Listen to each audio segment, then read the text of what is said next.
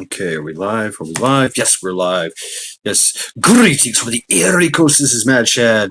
And this is another episode of Uncircumcised? Uncircumcised Saturdays? No. Unsupervised Saturdays? No. Unsupervised Saturdays. Let me say the words correctly. Welcome to Unsupervised Saturdays. Welcome everyone. I see James. What's up, James Y6E2J? I love the name. I love the last name. I think you should change your name to Y6E2J. That would be badass. What's your name? Y262J. That's right. How you doing? Right. Ronnie, what's up? Ronnie's in the house. What was that? Somebody just said something. Anyway, welcome to Unsupervised Saturdays. Unsupervised. I don't even know what day it is, man. I'm all fucked up. Unsupervised Saturdays. Open panel, open discussion. I will rein it in if need be. I'm just like I'm the traffic cop. You know, I was like, hey, stop, go. That's about all I do, really. Maybe guide the conversation somewhere else where I think it may go, but we're absolutely unsupervised here. Yeah. What's up, Eric Steel and Tree? What's going on, brother? Welcome indeed. Welcome in. Come on in, folks. Have yourself a seat. Grab yourself a tasty beverage. Mine is Cafe Bustelo, the last of my Cafe Bustelo, the last of my little bit of hot cocoa, and damn, the last of my cocoa flavonoids. Miko Wolf, what's up? So I'm going to enjoy this cup of coffee. Skull.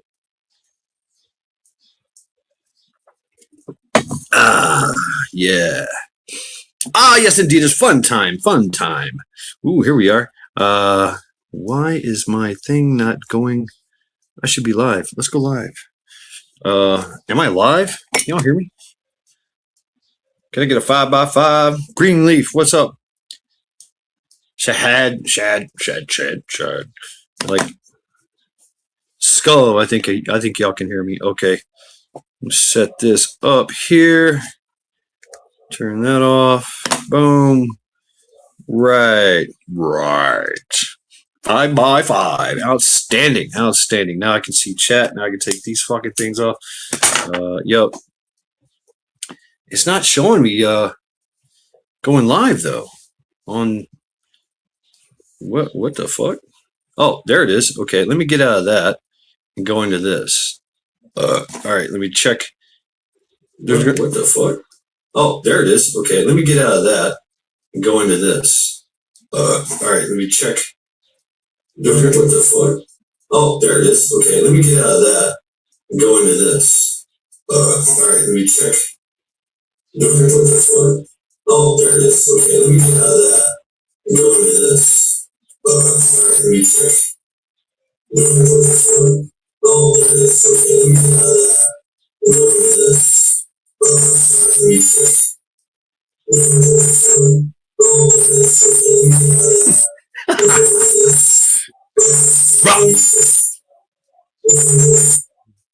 So that is the power of the reverb. Yep, dumb and blind, but I got 5x5. Right on, Greenleaf. Yep, just having a little fun with the reverberation because I'm casting. I'm casting from my phone to my TV, and then I'm doing the Domo arigato, Mr. Roboto.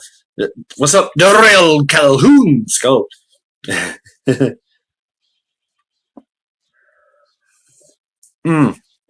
Yeah, if I don't mute it, it does that thing that just keeps going back and forth, and you can hear it. It just turns into this like kind of disembodied robot voice. It's pretty cool. If you haven't done it, if you never done it before, check it out. It keeps going and going and going and going. It don't ever stop. It's a continuous reverb loop. What's up, everybody?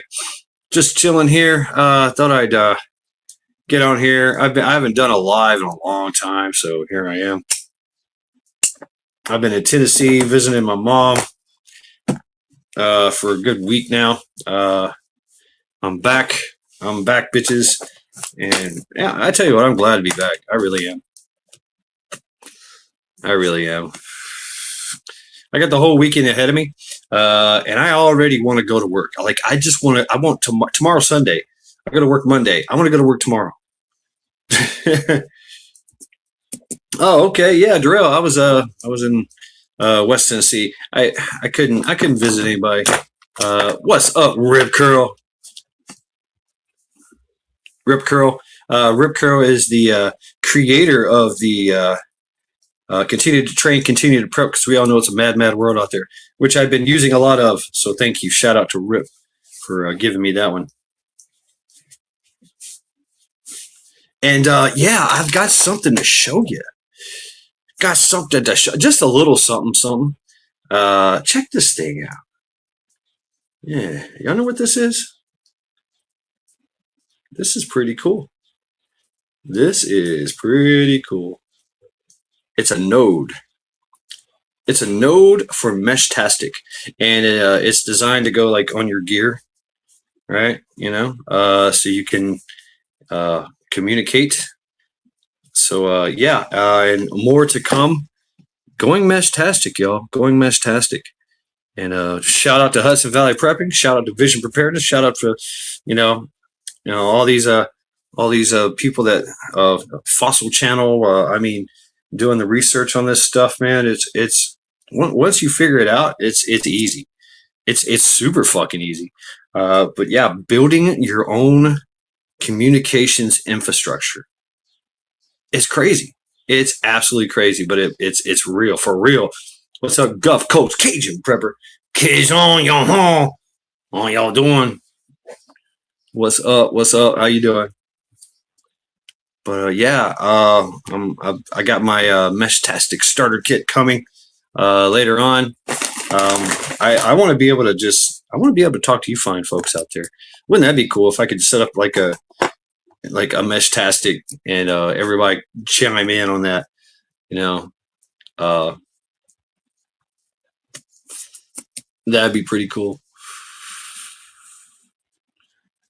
Yep, Meshtastic everything. You know, do your own. We are kind of limited here, vague community. Metal for breakfast. What's up, man? How you doing? Cleveland Vision. What's up? What's up, Paul? Skull. Yeah, Cajun. I mean, this thing. This was, how much was this? It wasn't much. Mother Freedom. What's up? This thing was pretty cool, and it's a node, right? It's like a personal node. Like, I can walk around in the Meshtastic network and transmit and receive. And it's pretty damn sturdy. It's waterproof, water resistant. I would almost say that it is. If I drop this, I'm not gonna break it. I could tell. Yard dog, what up? What's up, man? Yeah, so I'm getting into the Meshtastic. Why not? Let's do it.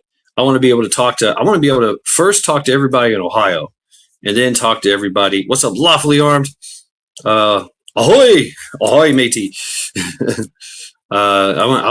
Eventually I want to talk to Hudson Valley, because he kind of started it all for me. He's the one that brought this to my attention. I was like,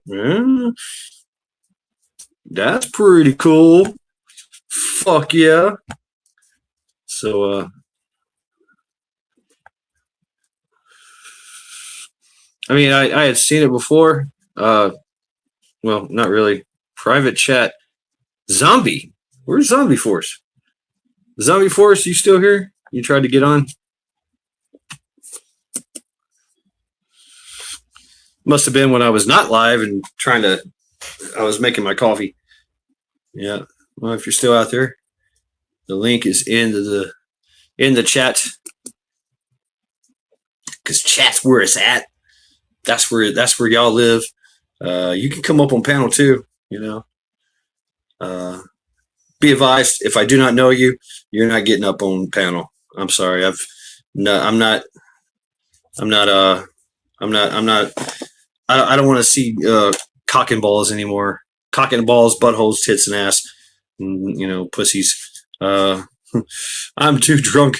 What's the cost of the Mestastic for the startup kit? Was $187. I forgot how much the node was. Damn. It's totally under. Like for the whole setup, like under $300. You can get to it as much as you can. What's up, zombie? Hey man, I'm liking that node, man. I'm seeing you're in the node world. I'm in the node world. Nodes, Right man. on. Hey, does If that you thing if you node, you node. does that thing ride the back of the local net and uh project its signal and everything? This sends and receives. This is a node. Yeah, yeah. I did a video. I put one on my community page today about nodes, and it's the nodes that they're talking about putting in people's property. It's a It's called like a it's called mini, Meshtastic. yeah, it's like a Meshtastic, mini data, Mesh Core. You build your own yeah, infrastructure. yeah, You mini build data your own center, infrastructure. Now you can, and you can link into other people's nodes and infrastructures if you want. Uh, but it's a node from Pepper Code, Metal for Breakfast. Yeah, oh I think yeah, this was like $87. I forget. I forget. I think this was like $87. But I got the starter kit for, maybe I'm confused, yeah, $187. So yeah. I don't know. Garden gnome I know nodes. that's some pretty cool thinking, man. It's pretty good thinking when you can create your own net, where Yeah, you can you can sure, guard it against Chiggy. anything, Yeah, I mean you can guard it it's against not encrypted per se, but I choose you get to pick and choose who can use it. yeah. I mean, I'm sure there's ways to hack it, but you know I don't know about nodes. What's a node do? Node is part of a Mestastic network that allows you to create your own communication infrastructure and communicate on it. Cheryl. Yeah, yeah. Look up Hudson Valley Hudson Valley and prepping. He actually did a video on this node, and as soon as he did that video, I got it. It's from Prepper Co. Prepper Co. Yeah, Yeah. and then I went. They were Yes, metal. Yes,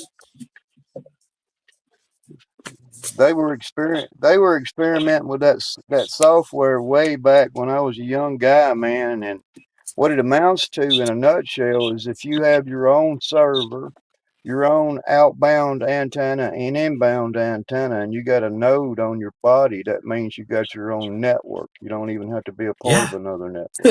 yeah. It's Pretty mine. Yeah, I'm badass. not. I'm not paying per month to talk to people, and I can Yeah, invite whoever I want to on it. And yes, it's done. It's done through your cell phone, yeah, and your cell phone doesn't have to be on. It yeah. doesn't have to be. I mean, it doesn't have to be like in the network or whatever. I mean, in you don't have to pay, right? Like you can take Yeah, a cell phone that you haven't paid on and set up that Meshtastic software or the app, yeah, and then boom, you're literally communicating with your cell phone in the Meshtastic, and it's text, like it's text to talk. I think, yeah, there's text to talk, but there's other things too that you could get into, like with you can link it with your Baofeng. You can link it for HF, high frequency. You can do a lot. You can do large packets of information.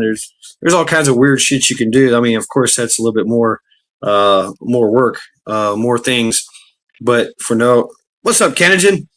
But for now, just having a literally just be able to text somebody, hey, come over here, right? Hey, bring more freedom seeds. Hey, attacking from the right.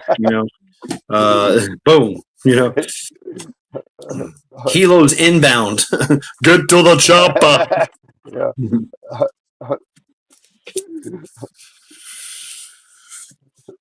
and just saying, hey, what's up? What y'all doing this weekend? How about a barbecue? Right? And yeah, Man yeah, your stations, man. Man your stations. right. Yeah, checking in. More cowbell. I wish I had a cowbell now. Yeah. If you So what you know, been up you to, know. Zombie? Oh What man, kind of range? It's that's a interesting question, Metal, and I will get back to you on that. I don't know. Uh, it's you have to. It's kind of line of sight. Well, kind of. Uh, Zombie, I don't know. It works off of Bluetooth, right? Or Wi-Fi. It yeah. works off of Wi-Fi. So think about the direction, the distance of Wi-Fi. Bring more Oh yeah. Chinese food. Yeah. There's houses they're dealing with that right now in places like Colorado and Nevada. I think is where they're putting mini data centers in on a new house where it has its battery reserve. It's $1 million worth of hardware that comes with the house when somebody buys it, and it shares the electrical socket Put the on kite. your house. So they said, well, your house usually uses around a certain kilowatt per month at 200 amps. So you're not really using not even half of what it's capable of doing. So they're piggybacking many data centers on people's new houses, and it comes along with a contract with the purchase. But the thing is people are not getting any payment out of the deal. If you understand what I'm saying, it gives them free. They get free internet. They get free data, stuff like that, and plus it helps. They pay a little bit on their electricity bill, so you now own $1 million worth of data center built right into your house, into Mm. your electrical panel. It's real. There's video on it on my community page about it. If anybody Oh, okay. likes it. Share it. Share it in chat. Yeah, the higher you get And with those things, farther you get out. I mean, yeah, it's kind of yeah, yeah. So if you've got terrain, elevation, and you're down low, and you've got hills all around you, you got to get up high. All right. What's up, HDRV man? What's up? What's up? What's up? How you doing? Yeah. But hey, what if like say I'm in a valley, I can go to the highest tip, of whatever ridge it is, put up a node, boom, I'm transmitting. Uh, so the way that it works, I'm gonna have to build my own kind of transmitter. It comes, you put a solar panel in there, you put a node, a transmitter and receiving node. You got a power source where your solar power and your battery, and you put it all in this like waterproof box, which you can get those everywhere, right? I watched the video, the Fossil Channel. Check him out, Fossil Channel, and he builds his own. He builds his own shit. He throws it up in a tree, right? And there you go. Boom, done. You've got your own. You've got your own little thing. Now, mind you, it's if it's on. You gotta get permission, or say in the city you gotta ask, hey, can I put this node on this highest area? Might have to pay or something. Uh, Whatever. A canned mini ham. What? uh, what's up, Majik? So but being or if you really, if I thought about this, a traveling node network, you've got a series of drones, and they all got boxes on them, and you just fly straight up in the air. Boom! You just built your own movable network with drones, so right? eventually, people gonna be already thinking. They're thinking right now. There's some members in the audience out there, ladies and gentlemen, that are going, "Beam me up, Scotty." You see, they got that. They got that on their brain, and What's it's up, kind of like, Parkside? look, What's Parkside? the that that's just the next level against above short band radios, technically in a digital form. but we're hoping that it'll develop enough to where we can cross our streams and we can make a connection across the United States instead of just in a region where we got the freedom to say what we want on our Yeah. own system. That's the goal. It's to push the government back. Say, nope, we can do it. Why? Because we Yeah, invented it. being self-reliant. Boom, Miko Wolf is dropping knowledge here.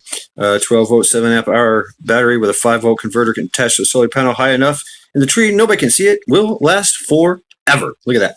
Boom. What's up, Parkside? I just checked on your channel, and I'm looking at a video you posted called "Interesting Hobby," and it shows fencing. I'm digging it. Like, okay, here you go. Boom! Look at this. Like, I don't know if that's your neighbors or it looks like they're fucking with long swords and rapiers. Hell yeah, that's what's up.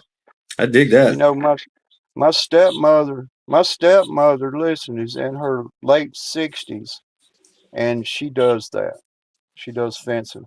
Wow, really? I'm like, Hell yeah. really? I'm thinking. I told my dad, don't piss her off. Right. She'll put a hole in you. She'll run you through. Yeah, cool. Welcome, Parkside. I don't know if I ever remember you. Yep. Neighbors I don't know. I would get to know those neighbors. Definitely. If they're that cool, I mean, I would love to have neighbors like that. I'd be like, hey neighbor, I brought beer. Let's do some drunken fencing. Right? On God. I would love to have, like, I don't know. I'd entertain the notion because there's some fencing and what do you thank you. Steel and Tree, there you go. Dropping links for Parkside. Just getting into some fencing theory. Parkside, I'm gonna wait to make you blue. I don't know. Maybe you like us, maybe you don't. But cilantro fingers have a whiff. Canogen.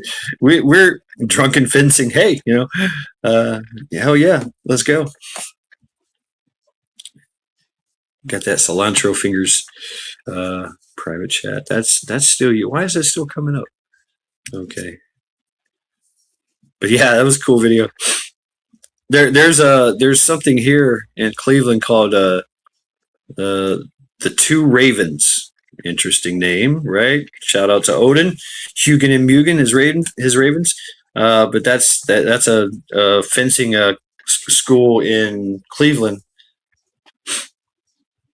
But they also have they got HEMA, historical martial arts, historical European martial arts, right? And then they got the Viking Festival here. They got the Renaissance Festival here, and they do tournaments and shit. The knights are here. The knights that battle. You put on suits of armor and bah, bah, bah. I work with I have a coworker. I call him the Black Knight because from Monty Python Search for the Holy Grail, because every week, every Monday he comes in, he's got a new scar. He's got a scar across his head or something. I'm like, bro, what happened? Where he's got his hand all bandaged up. He's like, yeah, I was fighting again. The knights who say me. Yep. Taking a break from helping my mom beef up her garden. I love how she thinks like me when it comes to growing food and not wasting anything. Right? Pretty cool. Yep. The knights who say me. They think You're in that Cleveland, Tennessee. Go ahead. They think that node software is cool. They ought to get my age because I've already developed made my own personal force field because I'm too old to be all that physical shit. Oh, you got your own force field? Really? Fuck yeah. I heard you had one in the bathroom. Yeah, don't get close in the bathroom. You'll hear it. In the bathroom. You'll smell it before it. That'll tell you you're getting too close. What's up, Chance? Chance, I'm getting a little technical here. I'm getting into nodes and meshtastics and shit. So Yeah. Cool. Prepper. Yeah. Check out prepperco.com. That'll tell you how much this thing is. I forget how much it is. But yeah, this is pretty cool, man. It like fits right into my webbing here. You know, tie it right into my molly, you know, or have my own little pocket, dedicated pocket for it. Uh, Hey, hey, I'm gonna step out to the kitchen if anybody needs anything. I'm good. Does anybody need anything from the kitchen? I got coffee, uh, fresh bread, peanut butter, jelly, uh, and I don't know what's in the refrigerator. Squirrels are bastards. Metal for breakfast would like a beer. I got to go over to the bar to get that. That's gonna take about 5 minutes. James, you checked it out? Yeah, cool website. All right, I think I like James. Y'all like James? Let's make James blue. James or blue. I've seen you everywhere else. What's up, old Grouchy? Old Grouchy in the house. Boom. Uh-oh. I pushed the button. I pushed the button. Rye and ginger. No, I haven't tried it out yet there, Grouchy. I'm waiting to get everything before uh I'm getting the Meshtastic starter kit from Seed Company. Yes, it's China stuff, but that's who makes this shit. Uh but we'll see. I'll keep you posted about it. I will keep you posted. Let's go live on that. Yeah, boom. Yeah, keep yourself alive when this shit and you're still communicating. Yeah, yeah. When the communication when the cell towers go down, I can still use my phone with Meshtastic. Yeah. So basically, I've got my own cell towers, right, and my own network, which can connect to other networks. And there's a map. Like go to Meshtastic map and Mesh Core map, and you'll see it all over the place, man. You're like, wow.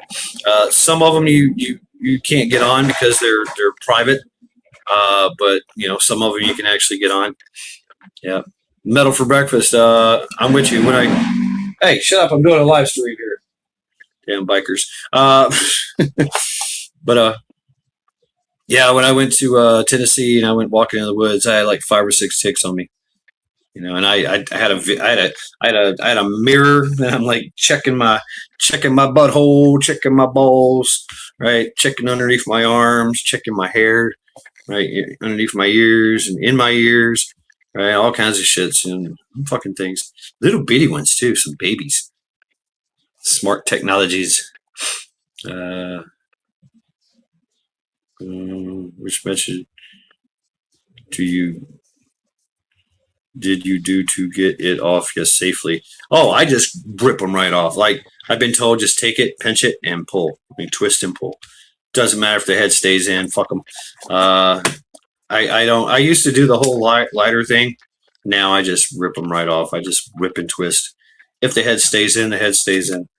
By the time they've already latched onto you, they're already sucking your blood, and you're already fucked. Mm.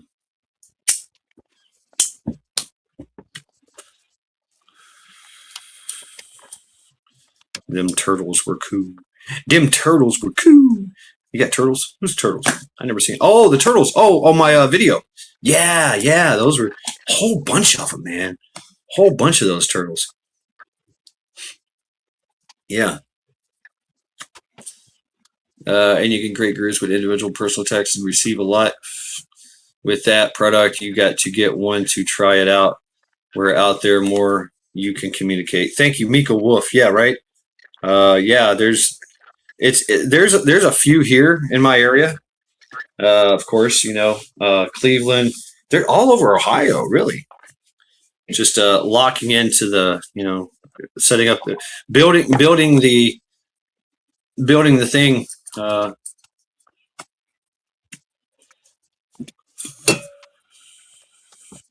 building the infrastructure for it, to reach out and connect.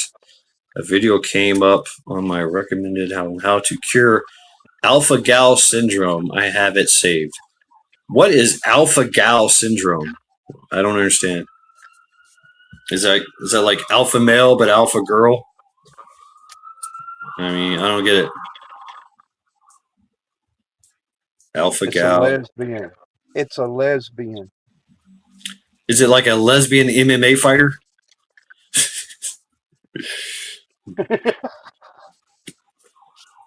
Be liking me some lesbians. Mm-hmm. Damn lesbians. Allergy. I mean, I ate a Slim Jim right after I got attacked by ticks, so I think I'm okay. I'll let you know. Yeah, the cops were chasing the bikers, right? I don't know. There's all kind. There's bikers here. There's like exotic cars. The Euro trash sports cars, and then you've got the straight up. Every now and then, I love it when they come through. The old school antique truck cars. That's all you hear. Uh, they got them in garages and they pull them out every now and then, and take them off to show or take them to town or whatever they're doing. A lot of restaurants, like they'll sponsor like car shows, and everybody will show up and just fucking boom, there's a car show. You know, tater beds. Yep. Yeah, I love the old cars and trucks, man. Miko, boom. All you need is a lifeboat battery, lithium will a 5-volt charger, solar panels will last forever, your cell phone will never die as long as you keep maintenance, and more the merrier. Right. There's some other things I gotta get too. I gotta get scan disc. See, jumpers can recognize people, that's why they're always looking at you. Jumpers. What's a jumper?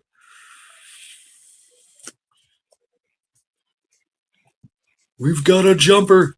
He's jumping. We was talking about batteries, or you Jumping guys spiders. was. You can buy. Here's what you can buy. You can buy a dry. You can buy it without the acid already in it. Just a dry acid core battery, and just set it up on a dry shelf up there and leave it alone, and it lasts like very, very, very much longer, and you don't have to worry about your cell going bad. You can just have a dry cell, and then when it has to be charged, it only takes just a little bit to charge up a dry cell battery. If it if you Huh. have the if you have the acid on hand to add to the battery. You mentioned motorcycle, and I was thinking about battery, and that's the way I've bought most of all of my batteries for my bikes was a dry cell 12-volt battery. It just Mm. comes in a box, and then you add the acid to it and charge the battery. So And it they has bounce a off each other like cell it has towers. a Message it out. has a really it has an extreme shelf life on it. Couple 2 or 3 years, more longer than that if it's kept dry. Oh, okay. Yeah. The rel says, well, yeah. Who doesn't have acid? Come on. You got to have acid. Uh, uh, Yeah. yep. Yep. That's who inspired me, him and Vision Preparedness. So, yeah, going to get into it. Mesh-tastic, y'all. Mesh-tastic. I mean, I'm just You I'm can just buy dipping my toes in it right now. you can buy if you go to the right grocery stores, you can buy a gallon of sulfuric acid, and then you can go to the hardware store and get muriatic acid. You can get them. Sometimes you can get them in the same spot by the gallon. I I mean, don't. like muriatic acid. That's like pool stuff, pool cleaner, right? Uh, It just sulfuric acid. it does really good with removing corrosion off the surface. Muriatic acid, it does good on steel, but neither one of them really do that well if the surface has grease on it. If it's got a greasy surface on it, you're just wasting your time. You got to clean the surface before you put the acid on. Hmm. But A the lot of ham muriatic, operators use those first communications. I'm pretty sure you can hook up two ways. Yeah, yeah, you can. You can hook up bow fangs and high def or high free HF and anything that you can text with uh, is just ready. It's ready to go. I mean, I'm going to find out more about it, of course. Uh, it's you it's know. similar to what the Nextel network used to be. Oh, okay. Yeah. What the fuck is my It eyeballs? has a FM. It has a FM capability, two-way radio capability on its channels. What the hell? Yeah, when the balloon goes up, just to be sure to have ways to secure what you say and send on Mistastic. Right? And, I haven't talked about before, like having codes, right? Speaking in code, speaking with using the phonic alphabet, funky horse. I mean, there's so many codes out there. Using a key, that's another one, right? I have, a key that that I have the message and it's all garbled up, you know, and I type in X25J741, and then the decipher on the other end has the key and goes, oh, okay, hey, need more ice cream, right? What's up? What life? So what?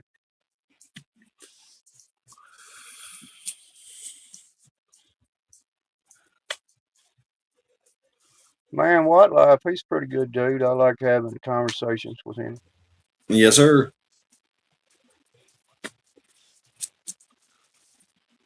I can't even see the chat because it's small on. I'm watching it I'm on my phone right now. Oh, hold on.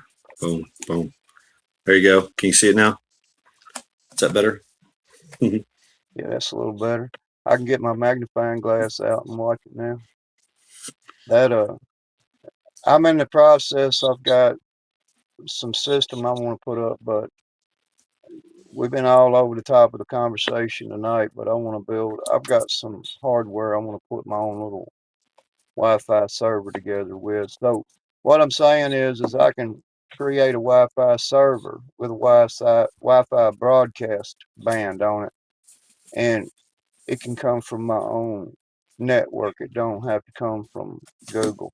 And if you're in my area, and I'll have categories where you can watch a movie, all of that stuff. Oh, I see. and Yeah. and you can come in and watch whoever wants. It's sort of like a Craigslist, Zombie Force Craigslist, where you can come in there and post an ad to other people, but not the public can't see it. You got to be a member. Right. Yeah. Oh, grouchy guy. Runners. I mean, yeah. Pony Express. Right. Take this message to Louisiana. Take this message to Texas. Take this message to so and so. Yeah, they still use runners, Yeah, and that works. I'll put I'll put a heavy enough antenna on there so whenever you're within 50, 60 miles of where I'm located, you can sign in, you Oh know. wow. So it's nothing. We don't have to go covert on it. We can just say it. Okay. I'm over here at the Exxon gas station in Baton Rouge. I'm gonna upload this to the zombie network.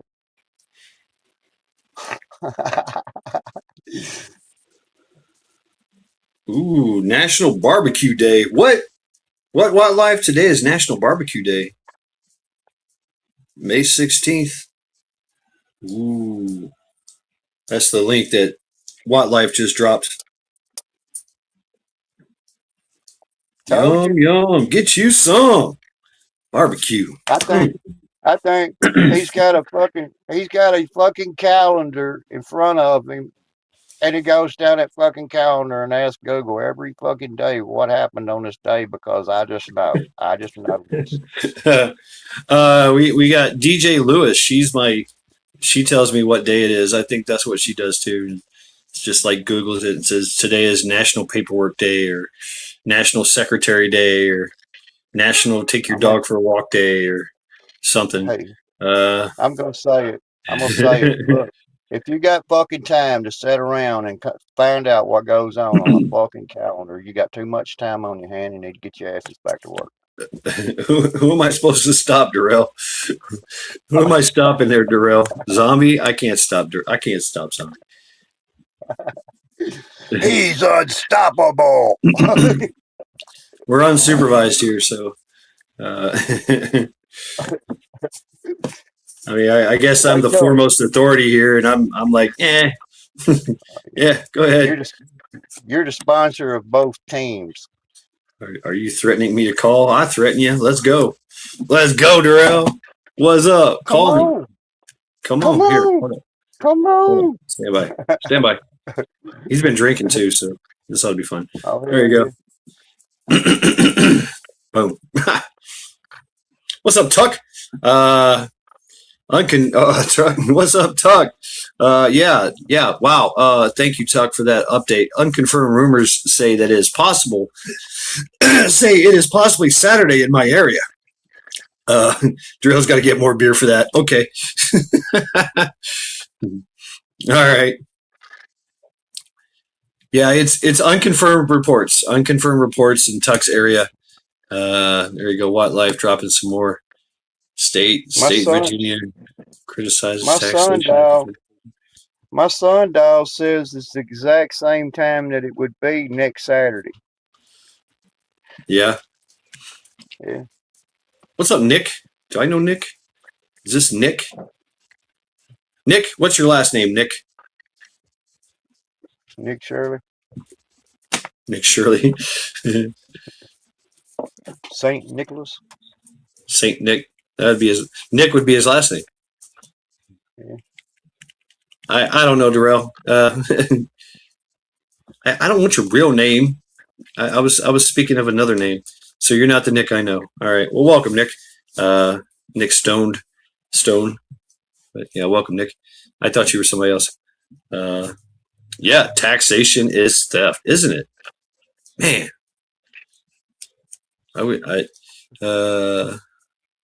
what? It says here, actually next Saturday the sun shines for 3 more minutes. Damn. This passes Sedition Act history. The Sedition Act. Usury. What? Okay, so explain usury. What is usury? Because I've heard that term. I really don't know what it means. Usury. Usury. Do you know, Zombie? If I may, let me go back in the zombie dictionary. All right. Okay, in certain studies of law school, it's defined under usury. It's called usurpation acts of the dictionary. Usurpation means an uncontrolled, unauthorized, unsupervised removal of certain funds inside certain vocabulary, which means that usurpation of power means that they're overstepping their power. It's unfounded, which means it gets you back to another interesting word that it's associated with. It's called arbitrary. Arbitrary is also a word that's shared with usurpations of user, which means a theft or a taking not approved but overlooked. Hmm. Okay. Hmm. So anyhow, I don't even know if I even fucking got that right. I could Well, be high. you're you're I'm high and reading the translating dictionary. under the intoxication of an artificial stimulant. Right. Yeah. What the George is fuck? nice. What a drag. Somebody had to bring that word in there, that 3-letter word. Georgia's most famous duel occurred in Savannah between founding father Button Gwinnett and General Lachlan McIntosh. Oh, is this the And one where they? No, that was thinking of somebody. I was thinking of it didn't work out so well for the Aaron. other guy. And it Aaron. was I was thinking legal. about Aaron. Aaron Van Buren. That's what I was thinking about. Shot the guy dead. Yeah. Okay. Deep state actions. Yeah, absolutely. Sure enough. Yes, sir. Yes, ma'am. Man, wasn't that the Next caller. fucking day, man? When you could just go out there and fucking challenge somebody to a fucking duel right in public and not get arrested, you know? Yeah. I mean, there's still states that have mutual combat, right? Engaging in mutual combat. Uh, Yeah, but, I with mean, pea shooters, yeah, yeah. Why not? I mean, sure. You're still responsible, though. I like that idea that you're still responsible for your bullets coming out of your gun. I think that we should legalize it, but you gotta wear body armor over your Martin Van Buren, face, your that's it. chest, and you only have your exteriors exposed, like your arms and your legs. So How? the only so whenever you want to have a public duel, you can say, "Okay, I'm challenge you," you know, and then you have like a fast, you have the fastest man in the west, fastest man in the north, and you have like UFC style challenges, you know. Okay. I mean, I know a bit of history going all the way back to Viking home gangs. But yeah, All well, right. hold on. But yeah, I feel you, Nick. It's a fiat currency. Yep. Jekyll Island. Absolutely. Yeah, Darrell Van Buren. That's it. Martin Van Buren and Aaron Burr. Yeah, that's the one. What's up, Fish Sticks? Yeah, the home gang. That was the thing, and that's where berserkers made money because they could step in and they could step in your. You could pay a berserker to take your place. You know, what I mean, like, hey, he's gonna fight for me. Like, oh shit. uh, Medieval times, there were duels that would involve like a domestic dispute, right? A man and a woman, and what they would do is they would make it unfair for the man. They would put him in a hole waist deep, and he couldn't move, and they give him a stick, and then they give the woman a longsword. How is that fucking? How's that fair? But yeah, yeah. Today, ammo. I mean, yeah. I think nowadays, I don't know. You've got so much. Yeah, we have ammo now that would defeat most armor, right? Uh, I don't know. I think you'd have to. I'd say in your underwear and both of you have 38 revolvers. Some shit like that, and you're 10 feet away, or let's say, what's up, tactical muffin top? Yeah, so 10 feet away, or melee weapons, right? Melee weapons and have sticks and knives. So, okay, that'd be cool, right? Me going to get more cheap beer probably won't stream. All right. Yeah, yeah, that's right. That's right. Tactical muffin top. Mutual combat duels in your underwear with little 38 revolvers. That would be fun. Or 25s. I'd say 25. Yeah. Laser the blind person permanently. Right? I don't even have to hit. I don't even have to shoot you with my gun. Just use my laser. Ow. Yeah. Yes. In your underwear, tactical muffin top. Yeah. And you got to be drunk. So that'd be another rule for me. Is you got to be drunk or high, super high, like ripping bong hits for like 5 minutes, and then you get up there and do some duels. I say blindfolded, wet blindfolded with cattle prongs. The longer style cattle prongs. That's what you get. Ah! That's your weapon. Right, Then you got to be right. completely naked. You can't be. You got to be naked and wet. Naked and afraid. Naked and afraid. Blindfolded. Yeah, All right, Darrell. Yeah, I got very good content, but you got to get more beer. The more beer you drink, the better my content gets. Okay, that's the way it works around here. Yeah, U.S. military lasers using lasers now to shoot down rockets and drones. Yeah, and interesting enough, one of the ships I was on, the USS Ponce. You can look this up. It was supposed to be decommissioned in 90 something when I was on it, but I guess they decommissioned it and they repurposed it as a laser ship. Like what? A laser ship? Motherfucker, that's badass. Alien Tech, Roswell, Area 51 technology to get released to the public. I'd say, Miko Wolf. I'd say it's already been released. That's how we're having this conversation right now. You know, what's up, Vanessa Kitty? Hi. So Vanessa, I have not made you blue, and now you are blue. So congratulations. Welcome to the club. You are now blue. And folks, drop your links. If you're blue, you know what to do. If you're not, then it's not. You just beg someone that's blue, and they'll drop it for you. Anybody in chat live near Iowa? Anybody in Iowa? Man, it's fucking warm. Why I get so hot?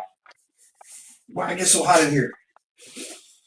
Oh, It's good for you.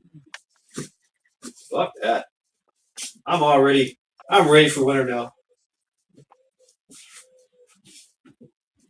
I'm ready for winter. Here's my cooling shirt.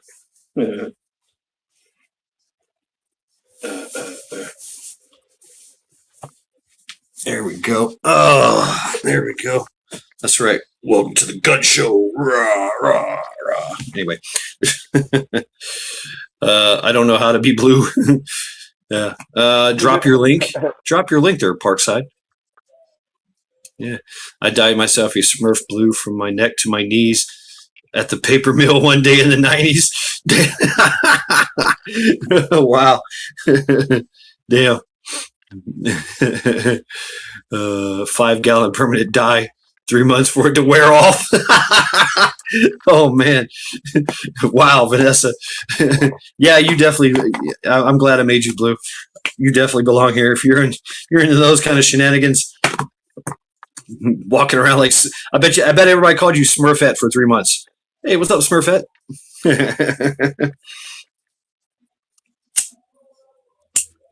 I heard Smurfette was a freak. Well, I mean, think about it. Yeah, it's the only female. It was the only female in that village of Smurfs. The only one. There was one gay guy. So they had one gay guy and they had Smurfette. I mean, yeah, he was the guy with the flower in his hair. The Smurf. I wonder where the fucking Smurfs came from. Did they ever say?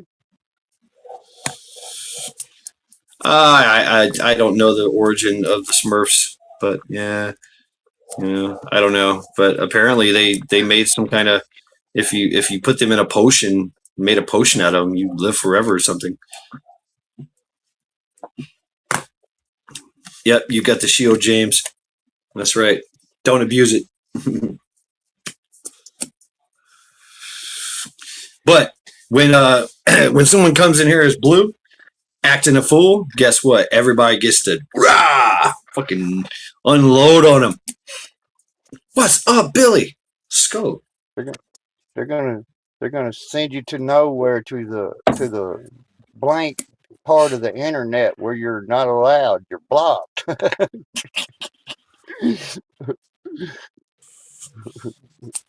Yeah, I mean, back when we had the Russian sex bots that come in here and drop in their sex links, everybody would just boom, boom, boom, boom, and it's a self-correcting system.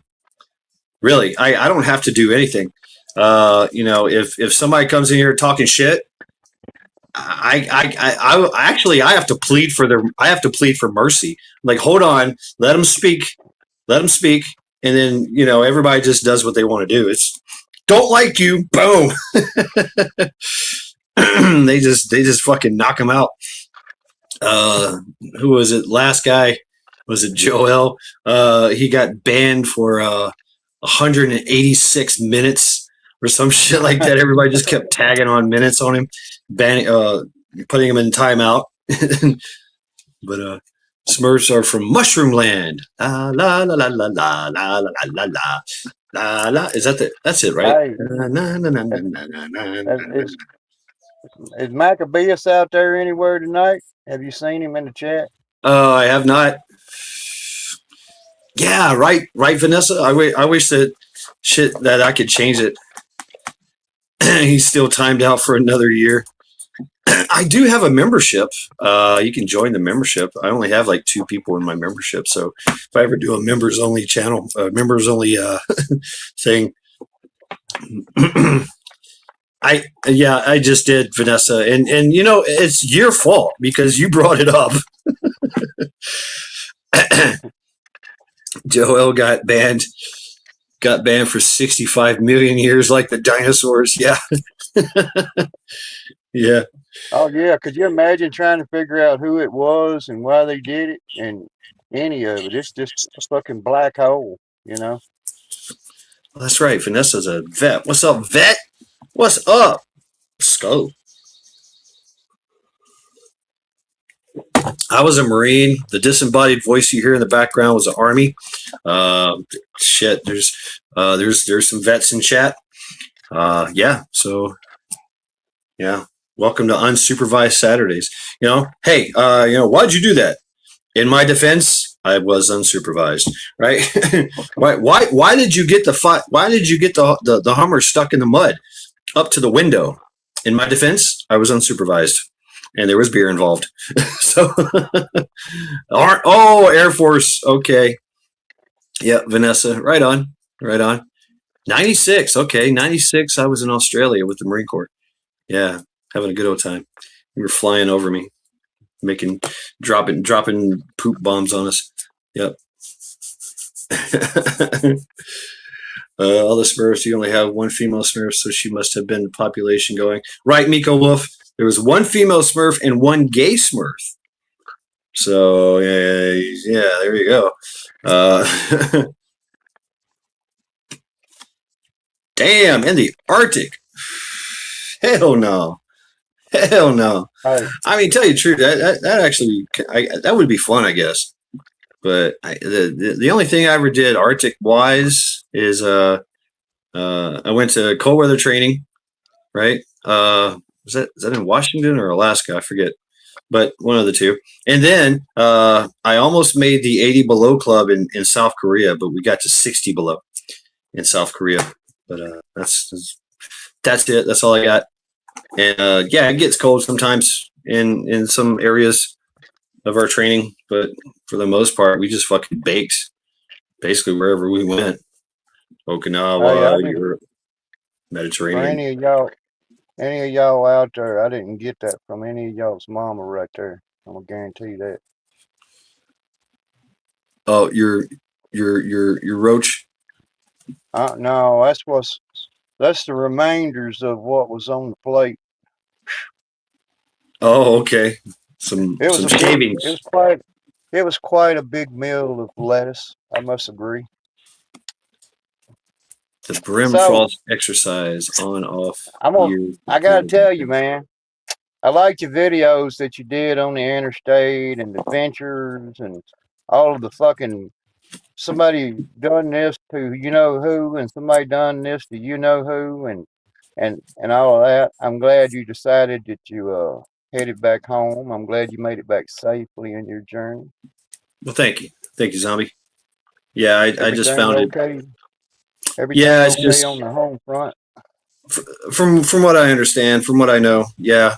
Uh, the day that I got back, I found out that the dude I put in jail made bail, Yeah. so he's free.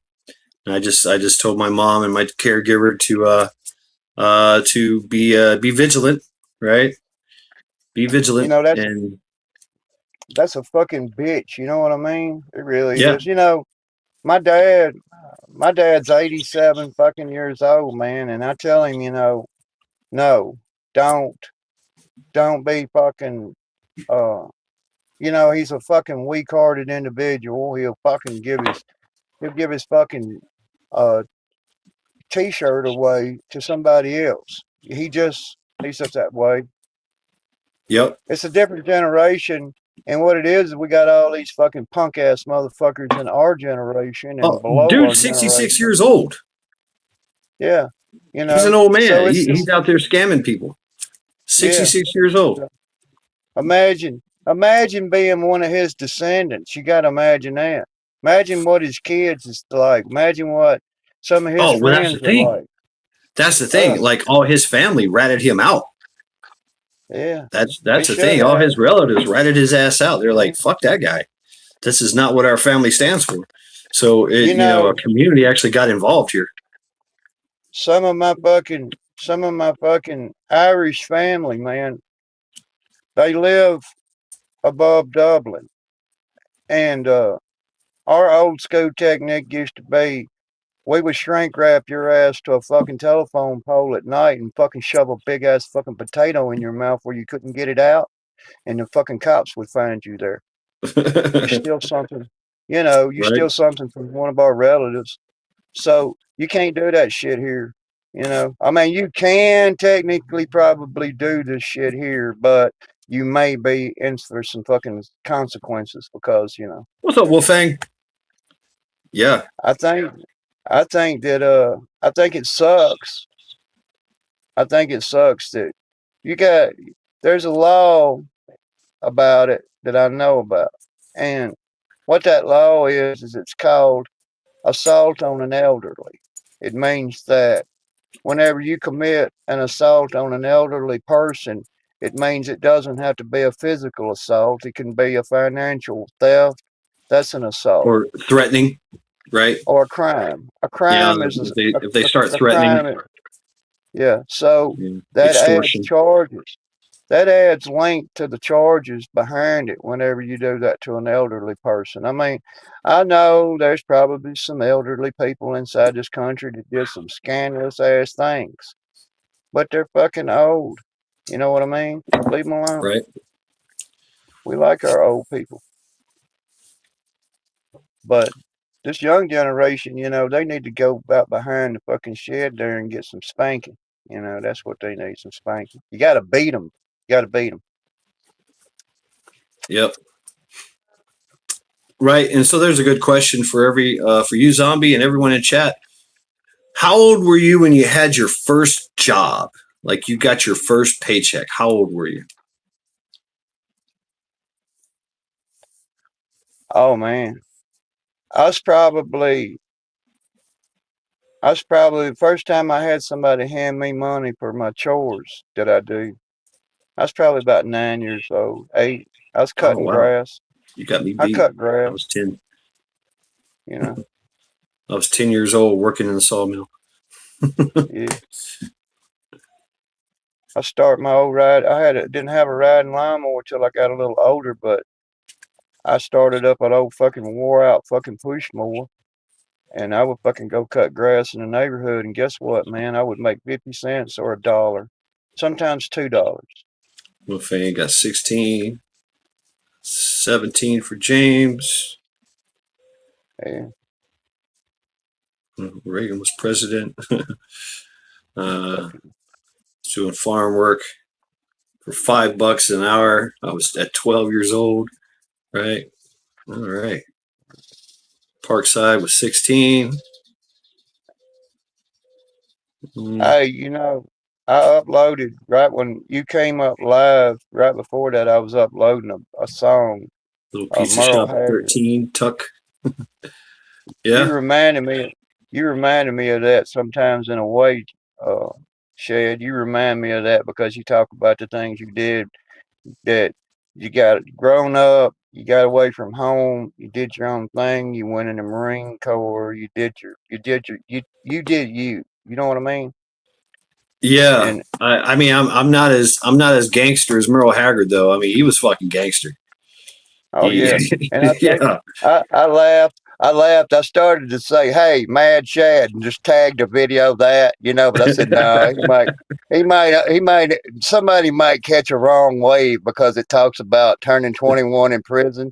But you did, you did work for the prisons, so fuck it, I mean, yeah, I mean, it's like I It's went in and out of possible. reform It's school and shit. possible. Yeah, And so all my life as a kid, everybody was saying, "Hey, you keep doing what you're going to do, you're going to wind up in prison." And I did oh yeah, as a job. yeah, What's up, Wolfang? hell yeah. What's going on, people? How you doing? Skull. What's up, Wolfang? Zombie, Shad, everybody, and chat.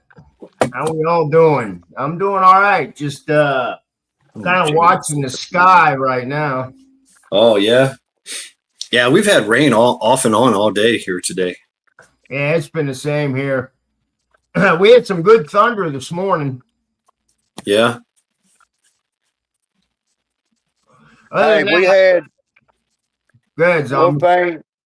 Wolfang. I just come. I'm gonna if Shad will agree, I'll just say okay. I'm gonna say moderator of certain rule sets tonight.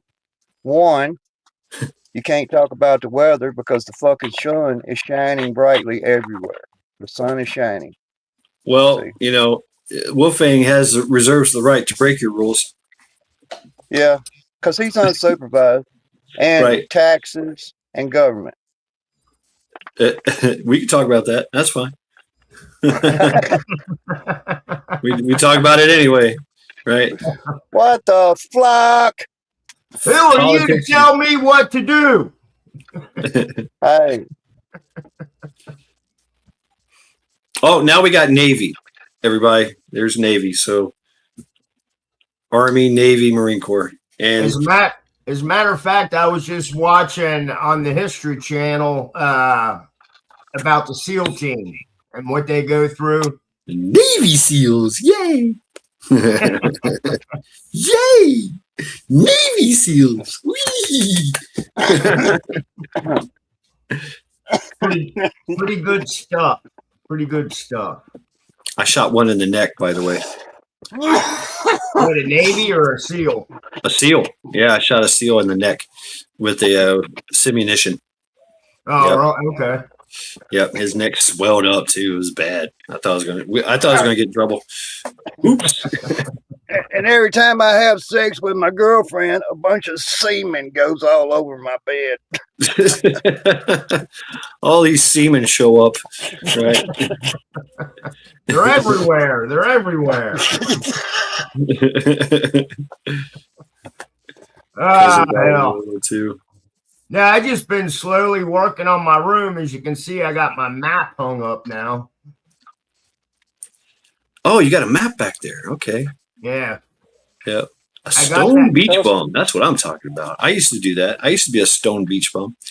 That was my okay. All right, here you go. Here's story time.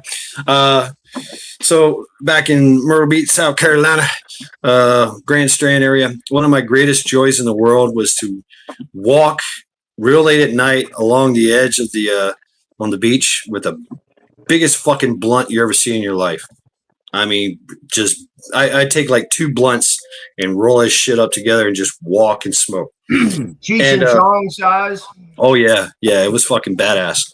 And so I'm walking, and I would just kind of just cup it and keep walking if I met some people, because there's always people walking out there, or sitting out there making out maybe, or doing the same thing I'm doing. Usually they're just sitting and chilling, right? And I'm just walking. And I walked by this one area. It was a gated community, and they had their own little security. And their security thought they were fucking super badass. And this fucking so I was told this story. That someone was doing the same thing, walking down the beach, smoking blunts, whatever, and this rent-a-cop came out of nowhere, flashlight, running, 300 pounds running, like, what the fuck you doing? Stop right there. We're going to arrest you. This is a private beach. And like, no. And the person was like, no, this is not a private beach. This is a public beach. You have no right to stop me. Leave me the fuck alone. And apparently, allegedly, the security guard or glorified cop reached for the guy that was smoking the blunt, and the guy that was smoking the blunt promptly broke bones. Snap, crackle, pop. And that same security guard was seen in the news today. In the news, right? Today in the news, a security guard was sent to the hospital. Right? It was horrible. So yeah. I don't know who it was. I don't know what happened or anything of that nature. Allegedly, but yeah, when people are, mind your business. Mind your business. If a man is walking down the fucking beach at night smoking a blunt, leave him alone. Right. Leave him the hell alone.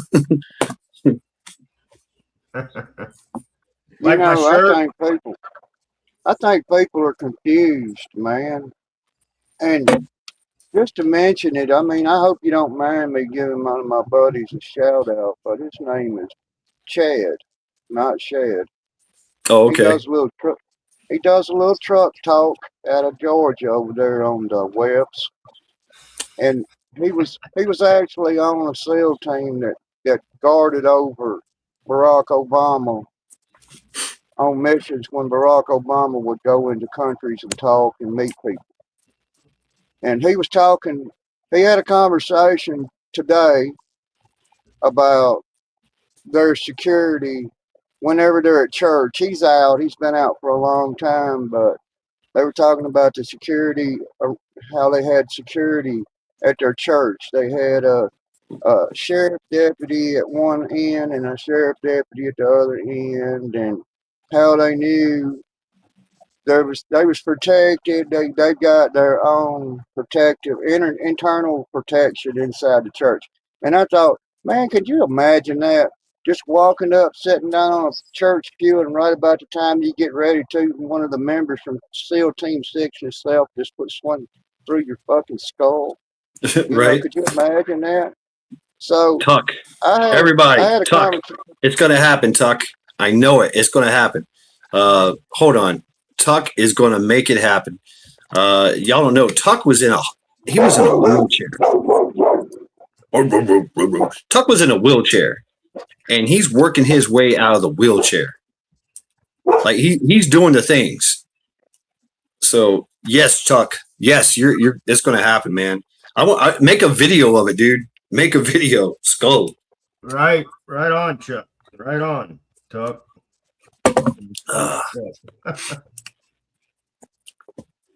Excuse me, I had to go see something at my door prime. Yeah, I heard your security system going off. Yeah, I'm teaching him how to sick balls. Like Chopper sick balls. Yeah, shout out to Tuck, y'all. I'm telling you. I mean, I'm amazed, dude. I'm like ecstatic, inspired, happy, like in the struggle. It sucks, right? Tuck is doing the impossible. He's like willing himself to walk. He's like, I'm going to get out of this wheelchair. Badass, dude. That's a badass. That's a true badass. I don't care how many wars you fought, how many people you've killed. Getting out of a wheelchair and walking. That's badass. Ask the team, what's going on? Via house, if I need back in October, I said, hold on a minute. Wow.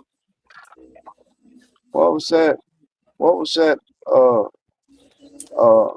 Olympic bicyclist guy that kept riding his bike even though they told him he had cancers that was going to kill him, and he just kept getting on that bicycle and fighting it, and it eventually went away.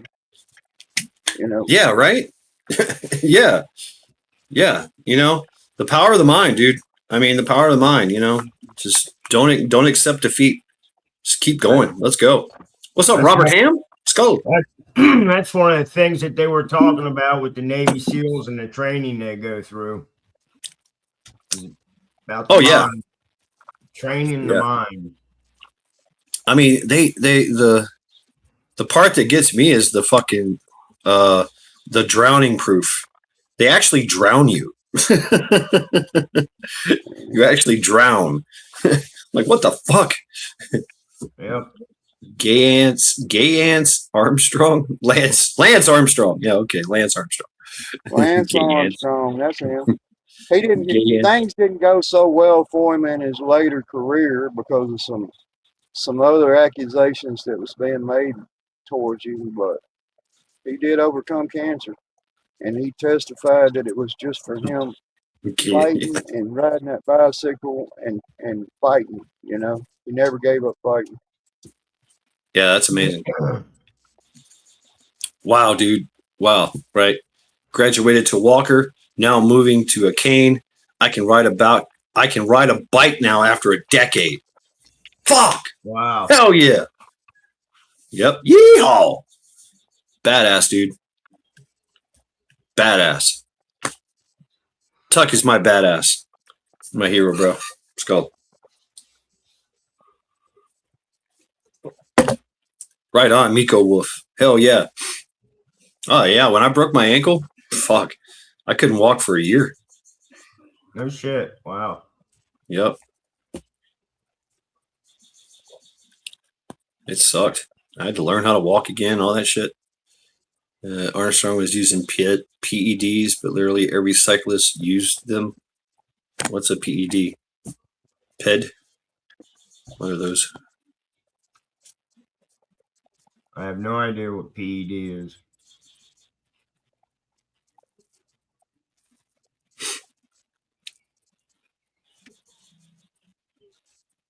What is PED? Mother Freeler, you remember those days? What do you mean? Oh, performance enhancing drugs. Right. Oh, okay. No. Nope, never used them. I have to say I have. I used steroids. Yeah, I've done steroids.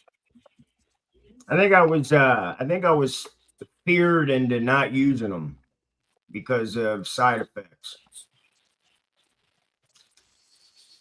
Mother Freedom. My ankle wasn't broke then. My ankle. I broke my ankle way before YouTube actually. Yeah.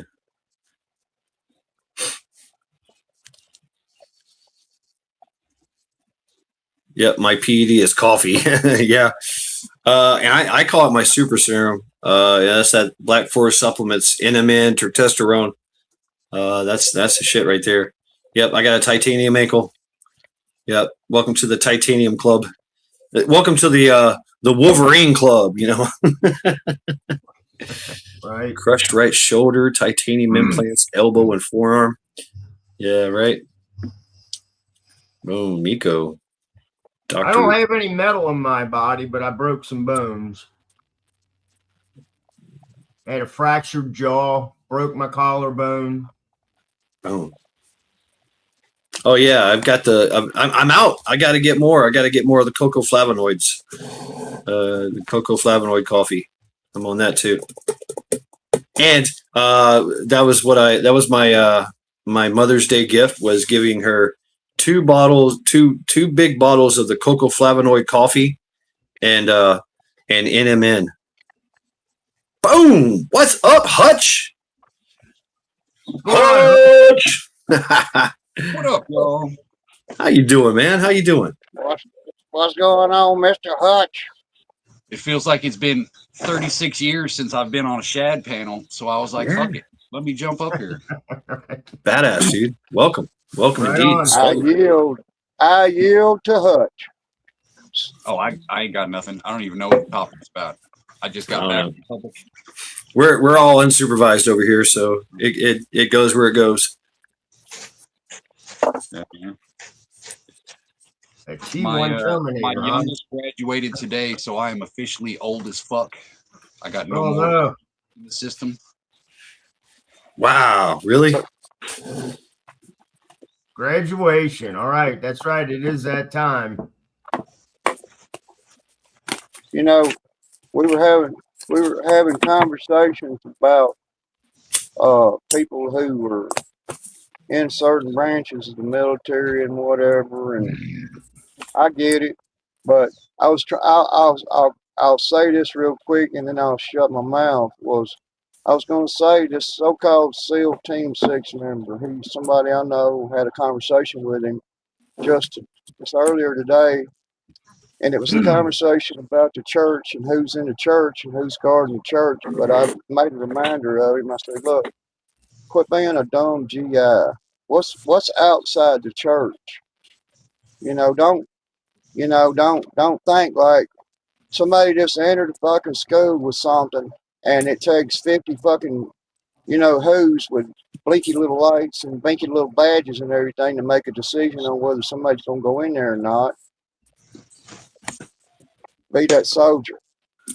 And sometimes we have to be our own soldier, and that's kind of what I was telling him. Don't go full GI on everybody because they may not understand it. You're thinking, Right. Because you're dealing with in my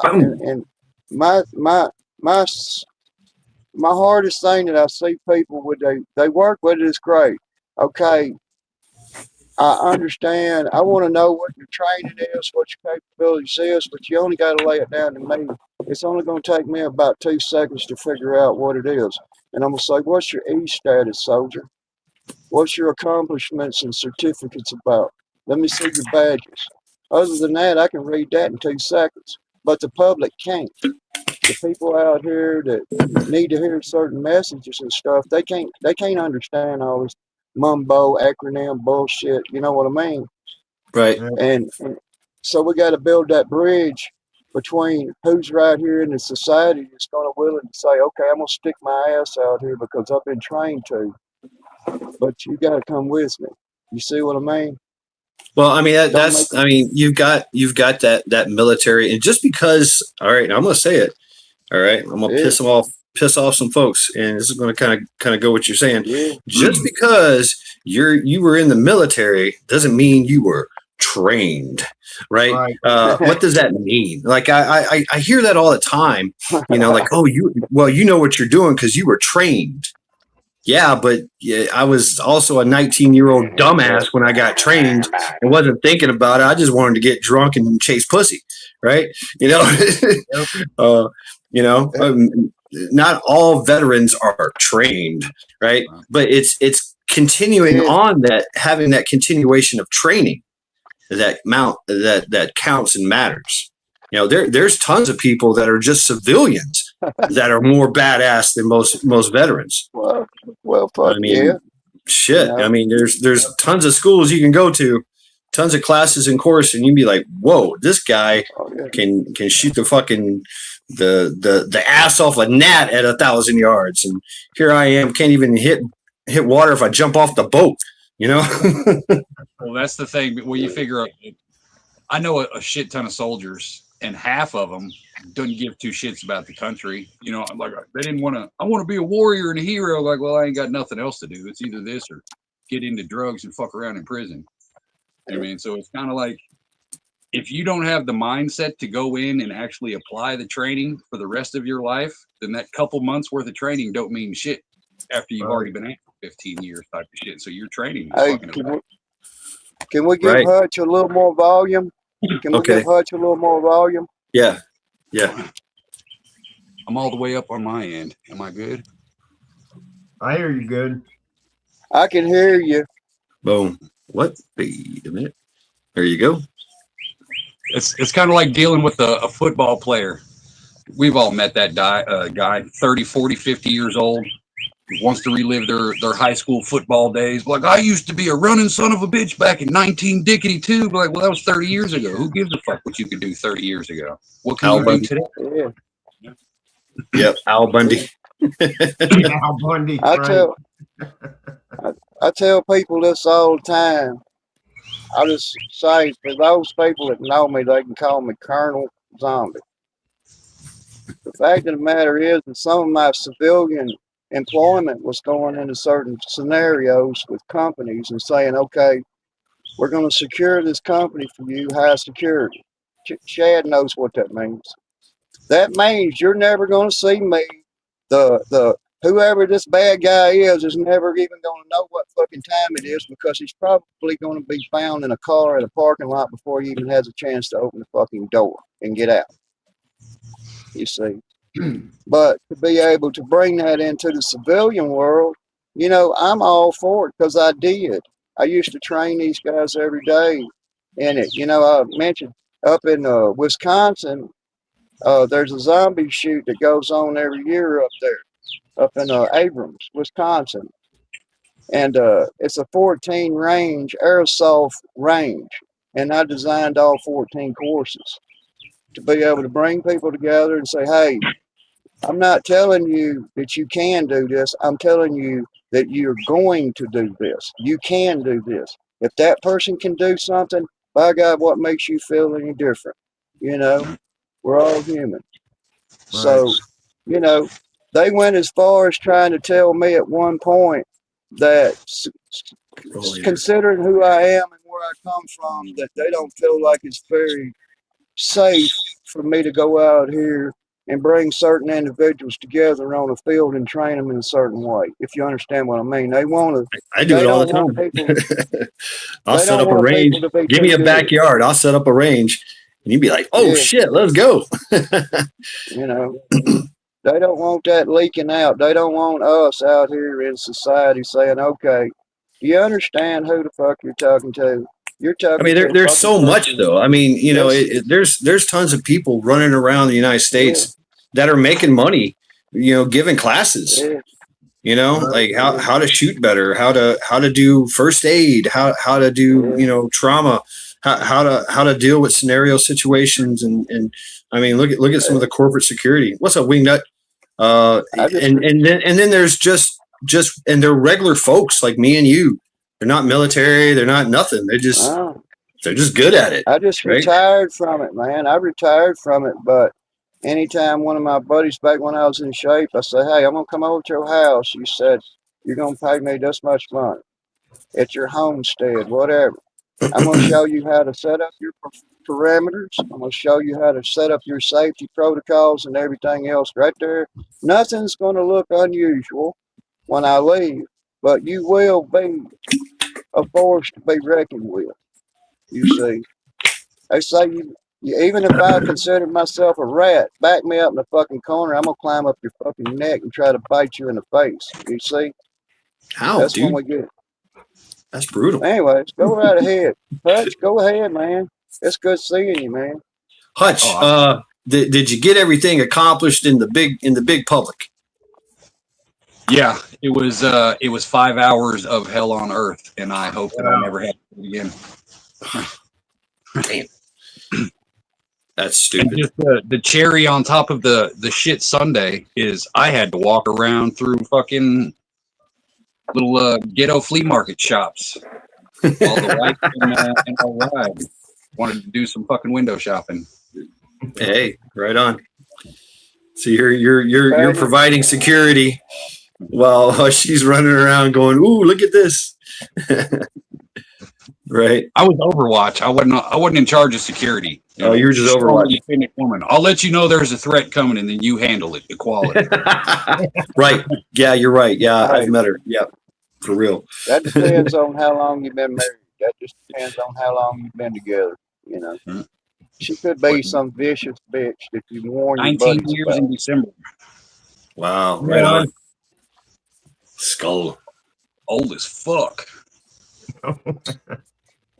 Ah, You ever had a girlfriend that could shave her legs with a big cigarette lighter? What? Can't say that I Yeah, have. I had a girlfriend one time that could shave her fucking legs with a fucking one of these plastic fucking big cigarette lighter. I was like, man. You right, burn Tuck. them off? Timing is everything. And then you Yep. get around to the wax and the melted wax, and it's downhill from there. chances is Yeah, likely you're going to wake up tired. You'll be tired when you wake up. that doesn't sound like fun. No, thank you. Right. That's the kind of behavior that doesn't let you sleep when she's in the same room. You know what I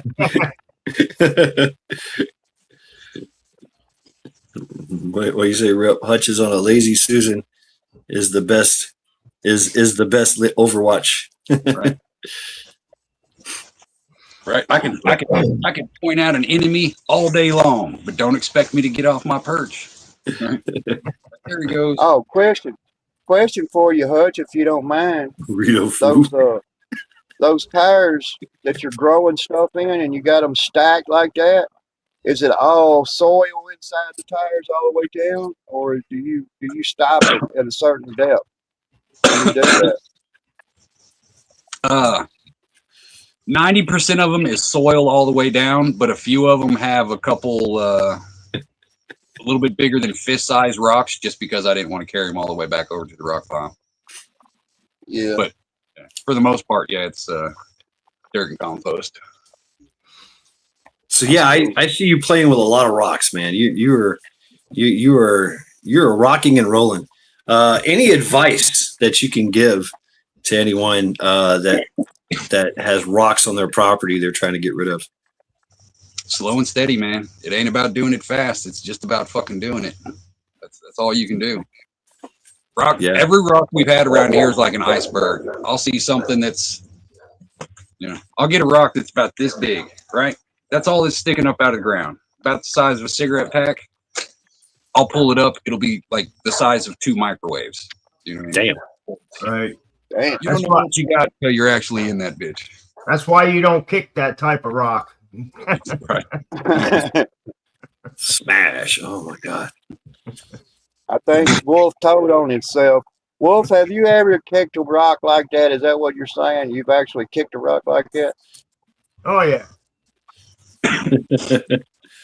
I have a couple. I still walk with a limp because of it. Sometimes it's intentional. Sometimes that's how you find them. Damn.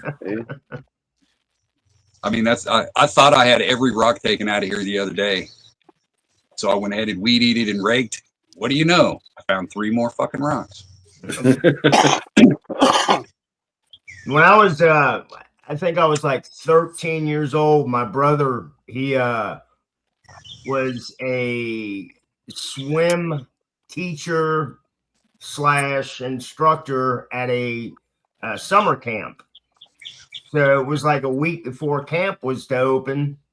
He's like, go around and pick up all the rocks and big sticks so I don't fuck up the lawnmower.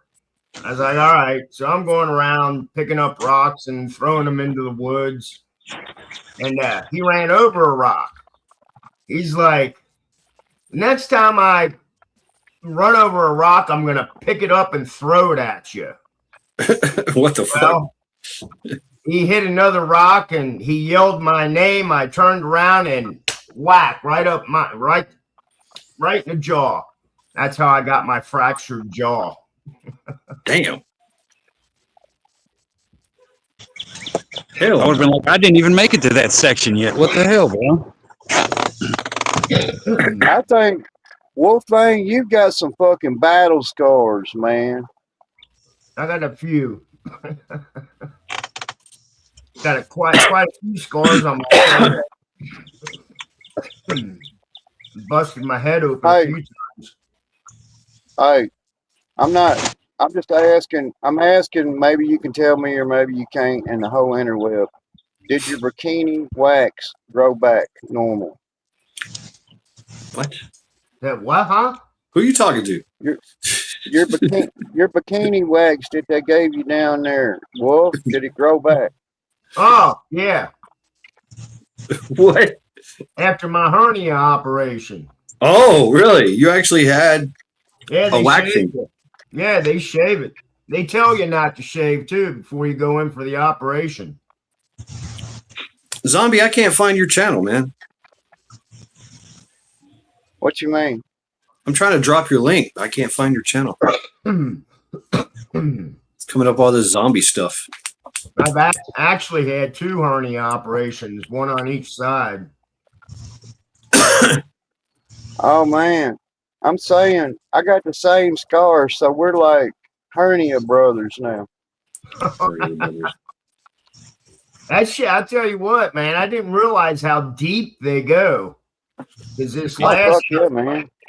last operation I had a What's while up, Fedor? back, I asked him, I said, just actually, how deep do they go? You know, and it was like maybe 2 inches. Hey, Oh, they go zombie. all the way down. They go all the way down. They go down in below, behind that muscle Thank you, right Jack. there that holds your guts in. Right. They You know? they cut you good. What do you say, Hutch? They cut you real good. Did he have the testicle hernia or the stomach hernia? Now I had the stomach one right above my groin area on each side.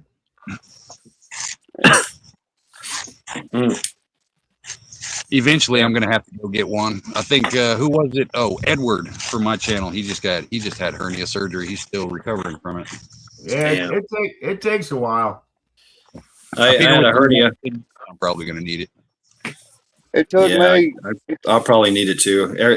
I have a hernia right here. I had a hernia back in the Marine Corps, and when I do push-ups, this bulge comes out of my chest like a fucking alien. It goes from the chest all the way down to my gut. Just boop, boop, boop, boop, boop, boop. I'm like, what the fuck? Yeah, I got the other kind. Trying to pull a cow. Trying to pull a cow. Damn. Wouldn't get in the trailer. It took me about 6 weeks, Hutch, to get past certain pain. But then up until now, whenever you move the wrong way, you can still kind of know what happened there. But then you get in fear that you're gonna get something heavy and it's gonna pop loose or something, you know, like they put a patch on the damn inner tube. Right. Yeah, that's why I'm trying to get all the mule work done. But I still got at least 10 more years of throwing rocks, so I'm gonna wait till something explodes. Yeah, that's how I'm looking at my life. I got about 10 years of good hard labor, and then I'm gonna have to use mechanical advantage after that.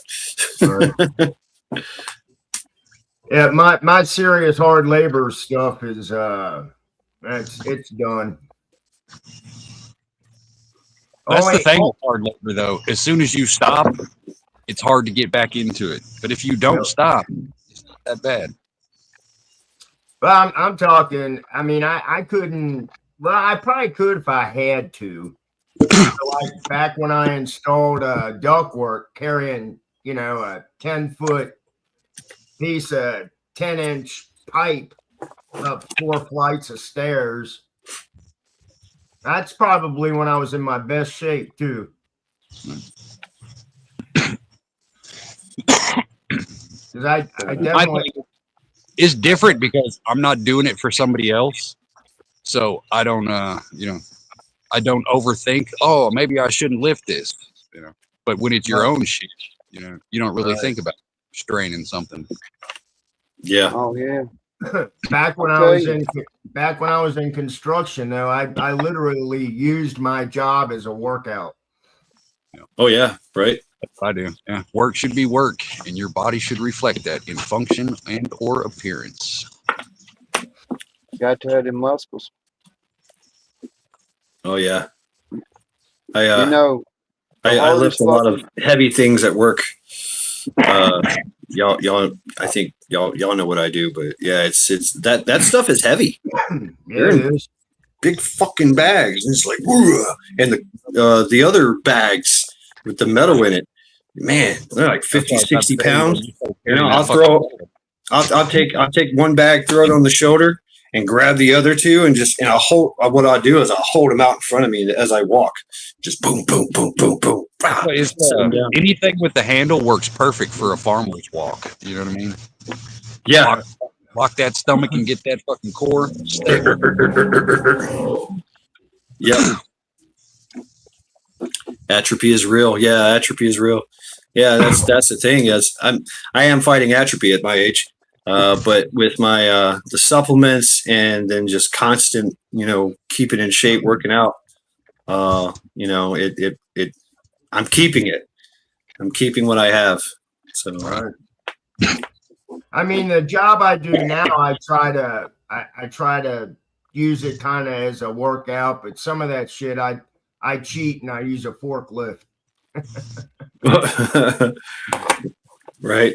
I might have mentioned it, but I got like 2.5 tons of flat flagstone. It's about Yeah, I two remember you inches talking about thick. this. Yeah. Well, I got them all down and laid and got the grout filled on all of them to make me a place at my camp to be able to come out and walk without getting. You got to understand, I live in a freaking swamp, man.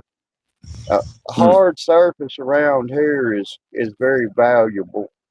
So I got them all laid. I got them all laid down, and it took me like a day and a half to do it.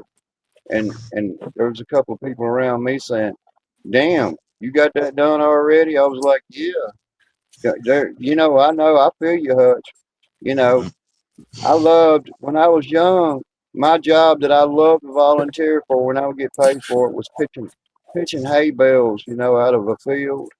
Right. And then the other one was working in a tobacco field, man. And oh my God, if you put a young kid out there in the tobacco field nowadays, man, at 9 years old, 10 years old, It's my first job. they're gonna have to call an ambulance. They'll call an ambulance. An ambulance.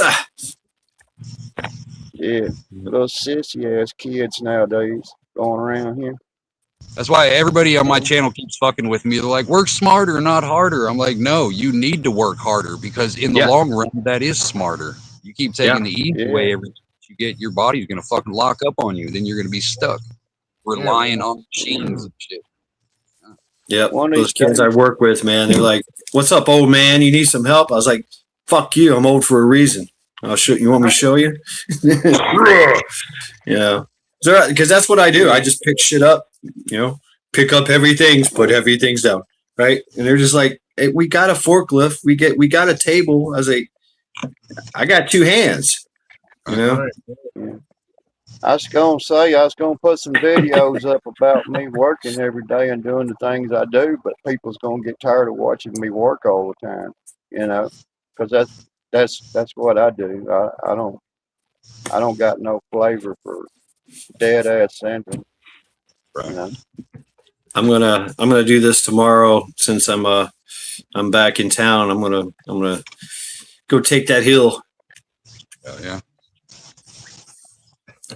I need it back. I need my hill back. There's a little fairy right up at the top of that hill, Chad.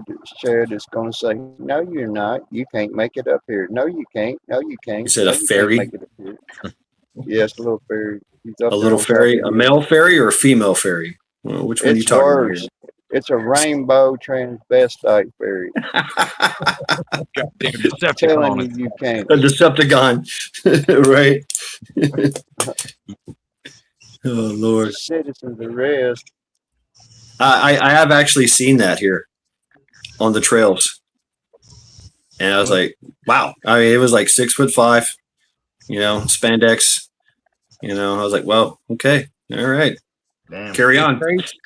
I'm just saying, if he's out there in the woods around where there ain't nobody at, leave him alone. You know what I mean? Yeah. That's good advice. That's really good advice, right? Yep, a Decepticon hiker. No, leave him We all alone. got a dream. For less than 1% of the population, they sure get fucking spotted more than Bigfoot. That's true. Right? All they got to do is open their mouth and start talking most of the time. Or Well, hey, you can see them or they let's be walk up prepared. to That's you. what I'm drinking right now. Is that creatine? I love my creatine, man. Fuck, as I drop it. This is the shit I'm on right now. Shout out to Ghost Lincoln. See if I can do this. Boom, here we go. Creatine monohydrate. This is probably the best right here. It's got some other shit in it, but it's pretty pure, and it's water soluble, comes in these little packets. Oh, Right. okay. 5 milligrams. I take one in the morning and one at night. I take one in the morning because it helps with the brain function. And then I'm already set for the day, even before I have my coffee. You know, and I'm just like, "Rrr." Anything I do, you know, like strenuous, adds to just helps my muscles. You know, What helps me color grow. is it? What color is it? It's white. It's white. Yeah. And you know what? I have learned, like, get the cheap shit, because creatine monohydrate is creatine monohydrate. There's no special kind. There's no, you know, whatever. You know, don't spend the big bucks. Just get the cheap shit. It's just pure creatine. Yeah. And guess where you can get creatine? Guess where we used to get it from? Beef. That's right, beef. Eating lots of beef. Who would have figured? You can tell a man's ate a lot of beef just the way he says beef.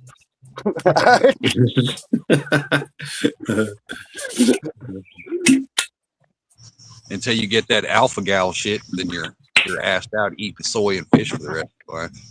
All right, so I'm not familiar with this term alpha gal. So, because somebody said something about that earlier in the live stream, I was like, "What's an alpha gal?" It's like alpha girl. It's it's one of the diseases you'll get from the Lone Star tick. You got alpha gal, Lyme disease, and Rocky Mountain spotted fever. Alpha gal. Oh, I thought it was like a lesbian MMA fighter. Right. Just all the fat chick with a nose ring. Yeah. Okay. All right. I'm starting to get really excited over that, dude. I know you're a lesbian. I know, but you don't have a Subaru, so you're not a true lesbian. Hey, I try to hang out with lesbians as much as I can when I'm trying to decide what kind of flannel I want to pick out. You know? Right. Or you might need some plumbing work or some mechanic work or get your roof done or rewired house or something. Like my tire that Yeah. day. Some advice on some haircut, you know, something like that. Right.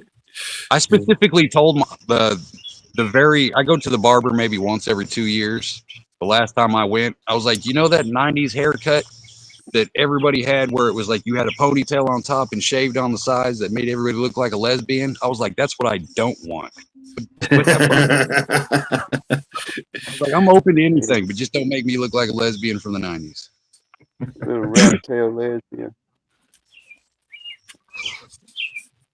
Yeah, I see a lot of that in the Asteru or the wannabe Vikings. They get they just get everything shaved on the side and everything, you know, it's just a little bit of hair on top and a ponytail back there. I have seen I went to school with a kid back in the day. That's the first time I ever seen it, but I've been seeing it hit and miss in grown-ups lately. It's the mohawk, but only one side of your head is shaved. What? And the rest is the flop down. Okay. It's Sounds very edgy. The guy off of Vikings, one of the brothers, the Viking king that slept with the tranny. He was like, the Muslim. Yeah, when they went to the Bjorn Ironside's brother. Yeah. Yeah, it's like the lazy lazy mohawk. Yeah, it just kind of flopped over like nerd. I've been seeing that make a comeback, hit and miss. I haven't seen a good mohawk in 15 fucking years, man. When was the last time y'all saw? I haven't either. Yeah. Hey, that counts you out right there, Wolfgang. You have What's to get that, a stick mohawk? on. Yeah, you have to get a stick on. I was that kid. That was me. I was a little skater punk. I had a freaking massive mohawk. My sister used to iron it out I would lay my head on the table and put the mohawk down on the table, and we added some kind of gel. I forget this gel. It was in the 80s. We used the gel and wood glue, and she would iron it out. And sometimes I'd spray paint it and shit, like real spray paint. Couldn't find real. I'm in the ghetto. I'm the only kid only white kid in the ghetto, and I got a fucking mohawk, right? I couldn't afford a leather jacket, so I had denim jacket, you know, and I did my own fucking artwork on it, and did my own shit, right? I had spikes and stuff. I found nuts and bolts, and you know, I made little spikes out of them. You know, Well, at least you didn't bedazzle it. No, it was. I thought I was going to war. You know, this is my armor, but it was a piece of fucking, you know, denim. No rhinestones. So yep. Right. You get to look. No rhinestone cowboy here. You get to look. I tell you the truth, it hurt when I fell. Like I was like, damn! I fell one day, and all of those fucking bolts and things. I mean, every now and then they would like I had safety pins. I would do the safety pin artwork, like chainmail. One of them would come unloose and stick me. Like, fuck. So after a while, I'm like, fuck that. Hey, did you have the fucking cologne on? What kind of cologne? Anybody ever used the fucking Brute by Fabergé? The fucking back in the day, I used Brute. Oh, Green bottle. Yep. Green bottle of Brute. Brute. Or High Karate. Or Polo, right? Polo. That was the shit. Stetson. Stetson was the shit. I think the fucking generic fucking Polo smelled better than the fucking real Polo. Bonesy toilet wipes. Cologne, gay. Right? It's gay. Cologne is gay. I don't wear that stuff. I don't wear that cologne stuff. Oh, Cool Water. Yeah, that was another one. I mean, you know, you're trying to impress the ladies and shit, you know. Yeah. Yeah, I wore it. This old timers, all that smelly soap stuff comes around on our bath night, you know, at the end of the week. That's it. Old Spice. Yes, Old Spice. So I mean, that's as far as I get with scent. Is like I got scented beer stuff. I got scented shampoo. You know, I use like Duke Cannon. I like the Duke Cannon stuff. You know, because I like smelling like a pine tree. You know, I don't want to smell like fucking, you know, foo-fooey. I want to smell like pine tar and sawdust. on a damn good day, man. On a damn good day, when I'm out in the woods, when I'm out in the swamps and the woods doing whatever I want to do in my spare time, if I ever get any, I'm gonna tell you something right now. I can smell your fucking ass a mile away. If the right wind is blowing, I can smell you. I can smell you. This will show you how much I use cologne now. Cedarwood. Still in the box. I know it. Smoke Spice showed up. I made my own cologne. Yeah, I don't wear any of that stuff. You know, Drakkar Noir. I remember that. Yeah, Drakkar was another one. Drakkar Noir. Yeah. Junior high and high school. That was my cologne days, but not so much anymore. Fuck that. Yeah. Now, there's even dust on this box. And I tell you what, growing up too, like you know, getting into high school and stuff, it was good to have cologne in your car, because if you're like, you know, drinking a beer, smoking a joint, you could just take that shit and just, you know, douse your car really, really good. And, you know, the cops pull you over and you're like, man, it smells like Drakkar Noir in here, you know, with a hint of weed. Whore. Right. Smell like a damn $2 whore. I was a Perry Ellis man. Perry Ellis.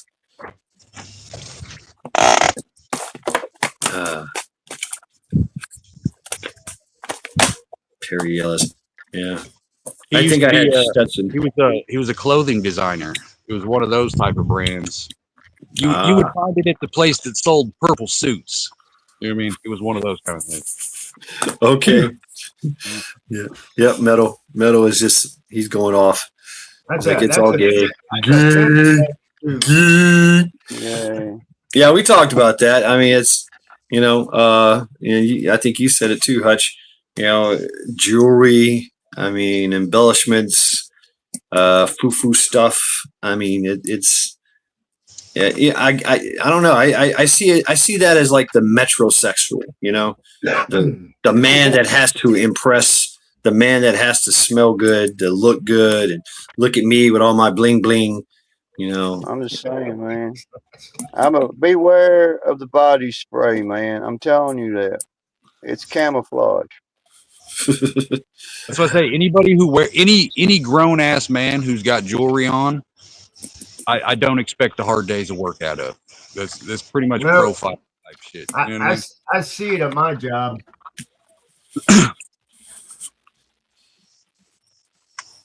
Yeah, I've learned over time. I mean, I used to have rings and necklaces and earrings. I had a fucking eyebrow ring.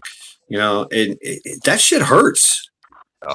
I mean, you hit somebody with rings on your hand, boom, you're breaking a finger. You're fucking, you're transferring DNA. See, look what happened to Zombie. See, Right. he had That two shit rings. hurts, man. That's why I've never worn a wedding ring or a watch or any of that shit, because for the couple years that I tried it, I damn near ripped my fucking finger off so many times throwing shit, getting it caught.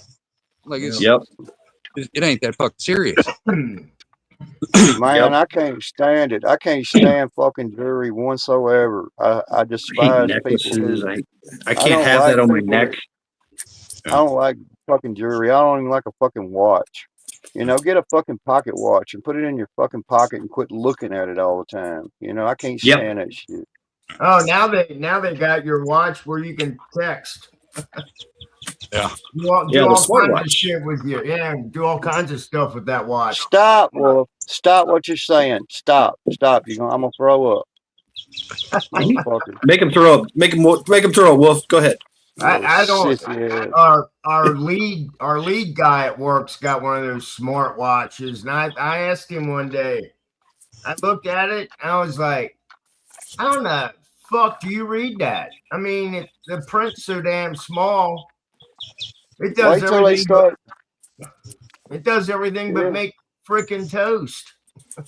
Yeah, wait till they get to one you can wear around your fucking head like a little headlamp.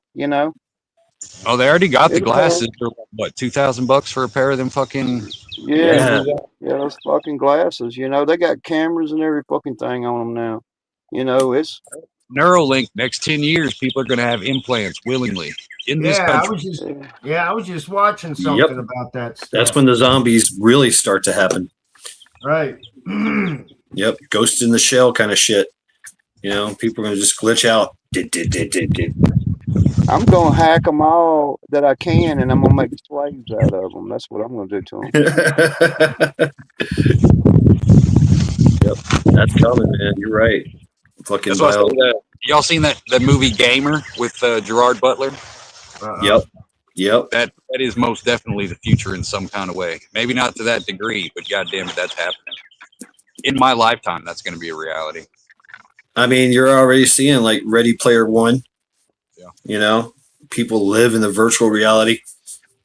They just live there. We haven't seen the iceberg tip of what technology is going to bring us over the next couple of years, especially in gaming. It's people mine in Shad's age who have a fondness for toys and things from nostalgia from the 80s and 70s and shit, games and toys.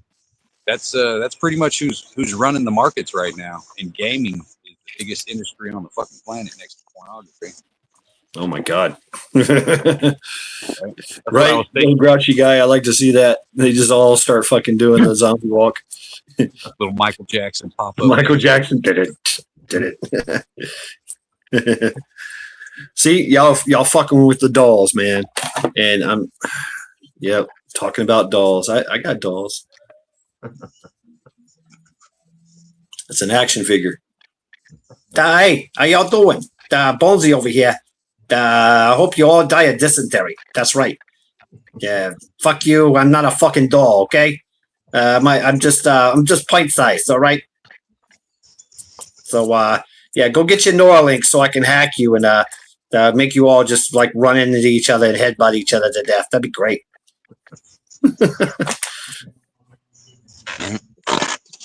See, they already got it in China. they've got the implants for people to get in and out of their work office buildings and shit. Basically, the iPay on their wrist, so they Oh just yeah, Yep. right.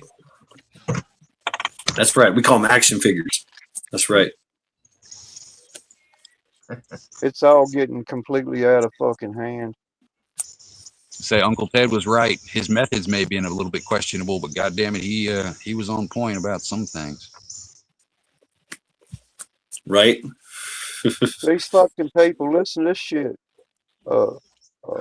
Today I watched a guy that's putting up some videos up about where he lives in fucking Missouri, and how they're building this big ass fucking data center out in this little remote county where they don't have building codes or anything. They can just pretty much do what That's they about want to on their own. that was about 20 minutes away from where I was today. Yeah. So the thing about it is, man, is here's this fucking crazy way zombie thinks. They're saying, oh, but it's not going to create very many jobs. Oh, but they're going to try to say building codes, and all of a sudden, all of us in this whole county is going to have to worry about building codes now. They're so That's what I fucking felt like. divided on that fucking point to know that them data centers, you cannot make a fucking digital phone call with your smartphone to anybody else without a data center, period. So all of that fucking data center growth in those fucking regions is based on fucking population. And all of the fucking leading counties inside the fucking United States and parishes that have population around that county or parish is the ones that have the most fucking centers built into them. You can't even have a fucking service without a fucking data center. But it's everything that's going on inside them data centers that's making your own personal fucking inventory of your fucking life, motherfuckers, if that ain't good enough for you. It That's means what that, there were people. The news went down there just covering the little protest of them, and that was one of the the biggest complaints was, since we've got no zoning and no restrictions, then these people are just pretty much going unchecked and they're allowed to do whatever they want to do, blah blah blah. And I was like, yeah, that's exactly the whole point. I was like, that's yeah. why we chose the spot where we're at. One of the reasons is because So, we got no zoning, no restrictions. So all of a sudden, now, like you so said, these people are going to jump up and start demanding some kind of legislation on this, and they're just going to start zoning themselves out of the market because the city council will be like, all yeah, right, there's a shit ton of money that you guys are going to make us lose. So fuck it. If they got to get you give checked, get checked. If they got to get permits, you got to get permits. exactly. And it means if you give a government, no matter how small that city is, that city could have 2,000 people in it, but if you give that fucking city enough fucking money and enough fucking people living in that fucking city, then that's how they fucking thrive the most. On money. That's how they create all this fucking tax, all this fucking, and then plus they're gonna house you inside that data center in a cell, and they're gonna tell you when your food's getting there. They're gonna tell you when the gas is gonna be up. They're gonna tell you that your fucking neighbor over there, blah blah blah. They're gonna tell you everything that you ever fucking discussed on a fucking digital device. It's But it's straight they up won't, techno-autocracy prison. It's yeah. welcome to the They want you at panoctagon, the home. technical panoctagon. I They mean, want you at home. They to want, cut you off. I mean, I don't mean to cut you off, Zombie, but yeah, I do that's actually. okay. That's cool. That's I'm cool. sorry, but yeah, I mean, you've sparked it. Yeah, data centers going everywhere. We got cameras everywhere, right? Everything's biometrics, and then Trump and all his tech leaders go to China. Coincidence? Right. I think not. So yeah, it's here. It's already here, folks. It's already here. We've got that techno autocracy prison being set up around us, and we're signing the fucking leaser agreement. We're funding this shit. So It's called The only it's difference called between now and Bojo 4 D. years ago is the side that's cheered for fucking government to surveil you. Yeah, right. Bojo D de Saboteur. That means that they're fucking gonna cause us to sabotage ourselves. Oh Our yeah, needs, that's our wants, subversion our 101. demands. They're pushing us in a corner right now to where we can't pay for our gas without a card. We can't pay for shit in certain stores without a card. You can't fucking communicate with anybody. You got to fucking go on your phone to go fucking fill out some kind of application with the fucking city or anything. That's It's why all I'm online. getting this right here, baby. That's right. Yeah. Create my own fucking communication infrastructure. So that's what it's about, man. That's Meshtastics, the baby. war. That's that Fucking war going under the radar inside this country right now. Who gives a fuck about what the fucking presidents and shit are doing? That's what they're doing to you. Wake the fuck up, All right. Guess what? you know? You're all Don't get all unsupervised. fucking. I'll be back. Let me know if my wind Man. gets too loud. I got tarps and shit blowing behind me. Let me know if it gets loud. I'll mute myself. That's all good. Oh, you're cool, Hutch. But you know, I'll be right back too. I don't. I got a package out on the porch talking about technology. I just got a text that Prime dropped something off. Yeah, you got your package. See what I mean? Right. That's what I'm thinking. I All mean- these data centers is because every place is about to get flooded with fucking flock cameras. I was talking about this with the fellas the other day. I think even these little 2-lane backcountry roads, them bitches are about to have Yeah. flock cameras too. And that's what all these The data main- centers. Yeah. Some of the main fiber optics lines, whenever there was a construction company involved and we had to unearth the fiber optic line, there were certain agents of myself and other people that were present during the construction around whatever that fiber optics line is. It's a main line. It's one of the main lines that transfers trillions of bits of information lines. And we had to be there whenever they was doing anything around that specific area. And what it amounts to What's is, up, Region man, 9? it's whenever you got a 24-hour, 7 days a week, it never sleeps. And if they ever just say, okay, this guy, no, this girl, no matter who you are, if they push your name up on this board, they walk away, the AI software watches you, and then they can come back and review you every time, like a specimen. You see? There was before all this shit became mainstream in America. I was watching a deal because this all comes from the concept that they tried in Taiwan a couple years ago. Yeah. So y'all know Taiwan is fucking stupid, overpopulated. They picked one person and gave them 48 hours to escape anywhere in the city, and it took 20 minutes for them to find them, just using strictly AI technology, that flock camera shit, before it became mainstream. It literally pinpointed everything, did the facial recognition, body scan, this height, this size. You know what I mean? It's fucking ridiculous. Yeah. Me and Wildlife and Bonnie the other night we were talking about that. And I'm gonna try to upload. Tracking. I'm gonna try to upload the video on it where it shows what the capabilities is when they can say, okay, we're gonna watch this street down here because we got a tip that there's somebody dealing drugs. What's up, 101? Hunter. Well, What's up? the AI software actually watches the people coming in and out of 2 doors on 2 houses on that street, one on each side of the street. And it shows all of these people coming in and out of this house, in and out of this house, in and out of this house. You don't have to know who the people is going in and out. You just need to know whose house they're going to. So Bonnie, what's up, Bonnie?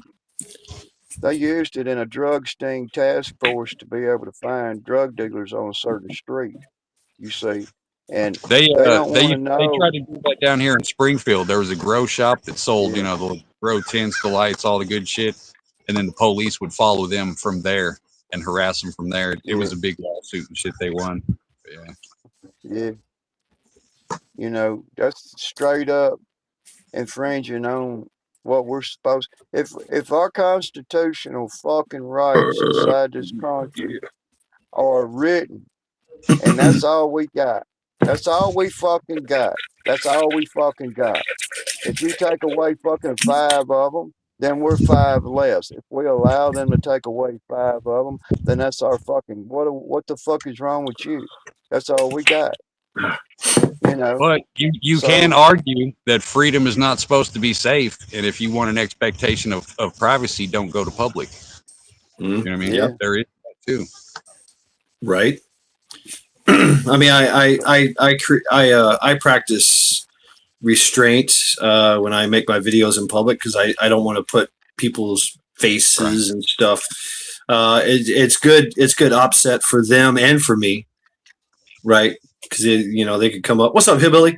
They can say, "Hey, what the fuck?" And you could kind of triangulate my position, I guess, through who I seen, who I know, whatever. But to tell you the truth, I can do what the fuck I want in public. I can walk around, videotaping everybody, getting all their faces, whatever, and I can go back, boom, biometric scans, see if I got what's up, Count Trumpula, getting everybody's, doxing everybody, whatever. We can do that on our own, right? It's just that the government is better at it. I see mean, that. you have a right. As evil as I think the is it Peloton, whatever the fuck that Palantir. company- Yeah, Palantir. as evil as I think they are, technically it's a private company, so they have the same freedoms that I do. You know what I mean? Yep. Nuance, obviously. Yeah. But, private companies, private citizen, in public. If anything happens in your neighborhood or in your surroundings, and there ain't no AI intersection, there's no flock cameras, then law enforcement's known to be able to go up to you and say, "Hey, does your cameras work?" And if you say yes, they can say, "Can we get a copy of that footage?" And you say yes. Or if you say no, now that you already opened your mouth and said you got footage, then they're just gonna get a warrant. And if they get a Right. warrant and come back and Oh, they don't have to do find you that. They don't even yeah, have to do that. They can find out yeah, who's providing that service and just buy it from them. yeah. Buy that information.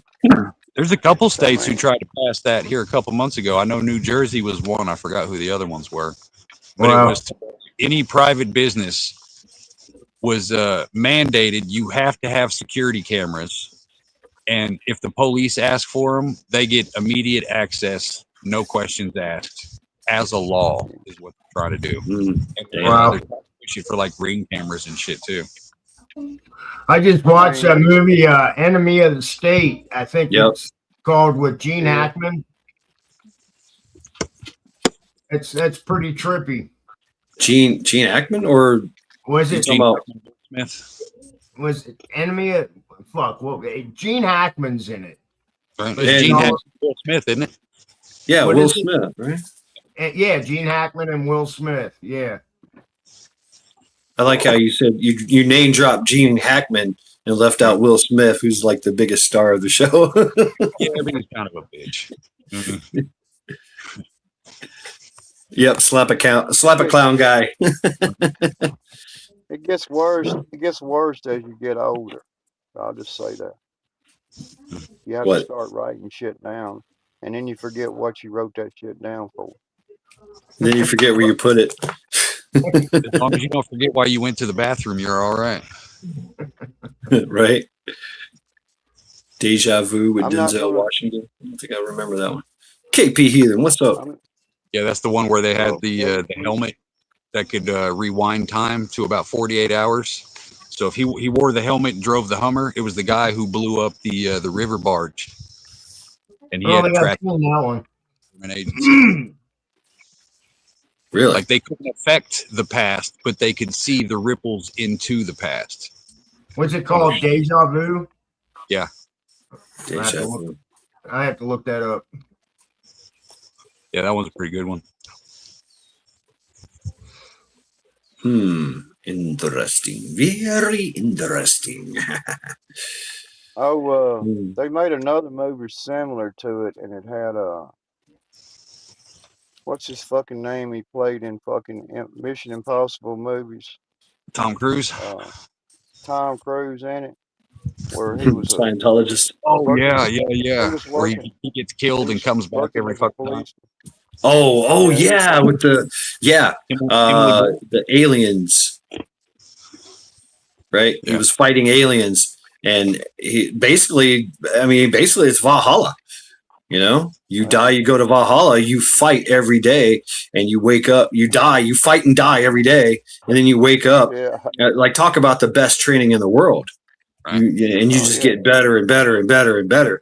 You know, Creepy Cruise, yeah, Creepy yeah. Cruise. That's World War Z. No, was it World War Z? No, it was something else. No, World War Z was a zombie. That was the other Uh, creepy dude. I want to say I Oblivion, know but I watched the movie a couple of times. It's a good movie. Oblivion, But maybe. Yeah. Somebody in chat say it's something. one of- it all blurs together at this point. Oh yeah, that'd be badass. Miko Wolf. Yep. Hook up cameras to Meshtastic. Daniel Berry Sports and Highlights. What's up? Oh, what up, Edge everybody? of Tomorrow. There we go. They got it. Edge of Tomorrow. I don't know who all in here. oh yeah, the first video in 15 Edge of Tomorrow. years. In 15 years of YouTube, my first video that ever got deleted was a video that I made during 2020, and it was about an album that I've got. That's it's by the Department of Army and Defense, and it's about brainwashing. It's called Brainwashing. It's a government issue record, and whenever I made the fucking video based on it, then fucking YouTube fucking canceled me like fucking 5 minutes after it went up. They canceled the video on me. Oh, And was that Wow. Duck. it was fucking crazy. Duck cam. Gratuitous duck cam. Little bit of mashed They're getting potatoes, big. Wow, look at them. yams. I figure we got about 6 weeks left, and they'll probably be at the biggest that they will ever be. Oh, really? Wow. Messages, photos. Mesh Network. Yeah, Meshtastic. I'm getting into it. Got my first node. This is like a personal node. It goes on your gear, right?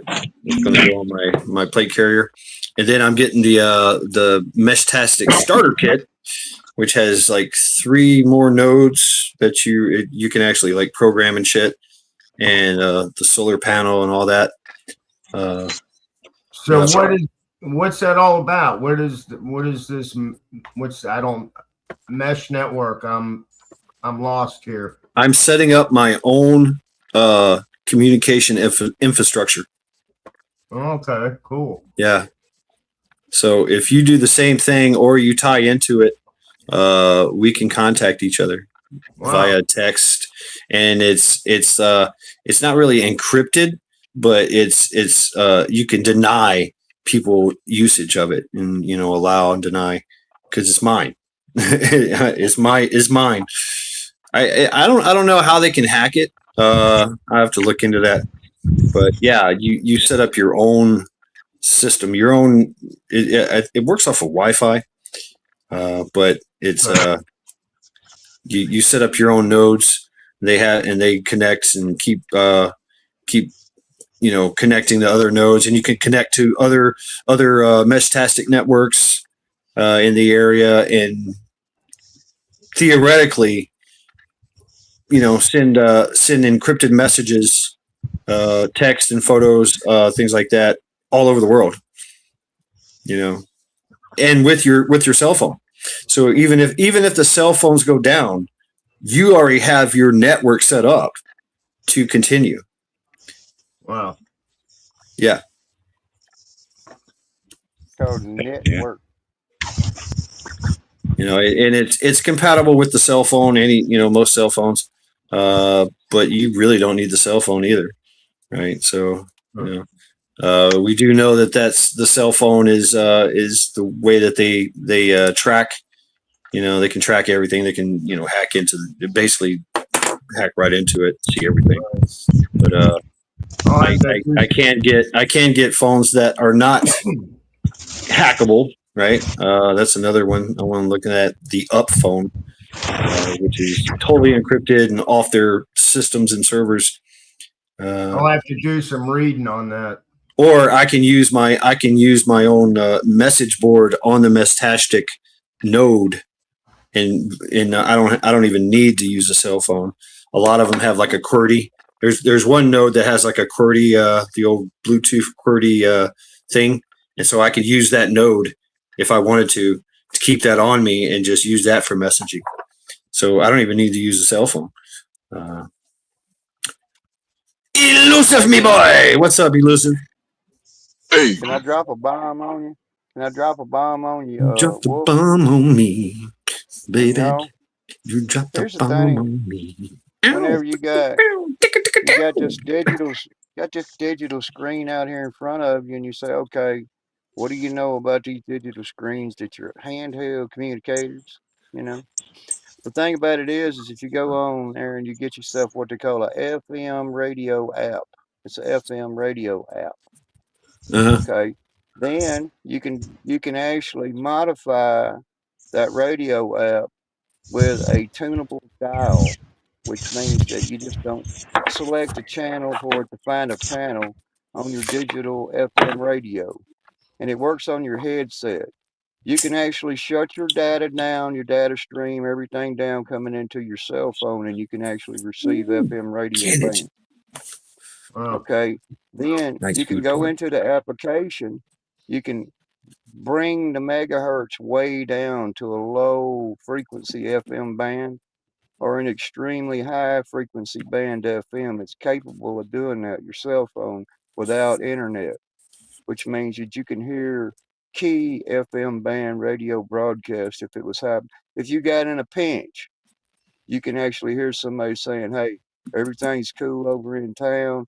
Everybody's coming back under control, blah, blah, blah. This has happened. You can still hear that from an FM band radio because there's a way you can tune your phone on FM band to do that. But you Nice. have to have a headset. You got to have a good headset plug in to go into it. That's the antenna. Interesting.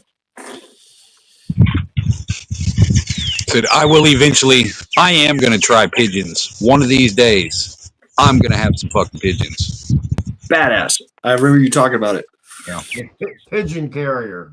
Yep. Hey, Homing you got to pigeons. mail one of them Yep. out. You got to mail one out, Hutch. You got to mail one out, and then put a note. We'll put a note on his leg and let him loose and see if he flies back home. Right. Well, that's the deal.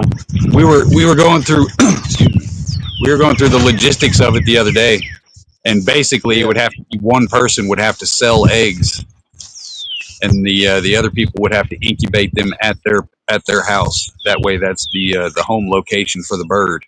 And eventually, it's we'll sit us once or twice a year. You meet up and exchange birds. That way, if I want to send a message to you, then boom, I let your bird loose. It flies straight home. If I want to send a message to Shad, I let his bird loose. It flies straight home. Same thing. A different coop for every location that you want to send a message to. Wow. I mean, that's so highly effective. Yeah. That's highly effective. What's it called? What's it called when you on the ham radio? When you get to it, you use another. Fuck, I can't think right now. Words are hard. I know what you're talking about. I just don't know what the word is either. Fuck. Yeah. Transferring whatever or whatever. Fuck, I don't know. Yeah. So basically, you just have one pigeon. Yeah. And send it to the pigeon hub. Right. Yeah. And so you have one pigeon that goes to the pigeon hub, and then the pigeon hub sends out the message. Has exactly. Has everybody's pigeons. Like an old school switchboard. Mm-hmm. Yeah. Yeah. That would be the shit. I know Mike Tyson's into that shit. Like that's his thing. That's been his thing for decades. That would be a hell of a fucking network, especially if you had like 5-10 people that were all willing to have a coop. You know what I mean? That would be fucking sweet. It's like the Yep. post office, man.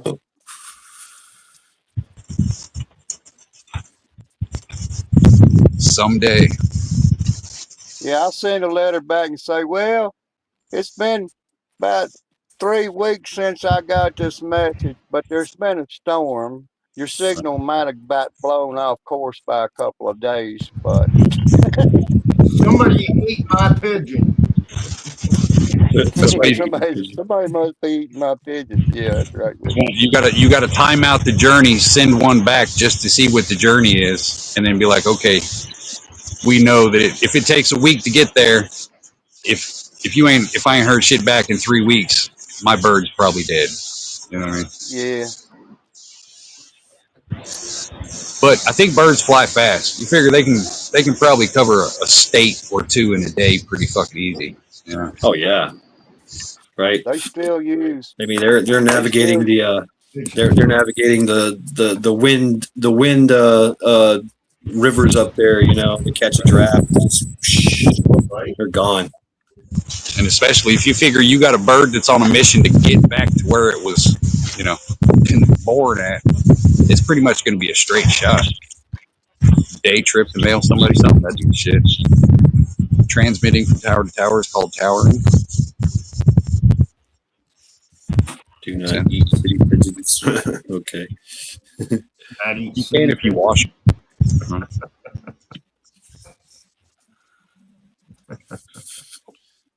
Where am I at here? What are you doing, It bud? does not feel like 7:30, man. Hey, It feels extremely late and extremely early all at the same time. Yeah. I got 8:30. It's partly cloudy and still sun. Yeah. Still it's sun. dark and rainy here. Great. What's up, Ohio? I'm sitting on the same line, north and south, somewhere around where Hutch would be right now. So his daylight's comparable to mine, I'd say. I'm in the Getting Ozarks, southern Missouri. We got about an hour 20 left of sunlight left. It's perfect Yeah, out here. Other than the wind, it's fucking perfect. Yeah, it's dusk Yeah. here. I kind of wish I would have got out there and walked around a little bit before this. Feels great. I got the windows open and shit.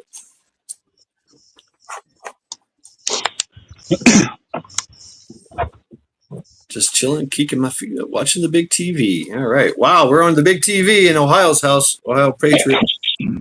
Cool. You want to ever grow millet? Wow. I've heard of it. I've never done it. Never heard. What is millet? What is it? New haircut? It's like bird food. Type of grain, I do believe.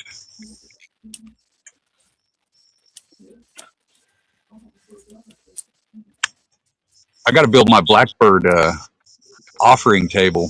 I'm going to do that tomorrow. I might fuck around and do it tonight. Depends on how much Oh, really? sativa hits me.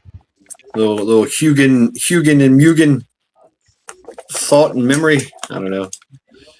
Pretty much, it was the boy's idea. He wanted to build a little shrine out here to get the Odin's favor. Right? I want them because I got the tiniest fucking hummingbird, like 10 feet that way. I'm trying to turn you guys around to see him, but he's shit. away before I do. All right. I'll put you on big screen as soon as you. I don't know if I can zoom in. Nope, I can't zoom in. Son of a bitch. He's on this white flower right here. Right there. I can't. I can't zoom in. Oh, he gone. I need a better fucking camera.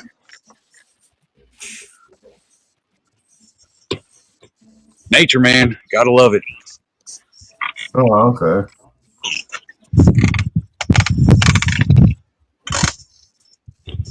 Seed heads like shorter, neat amaranth. Okay. Help! I'm in the couch. I can't get up.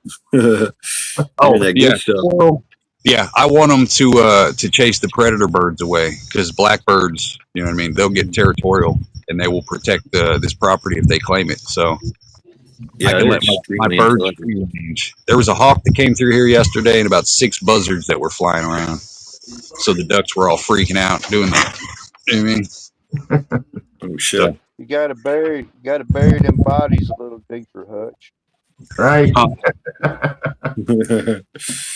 Got Yeah, I them figure bolts hanging I'm out. gonna do. It's gonna be a 3-compartment offering tray. In the middle is gonna be a bird bath. On one side is gonna be for like food, peanuts, and stuff, and one side is gonna be for shiny tokens and shit. Oh shit. Yeah, they like shiny. Yeah, they do. I'm figuring if I put the shiny shit on the food table, then they'll understand that it's for them. You know what I mean? Yep. He's gonna Wow. he's That's gonna pretty cool. raise he's gonna raise up one of them blackbirds for his own. He's gonna walk around with it on his shoulder, and he's gonna go ah. Hey, if it'll You sit know, there, I'll let it. Shit, I'm a Disney princess, man. hell yeah. Groundhog, steer squirrels, huskies have fun chasing around them. Yeah. Right on, Yeah, Miko them boy. fucking old blackbirds are fucking highly intelligent, man. That's what I was saying. I think what they say, they're blackbirds are as smart as like a 3-year-old, somewhere in that range. A human 3-year Yeah, old. and if they start coming in close enough to you and getting used to you, then eventually one of the younger ones will get closer to you, and believe it or not, they're capable of muttering human words. Yeah, I know. I've been watching some video. That shit's creepy as fuck. That's the thing Yeah, that worries me because the wife wants a parrot because one of her buddies, his friends, they went down there and they played with one of those macaw parrots and shit. They could laugh and do all that yeah, shit. Right. Damn. That would freak me the fuck out. 2 o'clock in the morning, I'm high off my ass. I just see a bird looking at me, laughing or speaking English. No, I can't fucking with that nonsense. That's demon shit. I had an aunt. I had an aunt that lived in fucking Memphis, Tennessee, that had Me, two of please. those big old ass fucking parrots, like those big ones, the colorful ones. And those birds was 50 years old when I seen them, and Wow. they live for like 80 years. Some of them do. That is the 80, 90 years on a fucking parrot. That's a long ass Yeah, commitment. yeah, sure do. See, I would invest that in a turtle. I'm gonna get a tortoise out here, one of them big ass tortoises that get like 3 foot tall. I'm eventually gonna get Yeah. one of those. That thing's gonna outlive me easily. And What I've the present fuck? for the grandkids. Yeah. Like a Galapagos Oh yeah. Island turtle. Yeah. Just Yeah. 150 years, just slowly walking around, chewing on lettuce. Oh, Have him out there next to the oh, gator. Damn, dude. oh, snapping turtle. A, s- a snapping turtle, if he has a healthy life, he gains approximately 1 pound in weight per year of his life. So if you see a snapping turtle that's 60 pounds, then he's somewhere around 60 years old, man. He's old.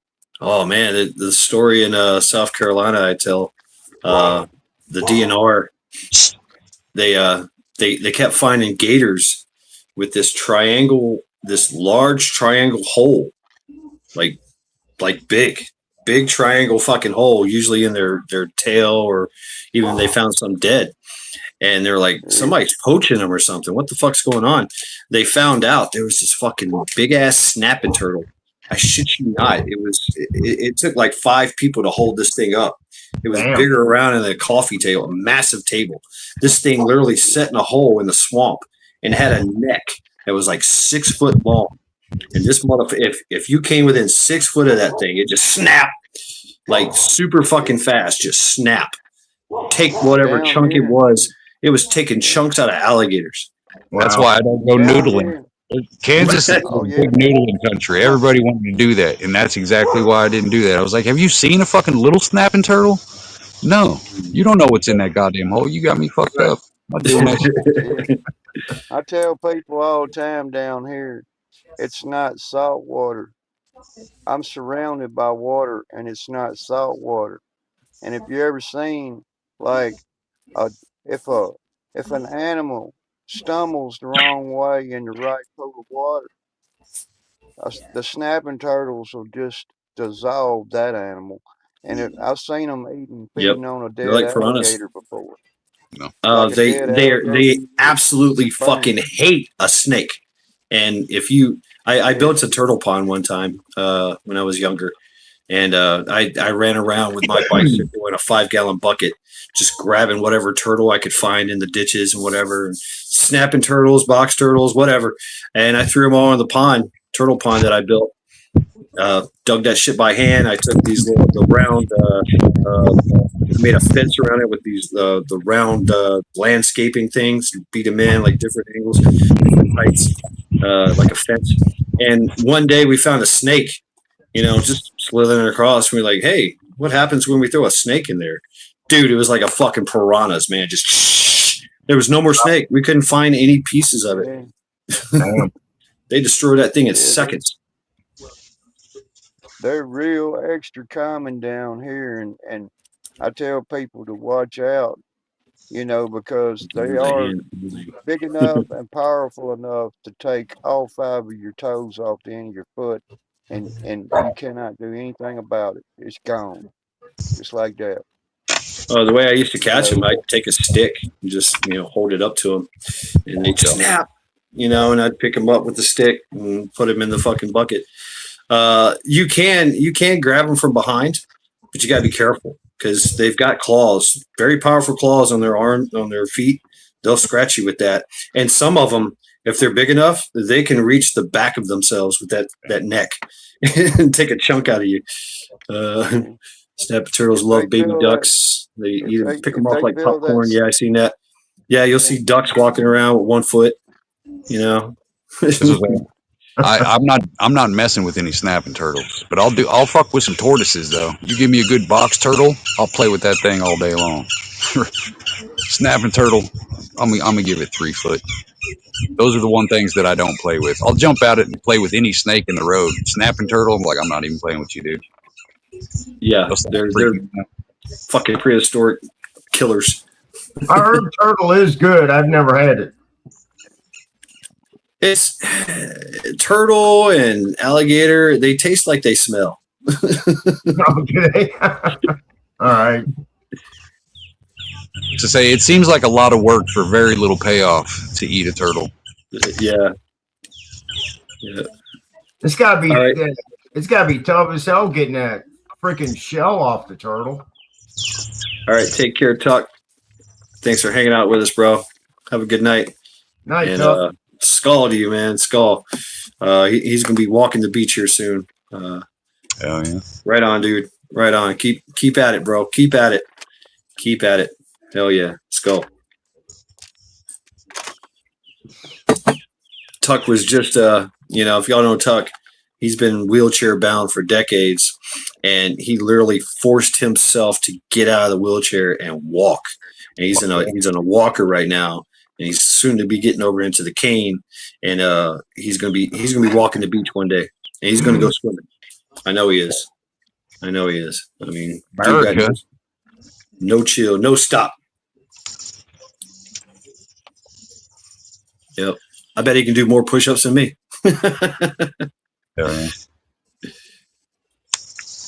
What's up, Lori? Firefly Farms in the house. How you doing?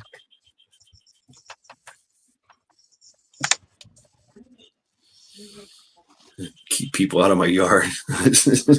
Really, Miko Wolf. Yeah.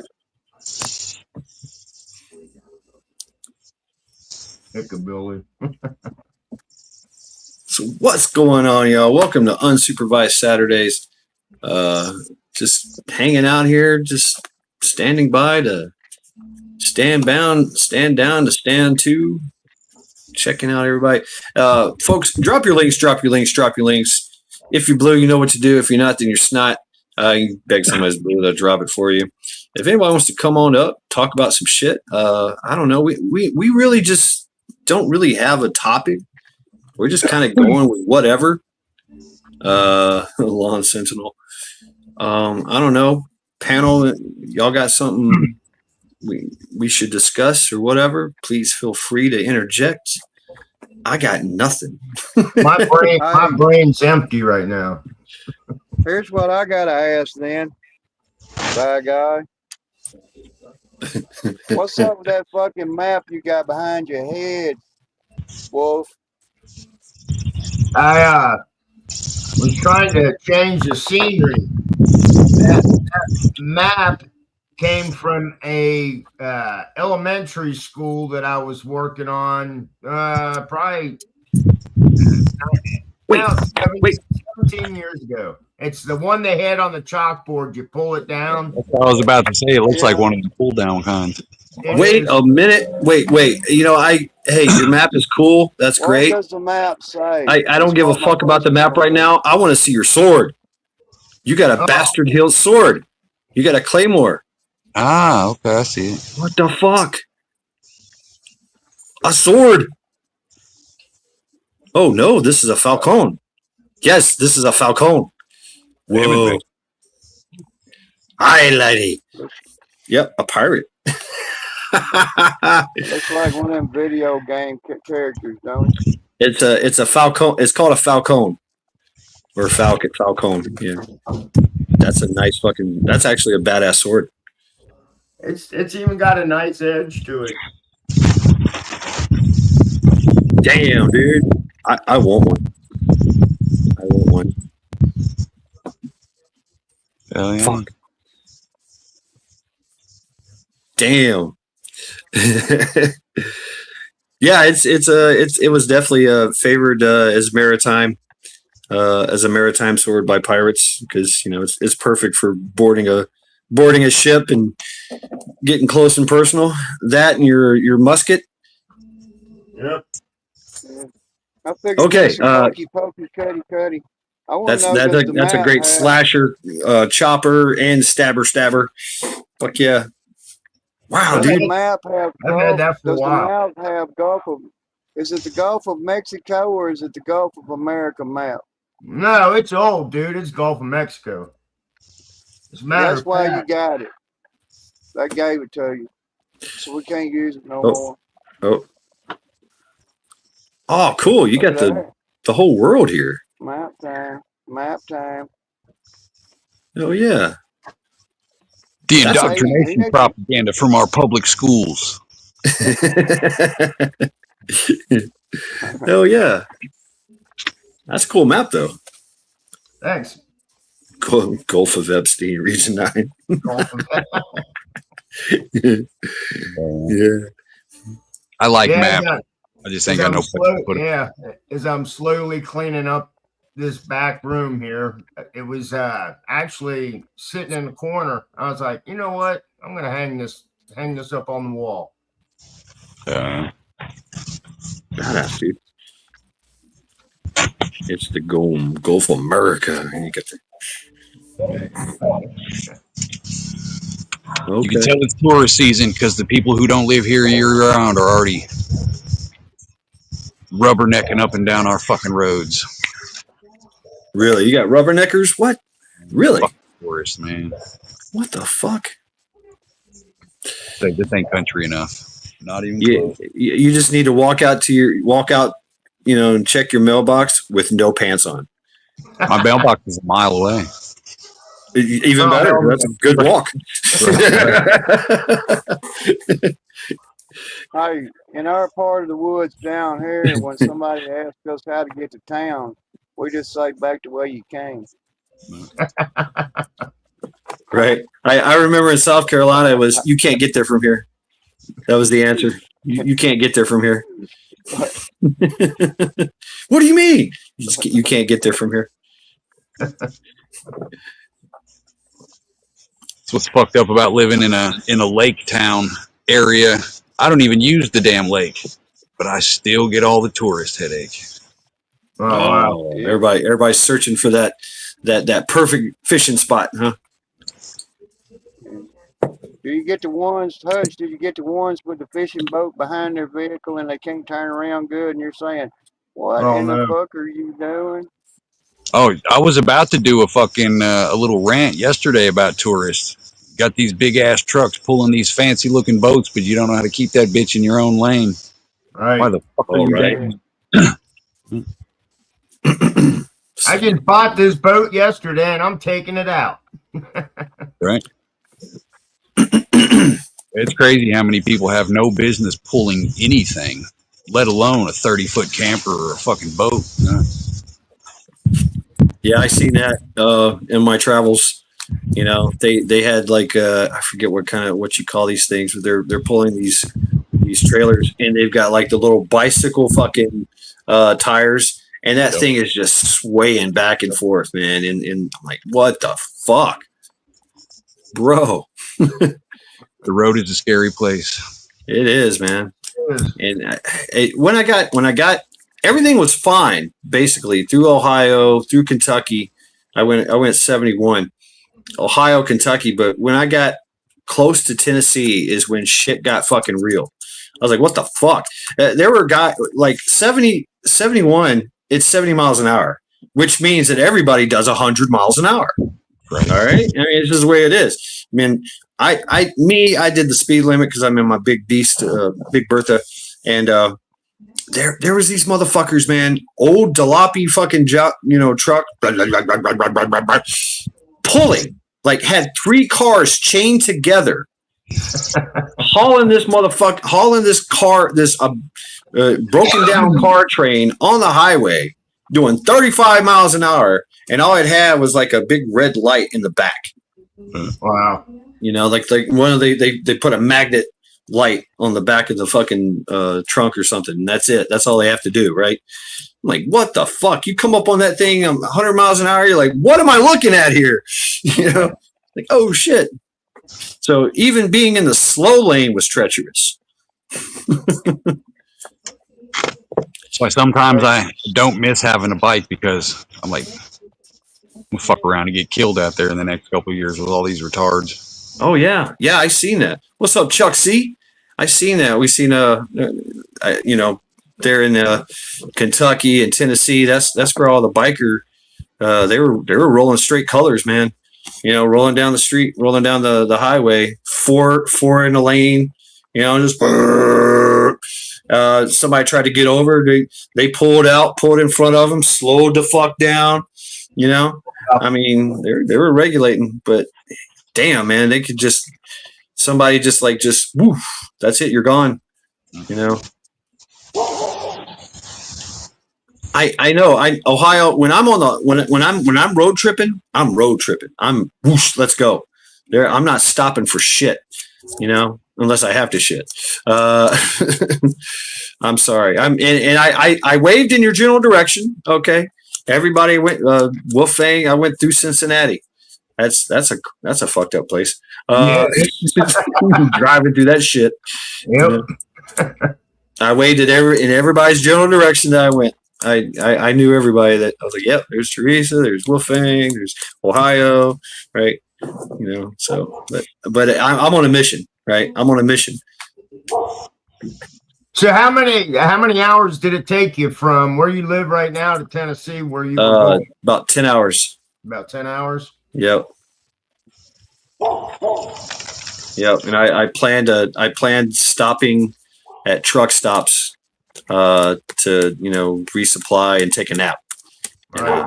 I found it. Do y'all have Buc-ee's? I know what a Buc-ee's is. We just got one. Yeah, we just got one back in December. They got one down in Springfield. Badass. Did you check it out? I didn't know. I thought, okay, it's a truck stop and it's got a beaver. It's all about the beaver. And I'm like, all right. So I pulled in there and I had planned to go there. I was looking for Flying J's and Pilots, which I did, but I didn't like the look of those, man. They were seedy shit going on. And I pulled into a Buc-ee's, man. I was like, what the fuck? They literally had 300 pumps. Right. 300. And the walked in the store and it was big as a fucking Walmart. They had everything. Bakery. They had, literally dude was smoking a brisket and pulled it out and started breaking it up. He goes, brisket on table. Like they call out shit like brisket on table, brisket on table. And he starts chopping that thing up. Their starting pay here was $21 an hour as starting pay. Whoa. But their standard no visible tattoos. You know what I mean? Like they're like, we're not doing this dumb shit. You're not gonna have any piercings. You're not gonna have any stupid hair colors. You know what I mean? Wow. Like you're not gonna be a freak in here scaring off our fucking our profit. Right. I mean, it's like a Walmart too. I mean, they had gun supplies, they had hunting supplies. I bought this. I bought this thing. They had all kinds of Oh, lodge. yeah. This is from Lodge. It's like a little cauldron. That's Right. pretty cool, right? Oh shit. My little magnet. But I was like, fuck yeah, man. I got a couple of these. You can get anything you want there. Clothes, shoes, whatever you want. I heard their brisket's pretty good too. Oh, dude, I had the brisket sandwich. Fuck yeah. Yep, cleanest bathrooms in the US. I mean, literally I walked in the bathroom and it was a fucking room.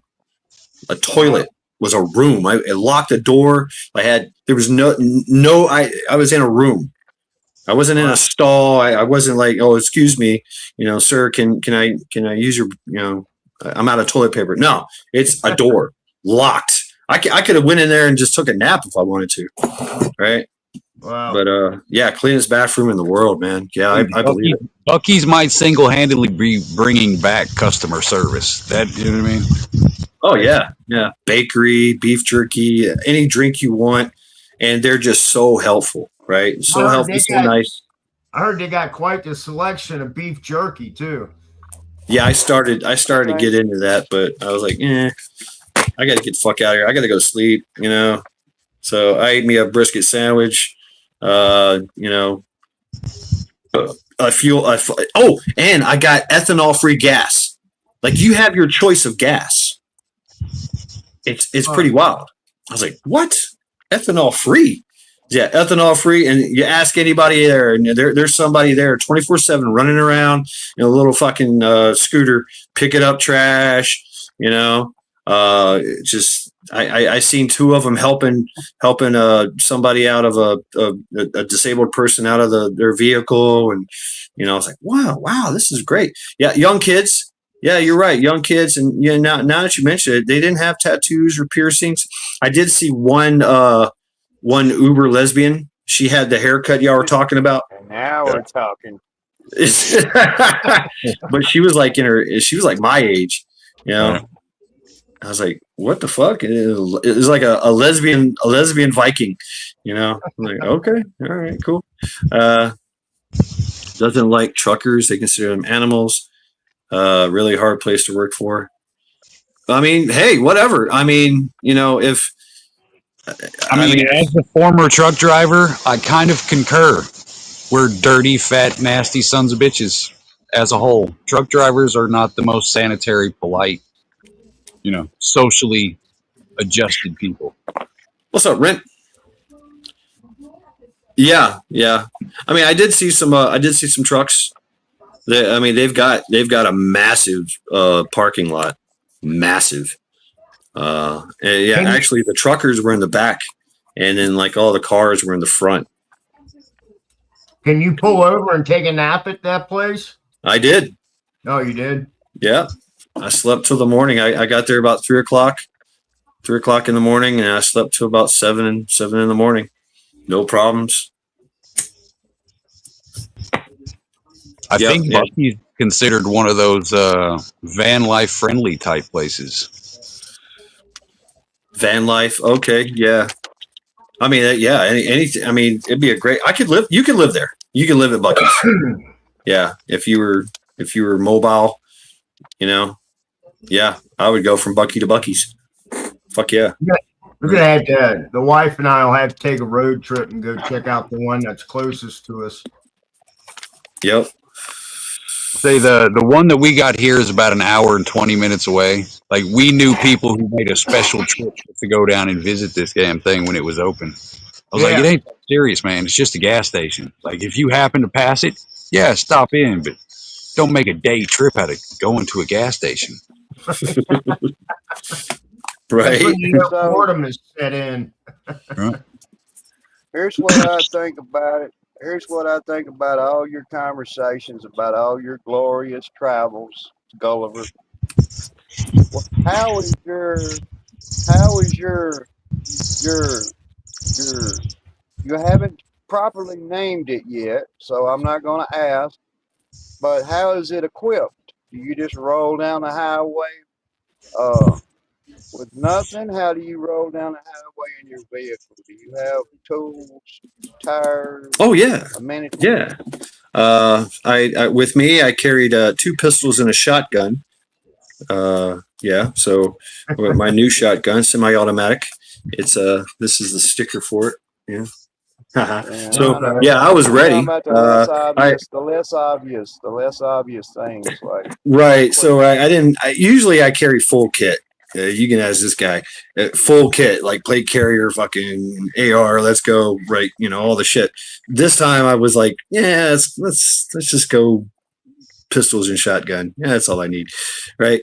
But I also have like I've got a NOCO. I got a large NOCO charger. I can jump start a freaking 18-wheeler if I want to, much less my truck, and run anything on it, you know, power wise.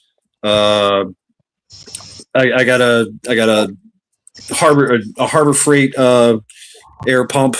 I can pump up anything. What's up, JD Prepping? I've got the basic survival kit. I say basic survival kit. You know, got from Hudson Valley and Prepping in a nice box. I've got a 20-ton jack, hydraulic jack. I've got various tools and you know a few extra parts and stuff. So yeah, I mean my truck is, and I can sleep in it. I got to elaborate on this if I may. You know, my nephew sometimes goes around helps me scavenge. You know, I'm a scavenger. My dad laughs at me about it, but I just go scavenge shit. I see something good, I ask about it. If they say it's okay, it's gone. If I say I can acquire it. So Oh, I anyhow, forgot. I got a really badass Is that lever. the state boat of Ohio that I hear in the background? Yeah. yeah. Yep. Ohio's So finest. we had a low we had a low tire over there out scouting around one day, and he says, well, it had got to the point where it was either go one more anything and ruin the tire or just change it. And I said, well, okay. He says, well, he gets the jack out, he gets everything out. And I said, well, hold on a minute. He says, where's the spare? I said, we got a good spare, but that's my good spare. I said, we're going to take the tire off, fix it, put it back on the truck. We're going to patch it. So we wound up breaking the tire down, putting a boot in the tire. I got a compressor in the truck. I got some Michigan ether to Outpost. mount it back on the wheel and What's put up? it back on the truck. He says, I never would have thought about it. I said, man, you ain't thinking. You know how much a tire costs? You know, Right. I'm gonna fix it right there, right where it's at. You know, if Oh yeah, I've got if it a ain't I've got a ruined, tire repair kit. I did yeah. shout out to Maccabeus. He gave me this high tension power line stretcher. Like it's a ratchet. It's basically it's got a heavy duty fucking cloth thing, right, with all these hooks, different kind of hooks, and a ratchet system, like a handle, so I can pull myself out of any hole, just by manual fucking. You know, this thing is built for like a roof extension conversion van. No, actually, no. I thought about getting like build it up like an overland kind of thing, but I don't know if it's going to last that long. Really, tell you the truth. So I don't know. Maybe if I got a better, if I could get it more, because rust is going to kill it. It's 2005. Rust has already done its damage on it. It's probably not long for this world. So maybe if I got a newer version, I'd do some modifications to it. But for now, what's up, Sophia? For now, it's just going to be what I can put in it, right? Yeah. I see guys go down there and have it all taped up and take it to a rhino liner shop and just have it fucking sprayed with rhino liner, like fucking I like that flat idea. black. I'm a fan of that. Yeah. I am. I Yeah. seen a car up here. This you can buy the rhino liner in a can, and I seen a car. It was at work, and the car was like just total ate up with rust. And they literally just, I guess they bought like cases of fucking rhino liner spray can and sprayed that motherfucker down. Man, I was like, whoa, look at that.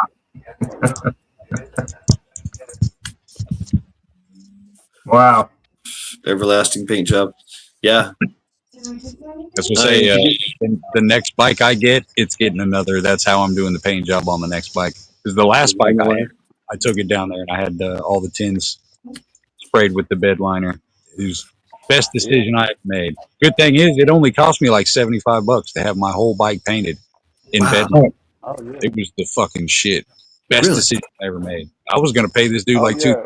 $200-300. He was like, "It ain't that much." I was like, "All right, shit, cool." Tough as hell, man. It's tough as hell. Tough. And you don't have to keep it rough. I've seen, because I thought about it, like doing a whole thing, right? You can buff it down, make it smooth. Yeah, Right. the splotches come from. If you want the big splotches, you got to use like an air compressor at a low setting to splurt it out instead of smooth spray. Yeah, either one works. Yeah. I just like the look of the rough shit. You know what I mean? Yeah. I like that track feel. What's that, Anthony? Yeah, it's and they have used it as in wartime to help kind of defeat IEDs. They'll spray the undercarriage of it on the inside. It has some dampening effects. Yeah. You'd be surprised. Once it's cured, it's a solid fucking shell. Badass. You take the door panel. You take the door panels off your truck or something. Just take the door panels off, and make sure that your windows are up inside that door, and don't lean on your window mechanism. And you spray the exterior fucking panel of that fucking door heavy with that fucking rhino liner. And I'm gonna tell you right now, you shut that door with the door panel on it again, and it's like fucking super quiet in there. It quietens it down. Yeah, it dampens the noise. Yeah, it does a lot. Yep.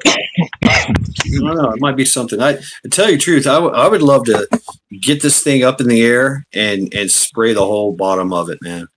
I would, just to first I'd like to bust the rust on it, get some rust arrestor, spray it, kill the rust, and then dry it, and then spray it with rhino liner. All the metal parts, That's a dream I've had for damn near 2 decades. Is if I ever did a frame off restoration of an old truck or something, everything underneath, firewall, frame, fender hubs, everything. If it's underneath the car, the whole thing's rhino lined. Fuck yeah, that's a great idea.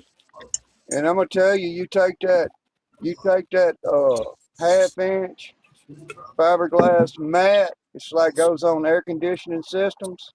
You've seen it. That it's not real thick, and when you spray that rhino liner on the surface of something outside, under your hood or under your floor mats against your firewall up in there, you spray that rhino liner and then stick that insulation to it, son. I'm gonna tell you right now, it's bulletproof, and it gets everything quiet and cool. And I've seen it too, like the rhino liner. If you can embed stuff in it, you can. I could use the rhino liner as a glue, and literally just put ballistic panels up in there, right? Yeah. I've seen where stamps, like people were putting like they made stamps and they stamped it right into the rhino liner to create some kind of design in it. I wonder what carbon fiber rhino liner would look like. I've seen it. I think that's the shit they were using for like anti-IED stuff. Huh. They got a spray pattern. I've used it before on some motorcycle tanks and stuff I've had, to where you make that spray carbon fiber look, but there's a way to do it with rhino liner, but you have to go pretty much like it shows. Use that shelving foam. It's like a shelving anti-shelf. It's shelving foam when you put it in your shelves and your drawers, and it looks like it's made out of rubber or something, but it's all perforated looking, crisscrossed, wavy looking. Yep. Yeah, it's crisscrossed. You use that. You spray the first layer down. I've done it. You spray the first layer down, and you put that across it, and you spray over that. You see what I mean? And when you pull that back, man, it looks exactly like freaking carbon fiber. It just does. I did a couple of motorcycle tanks that way with real paint, and I don't see why it wouldn't work with rhino liner. Right. I'm thinking about that in my head. That You got, actually sounds like it came out pretty fucking badass. I see the concept in my head. I'm actually yeah, thinking one of about my trying. old, one of The my, whole one thing just one of my old crisscrossed. channels. Right. Yeah, one of my old channels that I still got going is called 1966 AC Cobra Guy, and it shows what I do sometimes when I got time. You know, Kennedy. Oh man. Oh, all right. Take care of yourself, Parkside. Thanks for hanging out with us tonight. Have a good night. Let's go.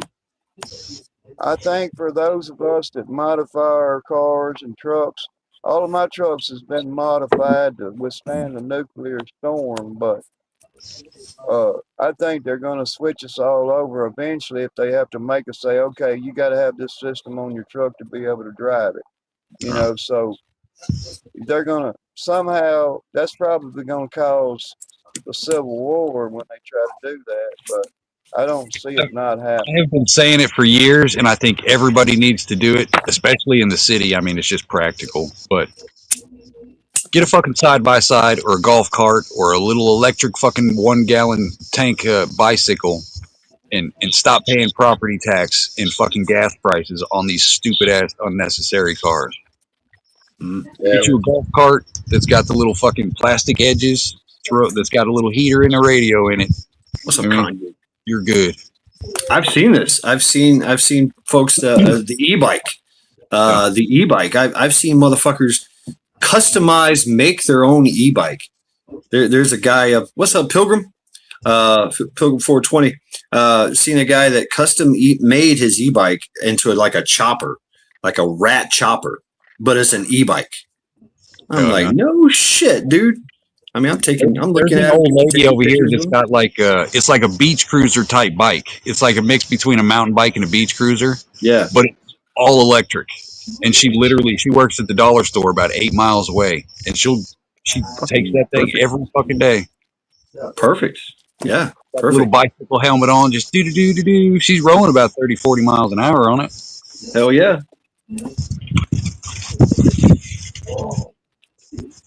Say we're almost to that point. We're pretty much in the farthest we go. I mean, with the exception of today, this is the farthest we've gone all year. But 20 miles is the farthest we go. And every place we go, we can take a back road or we can take a highway. But either one of them, we could drive a side by side as long as we got the little flag or the triangle. You know what I mean? So Yeah. Right. might just start driving fucking toys instead of paying all this money. Sales tax, property tax, insurance, fucking with the DMV lady. I know in Yeah. like on the Grand Strand, everybody's got a golf cart, and growing up in Tennessee, a golf cart was a golf cart. Okay, great. And I've seen some modified camping golf carts and shit like that, but you go to the fucking beach, they're like all chromed out, fucking, looks like a 4x4 wheel drive tires and shit. They got, of course they got the Yeti cooler in the back full of beer. But how hard would it be to like slap a solar panel thing on that thing and just fucking go? Right. As I say, when I was coming up of age, I was in the lowrider scene. So we did the lowrider bikes. Every one of us had lowrider bikes. We had the trikes. We had all that shit. And it was, even though I had cars, and if I didn't have to drive the car, but still got to drive around and not be harassed because it's, I'm not on the streets, I'm not doing dumb. I'm taking the bicycle every fucking time. I had a trike that had the little I can't remember how strong. Like I think it was like 2.5, 3 horsepower motor on it. It wasn't nothing big because it was a lowrider, But it would just fucking sit there, drive around the entire fucking city on a little fucking gas powered fucking trike. Oh yeah, the good old days. You know what I mean? I've always liked toys more than I've liked cars. I love cars, but I like toys more than I like cars. I tell you what, oh shit. there, man, you would have been around me when we was young because I don't go on there anymore, but you can look it up. It's a Facebook page called Riverside Drag Strip. It's in Nashville, Tennessee. My grandmother on one side of the family took her life savings and built the first NHRA sanctioned drag strip in Tennessee. It was a quarter-mile long. Well, since then, it's built back in 1969. Since then, it's grown over, the track's grown over. It hadn't been used since I was the last one down there to use the track. But it belongs to me and two of my cousins.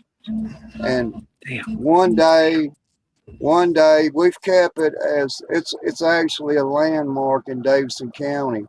One day, maybe somebody will stand up and say, okay, I want to put this thing back to use again.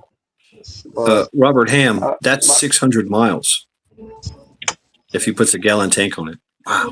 Go ahead. I'm sorry. Go ahead, Yeah. Zombie. But my whole entire life since I've been able to walk, I've been a gearhead. I've built everything of a go-kart, motorcycle, anything you could think of. And it was always just me and some good old boys. It was my friends just coming up with some shit that we could stick together, weld together, and go have raise hell on it. You know, it wasn't street legal. You know.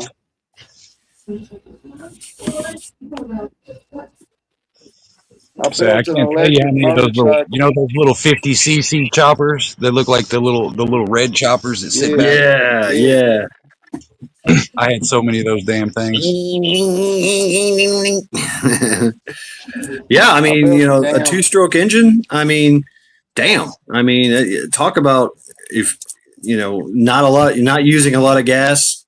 I built Wow.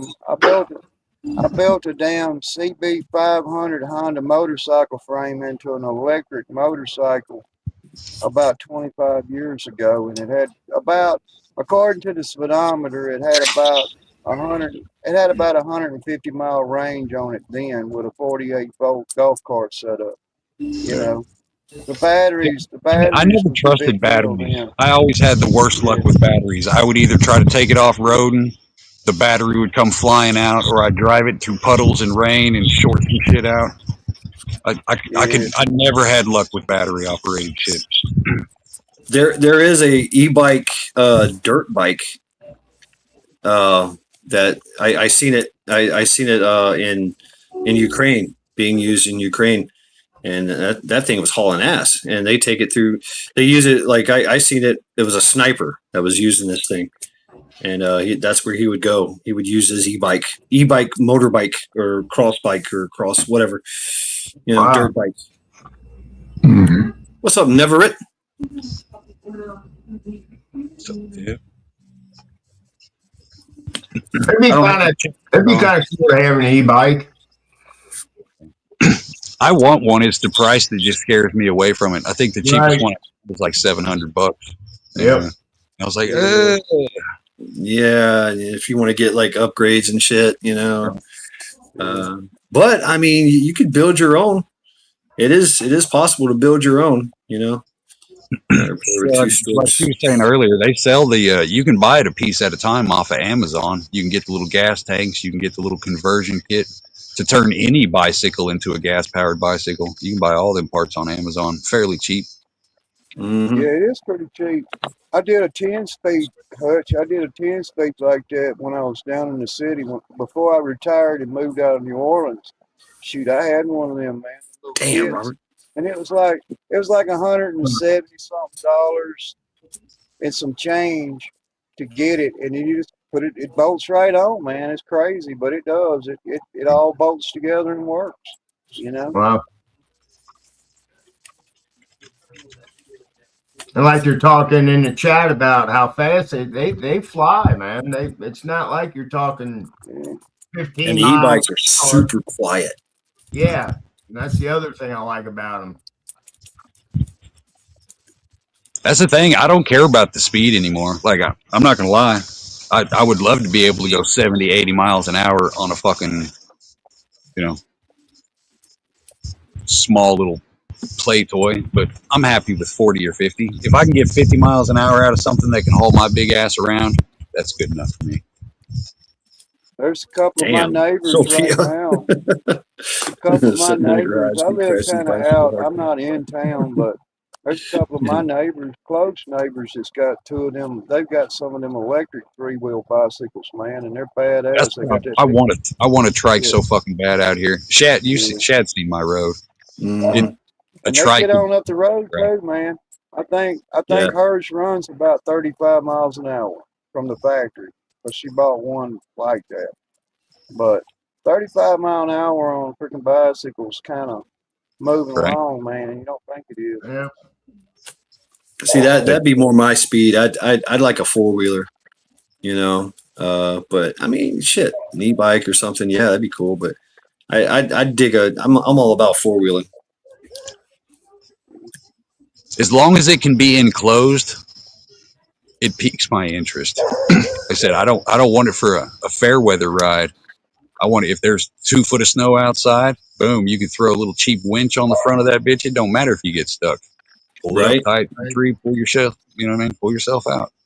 My Boom. brother, he lives down in down by the river in Tennessee, and he's into the extreme 4-wheeling. He's got a snorkel, he's got winches, he's got all that shit on his fucking 4-wheeler, and they go into the water, you know, and just fucking you know, they'll send out a alert on Facebook and have a GPS coordinate. It's a little mud hole in the middle of the woods, and like 100 people just go in their 4-wheelers and find that fucking that mud hole and just have a fucking 4-wheel drive 4x4 4-wheeler party. You know, something milkmaid. Little milk. Let me throw out the caveat. I'm talking about the cheap stuff that's $5,000, $6,000, $7,000, not the $70,000, $80,000 side by side ridiculous bullshit. You know what I mean? I'm talking about practical shit. Right. Yeah. Yeah. You can get a good side by side for for cheap and still get some So say for use out of it. the same price as a used car, you can get a brand new toy that saves you on maintenance, saves you on taxes, fees, insurance, all kinds of shit. Yep. If you What is get that? something What is from that the name? grocery store. What's the name of that side by side they sell? It's a more of an industrial one. It's got the tip up bed on it and everything, but it wasn't a John Deere. It looked like a John Deere Gator, but it wasn't a John Deere Gator. There's so And many now. Yeah, I can't remember the anyhow, specific, but I think every company pretty much makes one at this point. yeah, they had. I get down by the scrap yard every once in a while, and they had, man, Hutch, they had like 15 of these side by sides. One of these chemical plants. See, they use them in these plants, and they sold them to whenever they got through with the job, they just sold them to the scrap yard as scrap. And you're talking about, you know, most of all of them ran like a top, and they sold them for $700 a piece, man. And they were like fucking. I Oh, checked there them; you they go, was like Sophia. at seven, Yep. The seven, Polaris, eight the thousand Can-Am. dollars a piece for them. You know. Yep. Polaris, Can-Am. That's the ones Yeah, I know. Polaris. That's what they were. Polaris. They Polaris. were Polarises. They Boom. were 4-wheel drive, What's up, side Robert? by side What's going Polaris on, with a Shad? winch. With What up?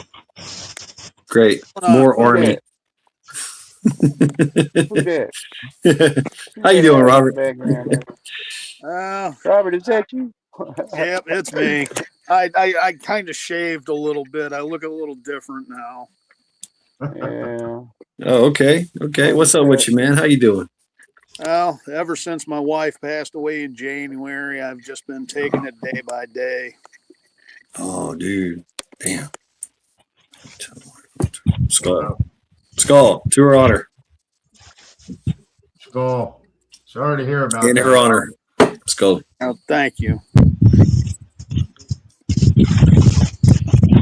No, they make if you can get your hands on a golf cart, they make 4x4 kits that you can put on golf carts. Damn. which would be a cheaper way to go than buying a side-by-side for upwards of almost 10 grand. Oh, is that how much? Wow. I'm looking at e-bikes right now. You all heard of that website Toomey, right? They sell crappy shit. Oh, Yeah. Temu, yeah. Yeah, they got an e-bike. It says electric bike for adults for $29.74. It's probably about this big. Yeah. I've seen the e-bikes on there. What are they? I've seen them in 72 volt and upwards of, I think, 96 volt. I think the 96 volt e-bikes, I think you can get them up to, I think, around 50 to 60 miles an hour. All right. All right. I spared y'all that. Yeah, the woo woos, right, Milkmaid? Yep. That was the thing, man. When I went to Tennessee, man, I didn't hear any of that. I didn't hear no ambulances. I didn't hear no trains, no planes. I didn't hear no motorcycles or fast cars. Every now and then, you'd hear off in the distance because they do street race, and they like their cars. Every now and then you hear somebody getting on it, but it was just so quiet, man. Oh my god, it was so great. I've thought about going to, like a junkyard and get my hands on a wrecked out SUV and just scrapping the body off of it and just welding my own tube frame on it and putting some mudders on there. Wow. And then that way I have my own cross country bug out vehicle. No shit. Yep. If I had my son's a welder, so hopefully one day we have a plan of him having his own shop and the materials, because like he's been welding for like 2 years now. Cool. But Really? I got all kinds of videos saved to turn like I mean, it's based off a Hayabusa motor, but any motorcycle engine would work. To build a small rally car that's street legal for about $4,000 or $5,000. I want to do that. That's so fucking bad. Years ago, I wanted to build me a rail car with a Hayabusa motor. Yeah. I've always wanted a rail car. All right, There you go. Go play. What did she say? Metal clapped around the apron would appear. Yeah, wearing the apron. Yeah, this is the automatic make a sandwich sound for those who don't know.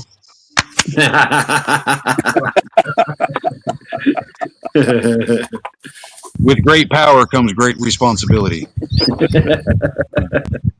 In fact, Hutch, that occupation is a good occupation for your boy to be in. Yeah, He wants to do the underwater welding. If he can get into an iron workers union, he can make upwards of 60 to almost $90 an hour. Yeah. Damn. right. Wow. He's making his way toward the ocean. He wants to do that underwater welding for about 2 years. Oh, he wants to go that route. Cool. Yeah. He's got to be. You got to be a master diver. From a veteran's experience, if that's something he wants to do, I highly recommend he join the Navy, because in the Navy he can get in the journeyman's program, and once he gets his journeyman certification through the Navy, he can go anywhere in the world as an underwater welder. Yep. Well, he's in the reserve right now. He just now turned 21, so he's got a couple more years before he can even get into the program that he wants to get into. Okay. The last I heard, underwater welders on the oil rigs on the oceans, they start out around $500 an hour. Damn. Wow. Of course, that was back in the late 90s. Yeah. But see, So that's one of I'm those sure jobs the where pay is you even higher automatically get now. retired after a certain point because that shit beats you up. You're getting slammed against ships, dealing with tides, dealing with all the Oh pokey yeah. things that are on the boat. Yeah. Plus all the big fish in the water that can swallow you up in one gulp. Then eventually your body just can't handle the dive anymore. Yeah, damn. You know, I went to class while I was in. I went in and they paid for it because that's what you should do if you join. You should try to get into the courses. And one of the courses that I got involved in is called National Auto Diesel. And the government paid a lot of money for me to go there. And then I took another one right after that and I went into a school of machinists to learn how to do machinery and all that stuff. So we not we don't have to stay broke down on the side of the road very long around me, you know. Right on. Well, Yeah, when his I was future 12, goal Yeah, is to retire by the time he's 45 and own a ranch in Montana. Wow. oh, there you go. Oh yeah. Underwater give- welding will do it. Yep, it sure they will. still give welding. They give welding classes right down here in the parish. My parish, they give welding at the high school to the Yeah. kids to learn how to weld. And then we got, like I said the other day, I counted, we're up to about 121 refinery distillations around me within 5-10 miles. So the industry pays good money, you know. Wow. Yep. The VA, USDA. Yep. Yep. If it's got a And then structure on it. they use everything now, and then some of the kids that go through that welding course, but they also get some of the kids that train in service. And then that's all about Wi-Fi. It's all about digital signals that control the valve controls inside the plants and everything. It's all wireless now. So it's good to be up on technical training That's too, like you if you know, want to besides welding. go into the oil field, if you can be the one who Yeah, knows how to work that little joystick, you're the one that's getting the good paycheck. exactly. Yep. That's right. That's right. You can Wow. QC everything. Your job will just be QC. You can wear a white shirt with a white hat, drive a company truck, and you ain't barely gonna get your boots dirty. I've done the jobs, you know what I mean? But And it pays everybody and their really mama good is going to money. call you a worthless son of a bitch every time they see you. Yeah, But you're a you can do every bastard. job there. Right? You're fucking the secretary up at the construction trailer. I got accused of that one time. Right? Good to be the boss sometimes. Oh man. Oh yeah. Yeah. Oh, shit. As I say, there's opportunities all over this country if people are just willing to Mhm. bust ass for a little bit. Yep. It's like I said, we were talking the other day. If people started when they're 20 or 25, bust your ass for 10 years, no luxuries, no fucking, unnecessary choices. 10 years, you could literally say fuck everything and own everything you've got. Yep. That's it. 10 fucking years of busting your ass, and you got the rest of your life to do whatever the fuck you want. We need more tradesmen. They were talking Yeah. about that the other day on the radio. All the Talking trades, to, they're all the falling by the trades. wayside now. Yep. Your plumbers, your electricians, your welders.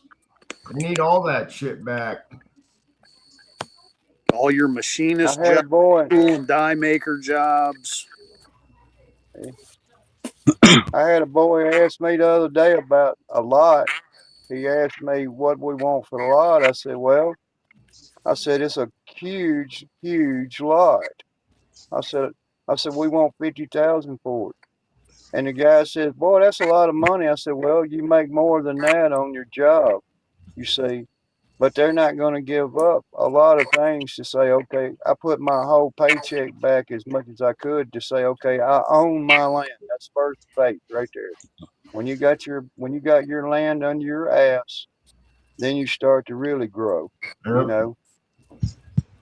I piss a And lot it's of people easy. off when I say it, but the day that you step onto your land for the first time, it is literally the proudest moment in a man's life. Anybody can have kids. Yeah, you can be proud of that. But anybody can have kids. Not everybody on this planet can own land. You know what I mean? That's a special fucking club. Exactly.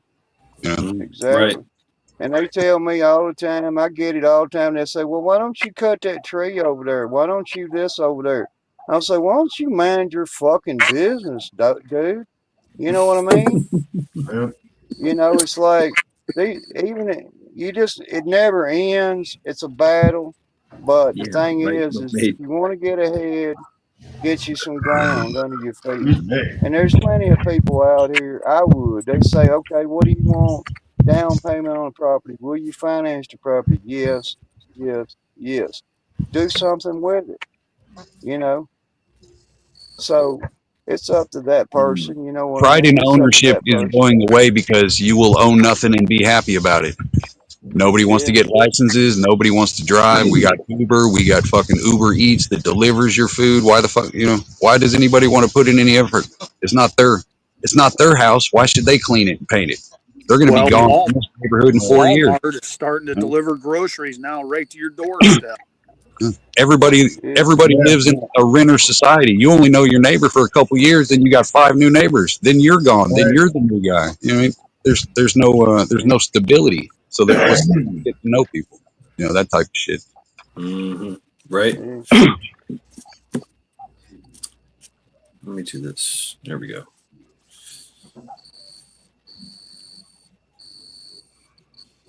Yeah. I'll be right back, man. Thanks for the warning. All right. Yeah, we live in a disposable society. We do. A disposable society, everything. Yeah. You know, convenience has made us weak. Absolutely weak. Plus COVID. COVID was a big part of all this too. That helped. Yeah, that helped with their agenda, you know. Yep. I'd say it was like a helped. boost of steroids to a weightlifter. America was pretty much headed toward a road of laziness for quite a while. Right. But COVID sped up that process with all the division. The vision, the isolation, Yep. you know. Now you have kids are so socially awkward now.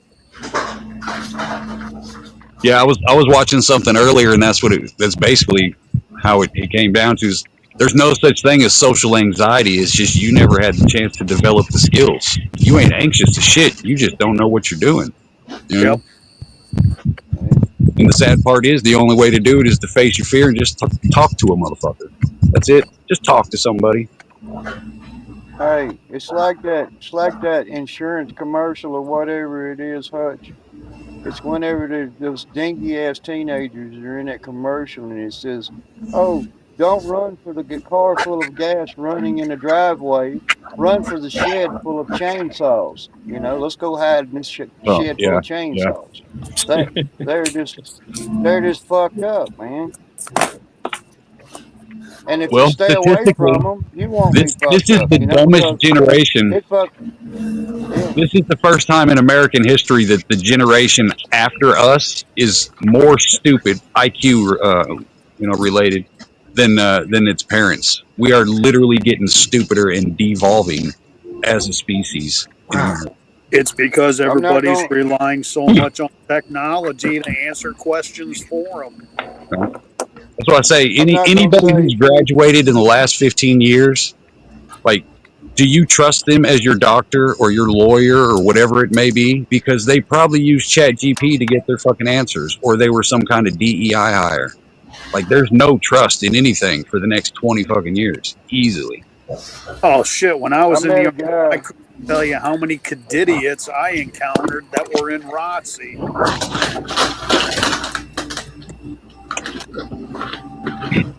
These cadidiots didn't know their ass from a damn hole in the ground on field tactics or anything.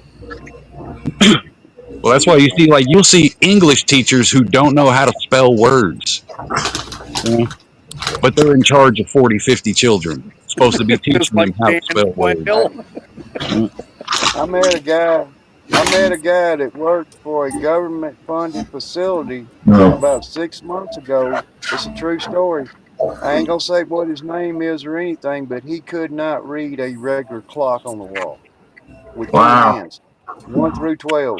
He didn't know how to read. He didn't know how to tell time on a clock. And he's a graduate from a high school, and he's working in a government funded facility. You see, that's where we're at. I think You what know, I want to say it was Tim Pool that I was watching earlier, and I think they hit on that and said that the functional illiteracy rate in America is about 46 to 52%, somewhere in that range of them, Really? just people who just don't know how to fucking read. That is ridiculous. Wow. the incursive, the incursive language, the language that I was, my my Right. my my teacher would smack me on the hand with a ruler if I didn't get it right in cursive. You know, the language of writing in cursive, reading and spelling. They can't read it. These, I'm telling you, like 8 out of 10 of these teenage people cannot read in cursive. They can't do it. Well, I mean, in all fairness, I mean, if you could read my cursive, you're really talented because I At can least you I can try. still write You in know, at cursive, least but you try. it's like Spanglish. It's Yeah. 80% cursive, and the other 20% is because I forgot how many loops it's supposed to go, so I'll just put the regular letter in there. right. 3 on the small M, 2 on the big M. Right. See? What? Wow. That's messed up. I say, I think the last time I've ever seen anybody write cursive was my grandma. I think most of America traditions died with our grandparents. Thanks. I think. Thanks Yeah. a lot, Hutch. Thanks a fucking lot. Thanks a lot. Well, I'm just saying. Just like you call me grandma all of a sudden. Fuck you. Grandma zombie. Oh, Well, bitch. you're a I'm not lesbian. that old, goddammit. What was the world like when it was Fucking black old and white? grandma zombie. I know. How did y'all figure out the wheel? Hey, Oh, it's I've like met when I was people in that's the still army, I had excited people, about it. when I was in the army, I had people tell me they couldn't understand what I was writing because I was writing in cursive. So after that, I just started printing everything. Another said, thing now, too. can you How understand many? what Do I'm you guys saying know now? anybody who does not know how to read? Is it a manual clock as opposed to a digital clock? Yeah, that's what I was talking about. He didn't know how to read one. He he was a grown ass person working for the government, and he didn't know Wow. how to read a regular fucking clock.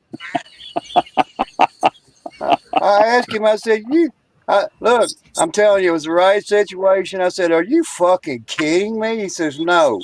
I said, "Jesus fucking Christ! You mean to tell me you can't read that fucking sign up that clock on that fucking wall? You don't know what time it is?" He kept That's asking fucking. me what time it was. And I kept looking at the clock and I said, "Well, there's a clock right there up on the wall." And he or finally you admitted it. tell somebody, hey, it's a quarter. What time is it? You say quarter till.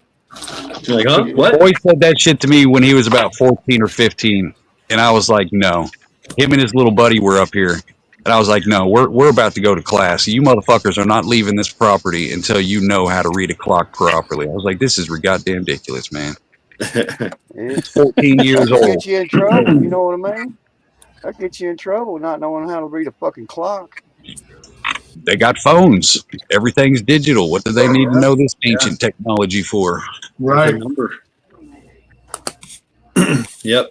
Hey Google, what time is it? Yeah. Right.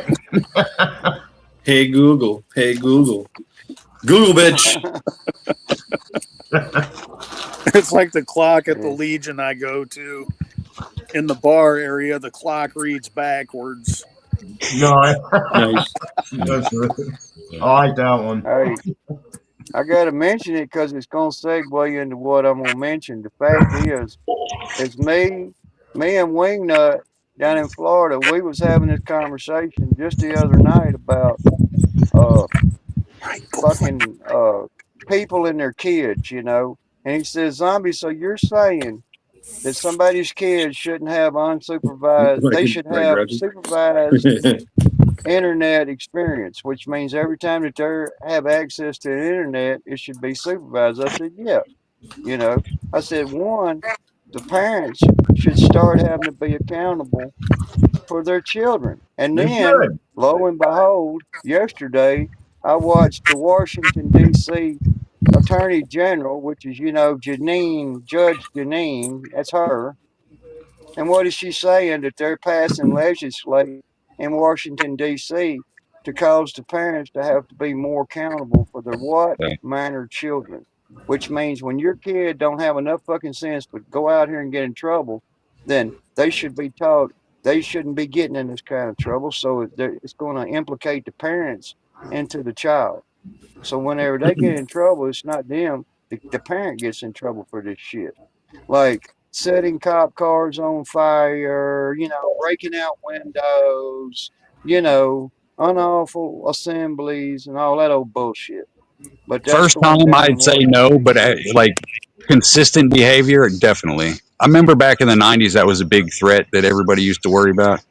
My stepmom would freak out about that all the time.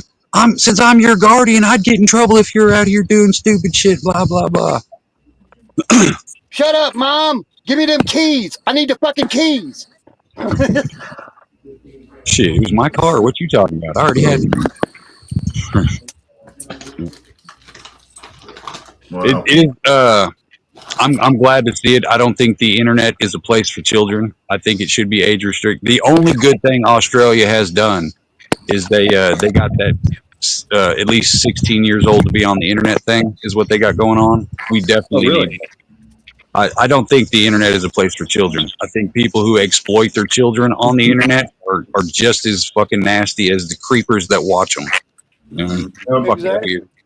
weird. Yeah. It wouldn't be going on if it was prohibited on the internet. You got to understand that. That's a good fucking point, Hutch. You're spot on. It means that there wouldn't be, oh, his guy got caught exchanging pictures with some 13-year-old girl. Why? Because that's going to minimize all this fucking 13-year-old girl shit, So, I mean, I know it's I not pissed good. some people off. I'd say along with that, I would raise the age of any kind of pornographic or stripper type activity 25 years old.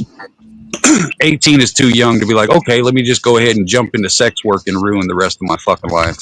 I think you need Yeah, to have 'cause some life Yeah. you have to experience. be 21 in order to go into the titty bars. Right? It's fucking crazy. Right. They had that conversation on a podcast, and it had like 1 million views. And they had these really good looking young girls in there, 19, 20, 21 years old. And one of their points was, and it would have been mine too, exactly. Who the fuck wants to find out their mom used to fucking suck dick and be a porn star on fucking internet? Could you Right. imagine? You know what I mean? I mean, dude, I mean, if I was a father and I my, mean, my really? daughter came to me and said, guess what, Dad? I'm an OnlyFans star. I don't know. I'd slap her. I would. I'd fucking slap her right there. Yeah. I mean, damn. And you see shit like that, man. And it comes from the over sexualization of children through the social media. I mean, you got TikToks, you've got 30-second videos, boom, boom, boom, boom, boom, and the algorithm kicks in. Oh, you like sexy pictures, boom, boom, boom, boom, boom. Here's more, here's more, here's more, here's more, right? And they just sit there and consume it, and they're brainwashed for hours, just sitting there, becoming zombies. Right, Yeah. becoming sexualized, becoming whatever, and yeah, it's done with the furry, it's done with the anime, it's done with all that crap. The social engine, the social, the entertainment, social entertainment industrial complex. It's real. It's real out there. I've watched it. I've looked at it myself. Got stuck in it myself. You sit there and just boom, boom, scroll up, scroll up, scroll up. Right? You're like, oh fuck. And 30 minutes done went by and I ain't learned shit except that, golf chicks are hot, Yeah.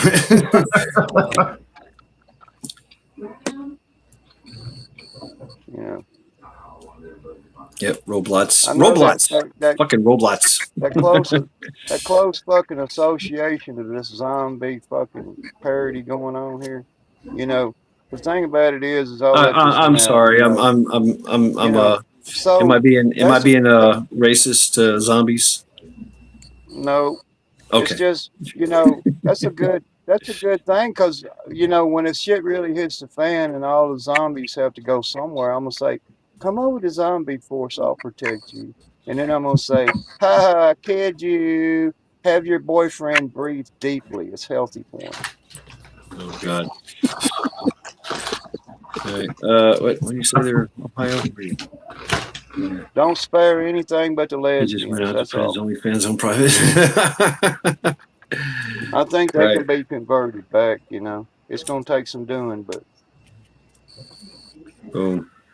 I hope so. I don't know. I mean, I don't know. I mean, it's you'll see diamonds in the rough, I guess. Smart people in the zombie horde. You know. I know Uh, what's gonna happen. damn. I know what's Damn. gonna Work happen. made. I know what's gonna happen. It's gonna be this fucking plague of fucking 911 calls going in all over these whole cities and towns and math. And they're gonna be, some guy just punched me in the mouth. Some guy just punched me in the mouth. Some guy just tried to run over me with his car. I don't know what's going on, you know? Yeah. You can't get us all. Okay, my kids have It's one. called being aware of your surroundings. Yeah. And they're not. They're stuck in that phone. Yep. Neck down. I mean, there's a new bone being grown in the new generation because their head is always down. In their phone. We're witnessing evolution. This is Yeah. how fish ended up on land. Yeah, it is only going to get worse. It's only going to get worse. I mean, you talk about the neural links, right? Everybody's going to have that phone in their head. That's just fucking mindless zombies sitting there just drooling, taking in mindless content that continuously changes them. Oh, they've got those Google glasses. Yeah. Yeah. Where you can surf the internet with your glasses. I looked at it, I've watched the whole development of this whole technology thing from beginning, watching the Atari come out and the gaming and all that, and the birth of the computer, the cell phone, all that shit. Right. And for me, I look at it as a tool. It's like, it is a tool. It's a great tool for, research and learning and, shit like that. But now you have to actually, question the validity of what you're watching. Yeah. Well, it's like ever since the Google glasses were developed, and then when you look at what is it, the F-22 and the F-35s, oh yeah, the pilots of those, they have the heads-up displays in their helmets. Right. Yep. Yep. And there's also And then you've also allegedly like Neuralink helmets displays in the Apaches and the Cobras for the helicopter pilots. Arctic Timber Wolf, and some of those they've got the Neuralink helmets. Gun looks kind of thing. Yeah, they're working on that too with the Neuralink helmet, where you it's stickless. You sit there and you've got a helmet on, and the plane does what you think. You can already do it. Technology's already there because of amputees and things who can use it with reflexes and shit.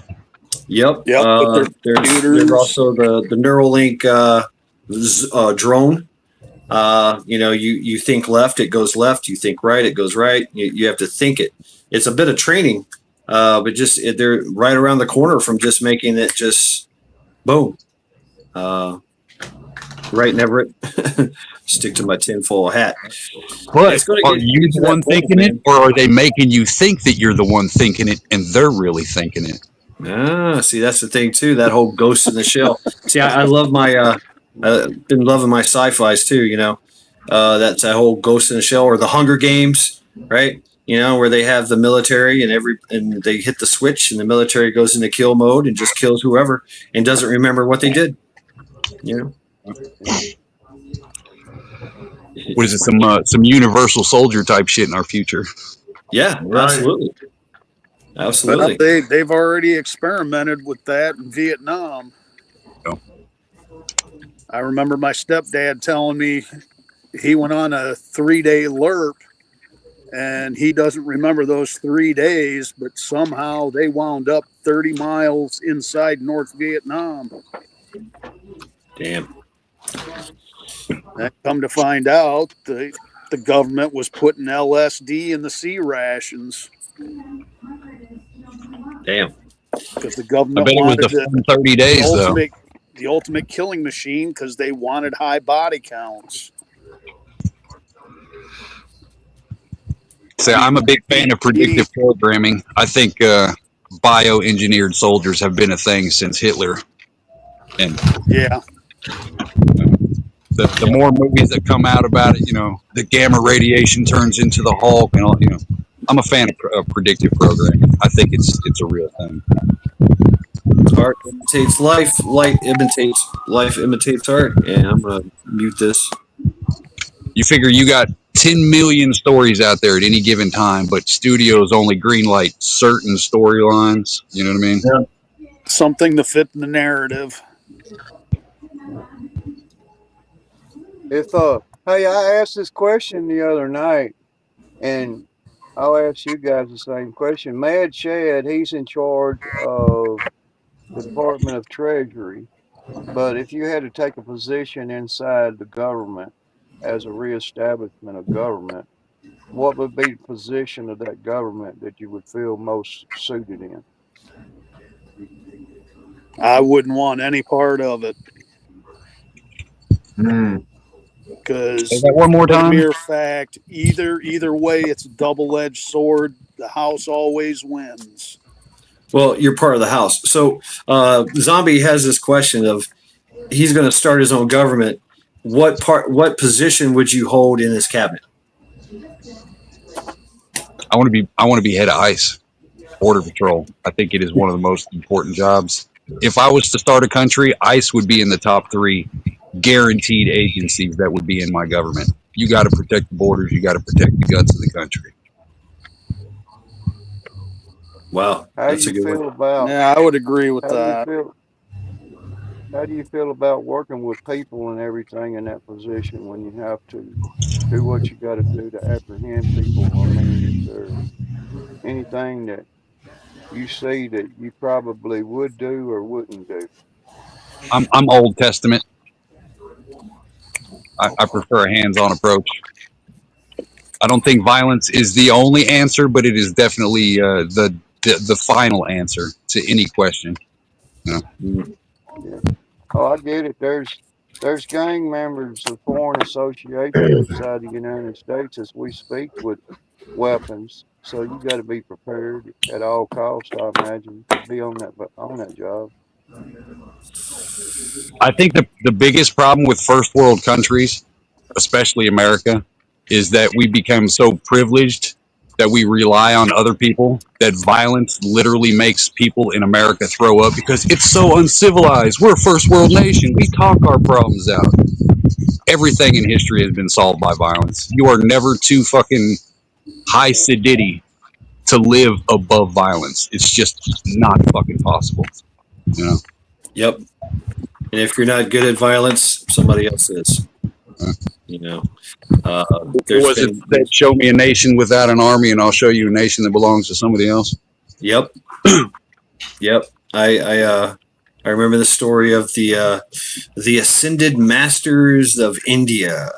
You know, before India's time, not even before the Vedas, and they were so peaceful. They were so enlightened. They spent most of their time sitting around and breathing and meditating. Whole nation of these people, right? They worked like 3 hours a day. That's it. And the rest of the time was spent just sitting around, breathing and being meditating and astral projecting and all that shit. Well, guess what happened to them? They got conquered by people that were not enlightened. They used violence, and they forgot that part. How to protect themselves, and now they're gone. And we don't know much about them except for wow, they were absolutely one of the most peaceful nations in the history of the world. Were Rescue said he wanted to be, what was it? Rescue wanted to be, Mad, you remember?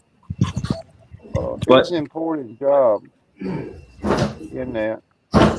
who me? I And I I think forget, man. I forget what I was fucked up. I think. you was the national, no, you wanted to be in charge of the money in the Federal Reserve banking Oh yeah, yeah, system. yeah. I wanted real money. Yeah, Yeah. And then real Bonnie, money. she's got Supreme Court Justice Department. And then, so now Hutch has got the, Immigrations Department. Yeah, he's protecting So the borders. That we would still got probably a few, fall under DHS, yeah. Department of Homeland So, Security. Who's in charge of your propaganda wing?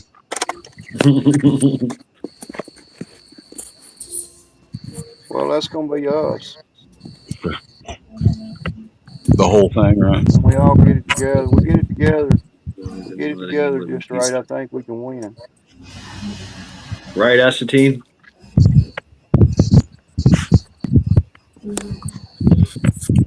And that was the thing about me being the treasurer too, is get no taxes, right? Your money is your money. Uh, there might be a small fee, right? That's expected, but we can get it from other ways, right? We can deal with like the tariffs. I love the idea of a tariff. Yeah. You want to sell stuff here? Okay, there's the tariff, right?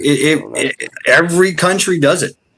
I mean, I in Spain, there was a guy that drove a Honda Accord, and he was considered a fucking rich man because of the tariff that was involved in getting that car.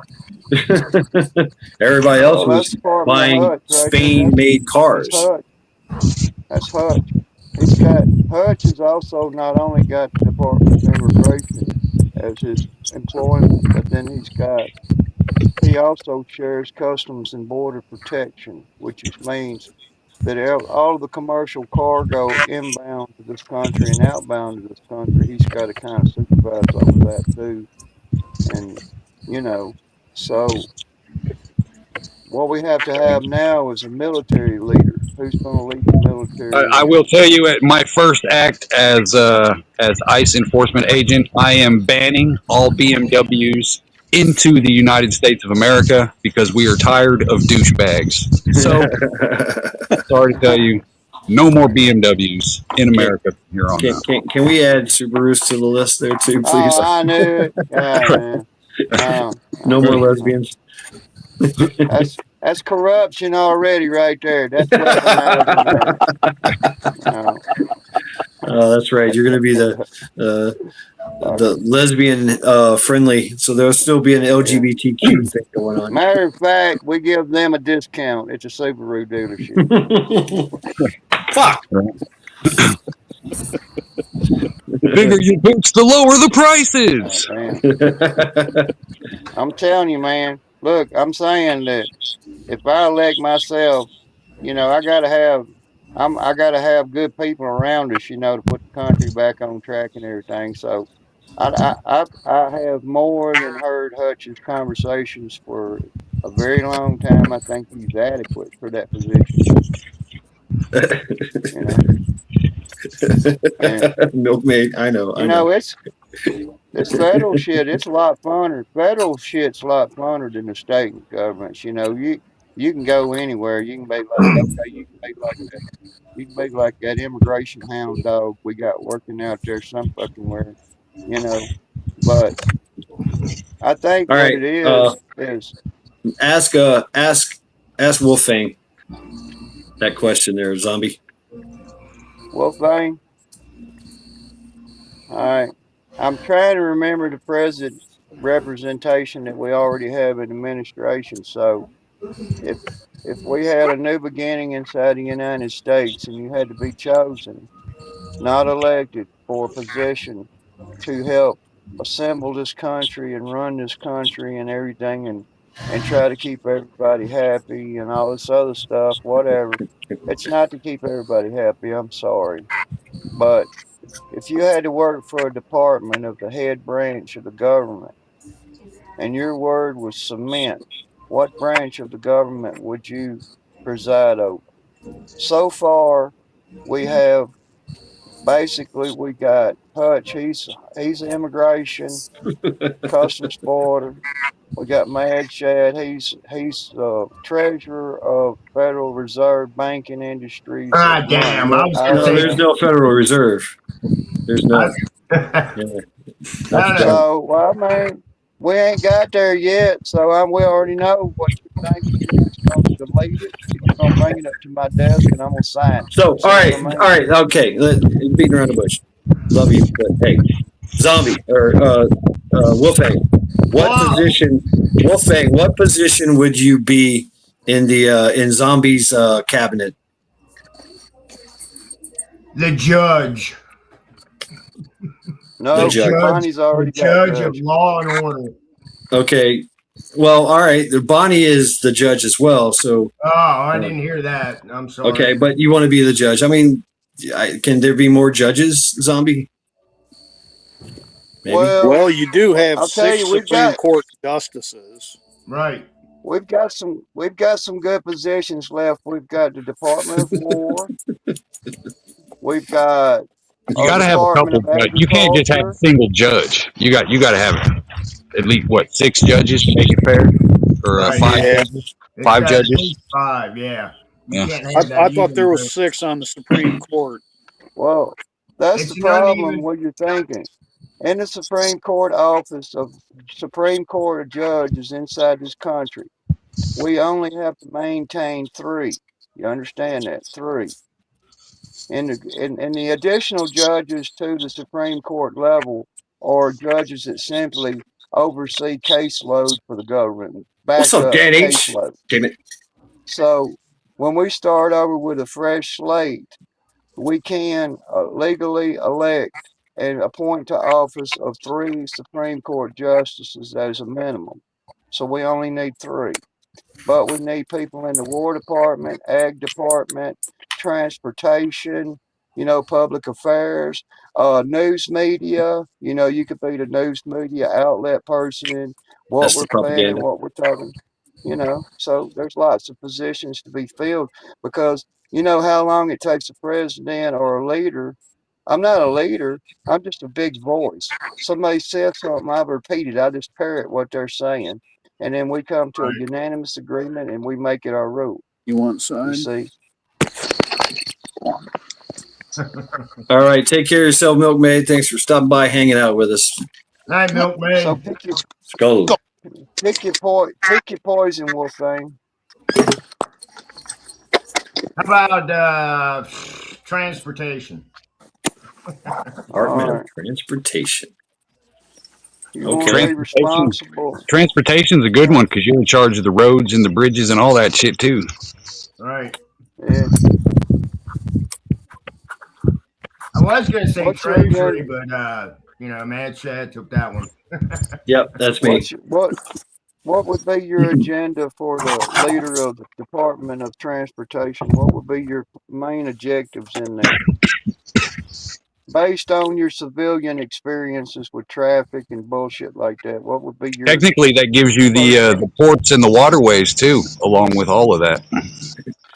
yeah, Right? Railroads. Hell, even planes. Yep. trains, planes, and automobiles, Trains, planes, and automobiles. Boats. Yeah. boats. Go ahead, Wolfgang. No potholes. No potholes. All No the money, well, no, really, yeah, see potholes. Anthony even said it. Pots for potholes. All right. Drive at your own risk. Well, it's just like the seatbelt law this month. They're cracking down on the seatbelts. I think that should be your choice. That's my personal opinion. You got to see. Back in the day, they didn't have seat belts in cars. Yeah. All right. You ever seen those? You ever seen those crash So tests no that they do potholes modern and no versus the seatbelts. old? You know, when they take an old model 62, 63, 64 Impala and they smack it into a fixed object, and then they take a late model Impala and do it the same way with the same dummies inside of it, and the dummies from the old car are usually the ones getting fucked up All because right, they didn't have their seatbelts on. a flat price on gasoline.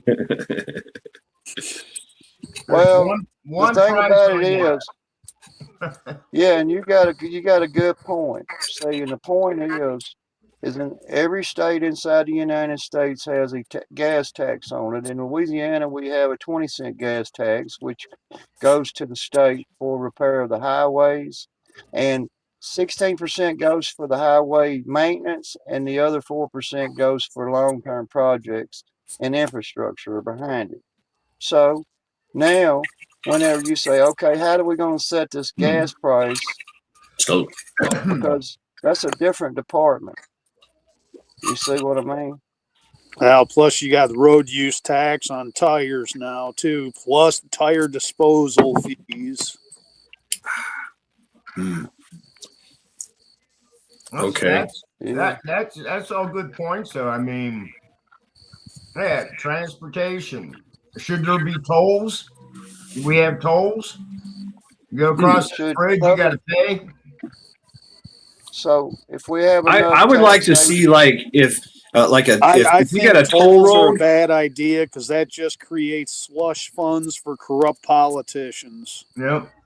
but so hear we, me we out. may, Illinois is a Hear perfect me out. example. What if you had the Autobahn toll road? You can go as fast as you fucking want to. Just go. Fucking haul ass. But You know, at your own risk. the problem is with your multi-lane highways, you get these retards that drive slow that are in a Oh well. passing lane. Oh well. Move, Yep. lead, follow, or get the fuck out of the way. Yep. You know, rubbing it will be okay. I used to see it all the time on 24 going to and from Nashville. You get these retards that drive the same speed in the passing lane as traffic in the outside lane. yeah. It's like speed up or get the hell out of the way. Right. That it bugs me too. you're going to get that on the Autobahn too. You know, you're doing 200 miles an hour, and somebody else is only doing 100. Yeah. You know. Yeah, I know that highway. Yeah. As far as a new world, you gotta have I don't care what you have to have law and order. You have to have some people, so there's not total chaos everywhere. Let me ask you a question, Wolf. So would you have just one source of police that's on the interstate highways, and it would be a federal police patrol instead of each state makes their own rules? Would you have a more unified force out on the highways, not without jurisdiction boundaries? Would you do that? No, I would stick with what they have. Your state trooper for each state, because they have jurisdiction throughout the state. Now in your cities, you can have your police for the cities. Well, here's my thinking. I'm gonna say, okay, I know I've got this on my desk to be signed into whatever, but I got a question, and I got to say, okay, now why involve the states and state motor military highways? U.S. highways are different, but federal highways are interstates, which means that officers that are doing any kind of stops or any kind of impedance on these highways should be federally certified as federal officers. Wouldn't that would save us all a lot of trouble? You know what I mean? Like military, like the Army and different branches of the military, they have military Why can't we have a I am a federal fan highway? of state police. If they got rid of city cops and replaced those with something of the level of a highway patrol or something along those lines, state trooper, Yeah, I would rather live in that world. That way, there's one source of accountability for the entire state instead of yeah. every. You know what I mean? We all know how the good Well, old boy man, system works in small town police stations. in I state, Right. mean, Yep. in it's some state, bullshit. in state, You know? in state County highways, county sheriff's departments are that way too. yeah, it's a federal They can law. be. It's a Yeah, they federal can law be. already. It's a federal law. It already exists inside America. It's a federal law that says in any state inside the United States that a motor vehicle accident should happen, that a Red and state safety trooper, district. a state highway patrol, or a state trooper has to do the investigation on the accident. It can't be left up to a local police department or a deputy sheriff. That's why I think usually I think it should be when more lenient. That's what I believe. yeah, I believe because the whole idea of traffic laws and traffic bullshit is just like your traffic signs it says so, mere suggestions for safe driving. Yeah, it's crazy out there, but you know what? If I roll stop through a fucking red light or a stop sign, don't fucking pull me over and strip search me, Right. or tase okay, me or now shoot me. I like the idea of having police and and cracking down on crime and keeping us safe.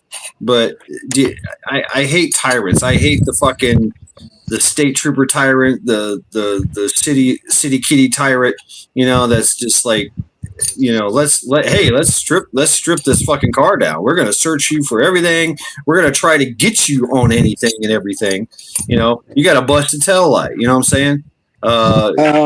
I What? would even be okay if they switched it to where an officer that can get you for a traffic violation, that's literally the farthest his authority goes. A traffic violation. He's not allowed to search you. He's not Right. allowed to arrest you. Right. All thing he can do is give you a ticket.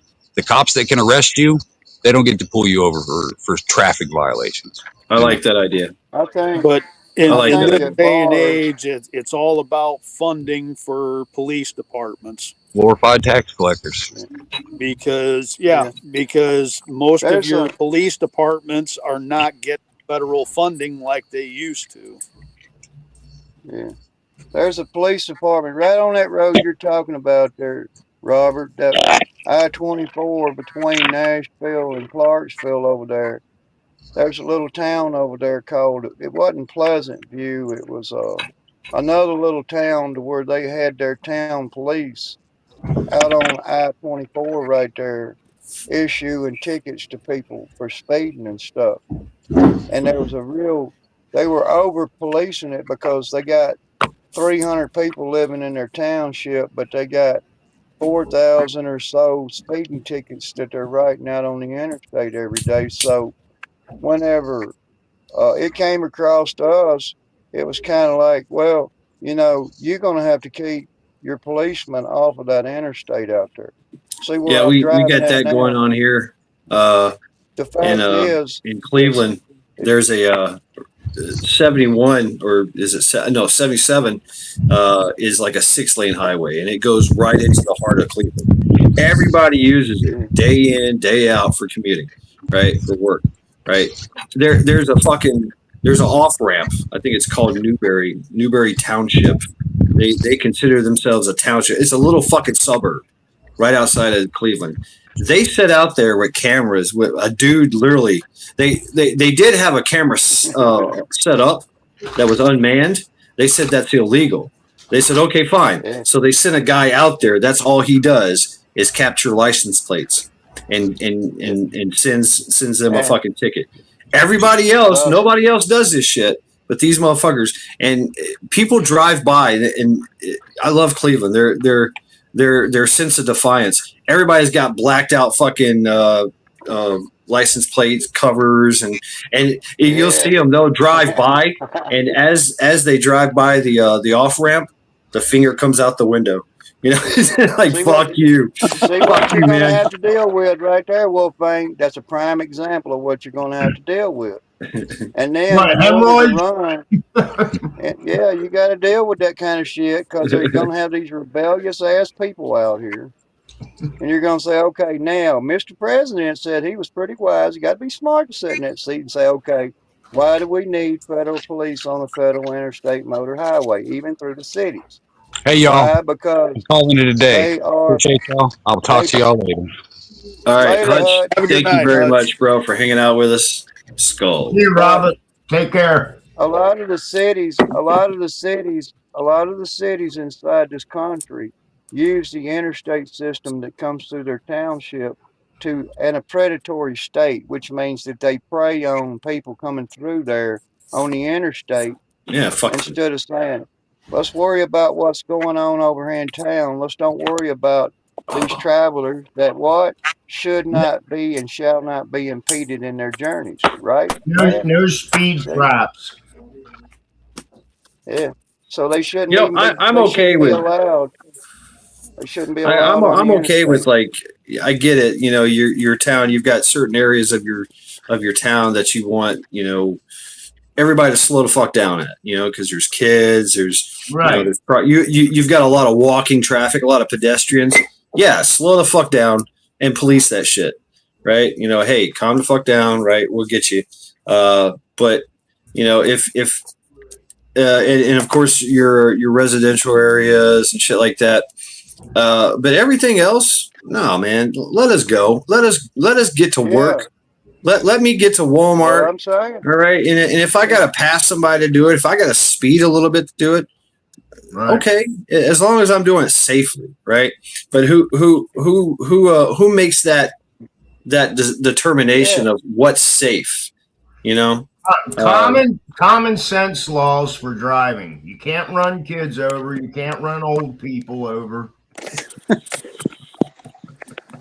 I mean, yeah. I I mean, mean, you could. I could see it where do what you want, but there's high penalties and fees. yeah. You I know, mean, I if get I it. caught like say I caught somebody speeding, if I was a cop, okay, you're fine. You know, whatever. Okay, fine, he's speeding. But if he's speeding and he hits another car or he hits another pedestrian or he hits a house, your ass is going to jail for a long ass fucking time. You know what I'm saying? Make it the punishment Right. bigger Make the than what it needs punishment to. fit the crime. Right. You know, Yeah. drunk If you driving. Oh cause hell yeah, you're going to damage, jail. You're going to prison. Right.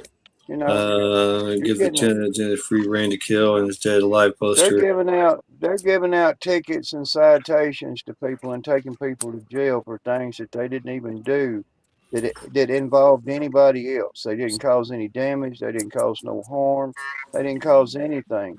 They just got stopped and arrested or violated by a fine or something because of something that it's in thin air. Like I say, you're spot on, Mad. Whenever you say, okay, I'm doing 70 fucking miles an hour down through here, I didn't hit anybody, I got where I was going safely, nobody got hurt or anything else. There shouldn't be any reason for you to say, okay, now I got to pay money because I was driving too fast. No, you got to pay money if you tear somebody's fender off while you're driving too fast. Oh yeah, right. You see, Yeah. you got to take that liability on yourself, and that's what insurance companies pretty much are subject to.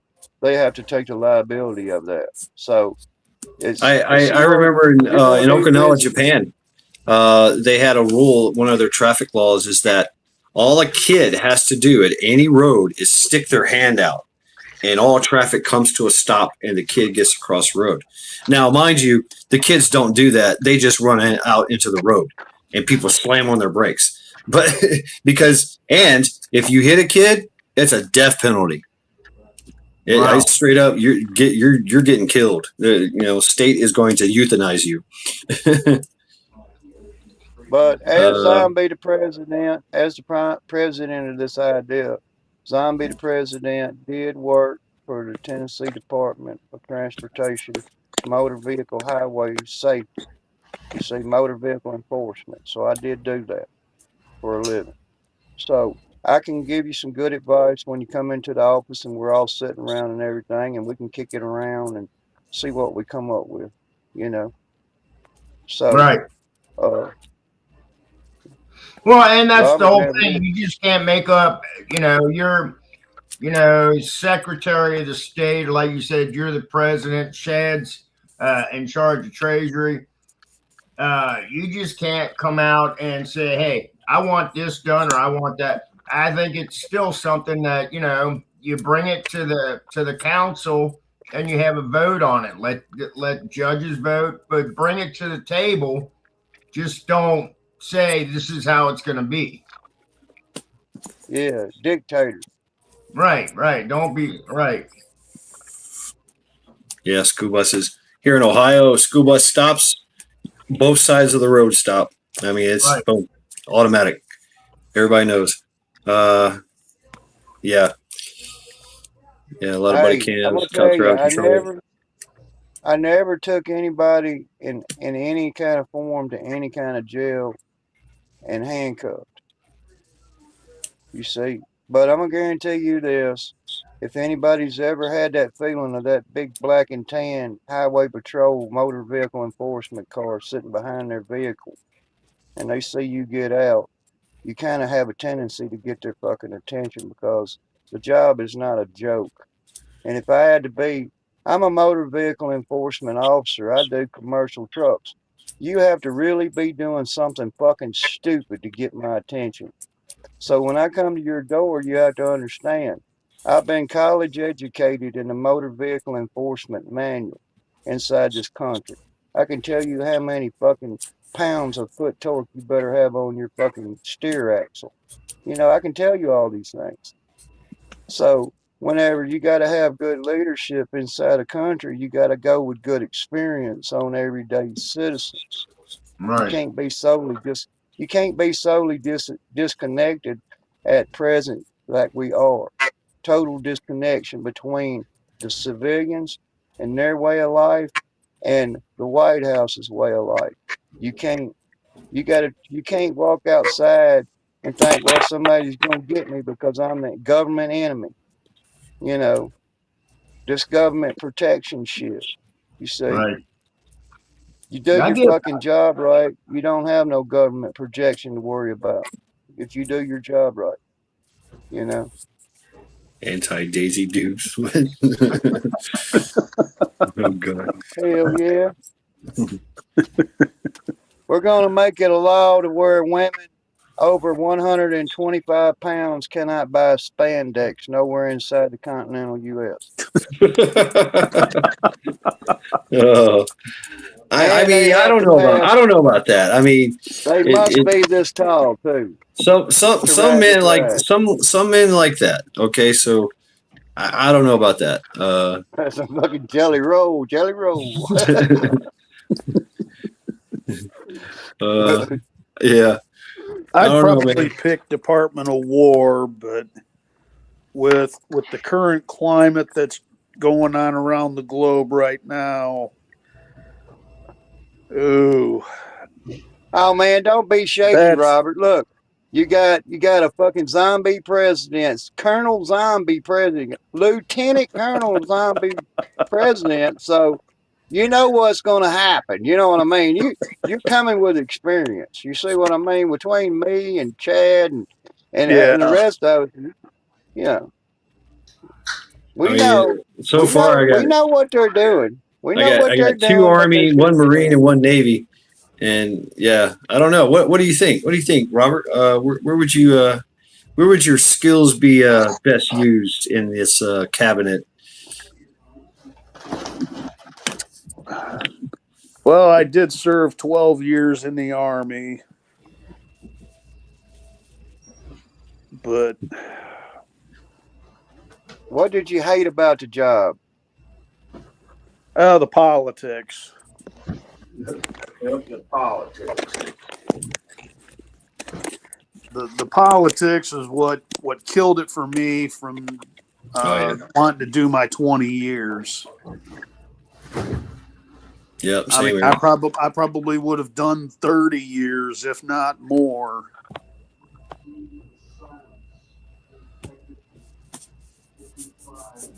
We are the people. Constitutional law.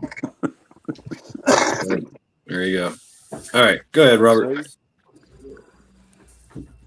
I mean, I probably would have done 20 or 30 years, but with the politics, you know, with the politicians intervening in military operations in a combat zone, you got to keep the politicians out of it. You got to let the military do what they train to do. Right. Yeah.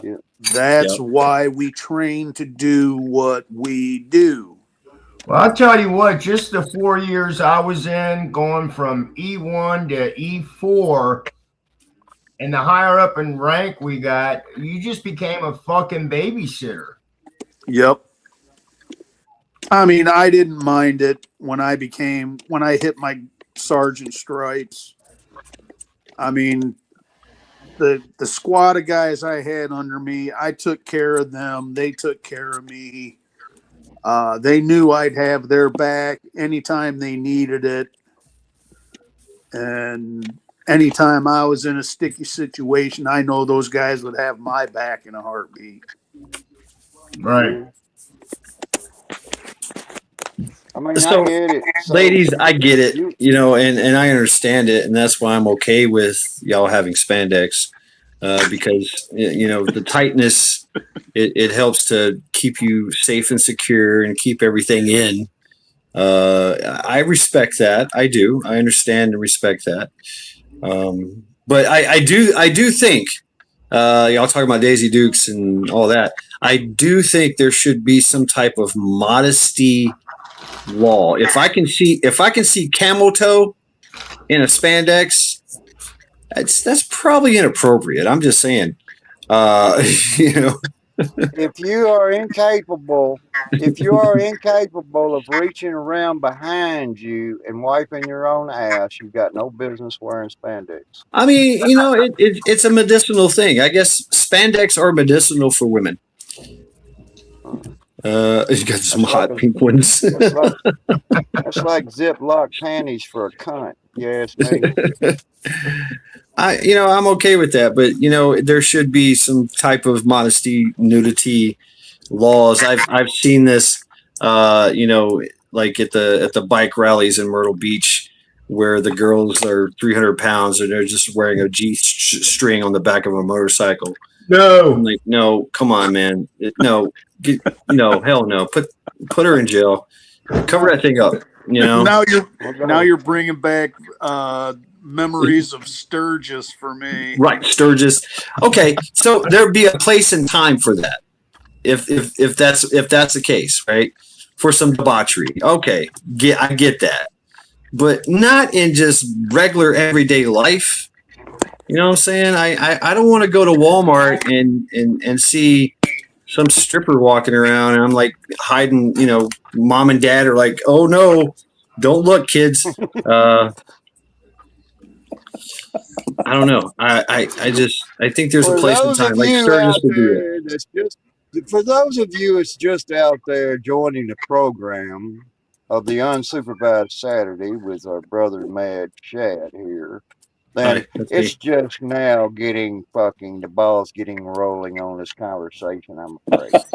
So just sit back. Sit back and enjoy the ride. Or change the subject. I don't know.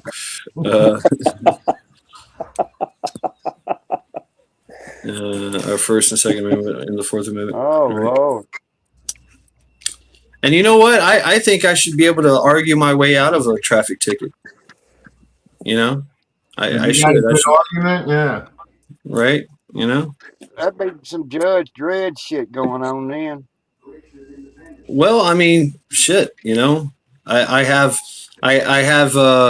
done both. I've cussed out a fucking cop, you know, for pulling me over and got out of it, and I've shut the fuck up and got out of a traffic ticket. So it just kind of. I think we all know when we need to shut our mouth and when we don't. Right. Yeah. You know. Yeah. Your outfit disappears in the rose and fall. I mean, I don't know. A little bit of modesty, in a society goes a long way. Well You know, rounded. Well rounded. That's what you got to be. Well rounded. And that's the kind of candidate. Taco Bell. That's the kind of cabinet I'm looking for right there. Well rounded. I mean, you want to have debauchery day, that's great, but it's on debauchery day, not I mean, fuck, we have the power of presidential fucking order. You have to understand that. So we can't abuse it. We can't abuse it. We have to say, let's don't spend $27 billion in Iran. Let's give $27 billion to our homeless veterans right out here right. on the street. Right there. Amen. Yeah, absolutely. Don't pay $500 for a fucking hammer. I told you shit's just getting started, ladies and gentlemen. Damn. I like tight pants and spandex because I have little hips. So right on. Yeah. I think as the Secretary of Defense, I would say that any soldier, male or female, the age of 18 should be allowed to drink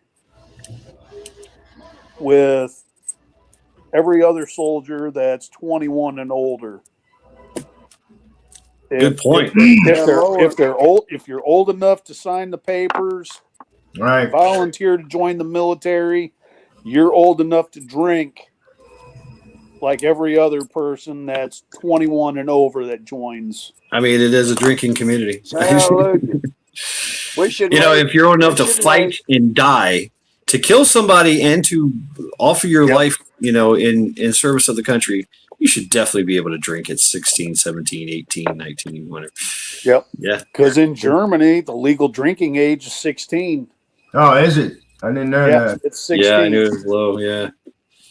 Yeah. I also think that there should be more after incentives, right? For veterans, a lot more. I mean, yeah, there's free health care. Yeah, there's the whole VA loan stuff.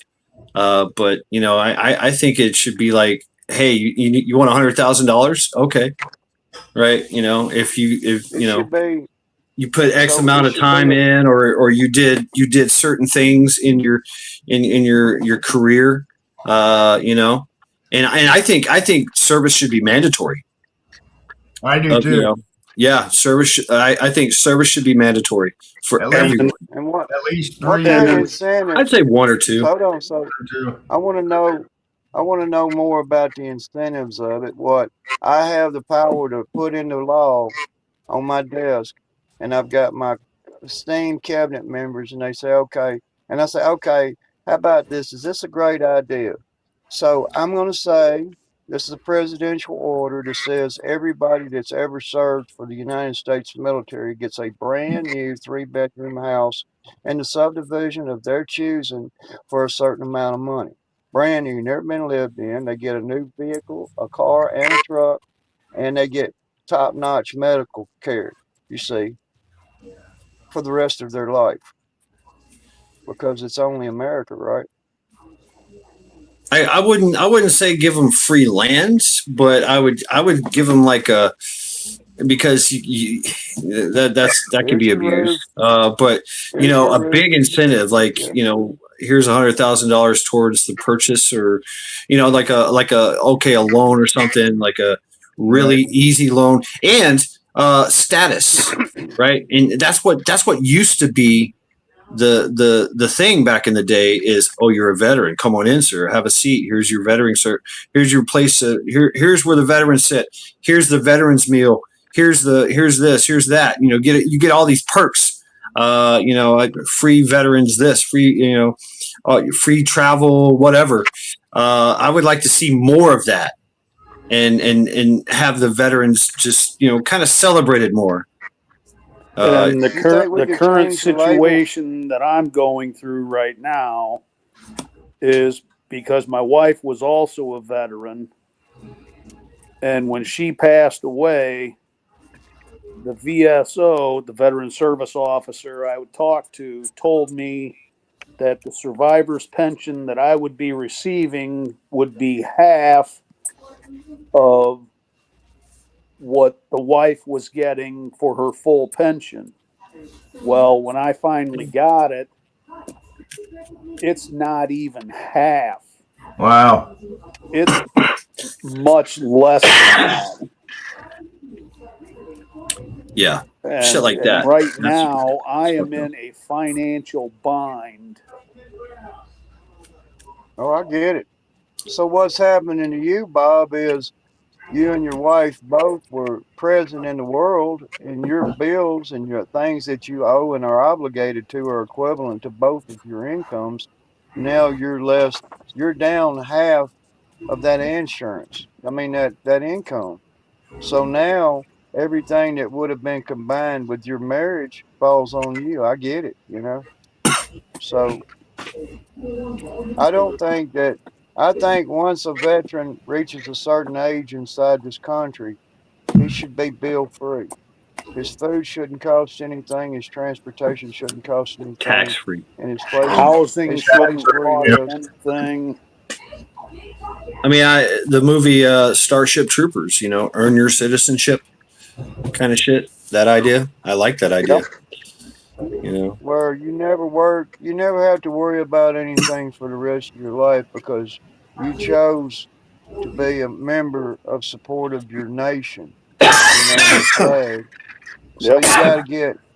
you gotta think about it and you gotta say, well, okay, I know the stories, I've seen them a million times about people Guess that are what? You're all veterans unsupervised. that are I'll be right back. homeless.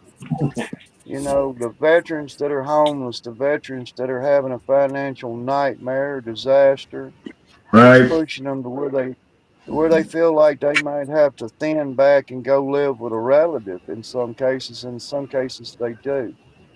So, you know, it's a demanding position when you come into a government and say, okay, how can we look behind us and see the wrongs? And how can we look towards the future? Looking towards the future is not going around picking Scope. war on every nation. I don't care what's going on in Somalia right now. I don't care what's going on in Iran right now. I care most about the home front You win. people.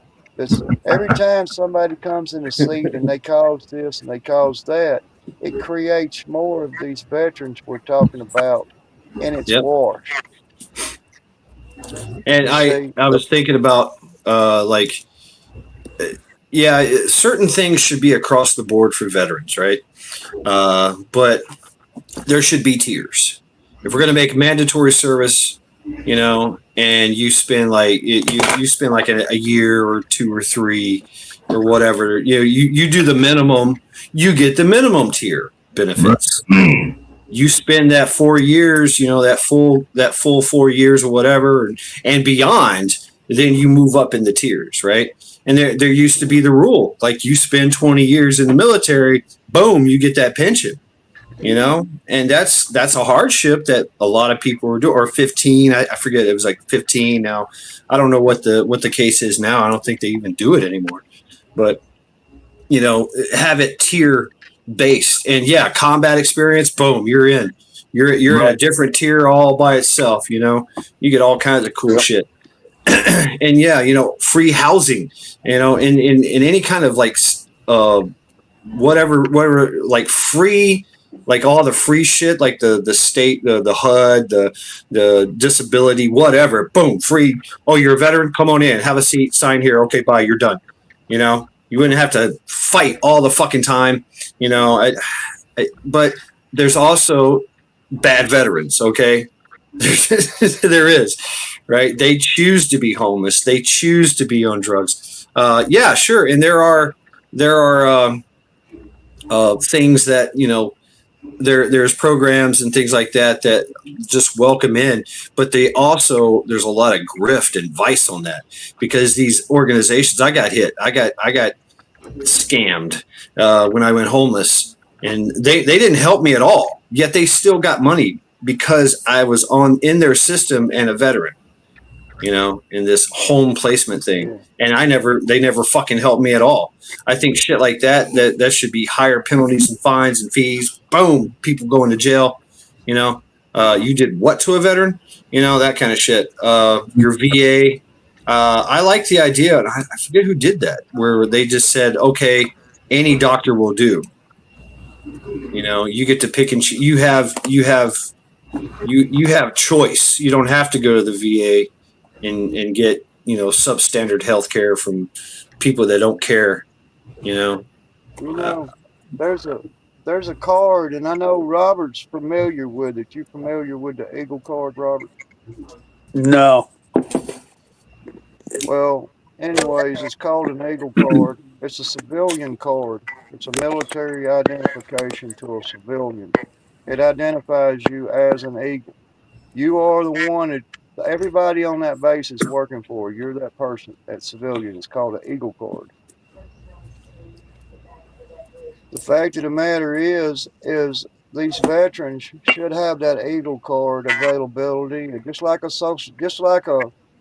credit card, and a social security number attached to it, which means that if you want to choose to go live out here in the jungle, in the woods, and homeless, whatever you want to do, you always have the option of this card, which means this card's going to provide you shelter and a safe environment, clean clothes, a good meal, medical attention, whatever you need with that card, you see. And the thing about it is we already have that card. You know what I mean? We already got that card. And what good is it doing? Not a damn bit of good. We got people out here, amputees, that are still, to this day, that lost limbs over there, are still waiting on their prosthetic. You see what I mean? We got guys that's way behind and been well mistreated.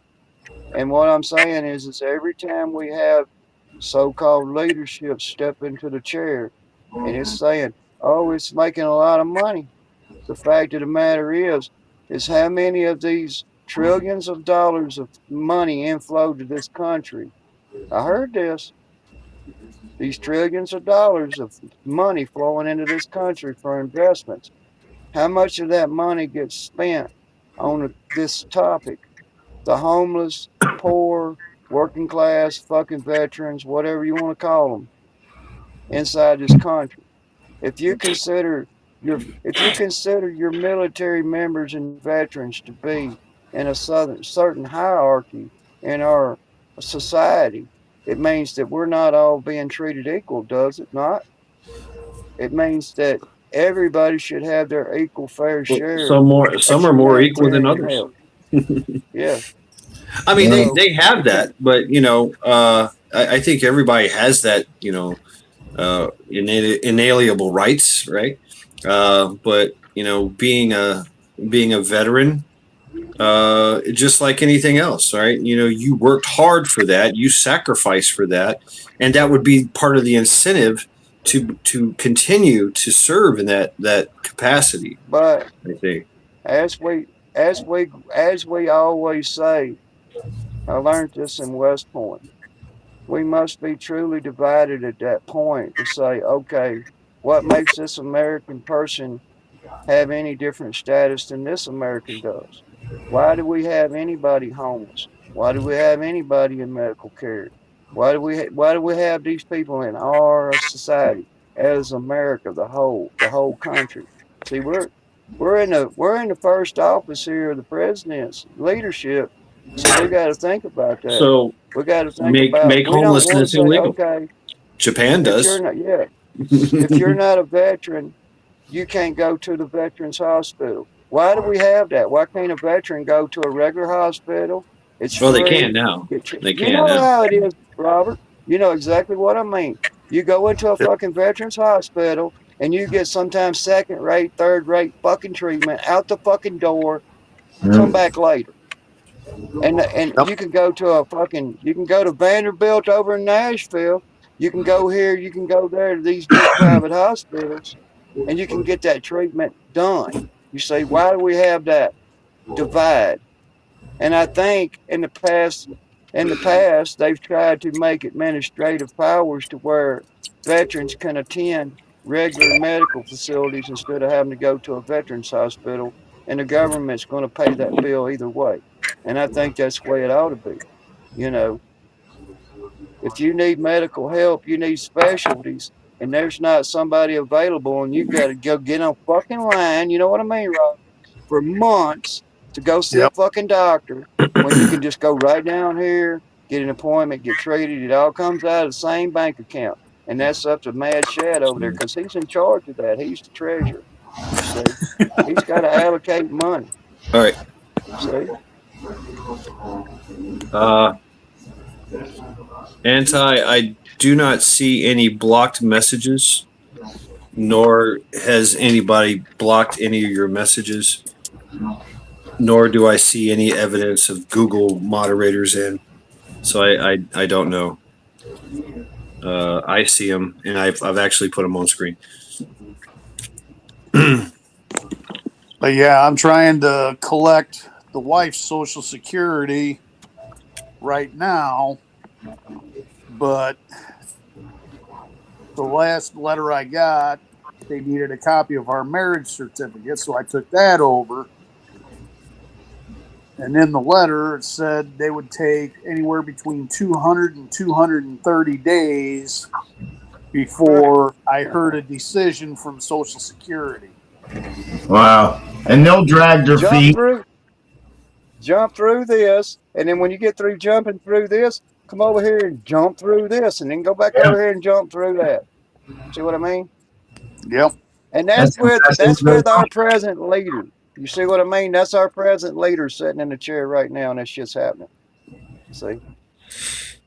They're more fucking worried. And listen, I keep telling everybody, gas, you got 20 cents a gallon out of the gallon. It comes out of the gas pumps in my state. Every gallon, 20 cents. If the gas goes up to $4 a gallon, the fucking government doesn't make more money.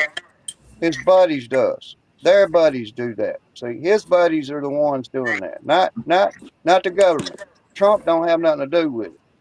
They got everything to do with those pumps and the petroleum going inside of them. Yep. That don't belong to the government. The retail outlets are screwing us left and right. They're pushing inflation up. They're wreaking all this government money. You got to understand, when the government spews a leak, lots of billions and billions of dollars, the retail Robert, markets that's for go you. up to it. They want to absorb it. They want to absorb that money as quickly as they can. These big fucking businesses suck you dry.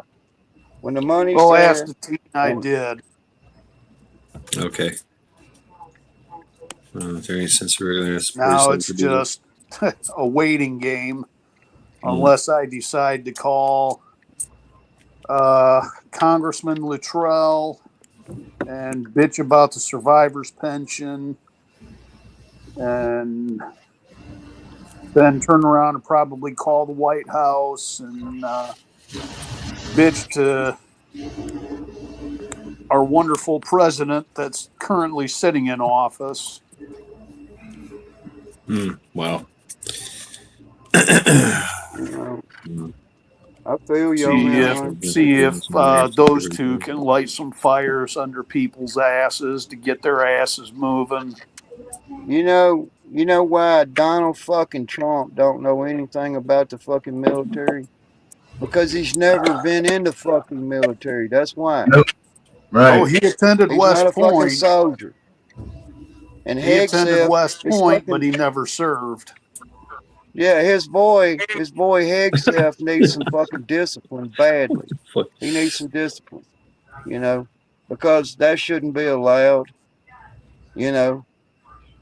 That fucking demeanor. It's like you fucking insulted your fucking fearless leader, the president, insulted everybody just the other day when he uttered it out of his mouth, and he didn't really mean to say it. Later, they said, was he didn't care what the citizens of this country was thinking I'm right checking now. this link They out. just didn't want a nuclear weapon. They just didn't want a nuclear weapon. So you got to understand It works. that it's going to fucking suck until things get better, Well, it's Trump cool. even said that when he went in. He said it's going to suck for a while before things get better. Ooh, Camel Carl, what's up? Oh, what's up, Camo? What's going on, Camel Carl? Fresh meat, fresh meat, fresh meat. It won't be an easy kill. How you doing, Camel Carl? Good to see you, bro. Good to see you. I'm doing well. How about you guys? All right, all right.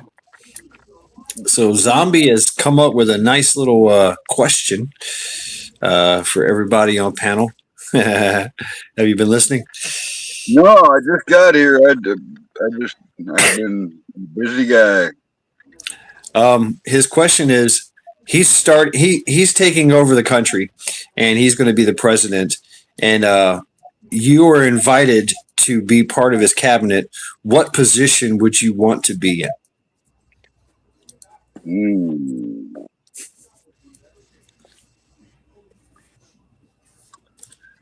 Well, just so I could get the hell away from people, make me like Department of Game Wardens. Like I need to be like in the middle of nowhere somewhere. Okay. Wildlife. So your office is going to be like, like right smack dab in like 5,000 acres in the Rockies or something.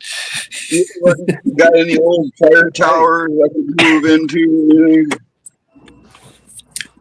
Hey, you're should happen. make it as big as a freaking mansion up there. 100 feet Probably up in the the air. farthest out reaches of northern Montana. Right.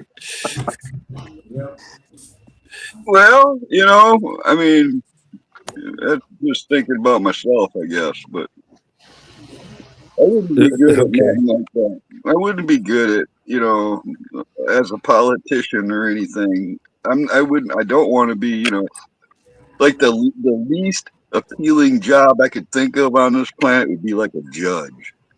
You ever thought about that? That'd be Wolfang. Wolfang wants to be the judge.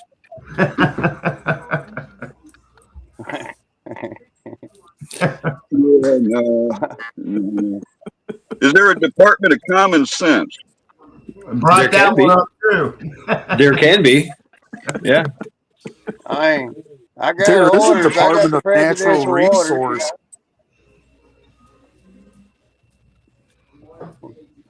Get that shit approved through our fucking. See, we're not gonna have a Congress and we're not gonna have a Senate. By the way, it's us. Really? So we gotta go have the people in force to go out and do the polls and ask people questions and get the messages and listen to the people, see the people in the country, what they want, what's affecting the everyday people instead of the millionaires.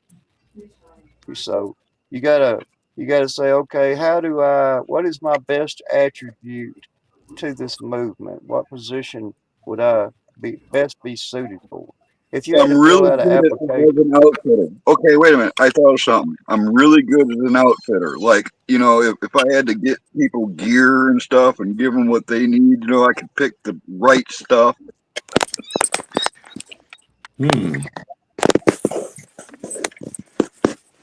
There it is. Right. I want to be chief quartermaster of the United States military. Right there. you want to be in charge. You want to be in charge of the federal logistics program.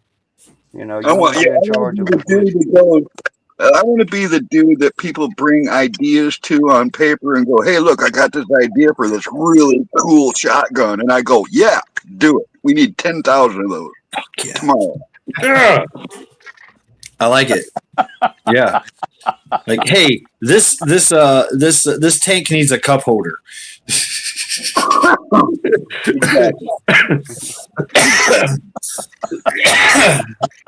Oh yeah. Master quartermaster. Noted. Cup holders in the tank, noted. Maybe a rolling machine. Hold on now. I want to say I hello think to all these people. I see people saying hello. Fish stick. What's going on? Pilgrim. Oh, let's see. What's up, Broke? Sophia. Who else? Mm-hmm. How anybody else I missed? It's not easy to see the chat when you're on a panel and you things. Okay, I do have it on the screen there. Yep. Never it. There you go. Never it.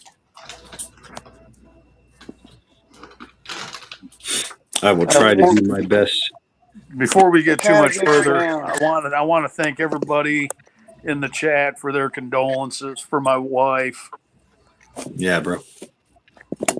That means a Who's lot. that up here on the Thank you. panel? I don't think I know this person. Who is this? Oh, this is Robert. Robert Ham. Yeah, how you doing, Robert? Do I know you from chat or something? You been around?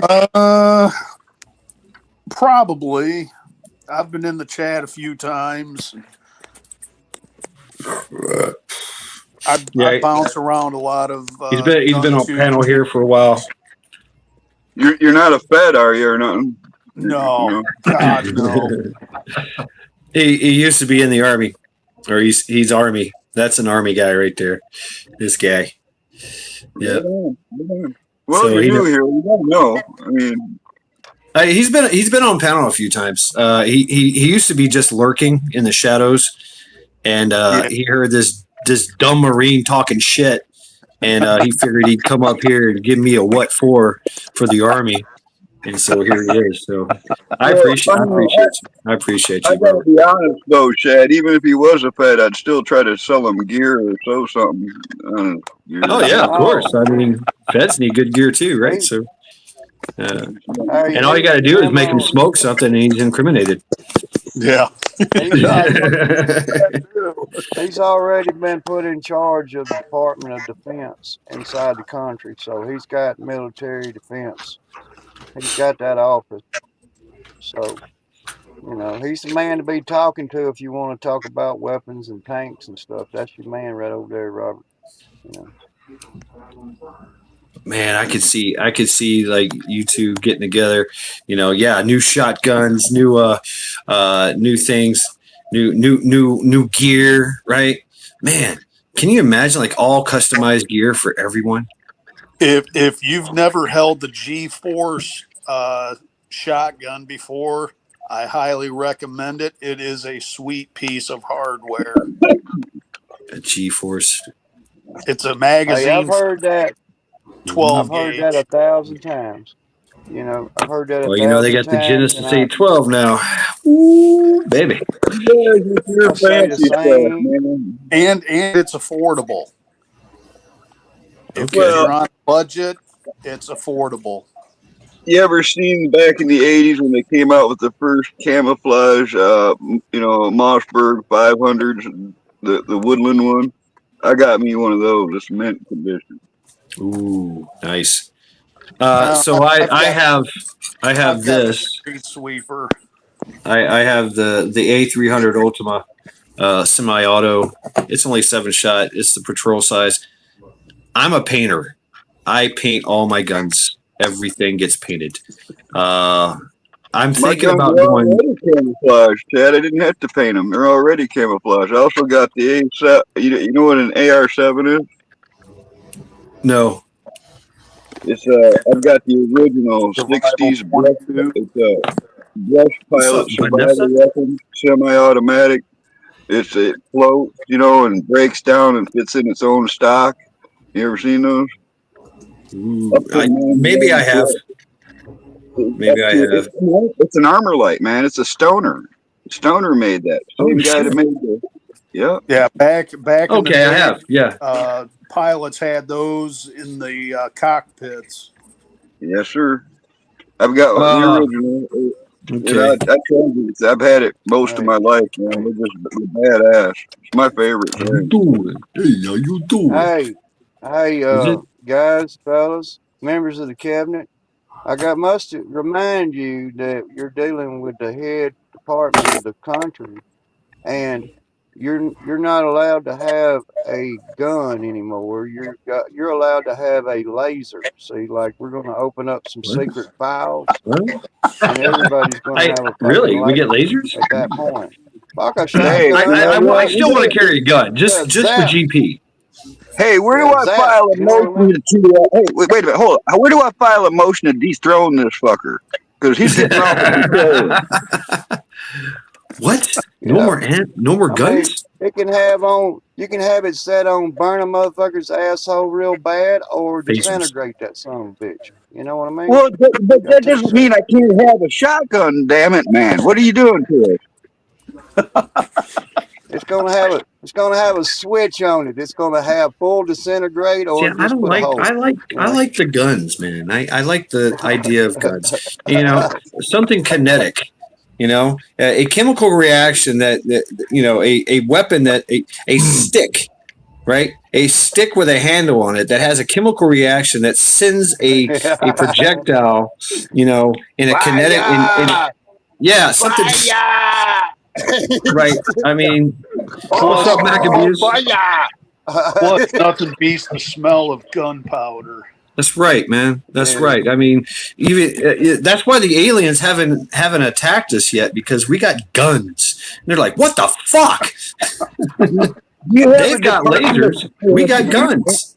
In this Shan, new country, you've never been on ACR Protect's live streams. Wait a minute, man. You guys going to be a bunch of tyrants, or is there going to be like a Department of Freedom and Liberty and shit where you don't fucking tell people what to do, or is this going to be fucking just downright fucking, is it going to be your world order, or what's going on here? I mean, are you going to stick with the... So we got Canajan. Maccabeus is in here too somewhere. Canajan, what's up? No, it's hell. I've already done away with traffic laws. A lot of them I instilled the auto ban. I've done away, me being Treasury. I've done away with taxes. No more taxes. What's up, X? What's up, Maccabeus? Let me drop that link again. We got Canajan in chat in the panel. Canajan? You know what? I got to say something about that dude, Canadian. Or I got to say something about Canadian, because I liked him commenting on one of his videos, and then some of his other videos popped up. He's been doing videos on this platform for 17 fucking years at least. Wow. 19. Hey, we got to get Hutch. We got to get back with Hutch because he's in the Department of Immigration. That's right. So we can get him a permanent resident over here anytime he wants it. You know what I mean? So all right, Vanessa V. Tell me what your name used to be. It's her. I was talking to her earlier. She lost her other account, but it's her. All right. Okay. I'll go ahead and make her blue. Do you guys remember in the 90s the Cobra Street Sweeper? Street Sweeper, baby, ready to let it go. Yeah. Yep. I have that. Nice. 12-shot drum. Boom. I got you, Vanessa. What? You're supposed to be blue. Hold on. Oh, you are blue. Okay. Why you no blue? You should be blue. All right, guess what, folks? You're all left unsupervised. I'll be right back. I haven't heard that brought up in a while, the street sweeper. Yeah, I absolutely love it. Canajan, you heard the conversation about your position in the newfound order, if we take over. So think about what Shad said, man. I don't think so. He says we're unsupervised. Well, we're on a public platform. We got how many people in the chat? We know the fucking agencies are probably watching us. We're very supervised. We're not unsupervised. That's what we're trying to do. We're trying to fix that right now. So we need supervised cabinet members. We're supervised to an extent. A very small extent.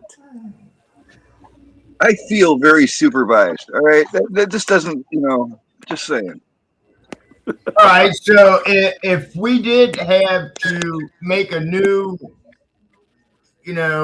cabinet that Zombie is starting here, with Zombie being the president, and if we still had the internet around, would there be any laws put out on the internet?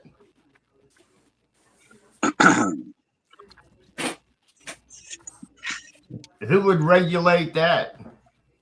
I don't know, but you should have So, like bounty hunters to where they set up things like pedophiles, so where they can put a website up and then sucker the pedophile, and so you can bounty hunt them. You know what I mean? Get like, put a website up and then sucker the pedophile, and so yeah, what he said.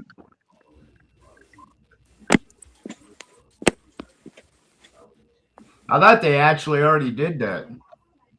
Well, I mean, they should let citizens do that too. Get a license or something for you get like 15 pedophiles a month or something, like just like a hunting license or something. Bonus check.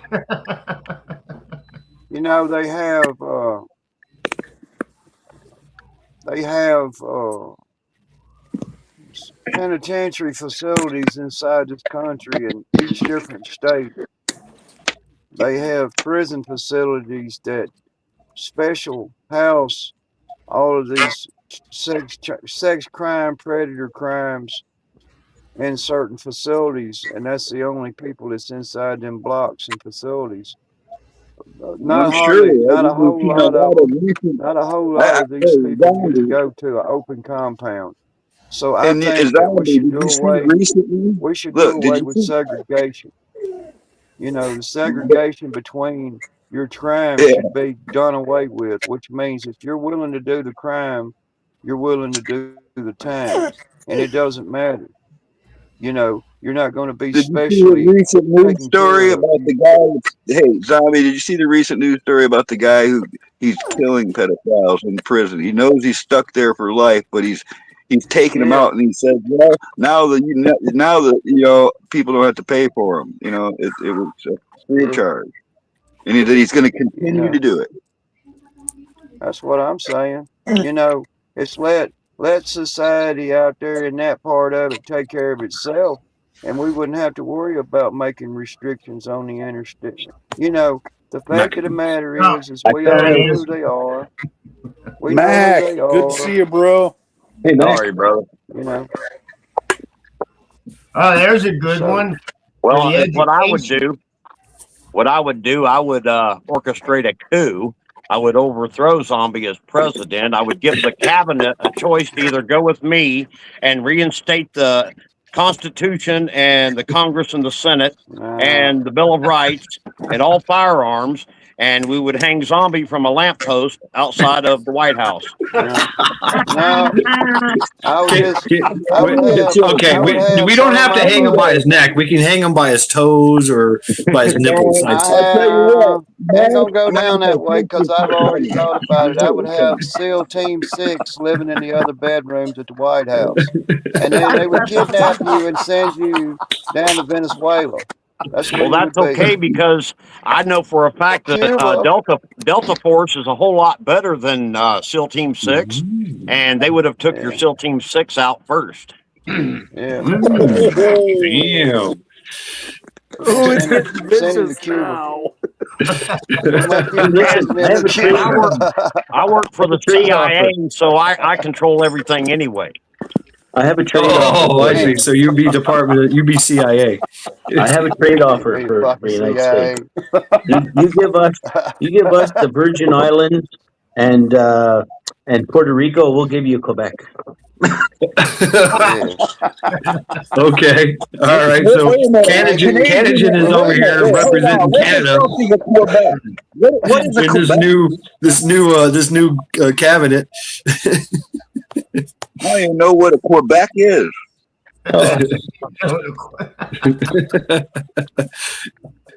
I can't say because then it wouldn't be a good trade. Oh my God. I mean, you got to be thinking about it. You could be in a great position. You know what I mean? Damn, I mean, yeah. So, all right, Neverett brings up a good point. Who's going to be Department of Education, or is there going to be Department of Education? Boy, I hope it's none of you motherfuckers. That's true. Yeah, you got a good point there, Carl. Can I nominate somebody? Are you capable of reading a clock? Right. I nominate Teresa. Teresa from Department of Education. Okay. Life. That's true. I don't know if Whitelie's still out there in the chat or not, but we'd make him part of that education department. He's good with that shit. Vanessa wants DOE. She wants department. DOE. So what's the first thing you would implement there, Vanessa, in the Department of Education? Yep, stand by. I don't know. To overhaul Department of Education, I think that teachers should be. There should be a there should be a high moral standard to be a teacher. Hey, what is the address to the White House? Do we all know that? Does anybody know what the address is to the White House? 600 Pennsylvania Avenue. Yeah. That's it. Yeah. Pennsylvania Avenue. So anyways, what we got to do now is we actually got to go online and fill out the application to apply for certain positions with the federal government and send it to that address. and then right on the back of the envelope it says, because you fucking suck. Teresa says everyone must learn cursive. Say something really quick. I'm compelled to say something now. I am not affiliated with any group of organizations. I am completely a solid entity on my own. I'm just hanging out and visiting. Hold on. We need to know the important stuff, Carl. Are the kittens okay?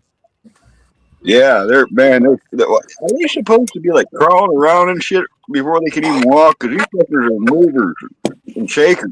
They're wild. Shit, bring back the wooden paddle. Fuck that. With the whole fuck you. It's either the wooden paddle or the yardstick. I mean, the yardstick's fine with me, but that paddle, oh my god, that sucks. Guys, think about it. I told you we're going to go back violent. We got to go back to violence. Back to violence. You guys realize, that's just coming from a girl. Some of them gals like that stuff. It's coming from a girl, you got to realize. I mean, it was Woody Harrelson that said it best. Like, back in the day when you were a kid, you got spanked by a middle-aged woman, for free, and when you get older, you pay good money for that shit. You know what? Here's the thing. Yeah. Just learn. I'll tell you what. Nobody ever spanked me. Okay. Everybody says that. Oh, yeah, you can't.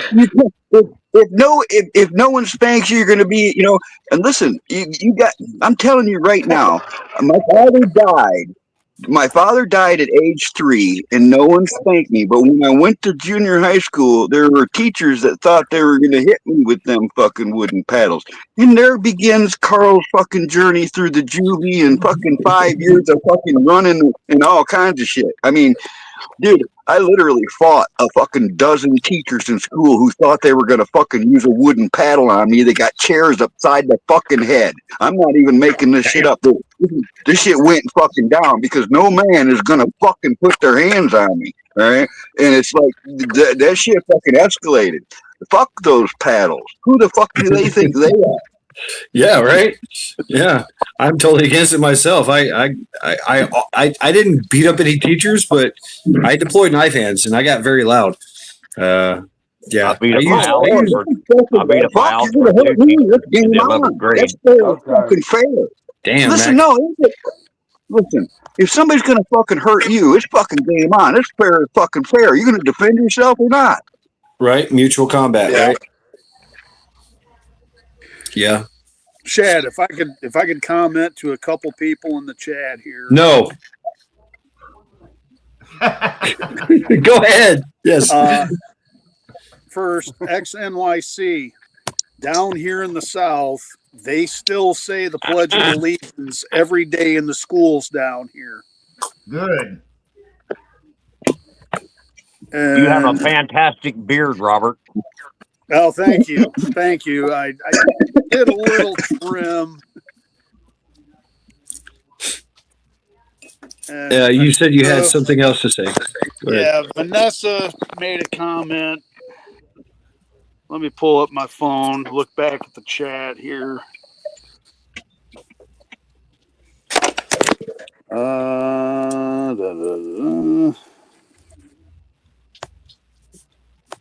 Oh yeah, right. What's up, Karen? Yeah, that was the thing too, right? Mommy and Daddy were like, "Oh, you got a spanking at school? Well, guess what? You're getting a beating at home." Yeah. My mother used rakes, shovels, ping pong paddles. Yeah, She threw everything. yeah, it was child abuse in my home. Straight up. My mom had to graduate to fucking brooms with me.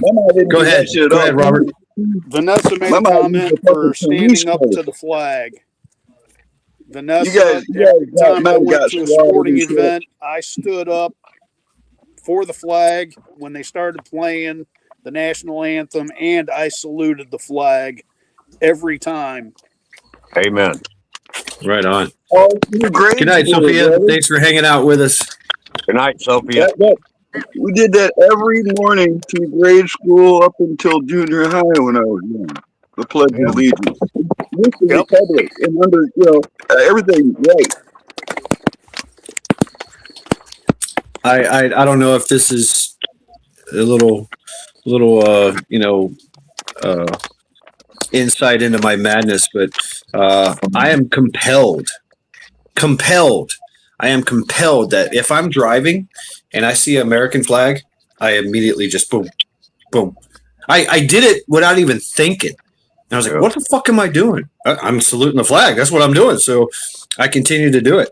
And people that ride with me, they're like, what are you doing? I was like, I'm saluting the American flag. Oh, really? Yeah. I kind of man. I got American flags all over in my truck. That would probably fuck you right up, wouldn't it? Yep. Yeah. Well, but you only have to do it once, right? Boom. Right, Karen? Yep. Colors. The colors. I got 15 American flags on the back door. All right. I got 2 on this wall. I got 1 over here. Well, so the thing is, you're supposed to salute it as you're passing it, and if there's several ones, I'm not going to salute every one, right? I'm just going to go bang, bang. All right, it's done. I collect the flag patches, Chad. The subdued ones and stuff, the military American flag patches. I've got them in both directions and many, many colors. I've got, the blacks, the greens, the tans, I got all of them, Well, I ain't got all of them, but I got a bunch of them. Every now when I used to go to train downtown here where our mess hall was and our drill hall, it's a ton of military. And you guys have served in any kind of military. When you're walking down the road, you have to salute officers. I used to take the long fucking route because I got tired of fucking. Yeah. Yeah, you go out of your way. That's right. Zombies away. Yeah, so he was an officer. Yeah, you go out of your way not to fucking salute a motherfucker. Yeah. Yeah, I can remember every military base I was on, if you were in a car and at the time they started playing retreat, you were supposed to pull over, put the vehicle in park, get out, and salute in the direction. Oh, really? Of where the main post flag was as retreat was playing.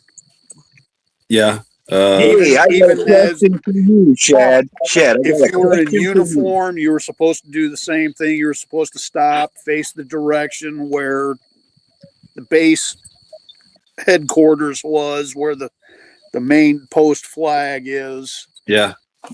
You were supposed to salute the flag in the direction of the flag when retreat was playing. And Camp Lejeune. Camp Lejeune was if you heard colors, you just had to stop. You didn't have to get out of your car. You just had to stop because you're basically in a car. If you're outside in uniform, yeah, you salute. If you're not in uniform, you snap to the position of attention, right? But what would happen is people would run to the door, run to somewhere to go inside. Like just colors, and you'd hear everybody yelling colors, colors, colors. Like oh shit, and they would run to get into any door would do. And there, you would always find the guys that would run into the wrong door. And there's first sergeant or somebody and go get the fuck outside right now. You're like oh shit. Oh. Well, hey, now come back in here after colors and come see me. Come see me later. Oh man! Those that hid inside the buildings, they stood as close to the door as they could, so they could hear when retreat was done playing. And then they'd come out and finish where they were going. Yeah. Listen, man, listen, Shad. I heard something when I was young by an old Marine, man. He told me this shit, and I don't know if it's true. I thought I saw it once in a manual or some shit, but I heard that they used to keep a loaded 45 in the base of the flag at the main. They used to keep a loaded weapon hidden in the flagpole. So the last one weapon, one bullet, and a razor blade, and a book of matches. Yeah, the what I know, interesting, a razor blade. There's a truck. It's called the ball on top of the flagpole is called a truck. Yep. And it screws open. And inside that truck is a 45 caliber bullet, a match, and instructions on how to use them. And then what happens is you're supposed to if you're on that detail and you drop that flag, right? You're supposed to climb up that fucking flagpole, unscrew that shit, get all that stuff out, take that bullet, shoot yourself with whatever in the leg, and burn the flag and do the whole ceremony. That's what I got. The way we were taught is you were supposed to, when you get the razor blade, you were supposed to cut the stripes off the flag. Oh. Light the stripe, start the fire with the stripes. And then as the stripes were burning, you were supposed to be cutting the stars off the field of blue. Oh, shit. Then you put the field of blue on the fire, and then the last thing to go on the fire was the stars. I see. That's the process. And then you unalive yourself. Wow. To avoid being taken prisoner. Unalive yourself, like actually. I was just going to say radio operators too. Radio operators that were in little shelters and stuff, they were given a 45, and if they were captured, they had a little peephole in their radio, what they call the S250 radio shelters. They used them all the way through the 50s and stuff, but they still use them. And the guy sits inside there, used to be teletypes and all kinds of, more primitive technology, but they've got, from what I've been told, and I've seen it in manuals, man, if they're captured, if the base is captured, a radio man might have to do himself in too. Yep. Well, plus they're supposed to set off a thermite charge to burn all the radio equipment and fry everything. Equipment. Can I be a smart ass and ask a question? With all these rules and stuff about leaving equipment behind, that just proves that Joe Biden was a fucking dingleberry leaving $1 billion worth of stuff sitting. I'm just going to say that. A treason. Yep. That would consider treason. That the Taliban are visiting Moscow, Russia, how much of that equipment that Biden left behind in Afghanistan is going to fall in the hands of Russia. Yep. For them to reverse engineer everything to figure out how everything works.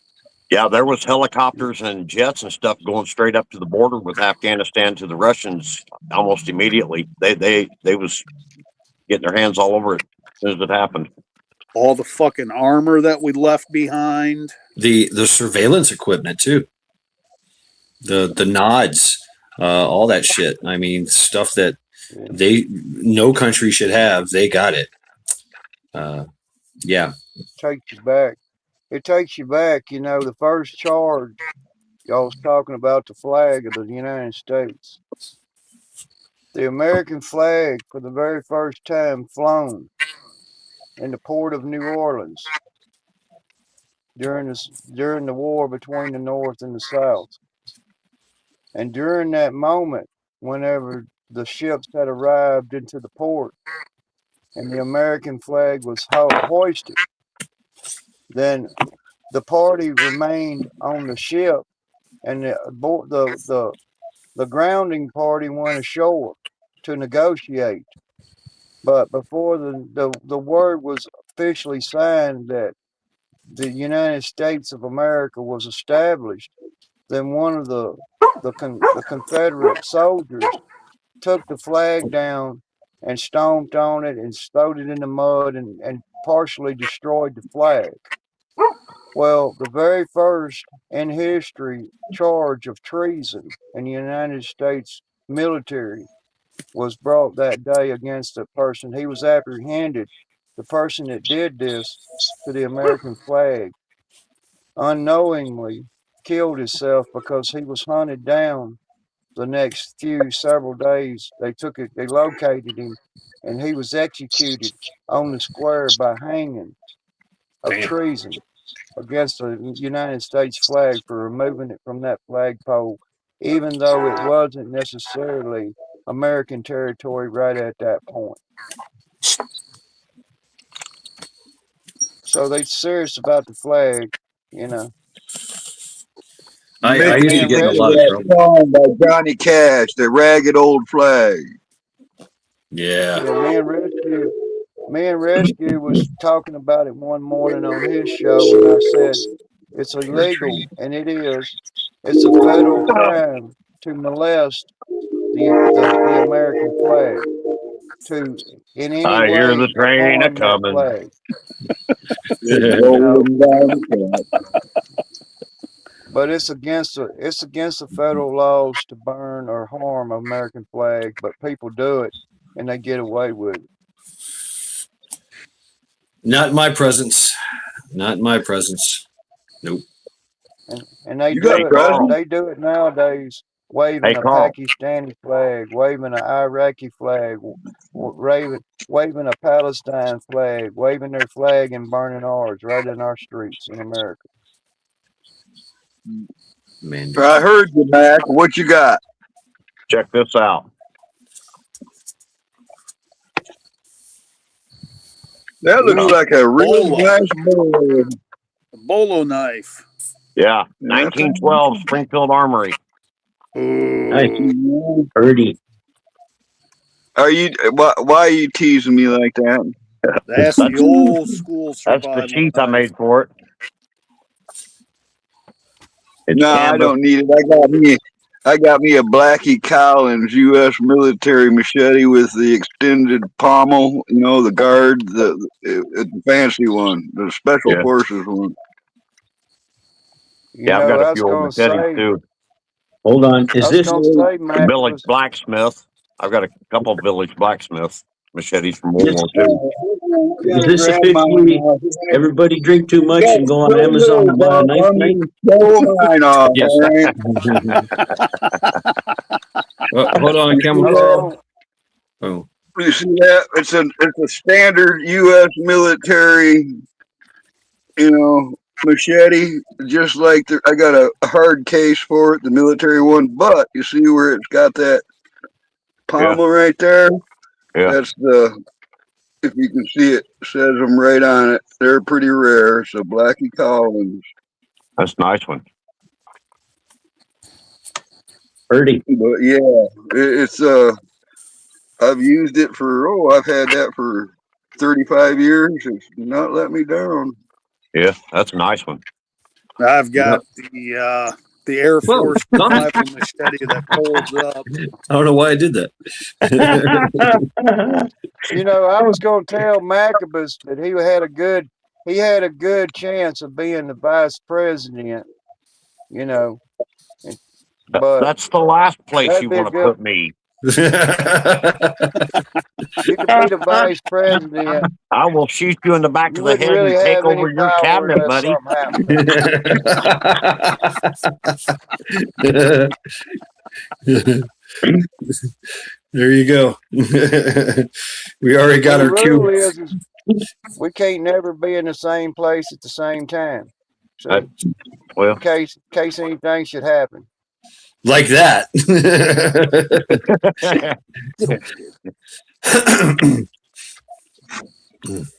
there'd be that Yeah. one photo op you'd take advantage of, and I would seize the opportunity. Right? Yeah. Fucking Democrat. Oh no, I'm an independent constitutionalist. There you go. I love it. I had a guy call me at dinner. I had a guy from fucking Scotland just the other day. We were talking. He called me a Democrat. I was like, "What are you fucking saying?" Really? So you talking to the president of this country soon to be. I think we can do it. I think it's feasible. I think that if I say, okay, Zombie for president, and I have no power without my cabinet, which means nothing gets passed unless my cabinet says it gets passed. Now I can't make that decision on my own. See what I mean? Man, you have not convinced me yet. Hold on, Canagen. Hold on. Let me get you over here. There you go. Wow, check that thing out. Is that a That's sharpener? cool. Yeah. Wow. Looks like he's sawing his hand off, his thumb off. What kind of machete is that? It looks like yeah, that's a very inexpensive one, isn't it, Kana? Fess up. All right, that's like a Chinese Temu machete right there. Yep. Zombie is president. I'm going to Canada. But hey, it's disposable, so you can leave it behind. Yeah. That sharpener works pretty good. Yeah, it's a double steel. It's made in Canada. Oh. Made in Canada. So it's got maple syrup on the handle then? Yep. Maple syrup cured wood.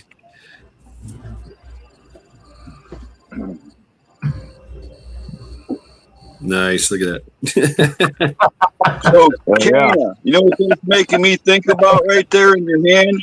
Back probably about right around 20 years ago, Kana, I had a machete just like the one I have over here, but it had a saw tooth on the back of the blade.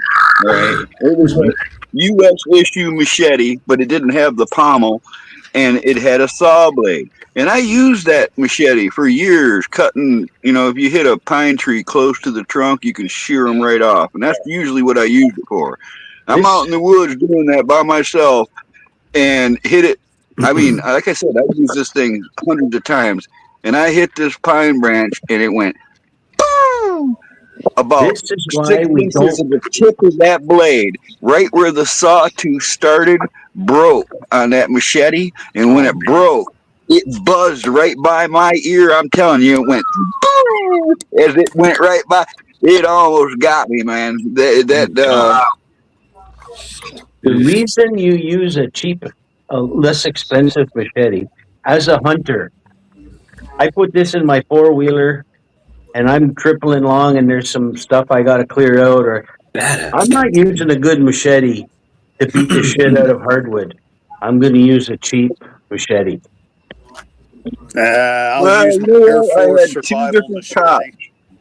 That's got a thicker blade on it. Yeah, a little weight to it. I've had 2 different cops tell me, Kana, that you should get a knife from the flea market, like some big Rambo knife or something. And that way, if somebody ever breaks into your house, you can put that in their hands and say you was in fear of your life. They were armed, coming at you, and just allegedly, right? Allegedly. I know nothing. Yeah, that's the that was the idea of the throwaway gun that you never touch, that you wipe down, and you know, Yep. Right. come on in. Hey, how you doing? Come on in, have a seat. Yeah, you know, would you like something to drink? Here, hold this. You know, bang, got you, bitch. A banana blade. What's a banana blade? Oh, like a banana cutter. Is that the one that comes up? It's a machete that's wide. Comes up wide. It's got a blunt top. Is that the banana blade? There's several different types of machete blades. There is. There's long ones and little short ones and bolo tips and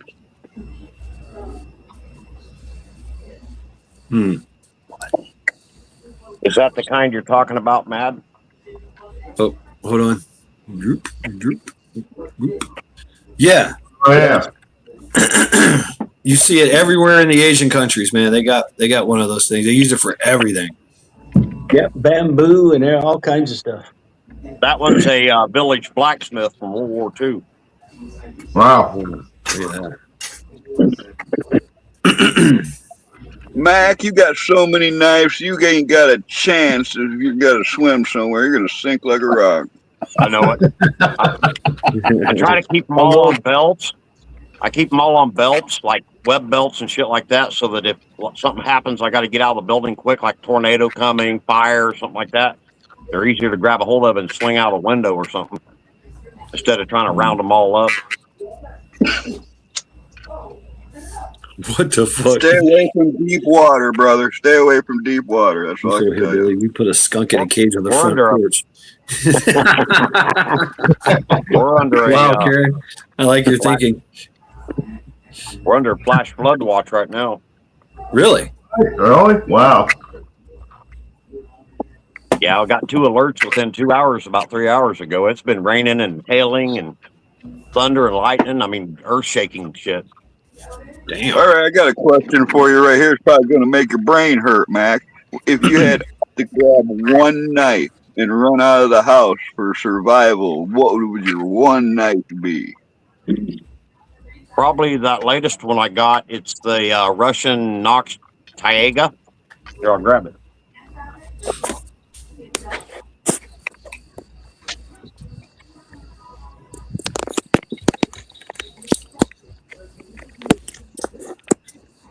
Boy, it's taking him too long. If he had to grab that, all right, you know.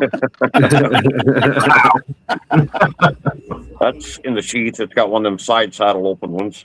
Oh shit. That's cool. Whoa, look at this. Ooh. Damn. Look at the saw man, on that. Nice. Can you see that saw? Comes from another planet. That thing's badass. Whoa, man. It's got teeth on both sides, and then it's got like what I call clean out. It's all Yep. sharpened in the middle, and where you can like take a chainsaw file and resharpen it. This is the second version. They made them for the Spetsnaz and the Pararescue Forces originally. That's a badass. Yeah, it is badass. Ooh. I've Rescue because you can cut through fuselage on it, and Spetsnaz because they're shovel killers, man. They were trained to kill with fucking shovels. They probably would prefer that. Yeah. Well, you might know what's this little notch here for. I mean, I hate to think that's a bottle opener. Probably. Well, if it's Russian. That's what it looks like to me. But not only does it work as a bottle opener, though, you can pry open a drum with that. Oh yeah, yeah. I didn't think about Wire that. cutters. Man, Oh yeah, a lot of their that ammo wire- is stored in wire. sealed they're Oh, in the, sealed metal things. The old Like spam cigarettes. cans. Yeah, that's good Right. thinking, Old Carl. span cans. Yeah. I bet you're 100%. You know, right. you don't even have to carry a shovel. You got that blade because the end is so wide of a tip of that blade that you can actually use that for like a little spade. Mm-hmm. Oh yeah, I could totally dig with that. Yep. I could trench with that. I could dig a hole with that. Sure. You can get You know, them that's on one of the Amazon. one things, Chad. You know, this is one of the one things that people knew for hundreds of years when they were traveling and stuff. That, you know, whatever. But people don't even think about it today. All right, it's one of the most simplest things that can make your life a whole lot easier. and you rest easier and not wake up sore as a motherfucker. You know, every time somebody used to lay down to go to bed in a field or on the ground, they used to take their knife and soften the ground underneath their shoulders and hips. They just loosen the ground, dig it up a little bit, and then Yeah, they'd build yeah. their bed over top of that. But people don't even think about it today. You know, is they just Yep. would lay on that hard ground in whatever way it was, and then suffer for it. Yep. I kick. I'm a kicker, so I'll kick. I'll use my toe and I'll use my heel, and just kind of kick it and then stomp it wherever I lay. I don't know. I don't know where I got that from. Boy Scouts. Same concept, though. Just soften that ground up a little. Otherwise, you know, it's not. Yeah, I'm I just just trying to make it flat. That's all I'm trying to think. You know, thinking about doing is making it flat. You know, and of course, find any roots or whatever, rocks or you know, an anthill that way. Yeah. Yeah, when he stayed Well, here that night, he was over there kicking my floor and shit. And I'm like, what the hell you doing? He said, oh, it's just habit. Sorry, just have it here.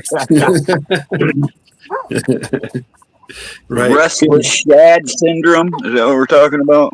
Yep. Restless shad syndrome. Yep. That's me. We were taught to break pine or cedar boughs and create a belt because up here in Canada, the ground is the biggest heat sink you're ever going to lie. Yep. You'll freeze to death. Yep. You'll never Yep. get warm. You'll shiver to death. Yeah. Yeah. Oh, yeah. South, it's pine needles. Get a nice bed of pine needles, and then put your That's sleeping what I bag on keep that. Or at the put door, your. Mac. Oh wait. You know, I'm too old for that shit. I got better stuff now. I went through all that when I was young. I used to camp with nothing but a wool blanket. I want my thermal yeah. rest. I want my booty. I want my M1949 mountain bag. I want that shit now. You know what I mean? I've gone the hard way. I'll fix the I've blade. roughed it. I want my gear. You know what I'm saying? At this age, a little thermarest self-inflatable pad can make a big difference. 3 to an old fingers. dude. That's what I keep at The the other door, way. Carl. How thick is it the other way? On the side. Thickness. Yeah, there you go. Yeah, see, that's pretty thin. That's thin. That's what I keep by the door. What brand That's is that? light, but it's thin, but it's lightning fast. That's an old timer, and the reason is Good battle blade. You want it to don't be rely on anywhere those from a quarter blades. to 5/16 of an inch thick. this Yeah, is the one that Kana, those are cool. Kana, listen, don't rely on those blades. All right, that's all. this is the one that you keep by the door that you don't mind, losing in somebody's neck. Yeah, it's definitely Right, an okay, anti-personnel that's knife. good for that. That's good for that, but they look extraordinarily cheap. I wouldn't trust them. They'll break or bend, or just be careful with them. This one Oh, here, no, that's when I got Oh, it, I it's good. stuck it in. I got a Cat 910 wheel loader out here, and I stuck it in between two of the stair and the housing body, and got up on top of it with bouncing up and down on it. And it didn't bend, it didn't break or anything. Wow.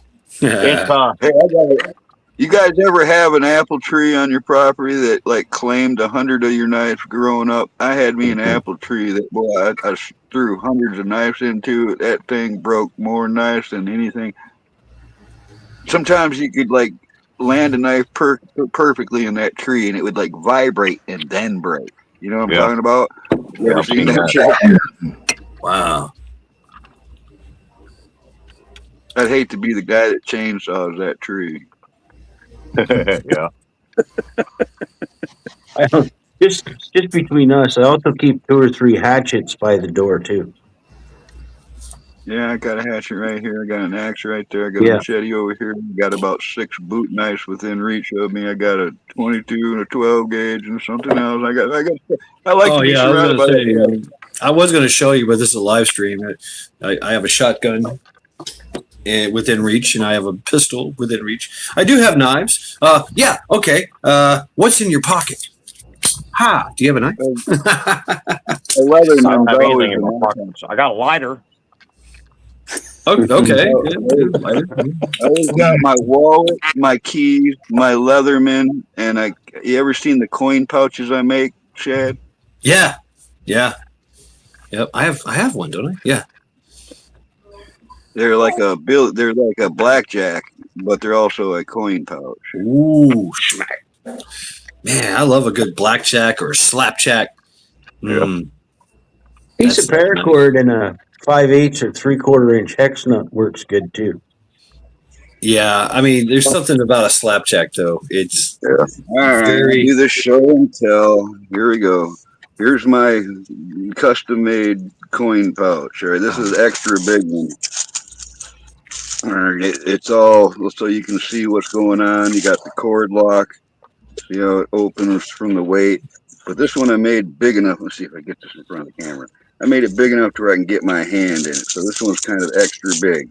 But with the paracord, this is hard to get in front of the camera. Nice. All right, got, paracord draw. See how it. All right, now when it's like this, there's probably about $10 worth of change in that thing. And I'll tell you what, if you hit something, it won't break. I reinforced with Cordura nylon on the bottom, so it's got multiple layers, and the seams are all triple stitched and stuff. So you could literally knock somebody silly with it. And I carry it everywhere I go. So I walk into a store, I got my change right there. It attaches to my keys. They don't even realize that I got a weapon in my hand at all times. mace. You know? Yeah, you got a goddamn mace on your hands here. Freaking melee weapon. At all, yeah, exactly. Fucking violent, man. Old and ornery and violent. Red. Yep. Retired, extremely dangerous. You and that motherfucker, Right. because That's where I heard about the paracord and a nut from, was people who fly a lot, because you're not allowed to bring a weapon. They'll keep paracord and a 5/8 or 3/4 inch nut in the pocket, and then if something goes down, they got 2 feet of paracord. They tie that 3/4 inch nut. When you swing that some bitch, it's going to do some damage. Right. Did you ever see my kit, Kana? All right, like I think Shad saw my house pack, for instance. I braided paracord around the whole metal frame of the thing, so it's got everything that I have. You can put as much paracord on your gear as you want, and take metal off of it, get rid of buckles, replace it with paracord and stuff, because paracord won't make sense. But I even incorporated paracord into everything I own, just about. If I needed the stuff, I probably have it on me, but I also keep it in rolls because I use it in sewing. I even use that stuff on boat tarps and stuff sometimes, because you can really tighten the boat tarp around the bow with it. I use paracord constantly. I buy it in bulk. All right, and folks, guess what? You're all unsupervised. I'll be right back. Okay, we're unsupervised. Back to paracord, though, real quick. Funny, because back when I first started using paracord in the late 70s and 80s and stuff, you had to buy a parachute, all right, demill the parachute, cut all the lines off it. You get 120-foot sections of parachute cord at a time. So they would sell it at surplus stores, but you could only get 120-foot shank of it at a time. And it was a little different. It was true 7-core, 550-pound test paracord. But nowadays they make this shit with polyester, innards and stuff that ain't near as strong. I've tested it. It breaks pretty damn fucking easy compared to real paracord. But nowadays, they've got glow-in-the-dark paracord cord. You can get every fucking color in the rainbow of paracord. Plus, they got these little buckles and compasses and all kinds of stuff you can add to the, like paracord bracelets and shit. Paracord's come a long ways over the decades, guy. It's fucking it's like a hobby on its own. Oh, they've got 9-strand paracord out there now. Have you ever seen the micro? It's like 5/16 of an inch in diameter. Well, here, let's see if you've ever seen. I got some 500. He's done. I got some 500. But have you ever seen this before? I keep around me, Robert. That 500-pound. Here, now, let me grab some regular paracord here. All right. Yeah, this 9-strand paracord is rated at what is it? 750 pounds. Wow. Damn. All right. So 750. you guys all know the regular gauge of paracord there, all right? That's Right. the normal gauge paracord right there. Well, here's the same thing, but a way smaller gauge, okay? It still has the 7 core, but it's micro thin.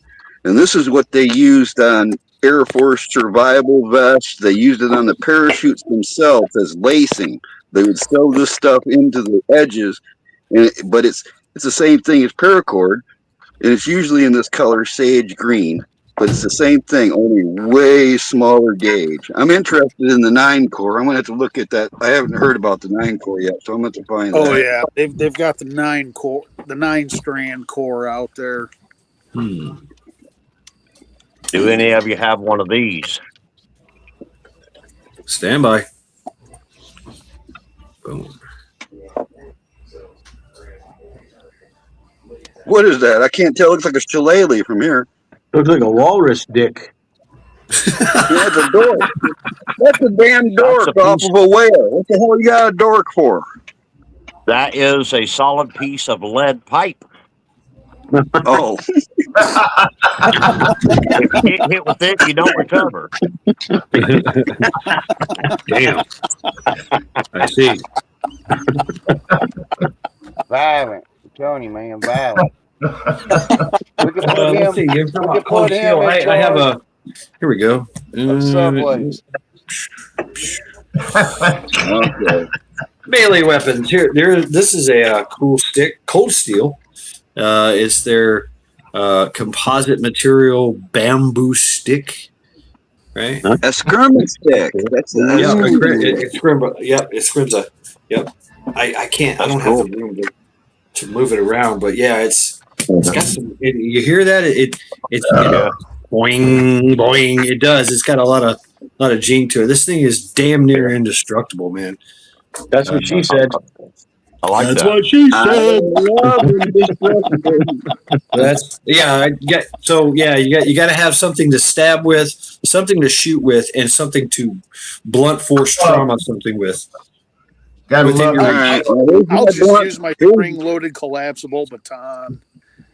Okay, I got blunt force right here. All right, these are Okay. custom made, solid nylon. All right, I made these out of solid nylon. You those cannot break these. They are absolutely unbreakable. Huh. There's videos of that kind. All right, X. Thank you very much. Have a good night. Zombie, Now we're back to zombie cam. Okay. Zombie, it's your opportunity to now say you guys are all too violent. The zombies now having second thoughts about wanting to be president.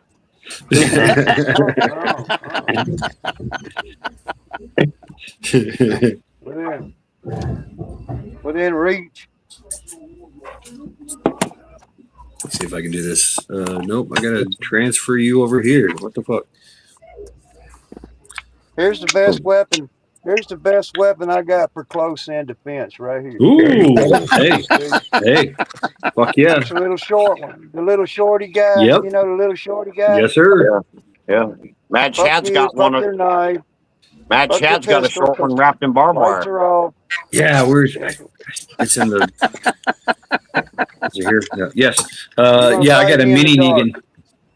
Growing up, I mean, and it's in my truck. I took a sawed off baseball bat. I take the top of it and just saw it off, the round part, just a little bit where it's flat. That thing is brutal, man. I mean, wrap some tape around that shit, that grip tape. Whap! That's some old school ghetto shit. I took it because it lives in my truck, right? So I wrote in there. I wrote on the truck, tire knocker. Yeah. Oh yeah, I seen this thing. Hold on. That's like a fish stunner. Damn it! Why is it not? Here we go. There you go. Yeah, that's a fish stunner. A fish stunner. Yep, that'll stun somebody. I was going to drill in little holes on my little aluminum bat. You fucked up. And every time I hit somebody with it, they're going to go home and remember that moment. Because when they look at that little scar on their ass, it's gonna say you fucked up, motherfucker. I'm older, but I ain't no motherfucking sap. You know what I mean? You folks are all ornery. Ornery and mean.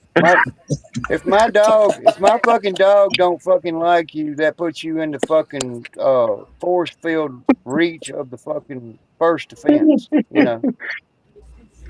So I got another weird question. Am I the only one here that names their iron? You know, like your lead slingers.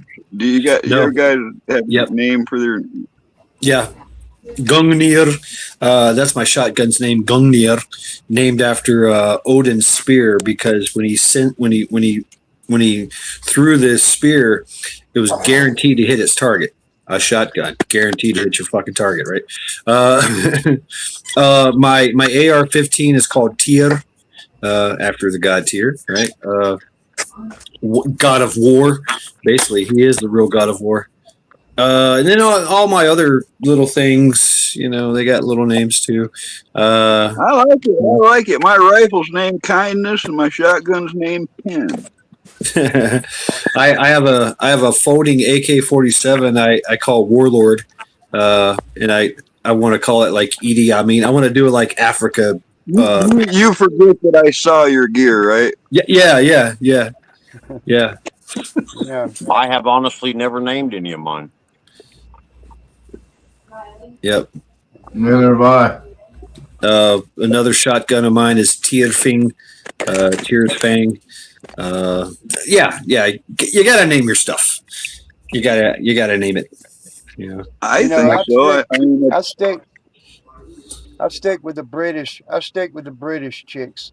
You remember that night, Mad Shed, when I showed you a piece of my British bitch, and her name is. Are you talking about an infield? What are you talking about? Oh Lord, I got a fucking 1914 Enfield, and it's a 303 cartridge. The 303, yeah, the 303. Fuck, man. But it's been Zombie. I have two. I have two Lee Enfields. Yeah, it's been pumped up a little bit. I've done some work to it. One was my granddad's. He had it for 2 years before he died, and he put a notch in it every time he shot a buck. And he had 7 notches in it. God rest his soul. But I can't get rid of it. I got to keep it. It still remains, with the modifications on mine, the Enfield. I got a 1914 model. It's capable. It still holds the record for the fastest lever action rifle with accuracy to this day. Wow. It means you can't have a lever action rifle faster than that one. Are you talking it's faster than Chuck Connors and the Rifleman? Are you sure?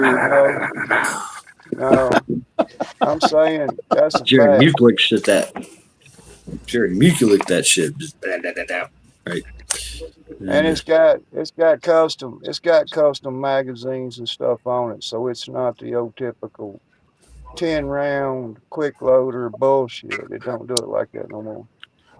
It's set up a little different.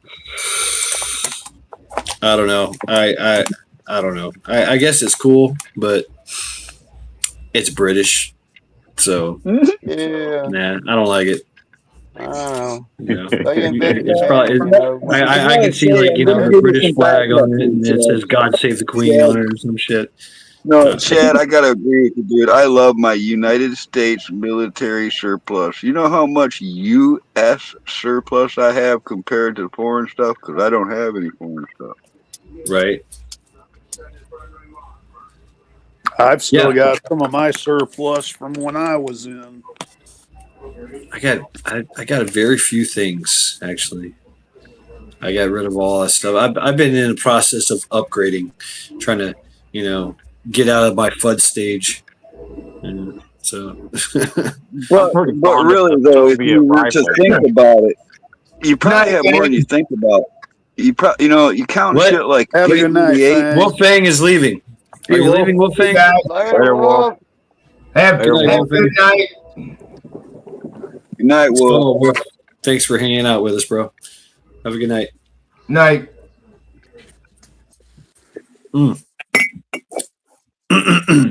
Okay, Carl, what were you saying? No, I was just saying, are you sure you're counting all your surplus? Because I mean, if you think about it, you got stuff like P38. You might not even think about that on your Oh, yeah. keychain, or little stuff, or like because there's the clothing, and then you got gear, pack I stuff, still got some. canteens, or medical Yeah. kit. There's so much surplus that you could have. Gas I mask. You got still a I gas still mask. have some old saw pouches that I hung on to. Yeah, Yep. see, those look pretty cool because you can put almost anything in those. They don't have the compartments in them. They're just a big, nice, open, wide pouch. Yeah, I got a bunch of these magazines in there. Yeah. That's sitting in a backpack that I can just. It's like my reload.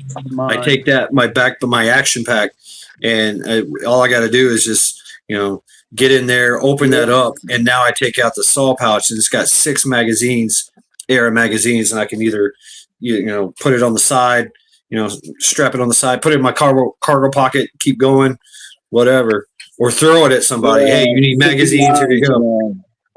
You've seen a lot of it. I put it on my community page and stuff. I started like my bug out bag. I started that in like the early '80s. All right, and at this point, almost like 90% of my gear is I made it myself. I custom made my tents, my packs, a lot of my clothing, a lot of my gear. It's just because I've been in this for a long time now. I customized everything. Yeah, My ghillies. I mean, almost even the truck. Really, if you look at that, with all the shit I've done to the truck, I took this whole thing apart and put it back together the way I wanted it. So everything. That's the way I did, Carl. I started in '84, and I've made a lot of my shit. It gives you, when you're working on shit like that for decades, it's like fine tuned to a point you can't even, you don't want nothing else. You don't need nothing else. I just streamline stuff. I got nothing new. I don't got no high tech none of these new gadgets. All my shit's old school. Hard to find a surplus. Y'all know how I live. Y'all know how I live too. I've been off grid for fucking years now. All right, I've been satelliting around, whatever you want to call it. Gypsy. Oh, by the way, I'll tell you what, big fucking leaps and bounds. I've been kind of held up, not being able to go far because I got broken leaf springs. I need shocks. I need a steering coupler.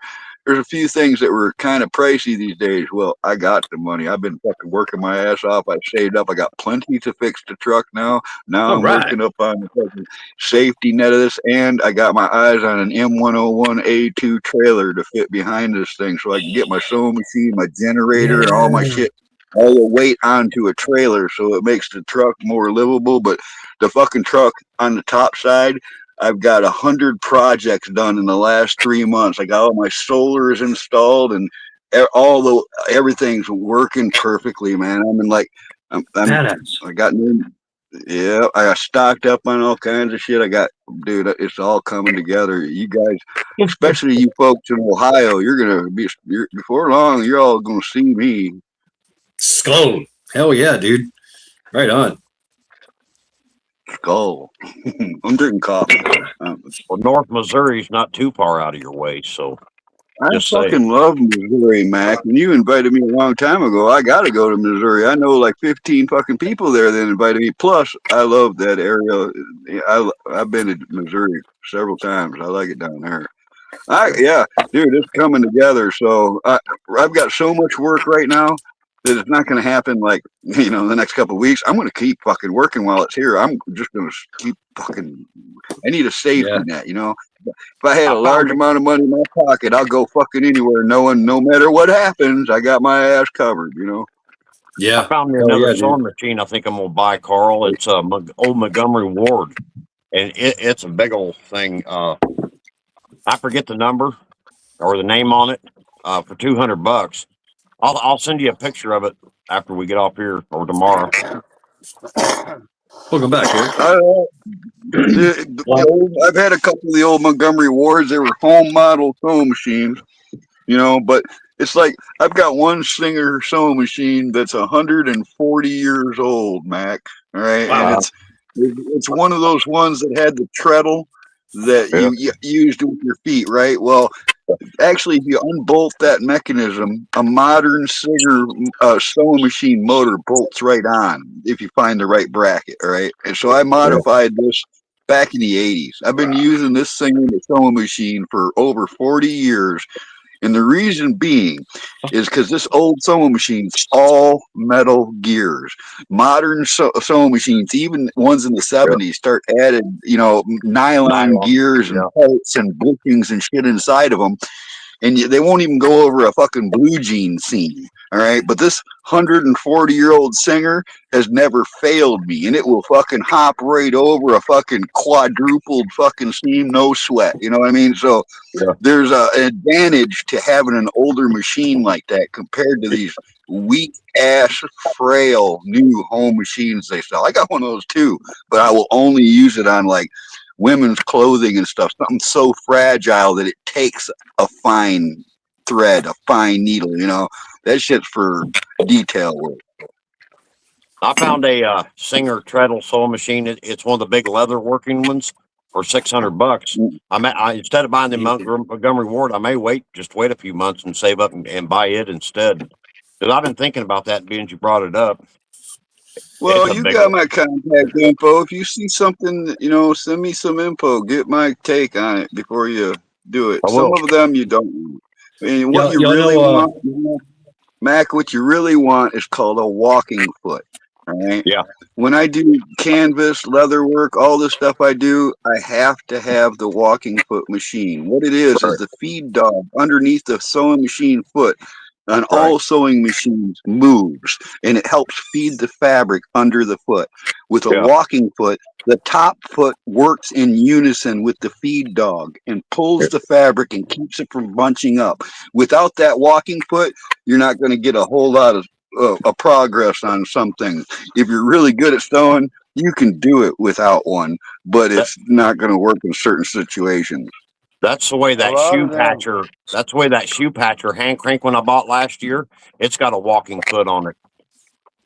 A lot of them, they got an attachment nowadays. I used to have one of the older model, one of them big green industrial Singer machines, and they got an attachment nowadays you can get that's a walking foot attachment for those machines.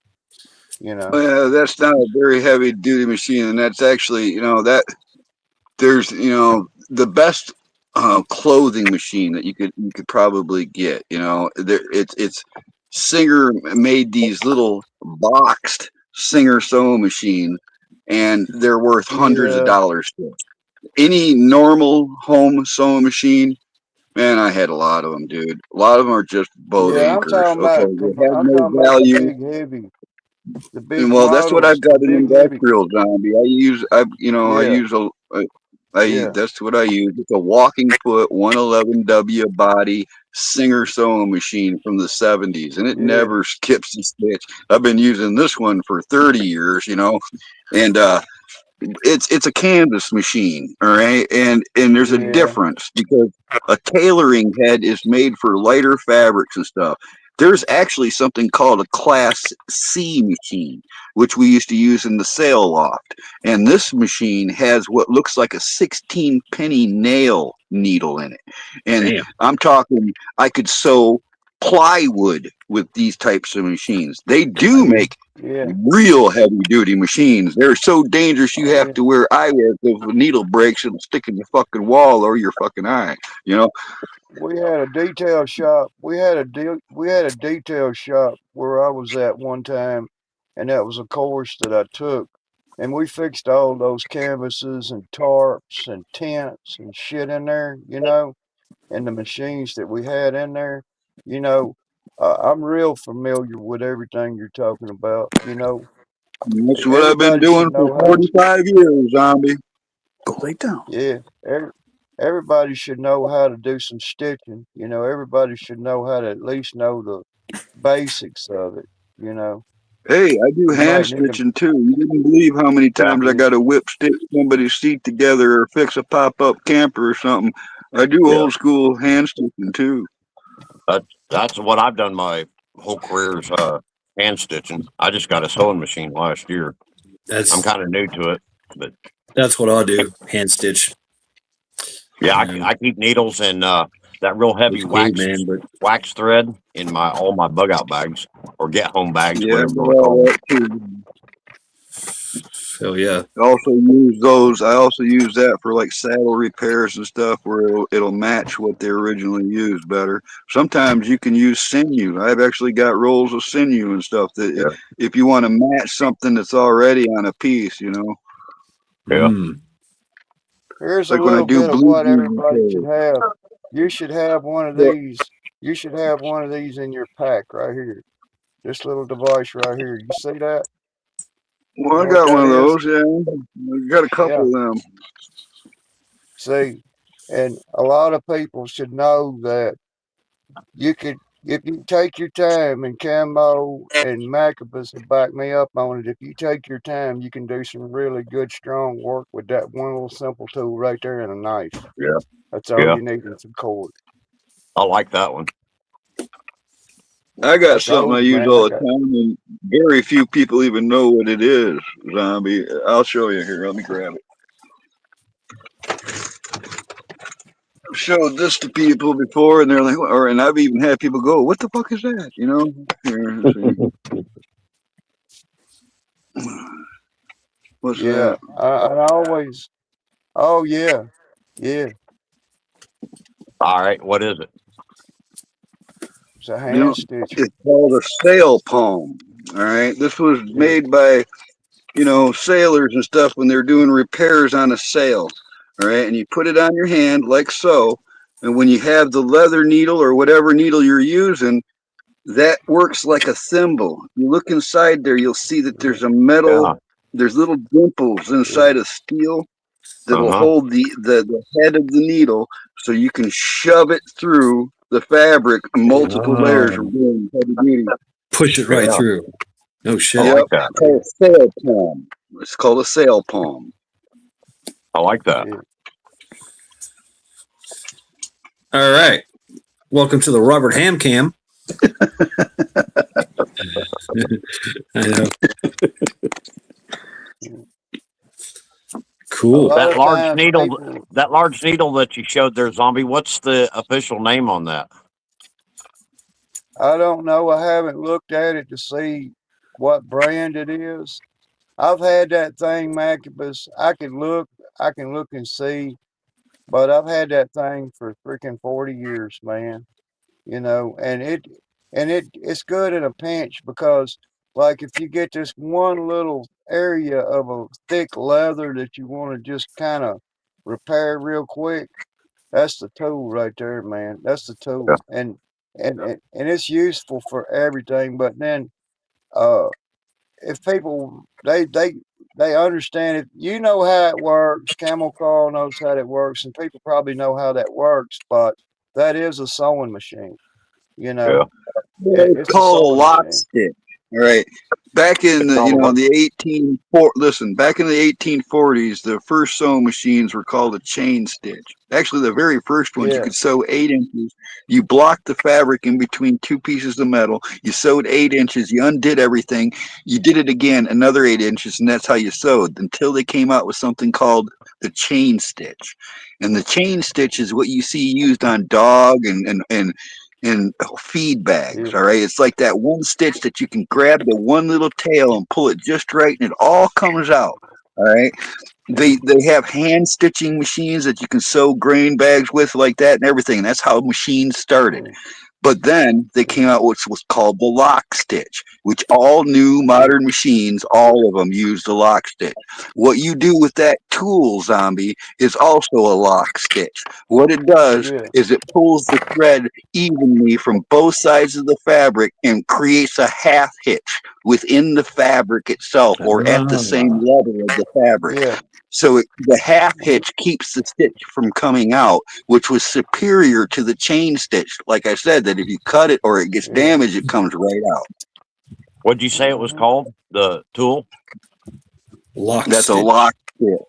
All right, it's for creating a lock stitch that creates a half hitch at the middle point of your stitch. You see what I'm Okay. saying? Yeah. You know, where the hole goes through the fabric. And that's how you tune a sewing machine. Both the top thread and the bobbin thread are supposed to be at the exact same tension to create that half hitch directly at the midpoint of the fabric. If it pulls too much to one side or the other, your stitch is faulty. So that's how you tune your machine just by touch. You can pull the tails of your thread on the sewing machine and feel if the tension is the same. Yeah. Yeah, Okay. the tensioners. Wow, dude. You know, the tensioner dial on there. That's a bitch for some people to get that tensioner right, you know. But once I you get it don't ever right, use you the can get on numbers, with man. it. I use the feel.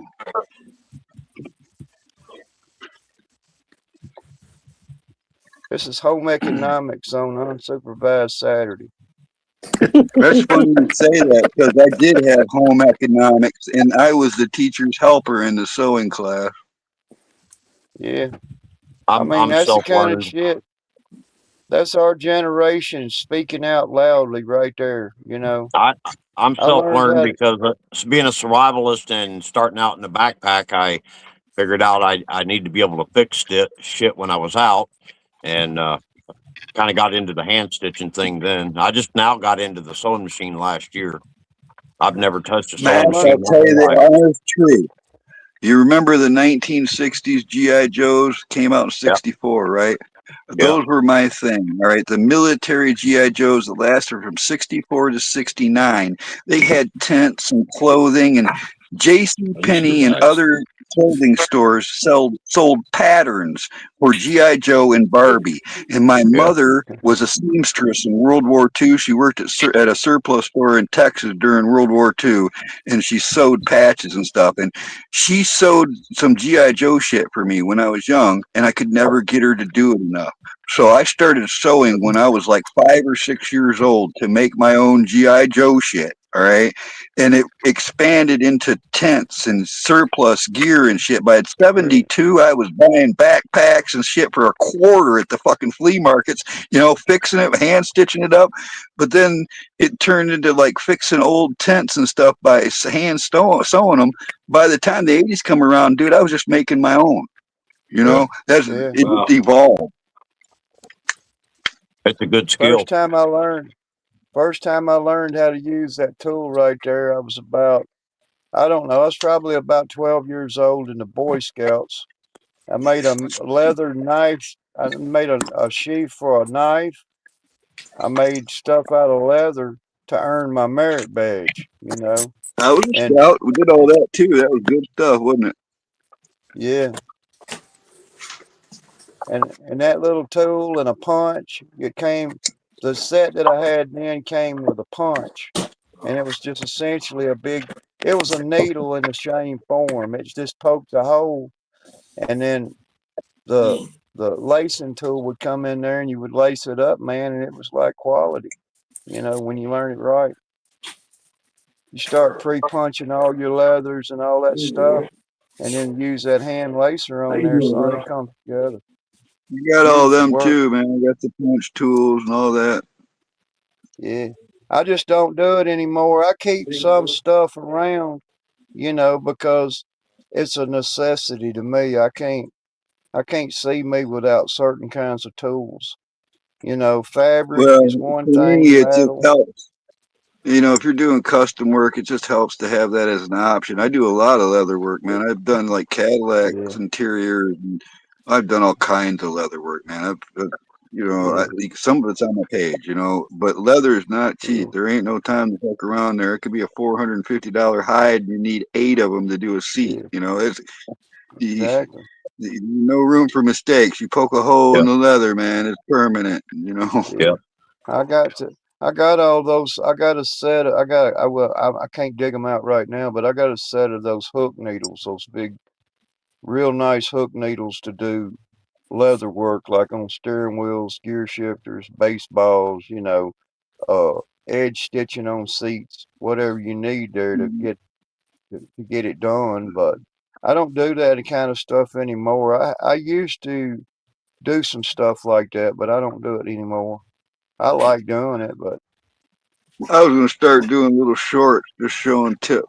Like simple things on like how to tie the knots and stuff. Because the way I do it's a lot different than most folks do. You know, I don't know how Independent to. Men United. What's up?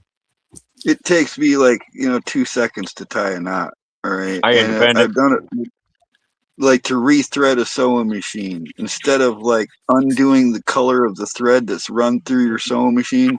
No, all I do is I cut the thread where it comes off the spool, run the new spool through that, tie a simple knot, and pull it all the way through my tensioner and the whole mechanism of the Yeah, sewing machine to the eye of the needle. And then all I have to do is yeah, rethread the needle. Now the whole machine has changed its thread color that quick. yeah. Hmm. I used to have Wow. the big spool holders on my machines, and it would hold like two of the bigger spools, and That's your that's standard what I one. would I've do. got I use the 2 pound. They're great big spools. There's 1 pound and two Yeah, pounds, and those suckers yeah. right now, Bazzombie, I can't believe what they want for. It's costing me like $80-$90 for a spool of thread these days. Golly, What I use. is It's you just crazy. What's you up, buying Andy? upholstery? You're buying upholstery It's grade 90 Hey, Andy. weight sun guard. thread. The only thread I use nowadays is called sun guard. It's ultraviolet proof. It's saltwater proof. It's a polyester that'll last for fucking decades. It's way better than any nylon or anything like that. It's the way to go. Yeah, It's better that's than the wax expensive, stuff. man.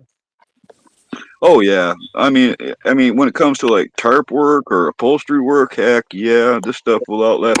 See, actually, throughout the decades that I've been doing upholstery, they really made some mistakes. They used to use. It started off like tents and tarps. They were all made with cotton thread. All right, Yeah. and by the time the '70s came about, they started using nylon threads, and the nylon threads were strong. But what they didn't know, and they found out the hard way, is that it was susceptible to salt waters and ultraviolet rays. So the nylon thread would Yeah, break down, and the fabric of your tarps or tent would be good, but the threads would just give out. So it kept us upholsterers busy because I've had to resew hundreds of tarps and boat tarps and stuff where the nylon thread rotted out, but the fabric was good. Mm. Well, Yeah. even when it comes to the fabric, stuff like certain brands of boat fabrics and stuff, they've come a long ways. All right. In the beginning, like Sunbrella, one of the most popular brands, they had all these fancy colors and like corduroy textures and shit. But over a 10-year period, it would fade and fall apart. So, but they improved on it. But when those were prototype type fabrics, you never knew what you were yeah, getting. Now that they've been on the market yeah, for all these years, you know what you got. yeah. I Wow. Right know. on, man. I used probably hundreds of yards of that the old marine grade vinyls and stuff on the covers, and I quit doing it. I quit doing it only because if it if 62. it's not for me personally, I really just don't have no interest in it. Well, zombie, this But is what I've got going here. This was the plan, and this is what's going. I'm doing it here, all right. But I've got yeah, this old military truck rigged up to where I can slide either in or out. I made a custom industrial sewing machine table. I put a brushless motor on it. I've got a nylon tabletop on it. And and I can pull it out of the truck, or I can use it right in the truck where I've got the inverter or generator options to where I can go right to a yeah, marina or a swap meet or a bike meet or something like that and do patchwork and repairs and custom shit on the yeah. spot anywhere I'm at. Just be mobile, huh? You know. That's what And it I'll is. tell you Everything I what, own fits in this truck. If it's in or on this truck, everything I own, zombie. yeah. And Yep. then It's I'll tell you, badass. man, I had one time. I had an embroidery machine that would do patches and it would do logos. It would do I've used them. whatever you wanted to with it, but I got rid of it. But it was really badass too, if you just like them designs and labels. I sold it to I've done another some of guy I that know that too. does interior. Beam radar. I had I don't know if you ever heard of Traverse City, Michigan. It's a pretty big town, but I had a tailoring shop in downtown Traverse City, and I did You know, all kinds of custom clothing, alterations for, you know, JC Penney, S&K menswear, all the men's and women Yeah. clothing shops and stuff. I did that for years, you know, so I do a lot of different kind of sewing. It's not just, I do home boat, car Yeah. upholstery, but I also make custom military law enforcement tack gear. I do saddle tack. I do, you know, I've worked in the sail loft. I've worked in factories. I tried to, you know, I've done shoe repair. I've tried to I pretty much put stitches in about everything, including people. I've even sewed up Yeah. people. So Wow. Yeah. You know, it Yes, makes sir. perfect sense. You know, the old famous cross running stitch, man. That's the fucking one. You you know know, how to if all practice else sewing fails. on skin, like you know how to do surgery. The best way to practice that is try sewing a peach. Sew the A skin of a peach. peach. That's what. Yeah, that's what it's like to sew human organs and stuff. Hmm. So, Speaking of What's up, peaches, I got a bunch Caroline of fruit. Henderson? What's up? How you doing, Good to Carol? see you, sister. You guys got some of those, man? I got a bunch of different gauge sutures and stuff. They got, you know, the medical Yeah. sutures, the sterile ones that come in your medical packs. They got the thread already attached to the needles and Wow. stuff. Those are pretty cool. I don't, and I do it on purpose because I'm not sewing anything up. You know, Well, I've already I got figured it all out. that stuff too. But I I mean, still I like don't to know, have but it. I'm gonna I'll tourniquet, I'll stuff the wound, and then I'll Israelis bandage it.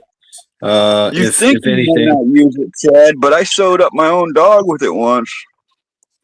Mhm. Okay. Super glue is one of the best things for combat application. Right. Super glue. It saves a lot of time as far as sewing.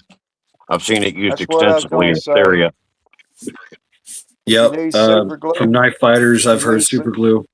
There is a medical type of super glue too, Yeah, Yep. Yeah. and but I was I watching.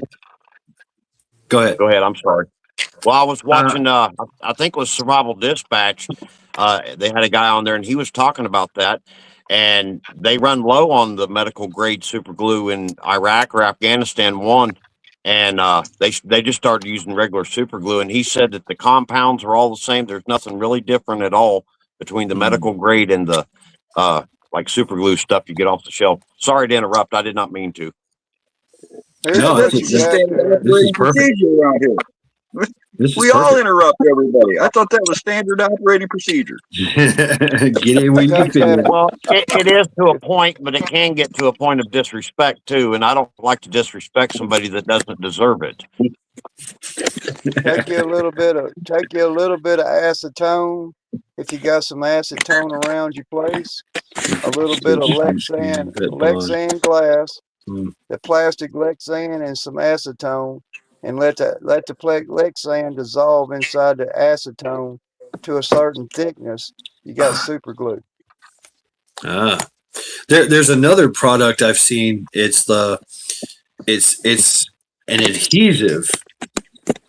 It's like a zipper. You know what I'm talking about? Like you get a cut, and Yeah. you put this adhesive there, and you can lace it It's up. a Like pull the, automatic butterfly stitch. You put the yeah, adhesive on it the side of the wound and you pull closes a zip tie looking thing and it pulls your wound together. boom, and then you It's zip like it. it's like a zip stitch. Zip Yep. stitch. Yeah, okay. I've seen quick stitch. Okay, Pilgrim's calling it. Yeah, you guys are so smart. Boom, Independent Mini United. Thank you very much. She comes in here and just drops everybody's links. Thank you so much.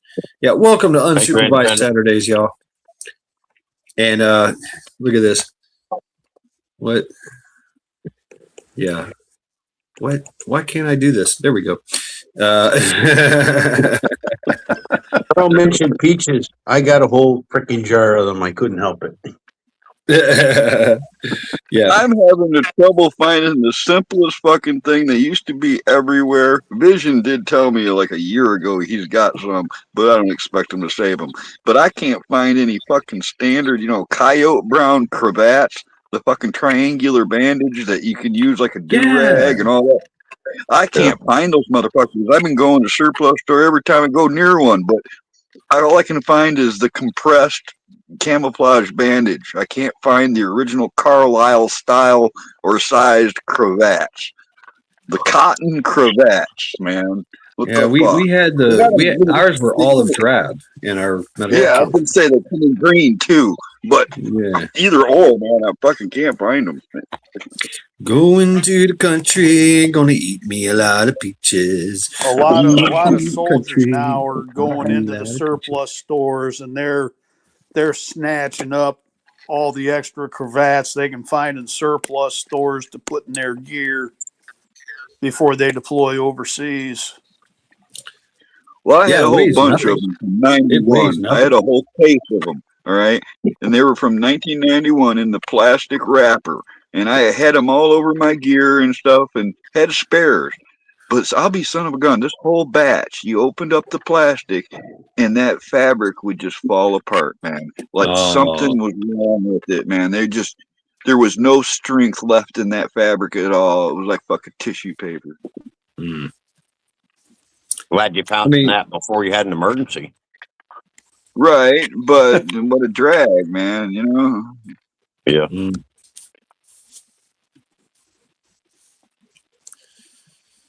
I did end up buying something off the marketplace not long ago. I'm just waiting for when I see you guys in person. I don't know, did I give you some, Shad? But I ended up buying this case of their camouflaged extra large wound bandages. These things are for like abdomen wounds. They're the biggest compressed camouflage bandages I didn't I've have seen any. yet. No.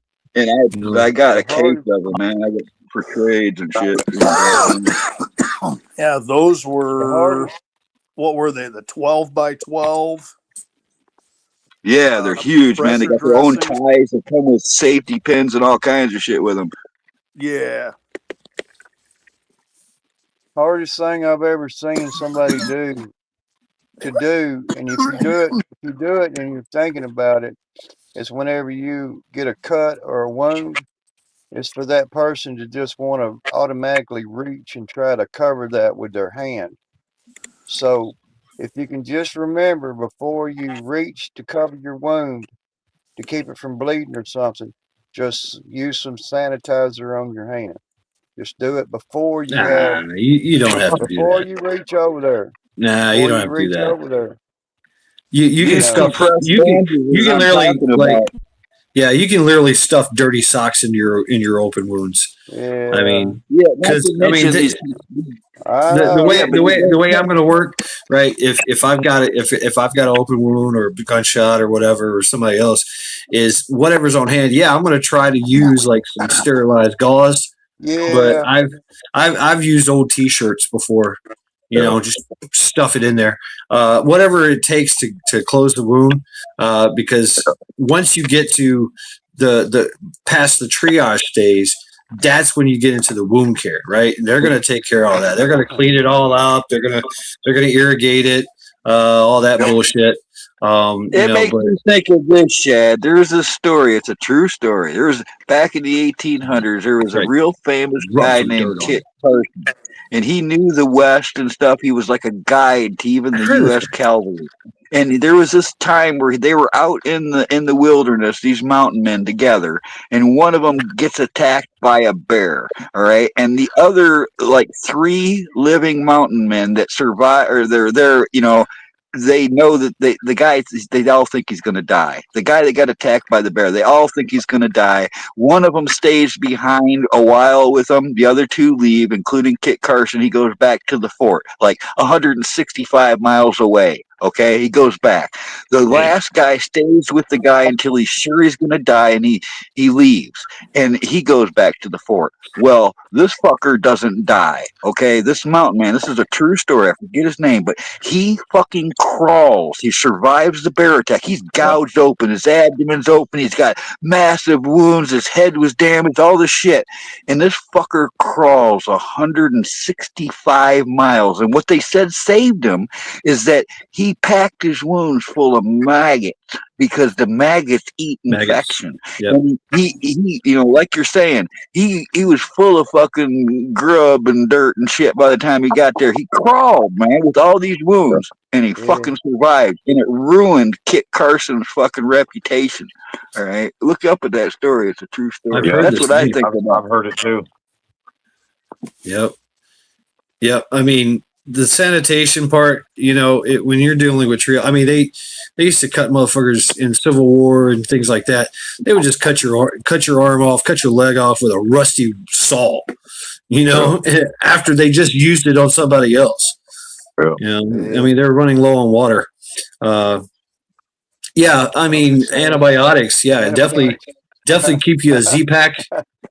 The Z-Pack is a good thing to have, just in case, you get an infection or whatever.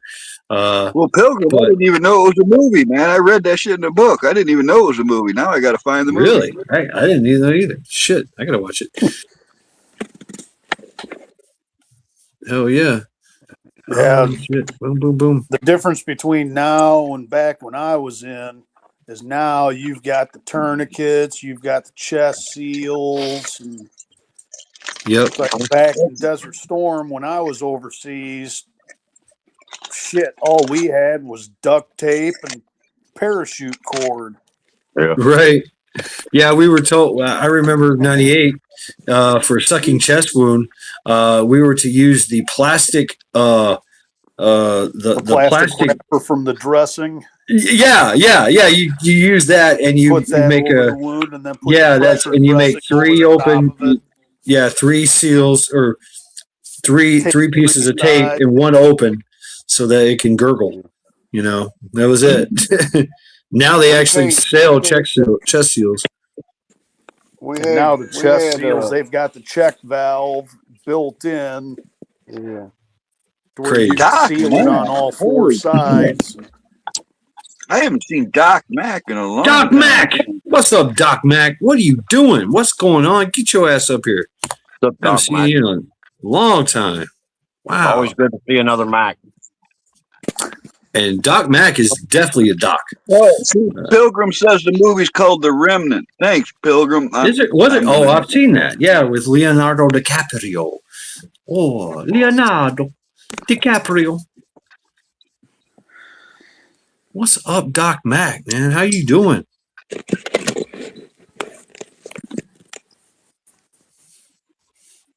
Wow. Yeah, I mean, you want to hear anything about medical? Doc Mac's the guy. He's your guy. Yeah, he was a corpsman. I know. He was a corpsman, and he's still working in the field. What are you, like super EMT by now? He's like an expert for removing objects from people's rear ends. He's had all kinds of weird things. Been busy around the globe. Yeah, some of these live streams I've been on, I was like, oh my god, that went where? Yeah, been busy around the globe. Wow, globetrotting here. Boom! Thank you. One of those guys that would be really hard to surprise. I knew if somebody started some conversation about medic, and they started saying medics, one is definitely gonna show up. Oh, what? Am I still subbed to you? Yeah, I'm still subscribed. Yeah. I can't believe I have to watch a Leonardo DiCaprio movie. I don't care. Yeah. He's got a couple of good ones. I mean, I get it. Yeah, but he is definitely not. Yeah, he's a douchebag. Straight up. He's one of those EOs. Who knows what he did to get his success? You know what I'm saying? Have you folks ever come across a bear? I was hunting birds one day, and I came across about a 400-pound black bear, and he was as fucking surprised as I was. He turned the other way. Every black bear I've ever run into runs like a motherfucker, except for the mamas. He turned the other way, Carl. He turned the other way, and he ran about 35 miles an hour, and he was snapping trees, 1.5 inches thick, trying to get away from me. And he was not 400 pounds. They will. The black bear will not let me pet them, Kana. I've tried. They run every fucking time. But they will fuck you up. They will fuck you up. Well, don't get between a mama and its baby, especially like berry season and Yep. shit. But yeah, other than that, them motherfuckers are scaredy cats. I've kicked them many times in Tennessee. Black bears, big fucking black bears. You know how strong and big you have to be to snap 1.5-inch trees? And I mean like twigs. Yeah, but they don't have the temperament of a grizzly or a Kodiak or something like that. So the black bears, they're like timid around Michigan. I'm not even kidding. They run. Yep, same thing in Tennessee. Yep. Well, They just had a sighting in Detroit. They got half of Detroit all flipped out because a black bear was seen on camera running around. Yeah, I had a buddy of mine had it was a, what the hell was this thing? The Chevette. He had a Chevette We called those the shove it because you had to shove everything in it. It was so tiny. Yeah, and he had a bad idea of eating in his car for lunch, and he would leave like all the wrappers, and I mean this dude was a fucking pack rat for fucking fast food. And who knows? He left half eaten shit. This fucking bear, this black bear, broke into his fucking car, little bitty ass car. This big ass bear was eating his seats, eating the fucking eating the dashboard because he would wipe his hands on shit. He would wipe his hands on the seats. This fucking thing was ripping out seats and shit. We're like, what the fuck? I had to repair that shit, man. This like last year, all right. This guy couldn't understand it. All right, he had his speedboat. It was brand new. All the upholstery got done on the speedboat. It was brand fucking new, sitting in his pole barn. And raccoons went in the winter, and they fucking ate every cushion of this boat, Shad. Not just the outer vinyl. They fucking chewed into the fucking foam and everything and destroyed each panel on this thing. All right. And either his kids had greasy fingers and had that, fast food or something smeared on the seats, or they were after it for bedding or something. Because that would kill them if they ate it. So I'm wondering if like they, use it to build up their insulation in their nest or some shit. But yeah, that makes me money. Really? I got one back here. He's got a nurse the size of a Buick. Really? No, fucking big fat raccoon. I have to put the bird seed in at night because he raids it. Yeah, they're so smart, man. So fucking smart. Very clever. And they got those little bitty hands. Little bitty hands. You know what's worse around here than a bear? And probably in your guys are coyotes. There was a place here where the fucker was trying to steal a baby from the lady's carriage. Yeah. Damn. Yeah. Yeah, there's going to be a lot of videos popping up where they're doing shit like that. Coyotes in city areas. I've got a ton of coyotes within 360 degrees of me. Yep. Yeah, I hear what you just said. I've heard it too, where you hear different packs, communicating with other packs. You can hear multiple packs around you. Yeah. Yeah, they'll all band together in like hundreds of them, make like a super pack, and literally they run through the countryside, killing anything and everything they can find. So at my buddy's in Texas, when I go down, he had like 27 holes through under the fence dug, coyotes. And they'd come in and they'd fucking kill his baby deer. They'd kill his chickens. So we went around and we put... They're way more smart and sneaky than people think, Hannah, because they'll go and imitate a wounded animal. A coyote will make a noise like a wounded rabbit and draw dogs and cats and other predators in, and the whole pack will jump them like a fucking ambush. Tell me other animals in the world that do that shit. Well, we caught one in the snare, and I went back to the back gate, and he was in there. And you know how they growl and they get their mouth open at you and everything? Well, this fucker, when he saw me pull out the gun, he dropped down and he got all coy looking, pretending like he was harmless. And when I walked towards him, he started growling. And I shot him 5 times with a 357, and he's still alive.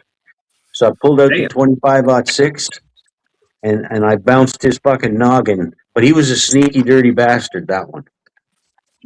They are, man. They're coy as a motherfucker. You know how you can tell? I always ask people this. I think I said it before, but you know how you can tell a coyote den from a fox den? No. Well, a fox den will be completely clean. Okay, there won't be any sign of anything outside of a fox den. But a coyote den, there'll be bones and scat and all kinds of shit laying around outside their hole. They're fucking up. Oh, They're like the odd couple, you know, compared. I see. Like fucking coyote fucking trailer trash. They're nasty bastards. Thank you, Independent Mini United. Yeah, I do have a Cash App. There's something going on with my monetization. I don't know. It's called I know. I got a AdSense. question.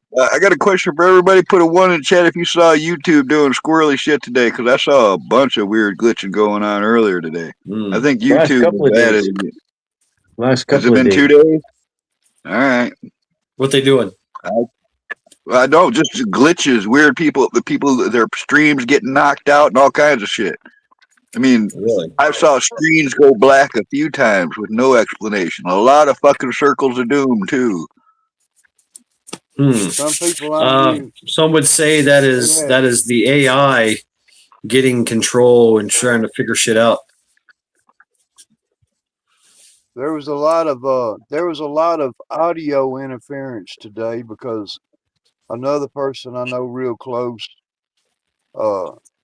he does a show and he had audio trouble, not video trouble. It was just every time something had to be said, it might be some kind of important to hear, then they was having major audio problems with that. Like, you know. Imagine that. Zombie, I did a live here a month or 2 ago, and it was weird, man.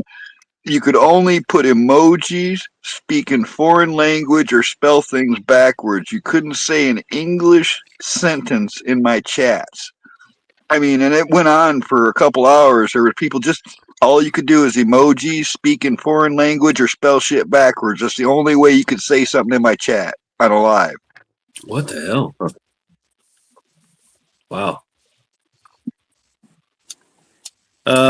15. I'm 18-minute warning, folks. 18-minute warning, and I'm going to end this live stream. I am extremely tired, and Yeah, it's getting late. I've had about 3 shots of rum in my dark and stormies. I'm feeling it. I'm feeling it. Thanks for having me up here, Sharon. I am the same way. I did a lot of shit today. Yeah. There it is. Now everybody's going to yawn. I mowed 4 fucking acres today. It's all done. Damn. Man, I mowed 3 acres day before yesterday and then went to weed eating, and it just seems like it just gets hotter and hotter. The grass grows about 4 inches during the rain. I'd like to mow it so fucking short it don't grow back. I just wish you could like mow once a year. You know what I mean? Wouldn't that be cool? Like you mow it once and that's all you needed to do. I knew a rich guy in South Carolina. He got so tired of fucking mowing his grass that he took it all up, laid out concrete, and put up fucking fake grass. Yeah. Yeah. Got the greenest grass all year round. I'm gonna get AstroTurf, yeah. He put out AstroTurf. Yeah. Thanks for sharing my link, Indy. Hey, I love y'all whether you like it or not, and I'll see y'all somewhere soon. Thank you, Carl. Have a good night, pleasure, Carl. brother. All right, Camo. Take care of yourself. Thank you. Hell yeah. Camel Carl, everybody. See, I can't stop yawning now. It is Sunday, y'all. Yeah. You working It's still tomorrow Saturday there, here. Mad? What? You gotta Still go back Saturday to work here. tomorrow, Mad? And what? Hold on. Who's speaking? I heard Mac, and then I heard. It's still You gotta Saturday go back here. to work tomorrow. Oh, it's still Saturday here Yeah. in Missouri. Okay. Zombie, what do you say? Oh, is it Saturday? Tomorrow's Sunday, ain't it? Oh, I guess Today I'm is Sunday fucking for me. That's why stuck in my a hair's fucking down. time. Let's I look let what my hair do happens what it when you wants get on Sundays. old and you have nothing to do. See, you don't give a shit what day of the week it is. Oh, I see. Yeah. My world, there's always something to do. Just whether or not I decide to do it or not, especially on the weekends. But no, I needed this weekend to recuperate from this week. Just fuck. Oh my god. Man. But Well, I accomplished everything I was supposed to accomplish in Tennessee. You know, I got my mom set up, taking care of all her finances, getting all that information, and of course, you know, putting a scammer in jail. You know, taking out the trash, and then of course fighting my mom over the whole damn thing because she is so brainwashed over it. It's crazy, crazy. But did they yeah, I needed did this they weekend to what? did they dox the guy for that? Did they get his Oh mug yeah, oh shot yeah. and He's arrest him? I've got Dox his ass. yeah. I They've dox got him on the something called internet. the cop patrol.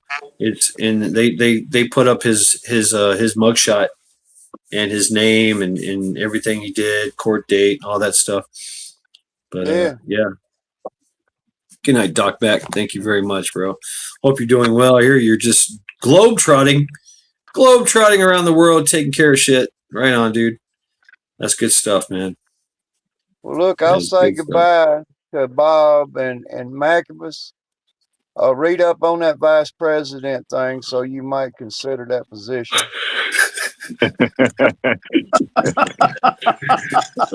Right. Yeah.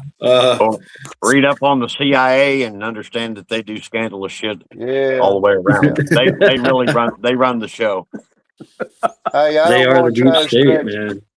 I didn't Yeah. want to try to stretch anything out, but you know what they did to our CIA director over some 40 files, didn't you? You know, where they took files from her pertaining to the Kennedy and to the Oh, Tulsi Gabbard. project Tulsi Gabbard. Yeah. Yeah. So they kind Yeah. of She fucked says it her didn't over a happen. little bit. Yeah, the Even CIA in though their Tulsi own Gabbard office. is supposedly in charge, is over them, right? Yeah. So yeah, that's kind of So weird. I seen a headline anyhow, about it. I hadn't kept up with any of it. I don't get on YouTube too much yeah, anymore. yeah, Yeah. that's called attempted coup right there. If you want to know what it really means.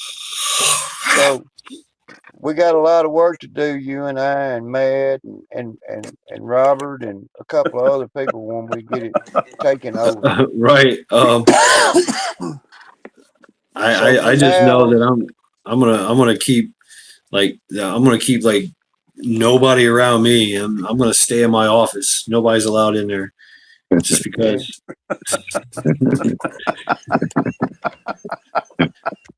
Right. I don't know what's gonna No, go no on. I'm takeout gonna food. put Yeah, I'll take out food 1970. and it gets pre-eaten by somebody. Make sure that it's not poison. No photo ops whatsoever. None. You We're must going back be to the 15 '60s. feet tall to get into my office. Yeah, we're Yeah, going back to the '60s and '70s decor inside the office. So you know, that's what we're I going by. like We're it. going to have Yeah, I just want. disco era in the ballroom. See, we're gonna have disco in there. Huh. So, anyways, until that time comes again, Mad Chad.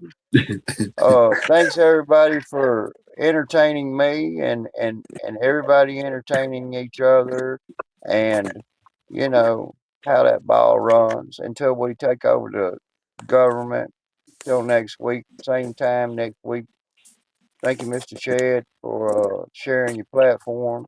Yes, Robert sir. and Thank you very much, Macus. man. Love all Thank you you for guys being a that are little up more in the chat. respectful and giving somebody else a chance to talk. Yeah. Well, I'm not going to put him in anger management.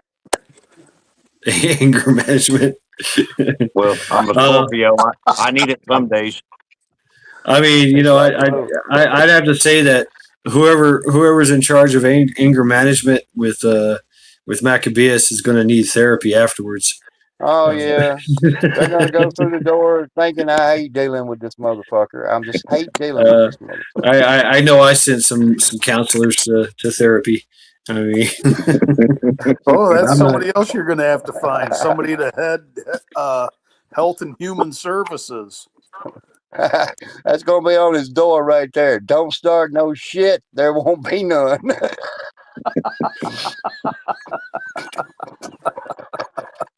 Yep, I'll have a sign. Enter at your own risk. I'm in a bad mood today. Well, until next time, I'll say la vie. All right, take care of yourself, zombie. Have a good Stay night. safe, zombie. Have a good night, zombie. It's called. I'm sitting here drinking air. Yeah, I'm out Boom. of coffee. Yep, I'm done on my rum. 3 shots is enough. Yeah, I've been drinking Gosling's rum, good old Gosling's rum, Black Seal, and I got roped into this because I walked in the fucking liquor store just to get some beer or something, and every now and then they have like these cute little women that have like they're doing their little promotional. Hey, you want a free shot? You know, that kind of thing. And I had walked in there. I had already took a beer to the face, just because GP. And you know, I look in there. I'm like, ooh, dark and stormy. Oh, Gosling's rum. That's my favorite. I was like, boom, give me that. So yeah, it's a rum type of weekend, shall we say? Good night, Independent Men United. Night, Indy. Night, Andy. Thank you very much, Indy. She comes in here and just starts crushing it, sharing everybody's links and stuff. I don't drink often, but when I do, you know, it's medicinal. It is. It's good therapy. Yeah, that is my therapy. Yeah. Because my week was bittersweet, you know, kind of thing. Nostalgic, good and bad. So I was like, yeah, there's a reason why I left Tennessee. Yep. Yeah, the Kraken is fine, I guess, but my favorite is Gosling's rum because it's just the Kraken is overspiced. It really is. Gosling's rum is spiced, but it's just the right amount, and it's about the way they do it too. Gosling's rum, the spicing is in the process, the whole process of the rum making. The Kraken rum, they spice it afterwards, so you can taste it. It's more on top, and you're like, nah. You can taste the difference. A good budget rum that I found was Admiral Nelson. Okay, yeah, Admiral Nelson. Yeah, that's pretty good.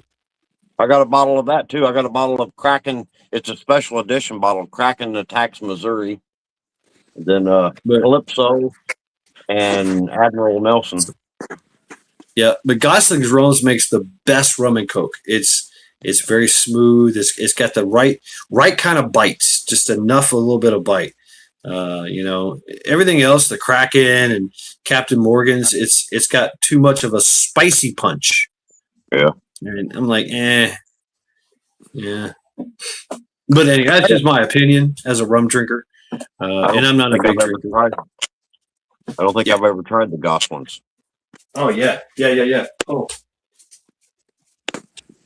I found with Captain Morgan and Admiral Nelson mixing it with Pepsi, you get a nice vanilla aftertaste. That'd be good with a cigar. Yeah. So here we go. This is Gosling's rum, and it's also got a lot of history. It's a traditional, made in the Caribbeans for mariners and pirates and things like that. See the black seal here? That's what they used to use. They called it black seal because when they sealed the cork, they would use a black wax, and so everybody called it black seal, right? And that was kind of like their secret. And it just, Yeah, just beer. I'm over 60, right? What's up, Wayne? But yeah, there's Mariner history in this, the Caribbeans. But good stuff, really good stuff. Cures what ails you. I'll have to get a bottle for the stash. Yeah, it's good rum. It's not like Bacardi rum. That shit, you can run your car on that shit. That's Oh yeah, that's some rock gut. This is a little bit finer. that's some high horsepower stuff. This is a little bit more refined in the way that the Caribbeans do it. As opposed to Captain Morgan's, and I think it's aged a little bit longer too. They haven't changed their process in like 200, 300 years, 400 years. I forget how old this shit is.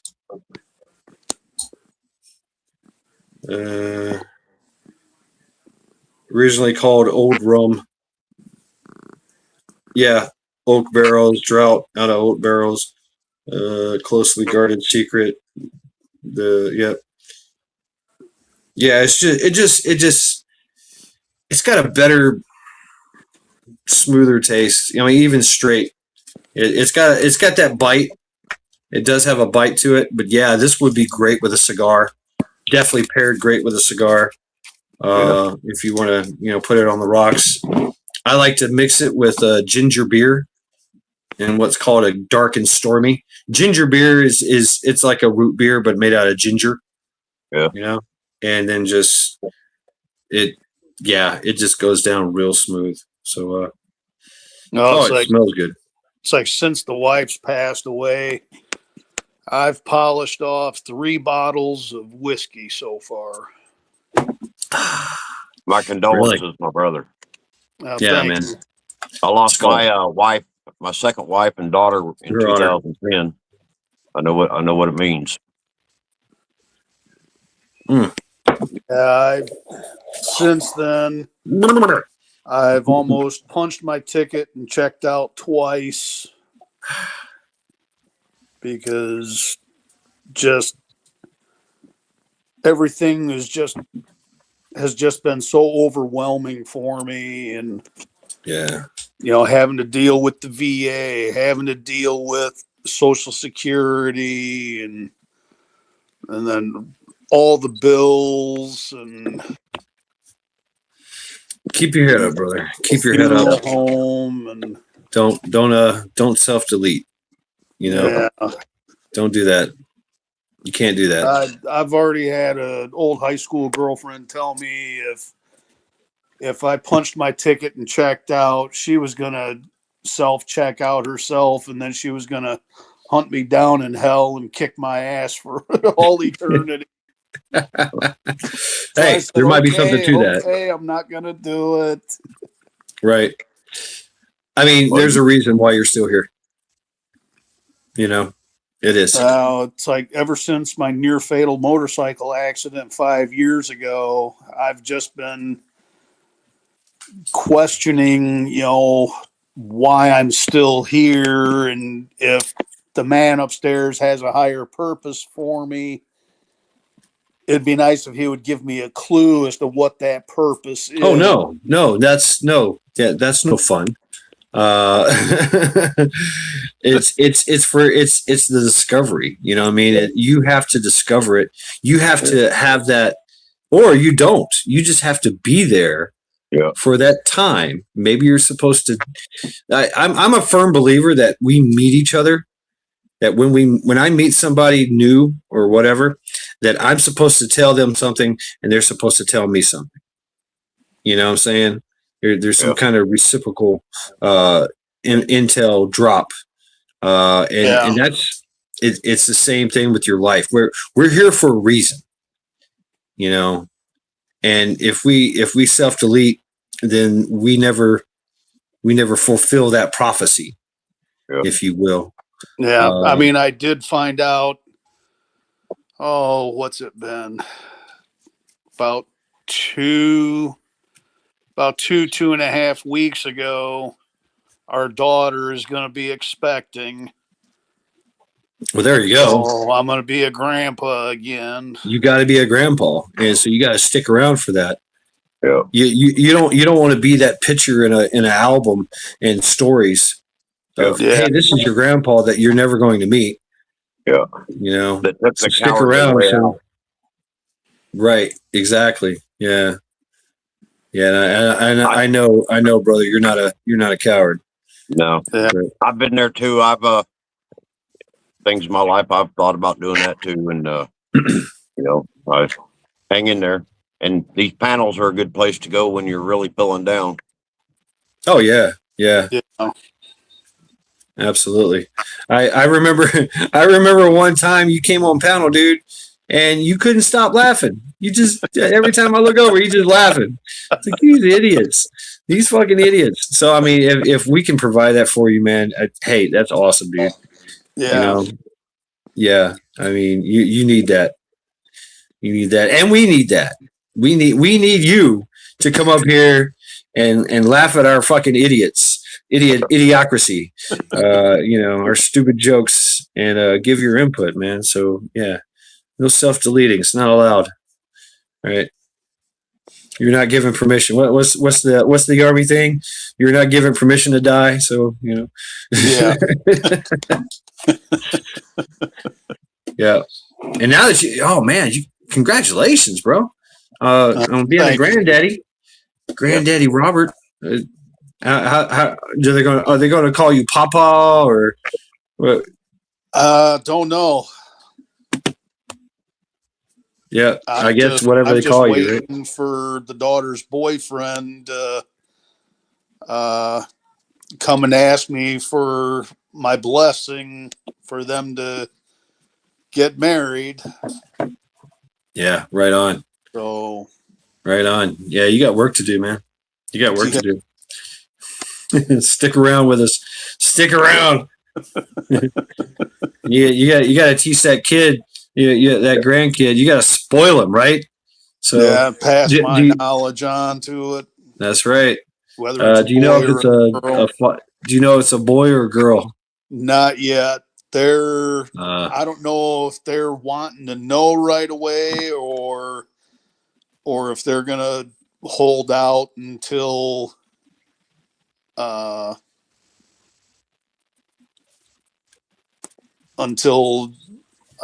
daughter gets further along in the pregnancy, or if they're just gonna wait until the baby comes. Oh wow! Right. But they've already got the names picked out, if it's a boy or if it's a girl. So okay, good.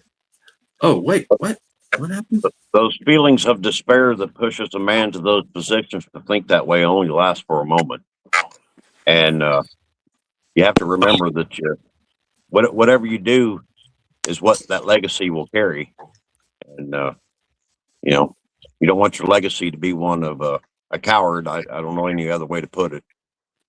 yeah, well, like Maximus put it, what we do in life carries over in eternity. Yeah. Wayne, I'm sorry, I deleted your message by accident.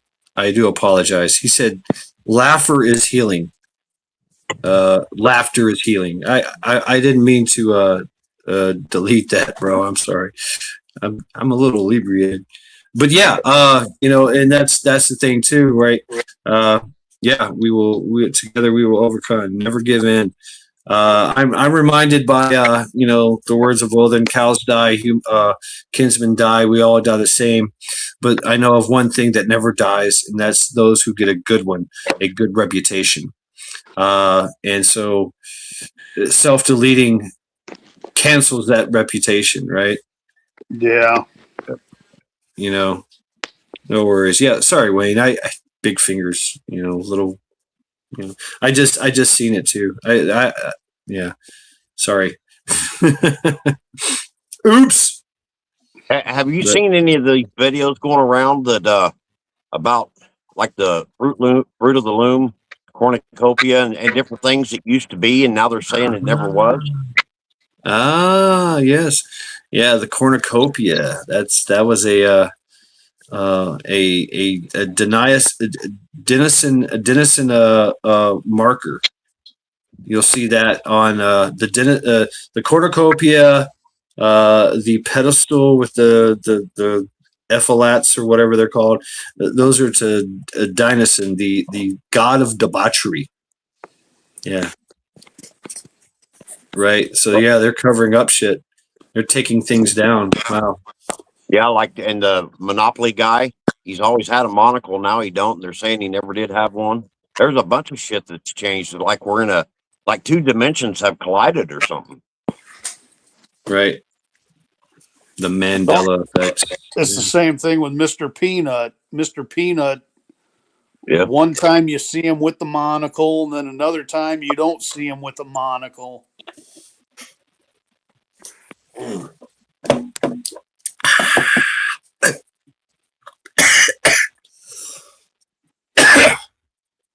There's a I little wasn't burn trying to at the start end. another topic there. No, I love it. I love it. Oh wow. And we've carried on.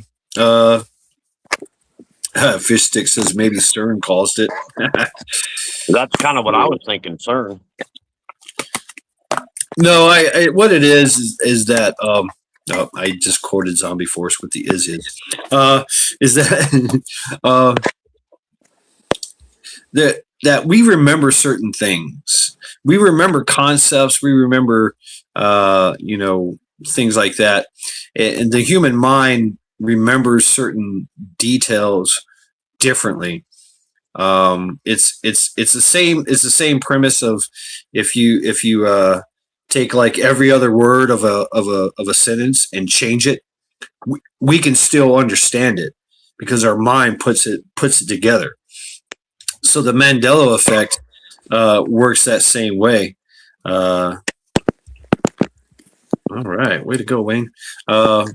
Especially like, what am I saying? Oh, like yeah, like the cornucopia. I do remember the cornucopia, right? Fruit of the looms, the cornucopia, and that's why you had the fruit of the loom, the commercials. You had an apple, you had a grape, I remember those guys dancing around, and they came out of the cornucopia, right? Yep. And now they're trying to say it never existed. But yeah, it did. I remember that. I do too. I just watched a video here a week or so ago, and there was like maybe 50 things on there that used to be, and they're saying it never was. That's weird. Why would they say it's not? When it did, and there's proof of it. It's relativism, It's the changing and warping of history, to rewrite the future in their own image. That's how I look at it. Yeah, they want you to question. Oh, that's what I did wrong. They want you to question your own reality. Yep. We can't all remember the same thing, and it not existing. Yeah. But I mean, they do the same thing in the schools, I mean, think everybody's like, well, Christopher Columbus discovered America, but he never set foot on America. Yeah.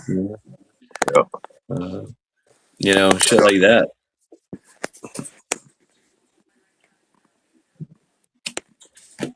Oh, now you got me wanting to stay on and contemplate things, contemplate the histories. Well, we can if you want. It's up to you. I guess I am. Damn. 10 minutes in. 7 hours and 10 minutes. I didn't know you was getting on tonight.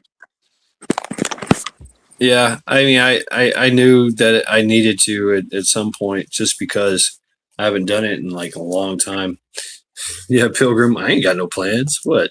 That's now like me. I got no plans every day of the week. Well, fuck it. Let's go. I just finished off some rum. Skull. I don't know where y'all want to go.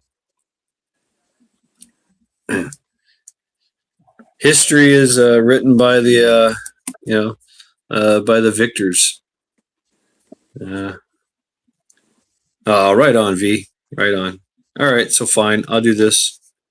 If anybody else wants to come up.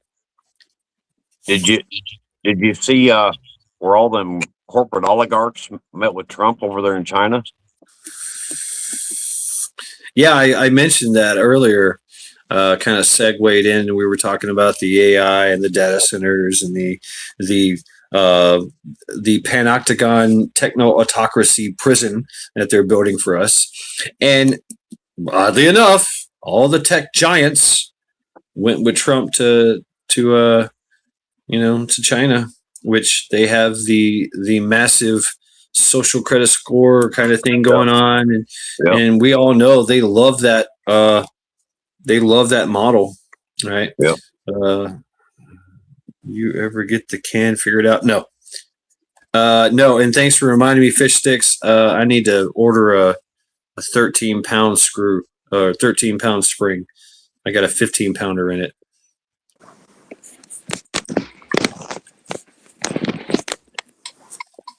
What's that do? Give it less kick, less blowback, or something? Man, I wish I could show you. The gun's right in front of me. But yeah, it the 147 grain is a little bit heavier, and with the can, it doesn't allow the blowback system to actuate. Yeah, it fucks with the rear the upper receiver, so it doesn't go all the way back. It goes all the way. It doesn't go all the way forward into battery. There's not the gas is pushing is not allowing it to. But so with a slightly weaker spring, it can actuate perfectly. I just got to dial it in. I started with a 20 pound. What came standard in the gun in the Shadow system was a 20-pound spring, because it's kind of made for like heavy loads and hot loads and shit like that. But you put a can on it and it totally fucks everything up. Didn't know that, right? And so I got me a 15-pounder spring. It almost works perfectly with Hornady 147 green subsonic ammo, which I think that's what I'm going to go with. And then so it sounds like you might need to go with like a 12-pound spring. They make a 13. A 13. They make a 13, and they also make a 9. My 303 is dead on. Yeah, but I mean this is just pistol. I mean, but it also kind of inspires me because it also works on the 300 blackout. So I'm thinking, maybe I should get a 300 blackout too, right? But I have learned. I will only buy like the best shit from now on, just because it lasts longer, it's better. Yeah. Cry once, buy once, cry once. I've been doing like this is good enough all my life, and I still will continue to do that. Like my backup is going to be, something of lesser, monetary value, but to get some good shit, some top tier shit that's going to last you forever and perform, I think is the way to go. I'm very proud when I purchased my Daniel Defense, because that thing will last me forever, just about. I'll just have to change out the barrel when I melt it.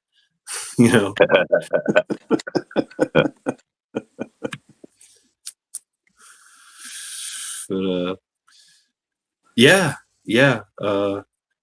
And yeah, I'd love to get a staccato, but it's like $3,000. I don't know. It shoots itself, or a Terran Tactical, beefed up fucking Terran Tactical. I don't know. I like to accessorize and modify. When I get something, tailored to my needs. Custom shad. That's right. Custom shad it. But yeah, I've got this black shotgun, totally black shotgun, and I want to paint it. And I'm thinking tiger stripe. Hell yeah. I'm thinking old school tiger stripe, black and green. It's already black, so now I got to do just like different shades of green. But I'm also a big fan of Coyote. If you've seen my Coyote and Digi, if you've seen the pictures of my Daniel Defense, it's basically Digicam, the whole fucking thing. Yeah, I mean, Tiger Stripe is pretty fucking cool. Yeah, it is. I mean, that is one of the coolest.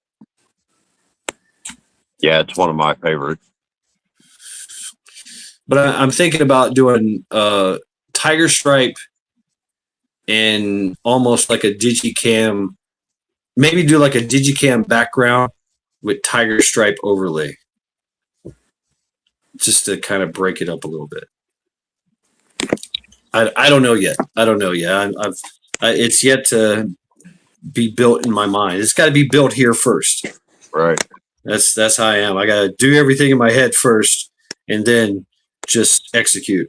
Right. Yeah. That's like me trying to figure out a camo pattern that blends in with the environment where I'm at. And it changes every season, right? Yeah. Yeah. I mean, the UCP multicam, in my opinion, the more times you wash the uniform, the more the pattern fades. And I mean, the AOR Type 2 uniform that the CBs and the SEALs wear from time to time, that digital pattern, like that blends in more. Yeah. That's the ACU, the universal camo. Yeah. I should have called. Camel Car gave me this. I took mine and I dyed one uniform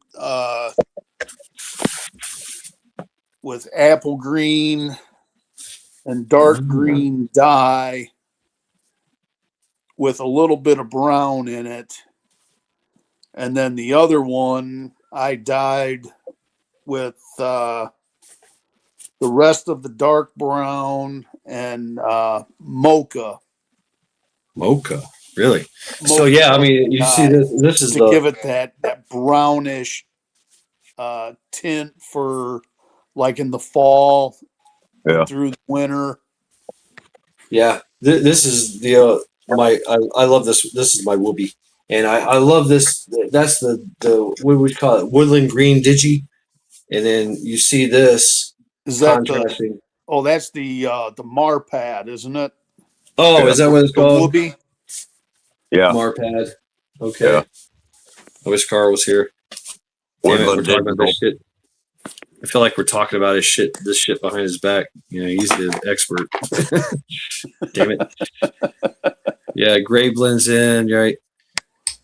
Yeah, it all depends, right? So around here, it's the snow comes and it doesn't leave. So everything is white and then everything is dead. Like the trees, everything is just brown, So if I was walking, all you would see would just be brown if I was brownish, like this, dark brownish, lots of dark brown tones and black. And then in the summertime, everything's green. everything's green, and there's all kinds, and the ground is brown. Boom, show and tell. What's up? What's up? How you doing, Well, Vanessa? Good. How are you? All right, all right. what I Couldn't made for my resist. what I Get made up for on my panel. winter camo for quick use Okay, because good. snow comes here and sometimes it stays, sometimes it don't. But I made a hood and cloak type setup out of a white. It's like a white tablecloth, kind of a glossy, silky material, and Yeah, then I just put it on over whatever I'm wearing. It's quick and easy. yeah. I want to do that. I just hate that. I was thinking about using a white bed sheet, and Yeah. I just hate that material, which is it's like nails on a chalkboard kind of feeling. You know what I'm saying? Yeah. This is But like a tablecloth. It's some kind of, I don't know what kind of material it is. It's not bed sheet material, but I've got a large section of it. I could send you a piece or bring you a piece when I come out to visit sometime. whoa, badass! Hell yeah! Right? Yeah. Just make sure the top is not pointed. That's all. Uh, Vanessa, show and tell. She's on panel. Hi, Vanessa. Vanessa. Hi guys. Hi. How you How guys are you doing? doing? Oh, you already know. You've been watching us I'm for doing. 7 hours. What do you think? How are we doing? Give me your critique. Well, it's been 7 hours, so I think you're doing pretty good. Right? Yeah. I'm showing 130 over here. Yep. I wouldn't be able to do 7 hours, but I have done about 5, I think, one time. Yeah. Yeah. Last weekend I did go live, but I only went live for like 2 hours. We talked about aliens and stuff. Aliens. Aliens.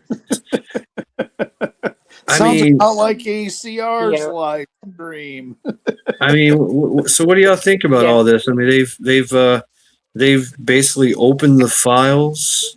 I mean, do you really believe they've opened the files? No.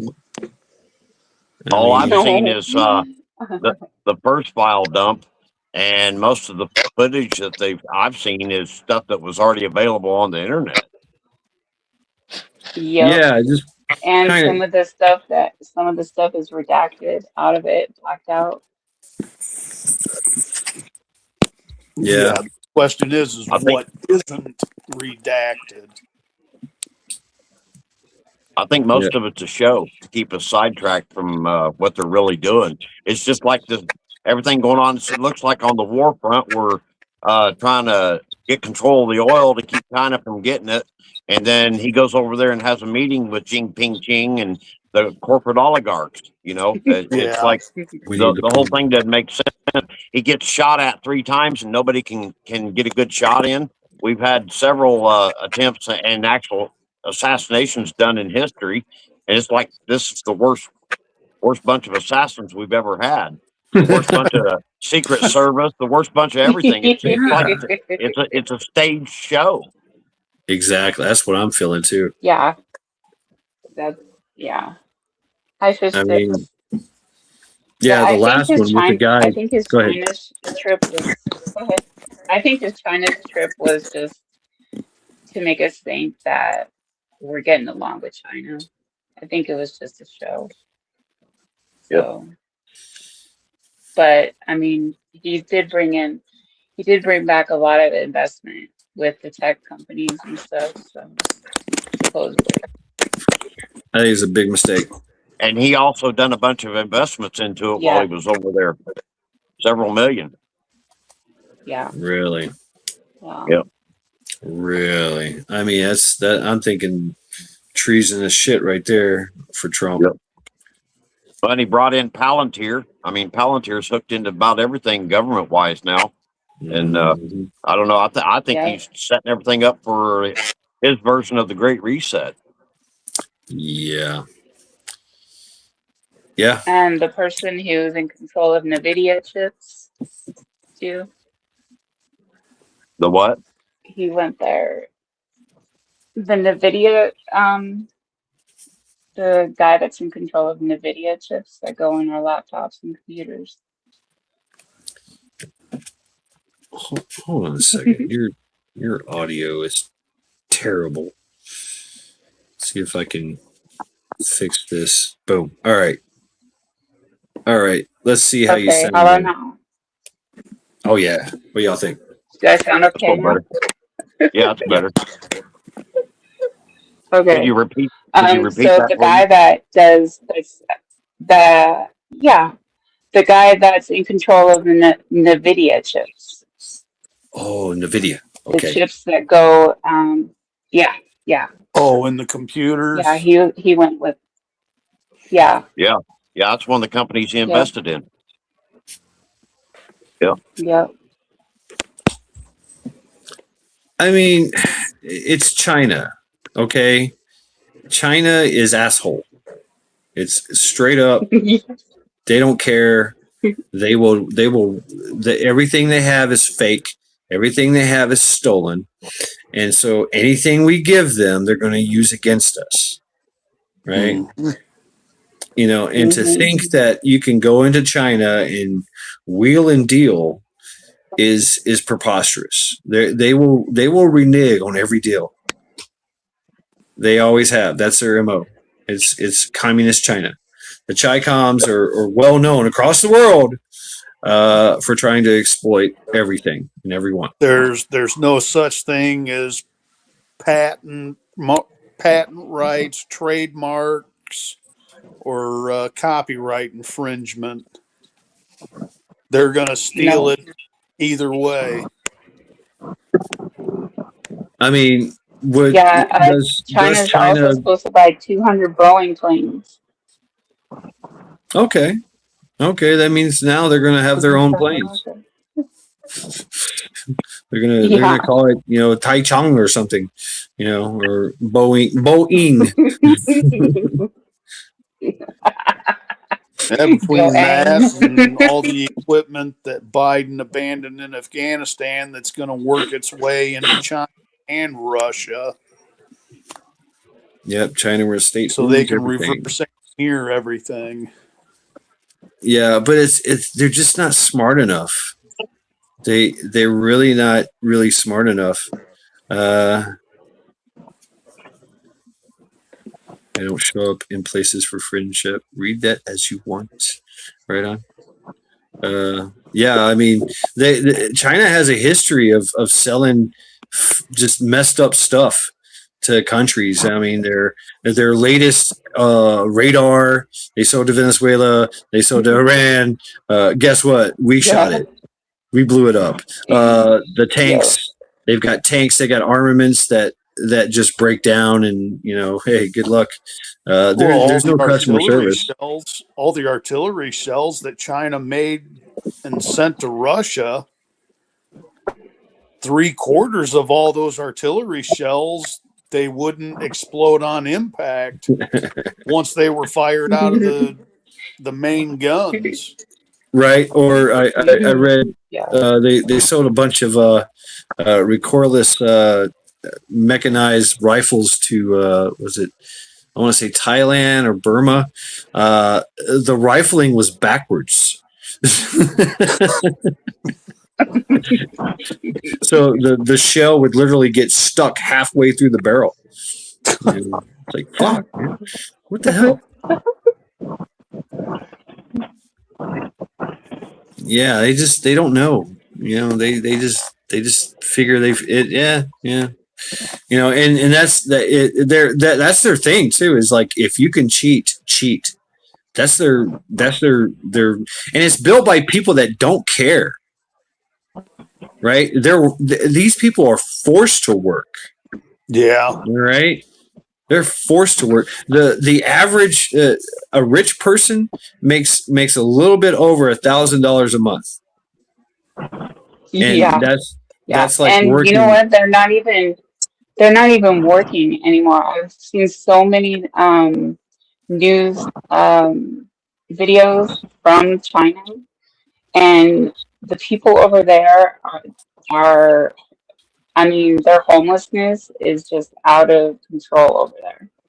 And lots of their Yeah. factories in the big cities have closed down. People are homeless. They can't, like, they're starving. Yeah. People can't afford anything over there. Yep. Yep. And they got to work like 2 to 3 jobs, you know, just to make ends meet, and they're charged for everything. Yeah. Thing too. I mean, everything is a fee. And Yep. you know, their regulations, they'll set a regulation and then they'll turn around and close it all. Like, you know, Yeah. the one regulation with the scooters, everybody made money on scooters because they were doing delivery jobs and shit like that, and then they outlawed scooters, and they just literally come Yeah, through. they're confiscating. They're Yeah, confiscating their scooters now. Yeah. yeah, Yep. it's crazy. It's crazy. Yeah. You know, it's stupid. And, you know, everything is built So tofu guess who's construction. going there in just a couple days? Putin is supposed to be there in a few days in China. Oh, okay. Great.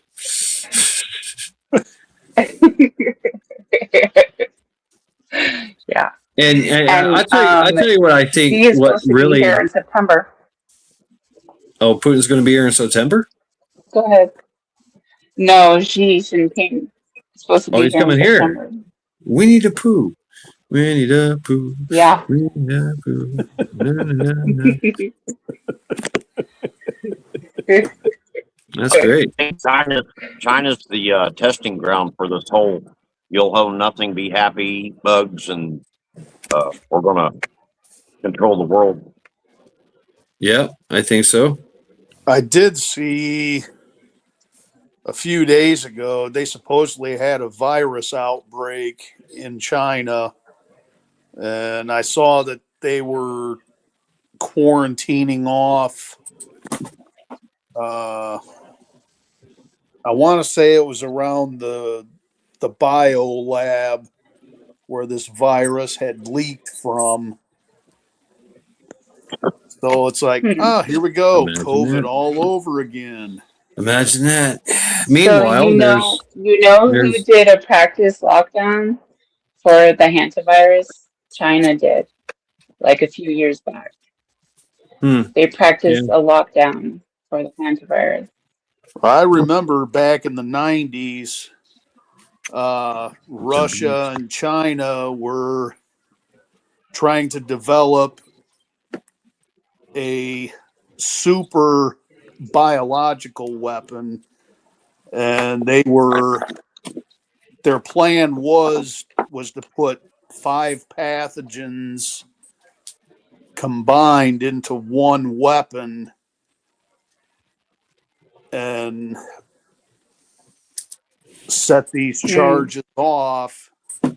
right. And by the time everybody started contracting the flu symptoms from these biological weapons, that the hospitals would be flooded with patients, and by the time the doctors diagnosed one of the pathogens, it was already too late because the victims had 4 other viruses in their system that they would succumb to. Yeah, and that's because in the germ warfare, biological warfare circuit or whatever, they have a lethality rate, and then they have a longevity rate, or whatever it's called, lethality longevity rate, and anything that's been synthesized dies quickly. It just dies out, you know, and so that's that's pretty smart, where they just kind of compound it.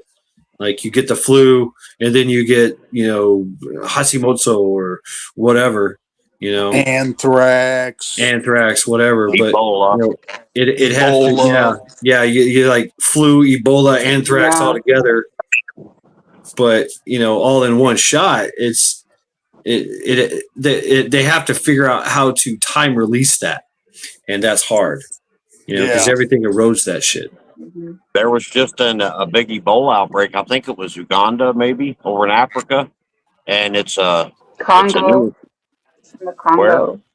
Yeah, it In the might have been, Congo. but it's like It's in the Congo. it might have been. It seems like it's like happening a more super. and more in the Congo. It's a I super mean, strain. poor Africa, Easier. man. That's been the testing ground for just about everything. Mhm. The Tedros, him? He's the leader of the World Economic Forum. Is it the World Economic Forum or the World Health Organization? I forget. But he cut his teeth being a warlord, where he literally created a pathogen to destroy the other country. I think it was Uganda or something. And he literally started doing testing and all this shit, Island of Dr. Moreau stuff, trying to figure out, and with the help of Gil Bates and the Gil Bates Foundation. I said that purposely, right? Yeah. Because he did build that bio lab in China. Yeah, right. Where was it? I think it was Wuhan. Wuhan, Wuhan, China. right? Yep. Yeah. This strain's the one that has a higher death rate and more communicable between people. The Hunter. The Andes hantavirus. Yeah. The Ebola. It's called the Andes. Yeah, the Ebola. Oh, the Ebola. Yeah, there's several Oh, strains. okay. There's like 3 strains or something, and it's the higher grade one, the more efficient one. The one that makes you bleed out of your eyeballs and your skin. Yeah, that's one that makes you bleed out of every orifice in your body. Yeah. Yeah, it's got like a 90% death rate or something. I don't know. It's pretty high. Yeah. Yeah, that's the thing is trying to make it. It's all about the delivery system, and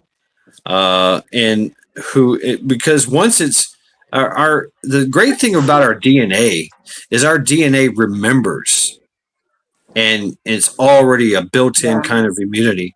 That herd mentality is imprinted into our DNA, and we don't get that shit anymore. That's why they say the best thing for to fight chickenpox is having chickenpox when you're younger. Right, and now you're immune. Yeah. Same thing with the COVID. Same thing with anything they pop out. But we all know what they did with the vax. And that's to change the DNA, the actual DNA of our system to be more susceptible. Right. That's why I quit using all that antibacterial stuff. Yeah. Because the hand sanitizers, the disinfecting wipes, and all that kills all the healthy bacteria that's on your skin and in your body. Mm-hmm. And by weakening your immune system, you're more susceptible of contracting whatever virus comes along. Yeah. Yeah. I mean, it's like when I had my motorcycle accident, they told me I tested positive for COVID. And then after I got released from the hospital, I had no sense of smell, no sense of taste, but yet I had a normal temperature, no flu symptoms, nothing. Wow. Back in when it right before the COVIDs became a thing, I got something, and it really just knocked my dick in the dirt. I mean, it was like, oh shit, this is for real. I didn't, and they called it an upper respiratory infection. And there were times when I was afraid to go to sleep because it was hard to breathe. And so, but after that, and this was decades ago, whenever COVID's happened, I have not been sick ever. Like I had a touch of the flu, and it was over in a couple of days. This thing, it lasted me the whole fucking COVID whatever. It lasted approximately 9 days of hell, and I just took over the counter medications and you know, and then I literally I am like immune. I know it. I'm immune to that shit now. So Yeah.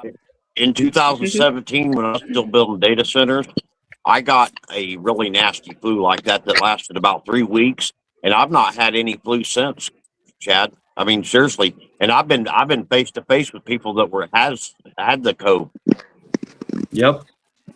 I Yeah. think Well, it see, puts some kind of that goes immunity back in me. to Yeah, your body is that like, goes back to your body remembering, and you build a resistance to it. I was the same yep. way though. I made my peace with the Almighty there a few nights because I was sure I wasn't gonna make it through the night. Mm. Yeah, that was I could even tell breathing. I wasn't taking in oxygen at all. yeah. I mean, Oh wow. and I do feel like it did something to my chest. It did something there, but I practice deep breathing and stuff like that. Yeah, I smoke. Yeah, I drink. And I was susceptible to like fumes and shit like that. But who isn't? If you haven't, if you spend a lot of time in that shit. But as far as like sicknesses and whatever, yeah, since those days, I've been just like, boom, I'm jacked up. And I take a lot of supplements and I work out and I fairly eat right. But, you know, and from time to time, I do weird shit like mullein teas and, whatever. But for the most part, yeah, I think the next whatever the next round is, if it's COVID related, I'll be good. I'll be fine. I'll get over it. Hell, it probably won't even affect me. It's like me. I pretty much sit at home every day, so I'm hardly around anybody like I used to be before the wife passed away. Yeah. I mean, there was times she'd have like 2 or 3 appointments a week in Nashville, and I'd have to drive her to Nashville. Yeah. But now that she's passed on, I just pretty much just sit at home.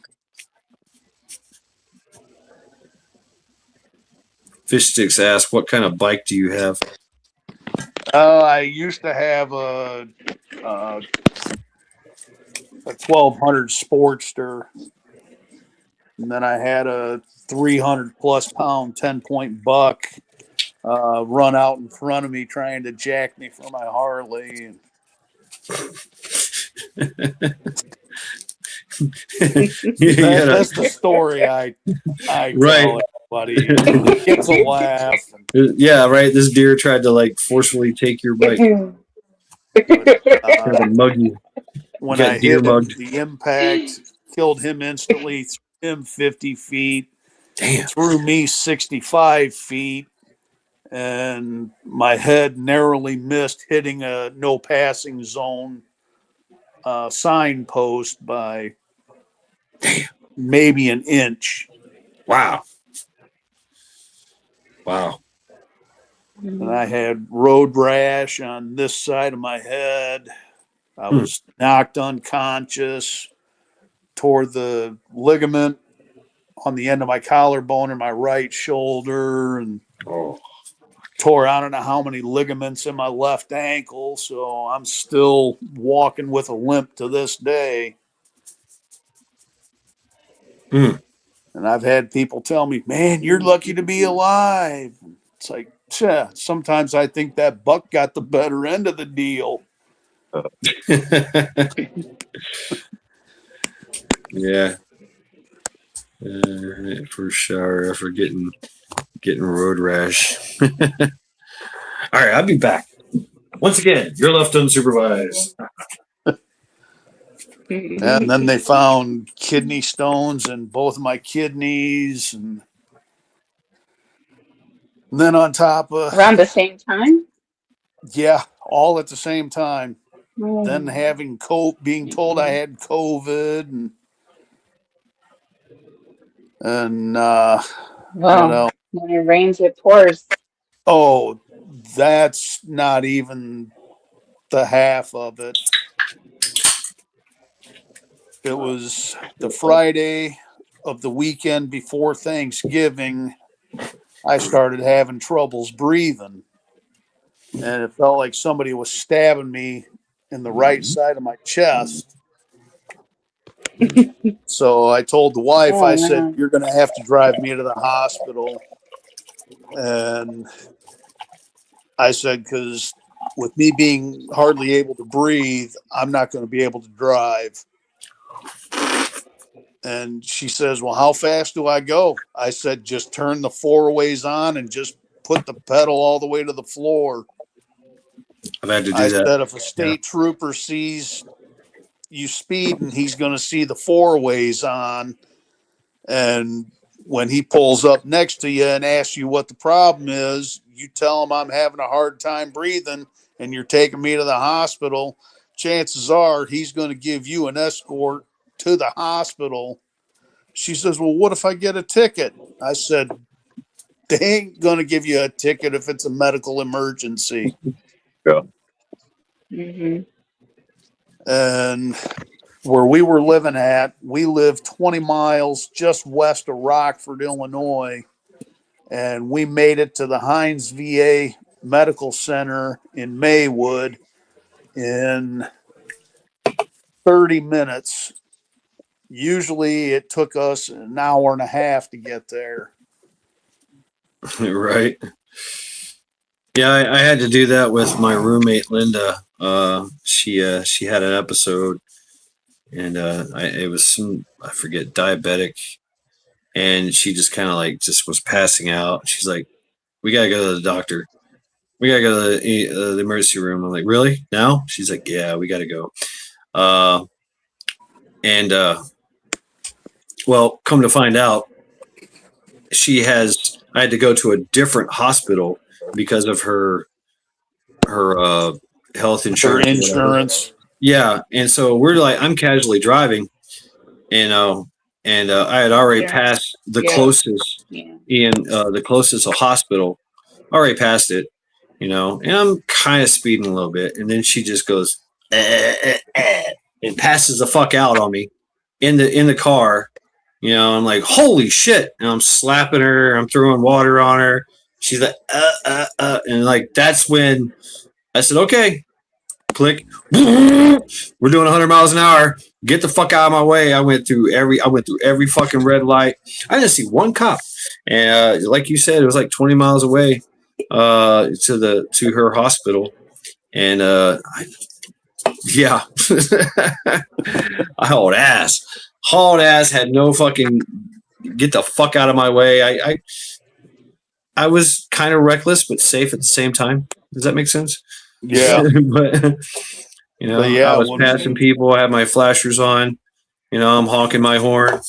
And for the most part, people got the fuck out of my way. They're like, "Oh shit, something's going on." And of course, when they look over and they see this woman just, in the pasture side, I'm like, "Get the fuck out of my way. Let's go." You're not stopping me, man. I don't care. Even if it was a cop, I wouldn't have stopped. yeah. I was just like, But when she got me What to was the VA what was wrong with hospital, her? she was having a diabetic episode. blood sugar was crashing. Seizure? Oh. Yeah, it was either crashing or going Yeah. too high. She literally passed the fuck out. Her skin was clammy. Her blood sugar crashed. Yep, she was That having happened to my trouble wife breathing. twice. Yep, there was times when I had to like, feel for her pulse. It was very weak, and I was like, "Oh shit." Yeah, if I wouldn't have, got her to the hospital, she would have died. So, But yeah, by the time they got me into the emergency room at Hines, they sent me down to imaging and they took chest x-rays and come to find out a half hour later I had blood clots in both my lungs. Damn. And I asked Oh him my. if this could have been caused from COVID or from me not being able to get up and move around from a motorcycle accident. They said, "Oh, you were in a motorcycle accident?" It's like, yeah. That explains why I can't get up and move around. Why do you think I'm in a freaking wheelchair? Right.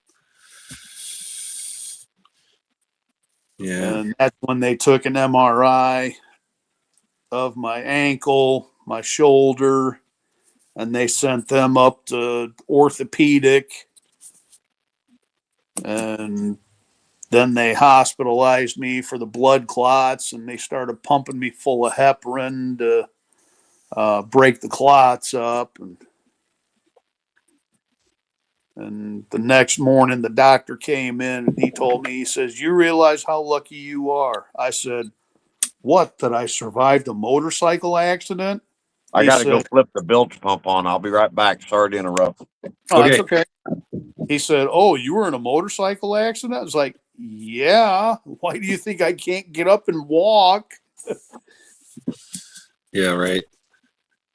And he says, "Other than you surviving the motorcycle accident," he said, "if you had waited another 2 to 3 days to get to the hospital," he says, "we wouldn't be having that discussion right now." He said, "because you would have been in a body bag in a morgue somewhere." Yeah. It's like, good to know. Wow. Yeah. I had an episode with You don't want to mess around with blood clots. No. yeah. Never had blood clots or anything. I had an ulcer. I had ulcers bad actually. I didn't know it. And I don't know why, whatever. I think it was my diet, beer and pizza. I don't know. But I was a painter at the time and I was on a 80-foot ladder and I was that guy. Like, just, send me up there. I don't care about heights. I have no fear. Let's go. Right. And so I'm painting up there, and all of a sudden I just, ooh, shit. Oh, I don't feel so good. Why is everything spinning? Right. And I slowly, shakingly get off the ladder, and I tell the guys, like, and my body was tensing up, like just tensing up for no reason. Like, I was like, what the fuck? What the fuck's going on? And I told dude, I was like, you gotta get me to the hospital. I don't know what's wrong with me, and we gotta go to the hospital. And he's like, oh my God, what the fuck? I was like, I don't know. And finally I get to the hospital, and they do their thing and whatever, and they said, yeah, you've got 3 fucking ulcers that have literally just about eaten through your stomach, and you're actually septic. I could smell it in my breath. Damn. Ew, Yeah, I was going septic, and if that would have burst into my stomach and into my bloodstream, I would have died. And he gave me the green goop. Yeah. I drank that green goop, and it cured it right away. And I was like, so why was I tensing up? Because I didn't feel any pain. He's like, oh, you're one of those people. When there's extreme pain, your mind just shuts it off. I'm like, what? I was like, that makes sense. I've been knocked in the head a few times, but he's like, yeah, it's a defense mechanism for your body, so that you can continue to be conscious through the pain. I was like, that's fucking crazy. Wow.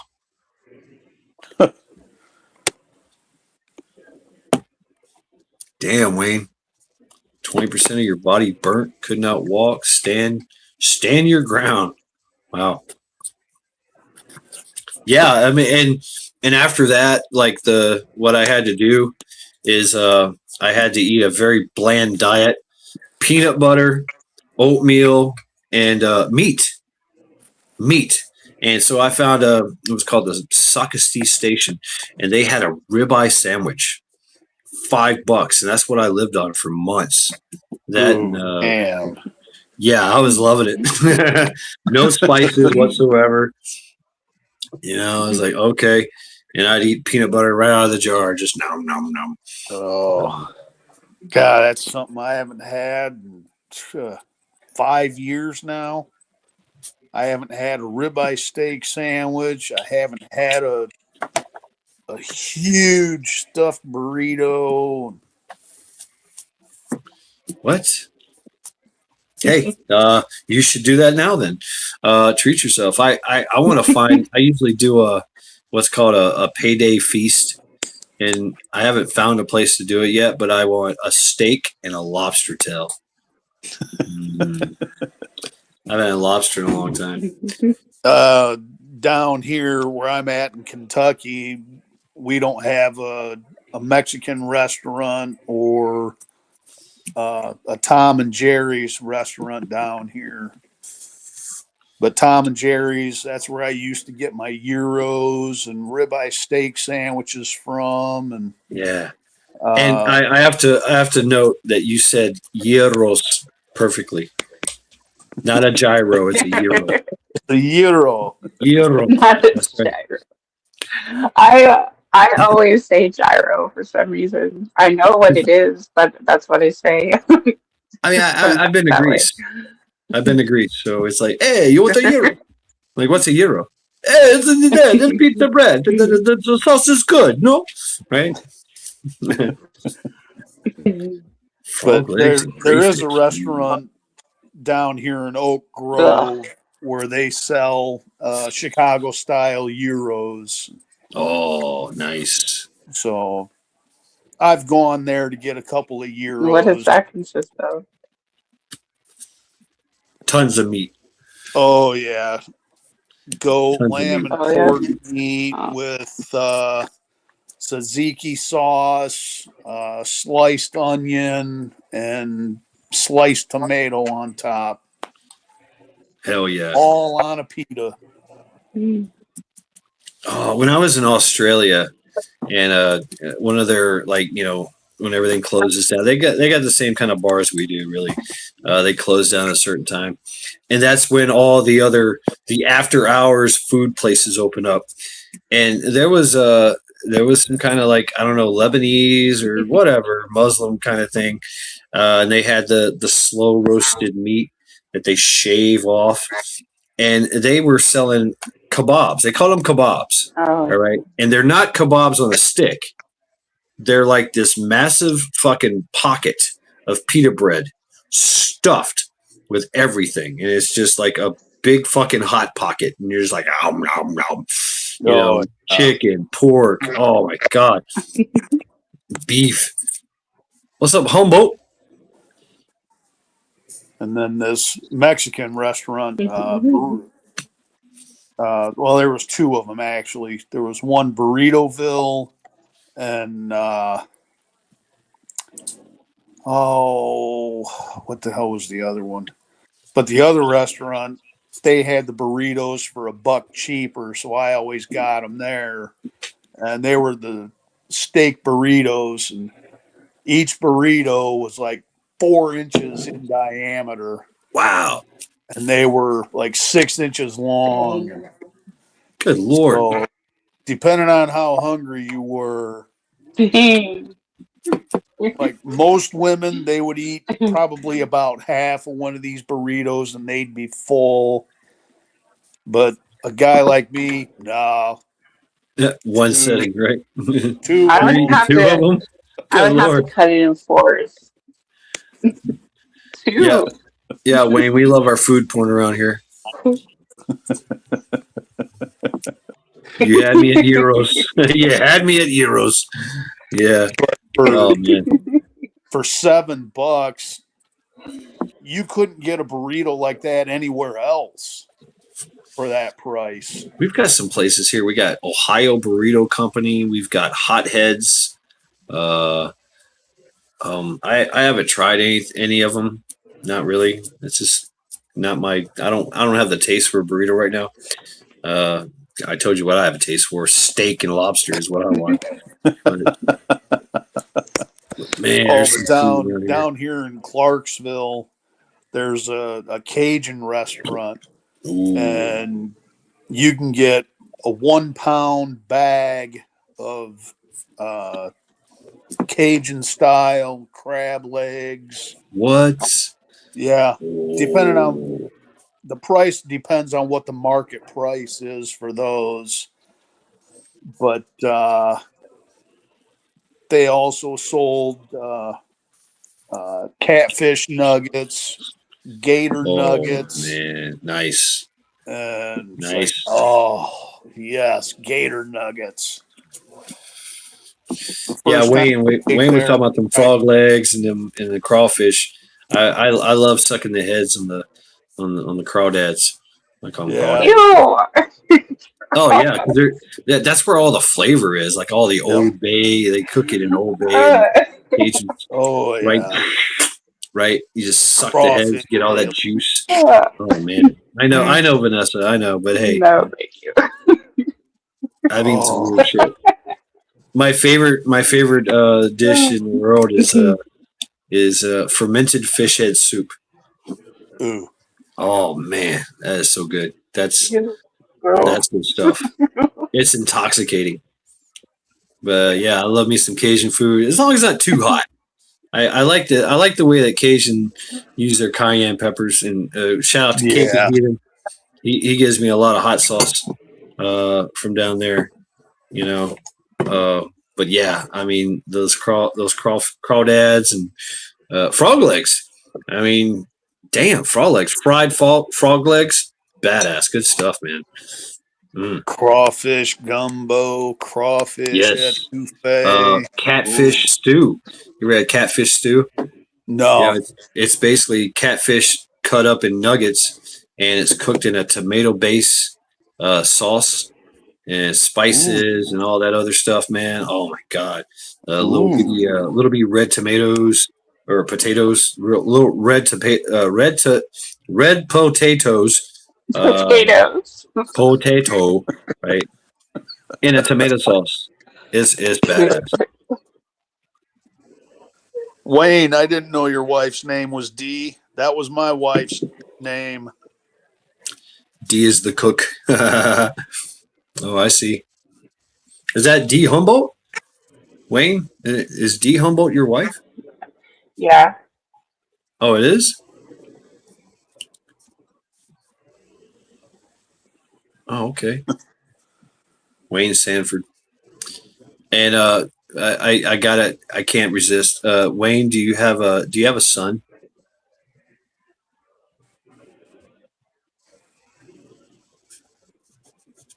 Oh, he says no. Okay. Oh, no, but I can throw down. Okay. I'm probably misgendering you too. I'm sorry, but hey, you're just words on a chat. But no, y'all don't get my joke, do you? Y'all don't get my joke. Wayne, do you have a son?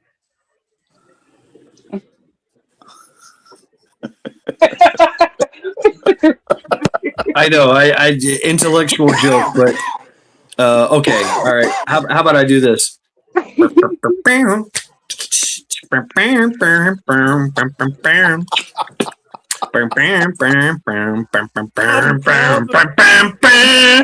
Yeah, Sanford and Sons. There you go. There's just no other. I was gonna say that, but Yeah, there you go. Right, Sanford. What was his wife's name? Ethel.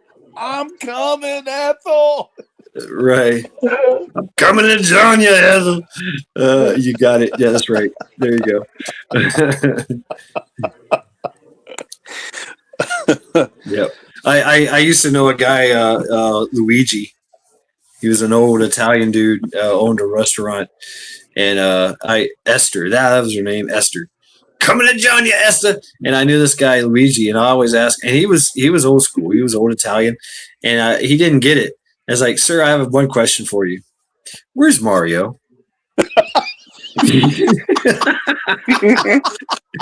He's like, you know, he's old Italian. You go, Mario? I don't know no Mario. Who's Mario? I don't know Mario. Mario? Where's Mario? I was like, yes. Where's Mario? Mario, where's Luigi? Oh. He didn't get it, and that was even more funnier.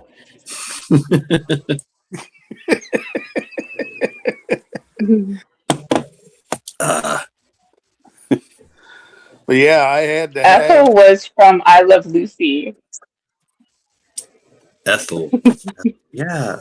Ethel. Ethel. When you said Ethel.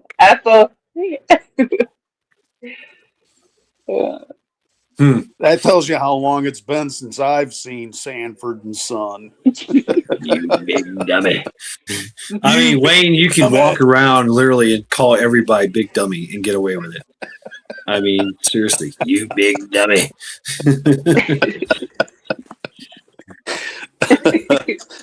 Oh. Yeah, and if you had a son, I'd tell everybody like, hey, my son's name is Lamont. You know. Like, all right, son, we're gonna go out in public, and you tell everybody your name is Lamont. Oh, yeah. Oh, my heart! I'm coming to join you, honey.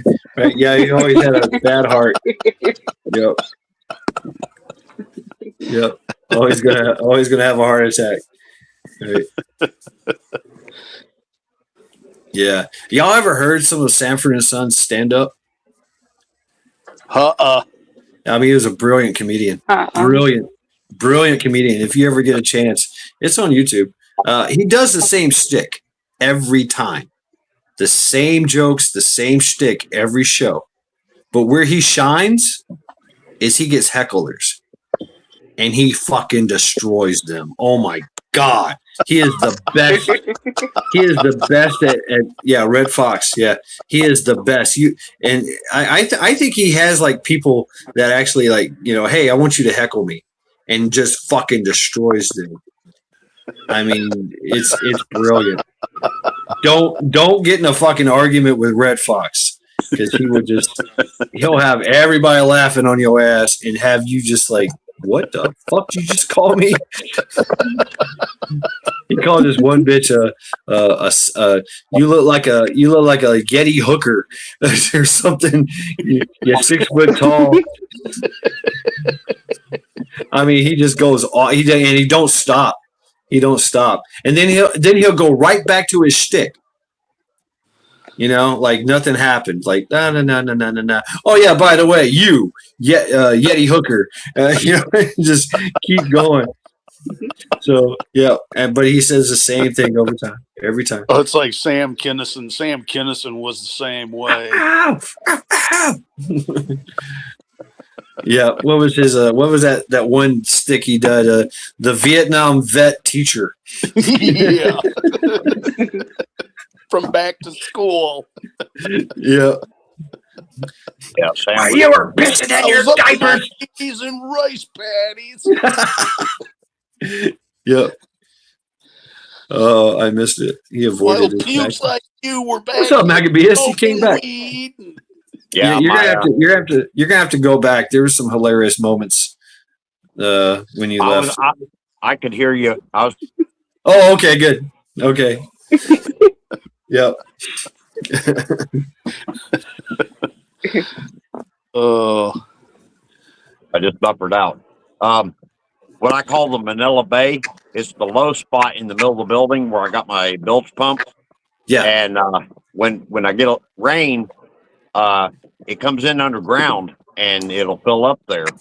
And we're having flash floods, so it's actually coming in above ground from my north side.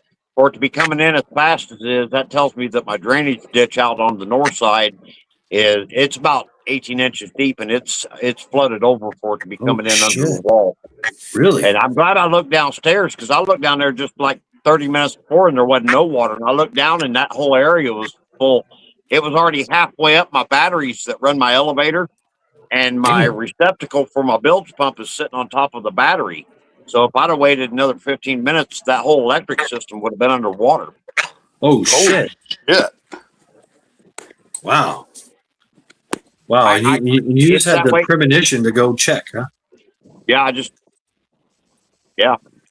Wow. Badass. and I really can't resolve the problem until I put a concrete floor in the downstairs. So it's kind of one of the things I have to deal with. Wow. Wow. Can you raise all that battery and apparatus up? Yeah, I can do that. I was thinking about that down there. It's time for me to get off my ass and do something about it. Like build some kind of stand for it, maybe? Yeah, I'd move the receptacle up and mount it on the post about 4 foot up off the ground. Okay. Okay, good. Yeah. If it dries up enough tomorrow, that's probably one of the first things I'll do. Because if I'd have waited another 15 minutes, that whole thing would have been underwater. Old dog could have run down there and he'll run right through that water. It's about it can get about 2 foot deep, and he'll run right through it. And that ain't good. Yeah. Yeah. Well, look at that. Wayne's wife is like now Wayne's wife has like ammunition against Wayne. Yeah, Wayne's wife. Now you can call yourself Esther. I would tell everybody your name is Esther. I swear to God, that'd be awesome. Yeah, I just found out Wayne's last name is Sanford. All right. Oh man, the shit. Hell yeah, dude. Badass. I mean, brilliant. Absolutely brilliant. Absolutely brilliant. You big dummy. Oh man, I'm sorry to hear that, Wayne. Skull to his honor. Damn. Sorry to hear that, Wayne. Yeah, sorry to hear that. Yeah. Yeah.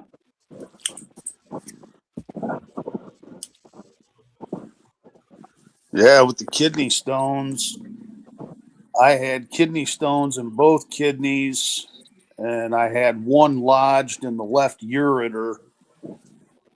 And they went in and they put drain tubes in both kidneys, and all the large kidney stones they went and plucked out by hand, and then all the smaller ones they said flush their way out through the drain tubes.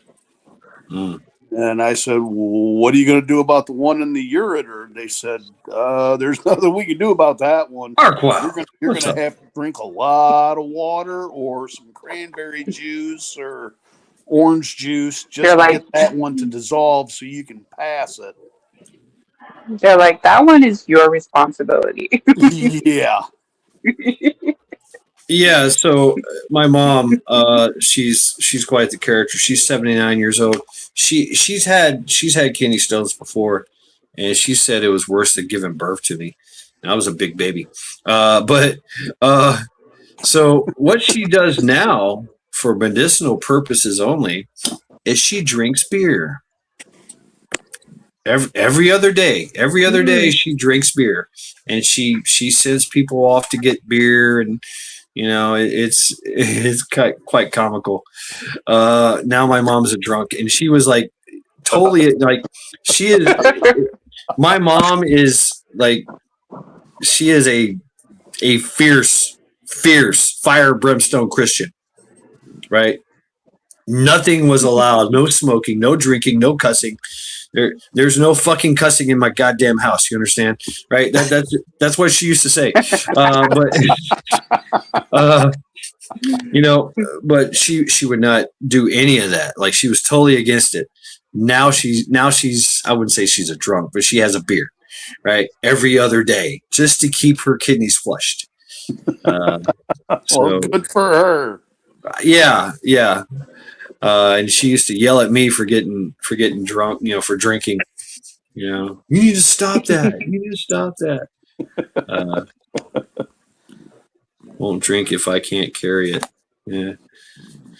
But I did want to like drink a beer with my mom, but it was getting to the point where my presence was really upsetting her. So I was like, I gotta go. You know, I gotta go, and I just won't leave it alone. I'm just like her. I'm stubborn. You know, trying to make her understand that scammers are bad.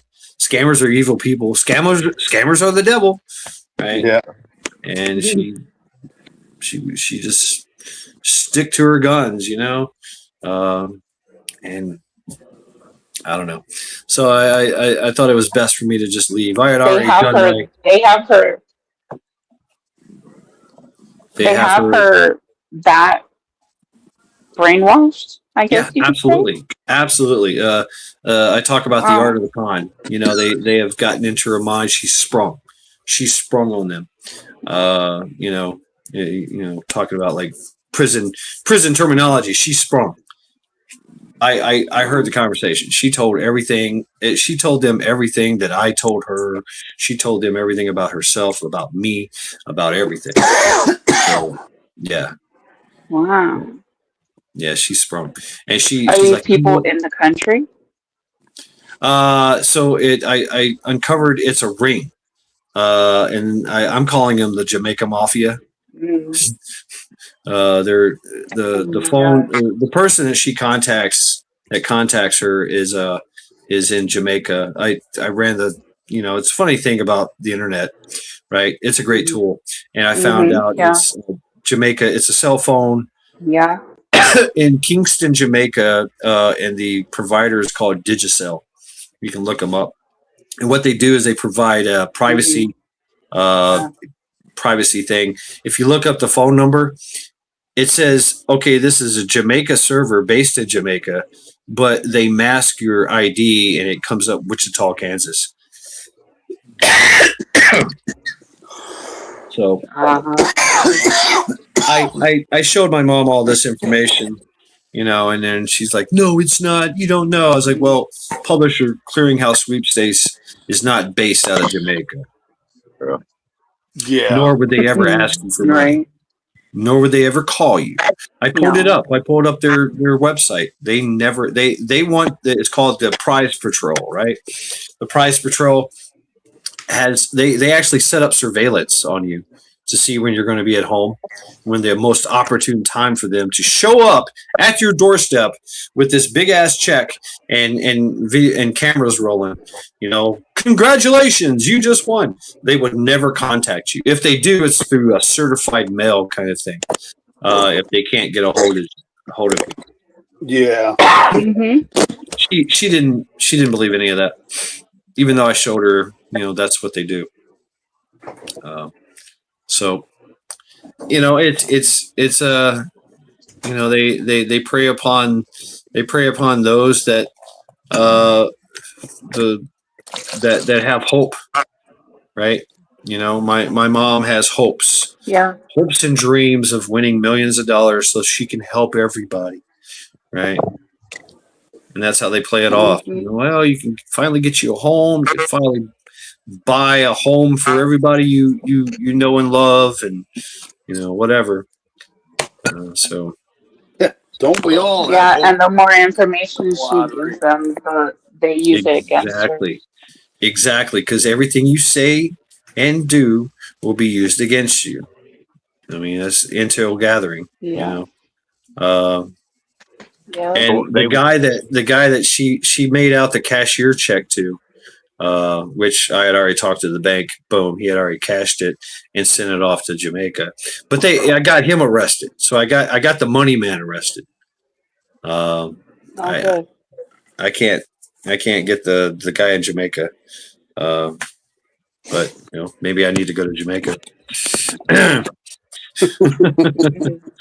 Black book. Right, off the books kind of thing. Yeah. Hey, man, everything's airy. No, it's not. But it will be. For me, anyways. Right. Yeah, you could braid your hair like they do, and yeah. I was just gonna say that. Dreadlocks and I was just gonna cornrows. say Yep. that. I can go Yeah, undercover yeah. and smoke a lot of weed. Hey, man. Everything's airy. Some gunja, man. Yeah, man. I'm here for the ganja, man. Yeah. Yeah, right. Yeah. And I mean, Jamaica's an island, so I mean, I could actually kind of find out, real easily once I get on Jamaican soil, But I mean, the whole island itself is pretty corrupt. It's pretty. I mean, it's racked with poverty and crime, and the only safe places are on the resorts. And they tell you that too. Don't go off the resort. Don't do it. Wait till the tide goes out and then bury them in the sand up to their necks. Right. Jamaica is the island that got a direct hit from Hurricane Melissa, that Category 5 Hurricane Melissa. Yep. Oh damn. Yeah. Yeah, about destroyed it. Oh. Yep. It was a lot better island under the pirate rule. Right.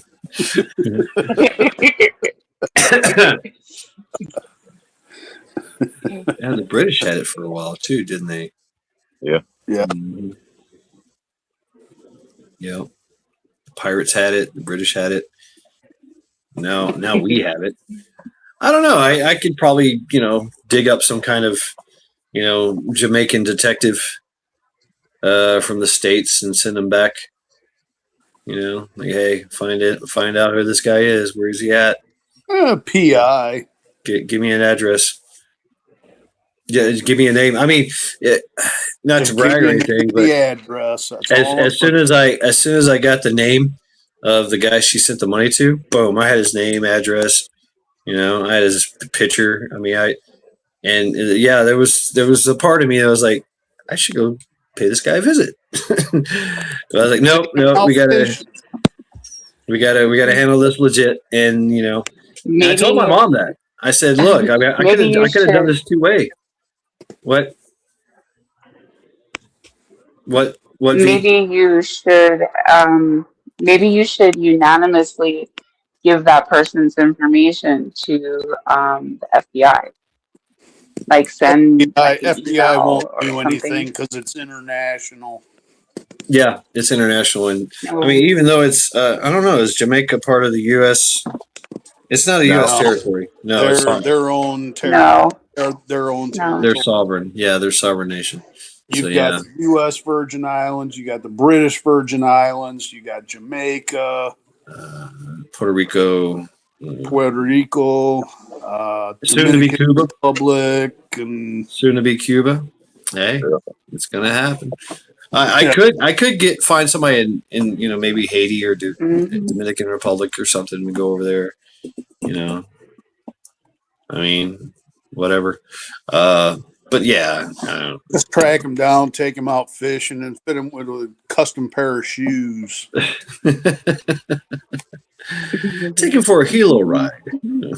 Yeah. Don't go for a ride on my banana boat. Yeah, the banana boat, man. Hey, you like bananas? No. No. You ever been scuba diving? Where are these boots? Where are these heavy shoes? How long can you hold your breath? Let's test this. I don't know. No, I mean that's it because it. Tell you the truth, I mean it's just going to continue. If it's not them, it's going to be somebody else. Yeah.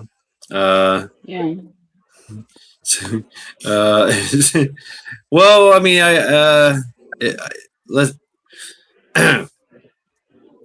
allegedly. Allegedly. Please check out my archives of my friend Steve, who went to Bali to take down a chomo. Yeah, that's a great story. But that was that was kind of legit. That was fairly legit. But I had I had a lot of let me wordsmith this. I had a lot of insider information from Steve that and there was a community that helped Steve out. And of course the FBI knew about it too. And but yeah, that's an interesting story. I don't know if I could do it again. The story, allegedly, but it'd be interesting to say the least to do that kind of work again. Steve got paid what was it, $50,000-$60,000 for that? That was pretty good. But yeah, that story was that's a hard story right there. Basically, a chomo moved into the neighborhood, which was a rich neighborhood, targeted this guy's son, his son was like 12 or 13 years old, and raped him and raped him for like a whole night, and then killed him and dismembered him, and left that night and went somewhere else. And that's where he went. He went to Bali, which Bali at that time was the chomo capital of the world. They had bars, little boy bars, all that shit. And the community itself, which was a old school type of mixture from Catholic and Buddhist. And yeah, they were already going through some turmoilous kind of things with their government. And they were done with that kind of debauchery in their country, and so they were more than happy to help Steve in his efforts to get this guy. And so basically, what happened is they did a snatch and grab, and turned him over after the FBI had contacted Steve and told him, "Don't do this. We know what you want to do." Right, you want to plant this fucker, but if you do it, we're gonna have to arrest you, right? Because they were watching him too. I was like, oh well, damn, the FBI's doing their job, but they couldn't do anything, right? At that time, because the dude had dual citizenship or whatever. Pretty smart. It tells you the level that these chomos are going to, and this wasn't the first time he had been to Bali. I'm like, oh shit, right? So the FBI telling Steve that, so the FBI and Steve devised a plan to turn him over to the embassy, and boom, they'll extradite him back to the United States clandestinely. Obviously, against his rights, or whatever, fairly with his rights intact, and then yeah, that's what happened. So shout out to Steve Skull. Amen to that one. That was a pretty rough one. But as far as like a scammer, I mean, I don't know. There is a guy on YouTube, Scammer Payback. Yeah, check him out. He hacks them. He hacks the scammers. He's usually going after the Pakistanis. And they'll set up they'll buy a freaking little business front, and they'll stock it full of people with computers and phones, and that's their job, is just to run the scam on people and get their information. And he comes on there and he acts like, "Oh, hi, my name is Mildred. I'm a rich widow," right? And he plays that. He's got a voice thing, and fucks with them, and then out of nowhere, he just starts calling them by their name, because he's already hacked them. He's hacked their computers. He's hacked their cameras. And says, "Hey, that's a beautiful red shirt you got on. Nice hat. Oh, I see here you live at so," and just starts like just giving them information about themselves. And they're like, "Oh shit,"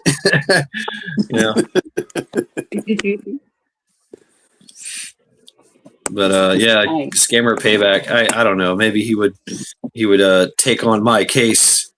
Take on the Jamaican mafia. Yeah, man. Right? Yeah, he might. I don't know. But He'd say yes if you braided your hair. No, it's not a braid though. I'd have to dreadlock it, and I have thought about dreadlocking my hair, but once you dreadlock your hair, you can't go back. There's no undreadlocking it. You have to cut it because basically it's horrible. Oh my god, you can't wash your hair. What? No. I can't wash my hair? Yeah. No. I can't ever comb my hair. I can't, I go in the woods. I got to pick shit out of my hair all the time. People are always coming up going, you got a stick in your hair. What the fuck? So, yeah, don't do your crap on the computer, right? Yeah. Everything is hackable. Everything is open. Do you remember King Ezekiel off of The Walking Dead? Who? King Ezekiel off of The Walking Dead. Team Ezekiel. Yeah. He was the black guy that he had what they called the kingdom, his community. And yes, King Ezekiel. Yeah. Yeah. You got hair like him. So if you had dreadlocks, you'd be like the white King Ezekiel. Yeah. Yeah, I just don't have a tiger. Yeah. King Ezekiel. Yeah, I mean that's a pretty cool idea, man. I mean he set that up pretty good. Yeah. They were mounted on horses with melee weapons. That was their main. Yeah, they had guns, but they're not fighting. But they had protection from Negan. They were getting blackmailed from Negan. Extorted by Negan. That's a fucked up thing. Yeah. And I hated it when the tiger died. I don't think that was right. I don't think that was accurate. I think a tiger in being mobbed by a bunch of zombies, I think the tiger would have won. Yeah. Because they played the tiger's death as being, the tiger. Maybe the tiger was old. I get it. Okay. But it's still a tiger. I just watched that episode today. Did it? One swipe and then your head's gone. I've never. Yeah. And it could the sheer mass of it could crush a zombie. I don't know. I don't think the tiger should have died. I wondered why he didn't come back as a zombie, the tiger. What happened? Matt, I was just going to say that. You're muted. Mac, you're muted. Can y'all hear me? Yeah, I hear you. I can hear you. I can hear Mac. Robert, can you say something? Mac. I think Robert, you're muted. What's going on here? Everybody's muted. Why is everybody muted? I don't know. It's not on my end. What the fuck? Everybody's muted except for me. Chat, can you hear me? 5x5 all around. I hear you. Why are y'all muted? Can you hear me, show and tell? Yes. I can't hear you, Mac. All right, hold on. Okay, I muted and you unmuted. Muted, unmuted. Show and tell. Muted, unmuted.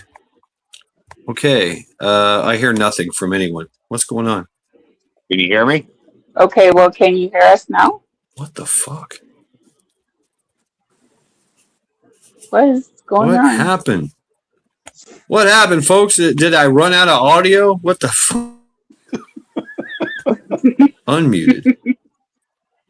I didn't push any buttons. What the fuck happened?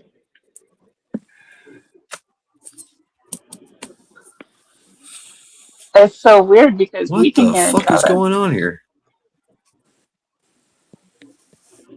Pilgrim, you got 5x5. Can you hear everybody else in chat or on panel, Pilgrim? Wayne? Show and tell here's me. YouTube shenanigans, right? Oh shit! Can you hear me, Robert? Yeah. Yeah. Loud and clear. Yeah, I can't hear you, Robert. Yeah, I cannot hear I can you. hear Robert. All right. Let's try this. Pilgrim, you can hear everybody on panel. Really? Nope. Fuck. Nope. Nope. I'm pushing buttons. I'm pushing all the buttons. Nothing's happening. All right. Oh, I gotta wow. go do the bilge pump again. I'll be back. What the fuck? Yeah. That's crazy. Must be the algorithm because we were talking Changing about my Jamaica. default. I wonder if Changing he has phone. headphones on. I still don't hear anybody. All right. What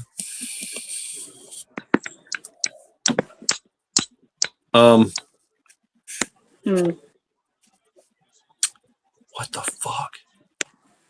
That's so All right. weird. Everybody log off. Everybody kick yourself out and then come back in. Okay.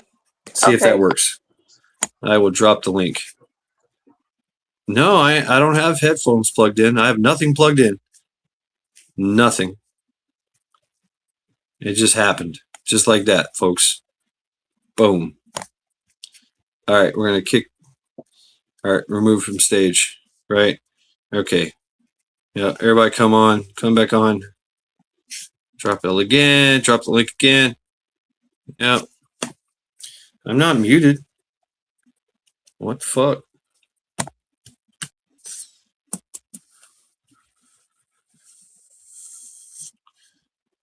Okay. Maccabeus. Add to stage. Show and tell. Add to stage. All right. Show and tell. Can you hear me? I can hear you. Can you hear me? Yes, I can hear you. It worked. All right. Yeah, we're waiting on Robert. Yeah, right. That's some weird shit. Weird shit going on here. Yeah. What the fuck? I mean, I've been muting myself on and off when I hit my vape. So I don't know if that had anything to do with it, but No. I mean, it's all on my end. Everything was on my end. Fucking craziness. All right, come on up, Robert. Where you at, Robert? Lost Robert. Maccabeus. All I did with Maccabeus is I took him off stage and put him back on stage.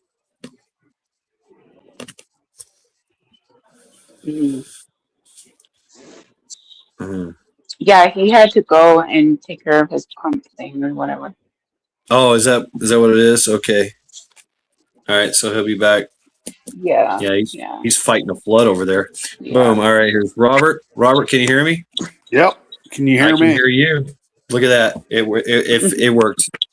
It worked. Outstanding. I was telling Vanessa it must have been the algorithm because we were talking about Jamaica. Yeah, man, Jamaica. Yeah, it could be. I don't know. Jamaica Mafia hacked me. Great. Bastards. Fargan bastards. Yeah, oh shit. Yeah, that was weird. The band is back together. That's right. All right. What song? So yeah, what's on the what's on the frequencies? What song are we thinking?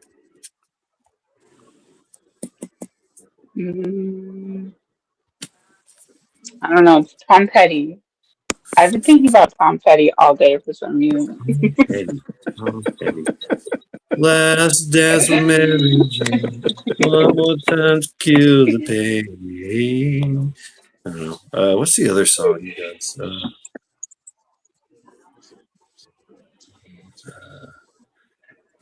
don't know. I have to look it up, but I just for some reason I had his the one that you were singing. Yeah. Oh my, oh hell yeah. Honey, put on that party dress. Buy me a drink, sing me a song, catch me as I come, cause I can't stay long. Last dance with Mary Jane. Yep. There you go. I was thinking Hall and Oates, but oh yeah, I like Hall and Oates.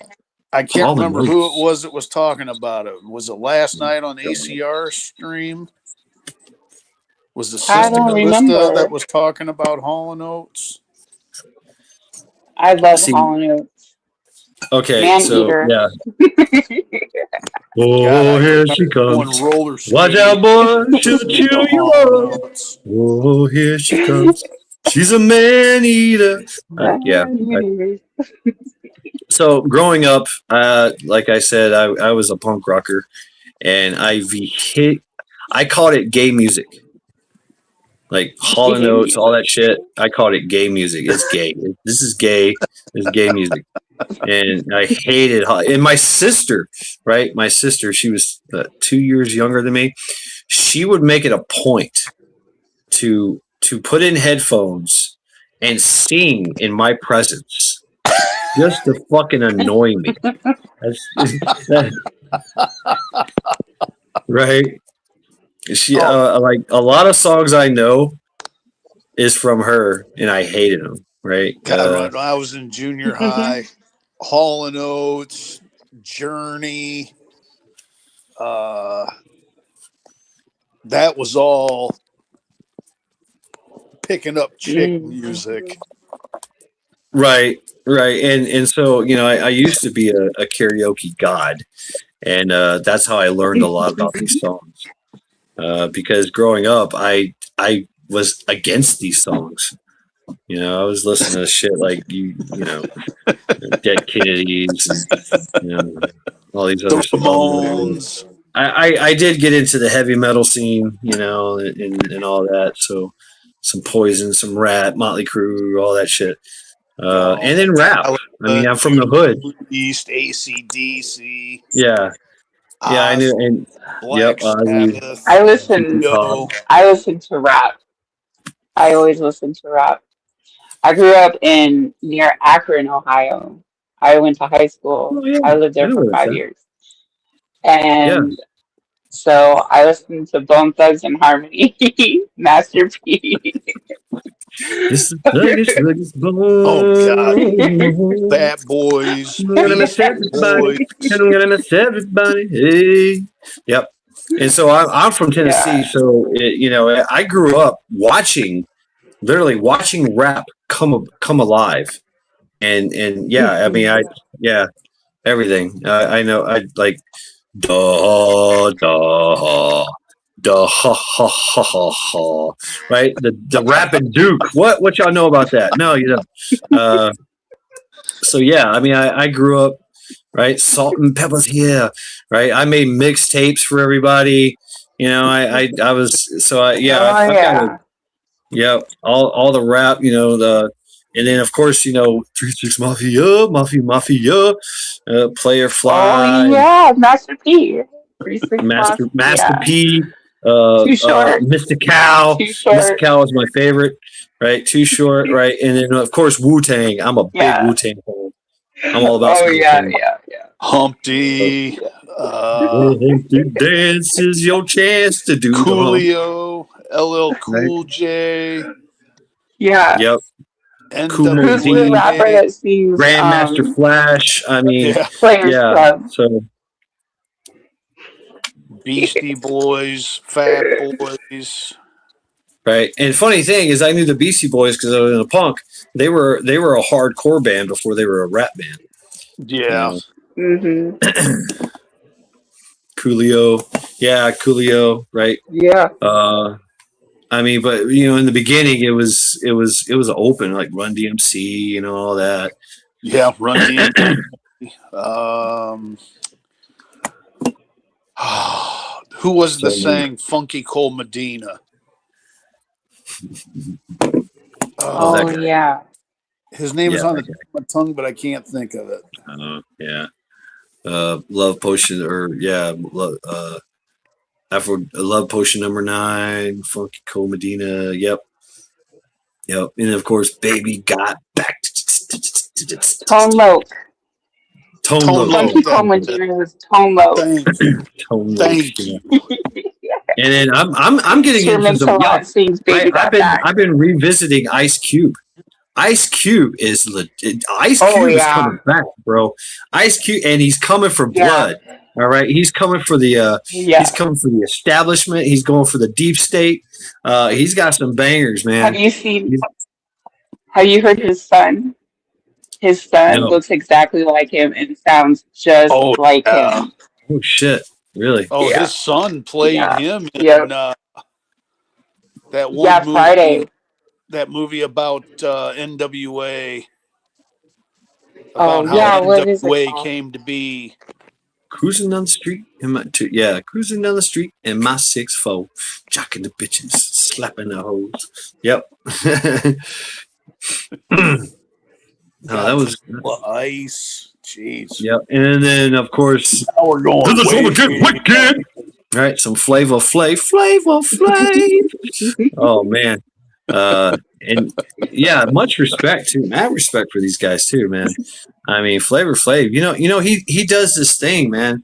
He does this like charity thing for the Olympics and Special Olympics, and he does a lot of crazy shit. Like he owns it's cliche, but he owns a chicken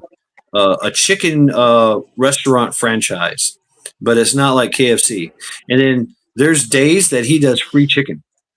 Like, just come in, get a free meal. I'm like, wow. What? Yeah, I mean, he does some crazy shit. Flavor Flav's the shit, man. He does disaster relief. Robert, that movie you were talking about was called Straight Outta Compton. That's it. Wasn't it? Straight Outta Compton. Yeah. Yeah, Easy-E. Yeah. I mean, yeah. Oh yeah. And then I got into the. I like local stuff, and that's when I got into Player Fly, and, Gangsta Boo, and 3-6 Mafias, and all these other bands. Now it's I don't know what the fuck, man. I don't know what's going on. Like Nas, what the fuck is a Nas?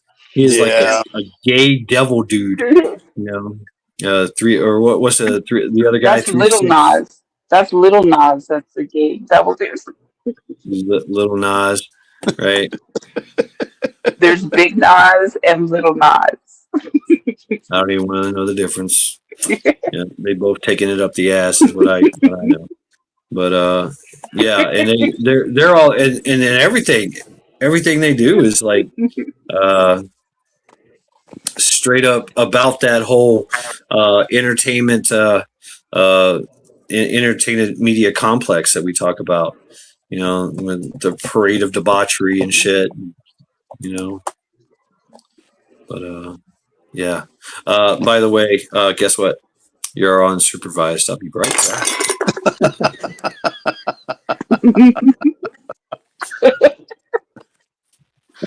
How much for the whoopee?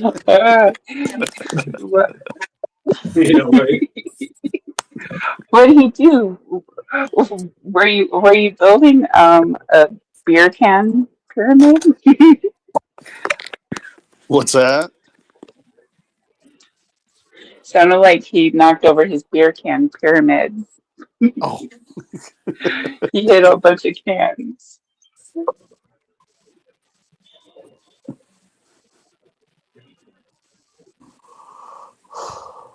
Yeah, Ice-T.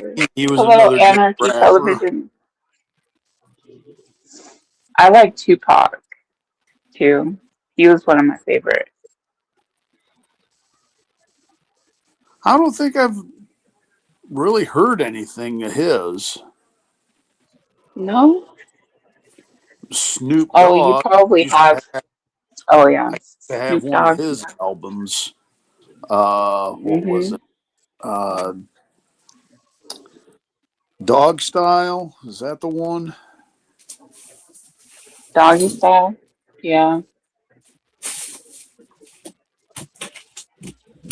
I never really got into that genre, so I don't know much about it. Yeah, I listen to it from time to time.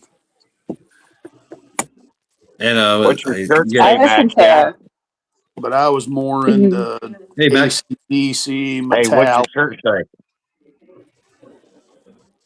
Oh, my shirt. This is a local bar in Parma that I found JB's Tavern, and it's my cool shirt. Like it's made of that cool material. Yeah. And it's sleeveless, so and it's oversized, so it hides my gun. Yeah. Yeah, this is my summer shirt. It's a little warm over here. I don't know why. Got my window open and shit. It's kind of warm in here. It's the rum. Huh? Yeah. It's the rum. It's Oh, it's the rum. No, I got warm before the rum. Oh. Yeah. Pilgrim says, "How's the water level, Mac?" I've pumped out about 600 gallons total now, I guess. It's not usually a big problem unless it flash floods, and it hasn't flash flooded for like 4 years. It's one of them projects I was working on right before I got sick, and I just never have made it back to it. So, damn. Back here, there we go. But it looks like we're going to be getting rain all night, so I think I'm on an all-nighter right now. Oh shit! It is what it is. Man your battle stations. Yeah. Yeah. Oh shit! I remember my mom used to do that. She'd make us like put her shoes on during a storm or something. Put our shoes on. Make sure we got our backpacks ready and our coats, just in case we gotta leave. I'm like, where are we gonna go? It's in the middle of a storm, you know. Go ahead. I think it'd be cool to put together a covert team of just like people, and when you get these pedos, you know, like everybody just gets together and goes in, and you know. There are teams like that. Yeah, there are teams like that, but they keep themselves so closely guarded and secret because the Chomo organization they're built on that to guard against that. Because remember back in the day, they would hang, or they would, the pedos would be found somewhere, right? Yeah. But now they've set up. Yeah, go ahead. I was trying to plant seeds. That's all I was doing by saying that. You know, I love this idea. Getting involved. You know, trying to there is groups. Yeah, there is. There is groups, and there is legit groups that deal with human trafficking that relocate and provide ongoing service for victims of trafficking. You know, mainly trafficking. But as far as like a QRF pedo response force, actually no, it'd be more like a hit squad. I mean, really, you know. But to do that, you'd have to gather information, actually like say, hey, gather that evidence. But they'll see you coming a mile away. That's the thing. They got so many people that watch for that kind of thing. You know? So anything you do, you'd have to do under the complete cover of darkness. Well, the whole operation, it'd have to be people that are skilled in certain areas of certain things, you know. Yeah. I mean, getting into the cyber, actually identifying these people, and it would mean infiltrating. It would take somebody to go undercover, and that would be hard for a lot of people. Yeah, because you'd have to be there knowing that these people are doing these things to kids. Yep.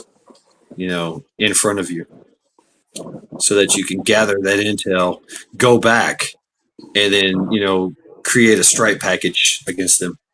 I don't think I could do that.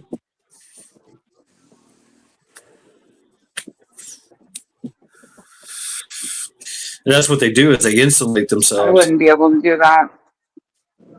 Yeah, they insulate themselves that everybody is either, everybody's a chomo in their circle, and they're all paid or they're blackmailed, and they've got their own little teams, especially if they're like they're trafficking and it's some kind of like organized crime or thing doing it, like definitely your terrorist groups are into trafficking. Yeah.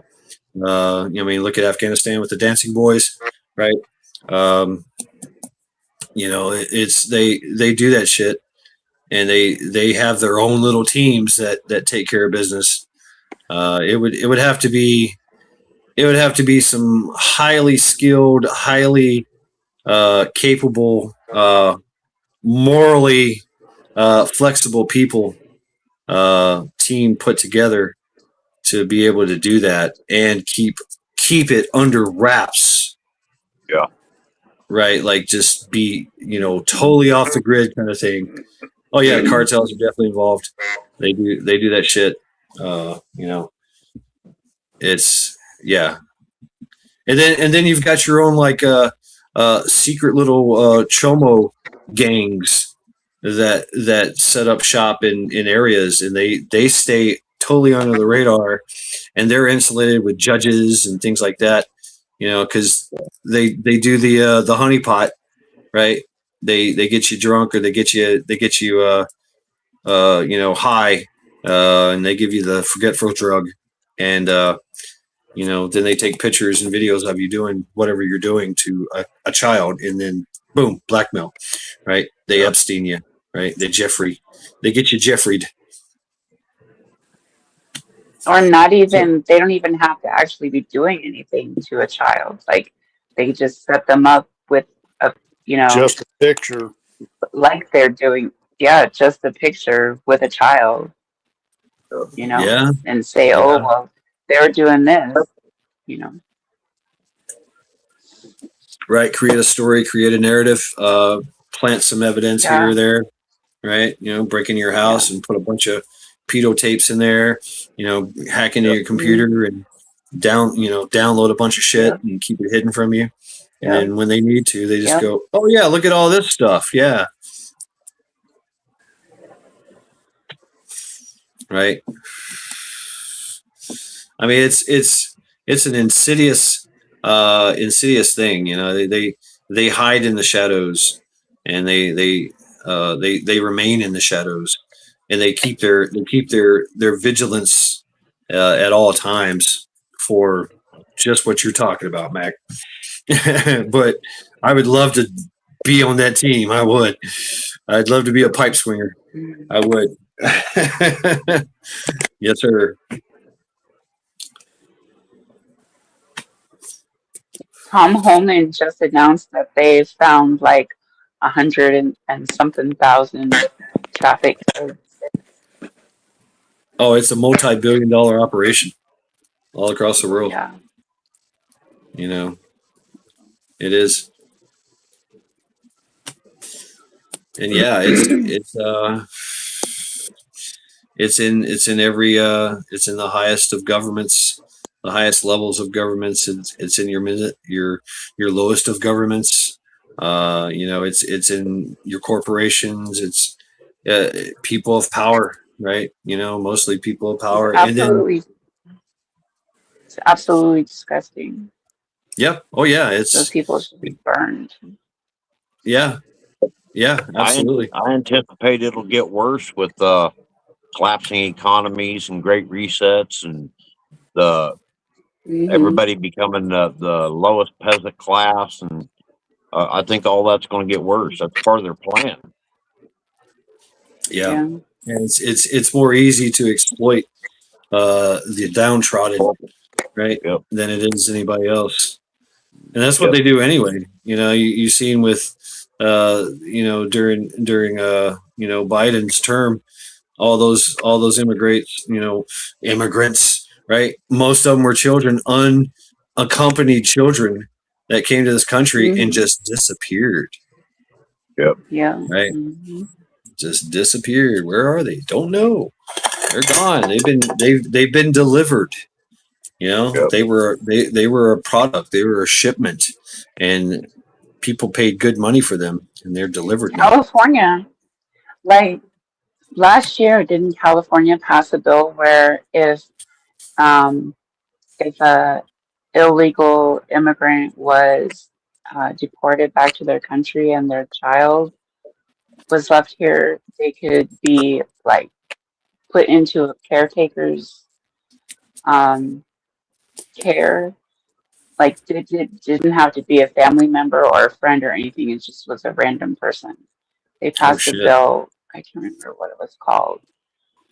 And everyone was saying, "Oh, this is how they're going to traffic thousands more children." Yeah. Mm-hmm. The, You the know, whole foster parent thing's all part of that. What's up, yeah. Tiger? Yeah, I was supposed to stop this live stream 2 hours ago, Hi, but here Tiger. we are. I Tigger. Yeah, yeah. It would be great. That would be a noble cause to get behind. You know, absolutely.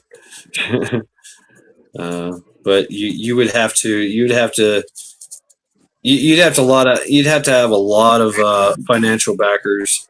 You'd have to Yeah. have you'd have to be dedicated to it. You know, it would.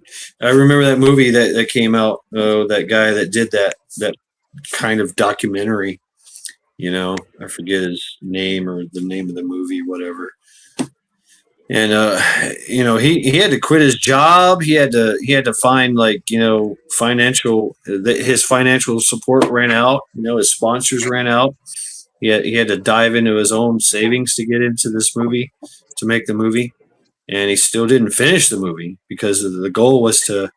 Yeah, he did rescue some kids, uh, but you know, there's Do you remember that movie 8 mm with Nicolas Cage? Yeah. yeah, kind of. Yeah, where they were recording like high up diplomatic people, um like they trafficked young women, and basically it was like a sexual type video that they made on 8 mm film that couldn't be traced or something. I don't know. There's something behind the whole 8 mm film, Ah, and okay. they it was like um Snuff what do films. you Yeah. call it? Yes, yeah. That's it. Yeah. Yeah, snuff films. Yeah. I mean, Yeah. allegedly there's one with Hillary and some other chick, and they, you know, was harvesting adrenochrome from a 9-year-old girl and wore her face as a mask to create terror so they Oh, could. that's all. Yeah, I think it could have been Ghislaine. But yeah, they some weird shit, man. I mean, some fucked up shit. You know, shit that needs to be These people are eradicated. weird.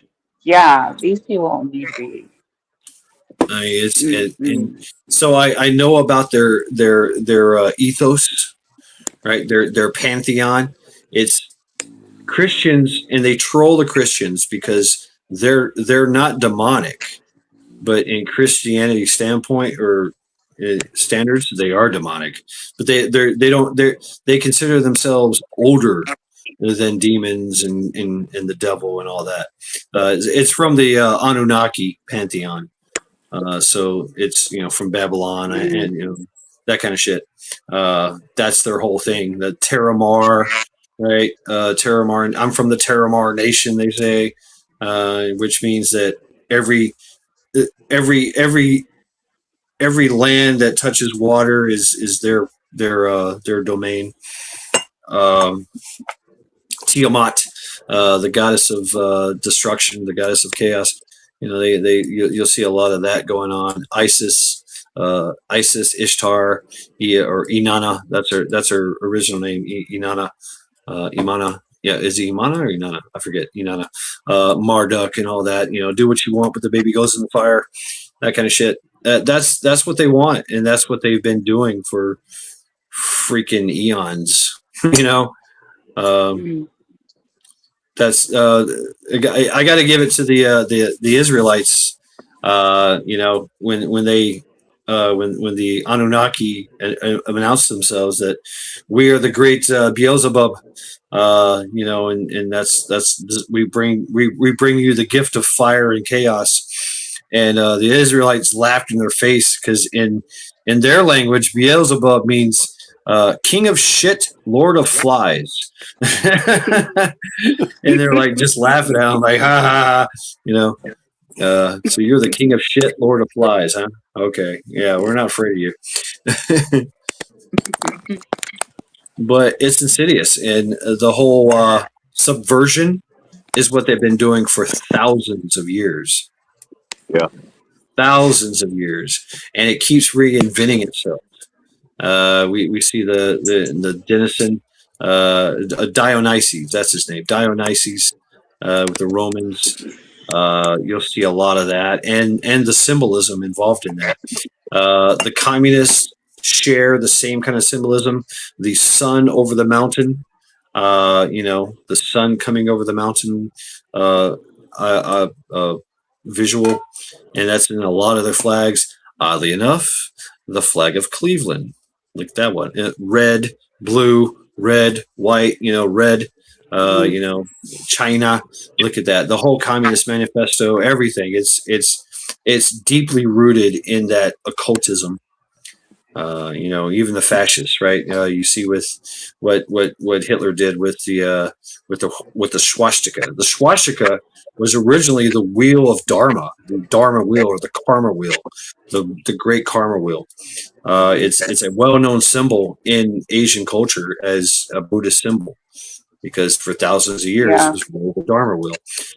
He took that and bastardized it because it was also used in the Celtic and the Norse to symbolize passing of a warrior or something, because of whatever.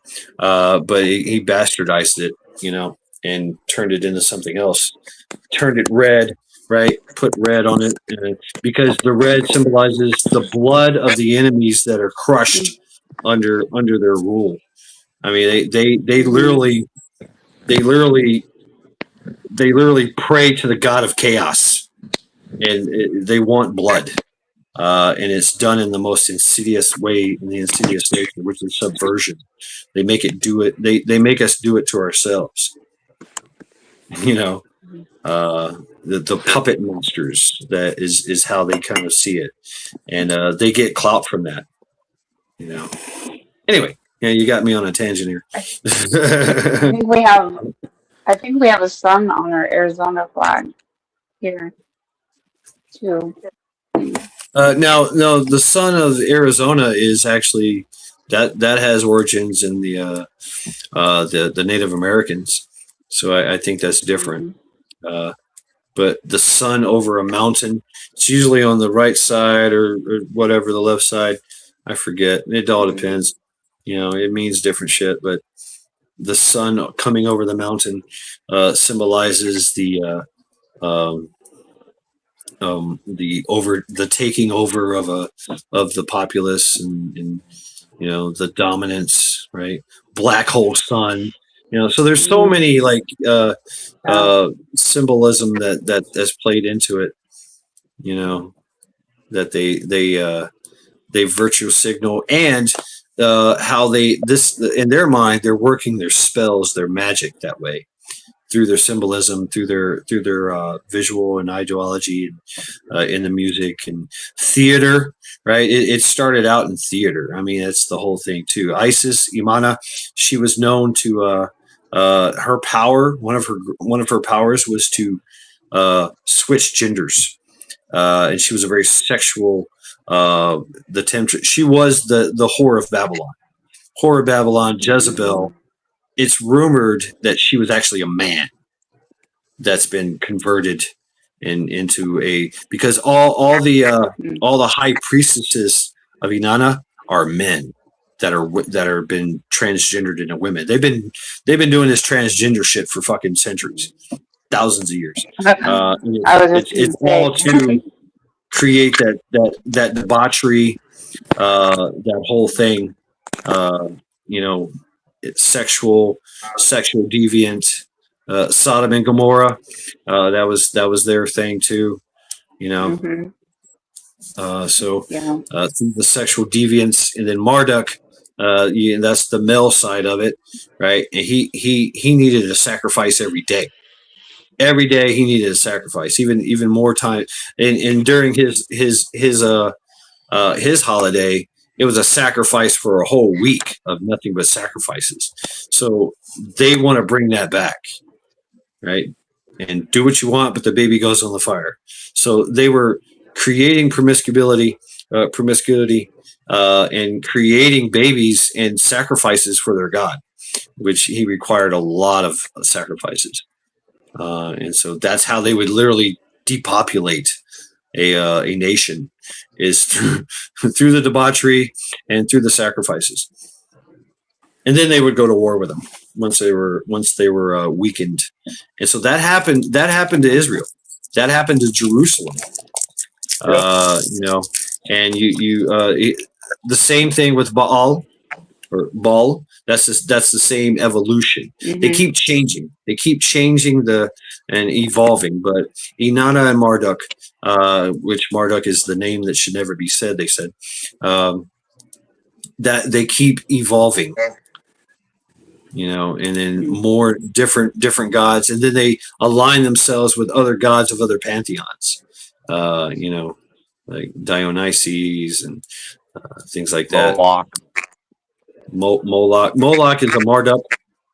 Moloch and Marduk are the same. You know, that bridges the gap between Satanism, and it's, like I said, it's a troll against Christians, because they've taken over. That's what they do, is they take over. They took over the Knights Templar. They took over the Fraternal Order of Masonic. They've taken. That's what they do, is they infiltrate and take over all these major religions, major secret societies. The Masonic Temple, I mean, at the time, during its thing, it was actually a benevolent thing. They were building the foundation for a Greek style society, you know, through architecture. You know, basically they were using architecture as a religion, you know. But now they're compromised as well. So yeah, fish sticks. I mean, it's the swastika is it's known as the Dharma wheel in Buddhism. You can see Buddhist monks, Zen monks, and Chinese Shaolin monks that still wear the swastika as their religious symbol. It represents karma, dharma, you know, which came from India, by the way. Yep, Shakyamuni Gautama. To answer Tiger, she asked a while ago. I'm doing pretty good, Tiger. Oh yeah. I think I posted that earlier. Can't find it. So yeah, going down the deep rabbit hole that is, you know, the elite occultists that I call, and the human trafficking and the kids, and yeah, that's all of it. That's part of it, you know, and making it mainstream. Making it to the point where, I mean, you've seen where they tried to make maps a thing. You know, it's a color in their P flag, in their LGBTQ flag. One of those colors is MAPS. MAPS means minor attracted persons. Really? Like, you know, really? And they defend it. You know, they got their own flag. You know, the fuck. Yeah, the correlation. Thank you, Mother Freedom. Yep.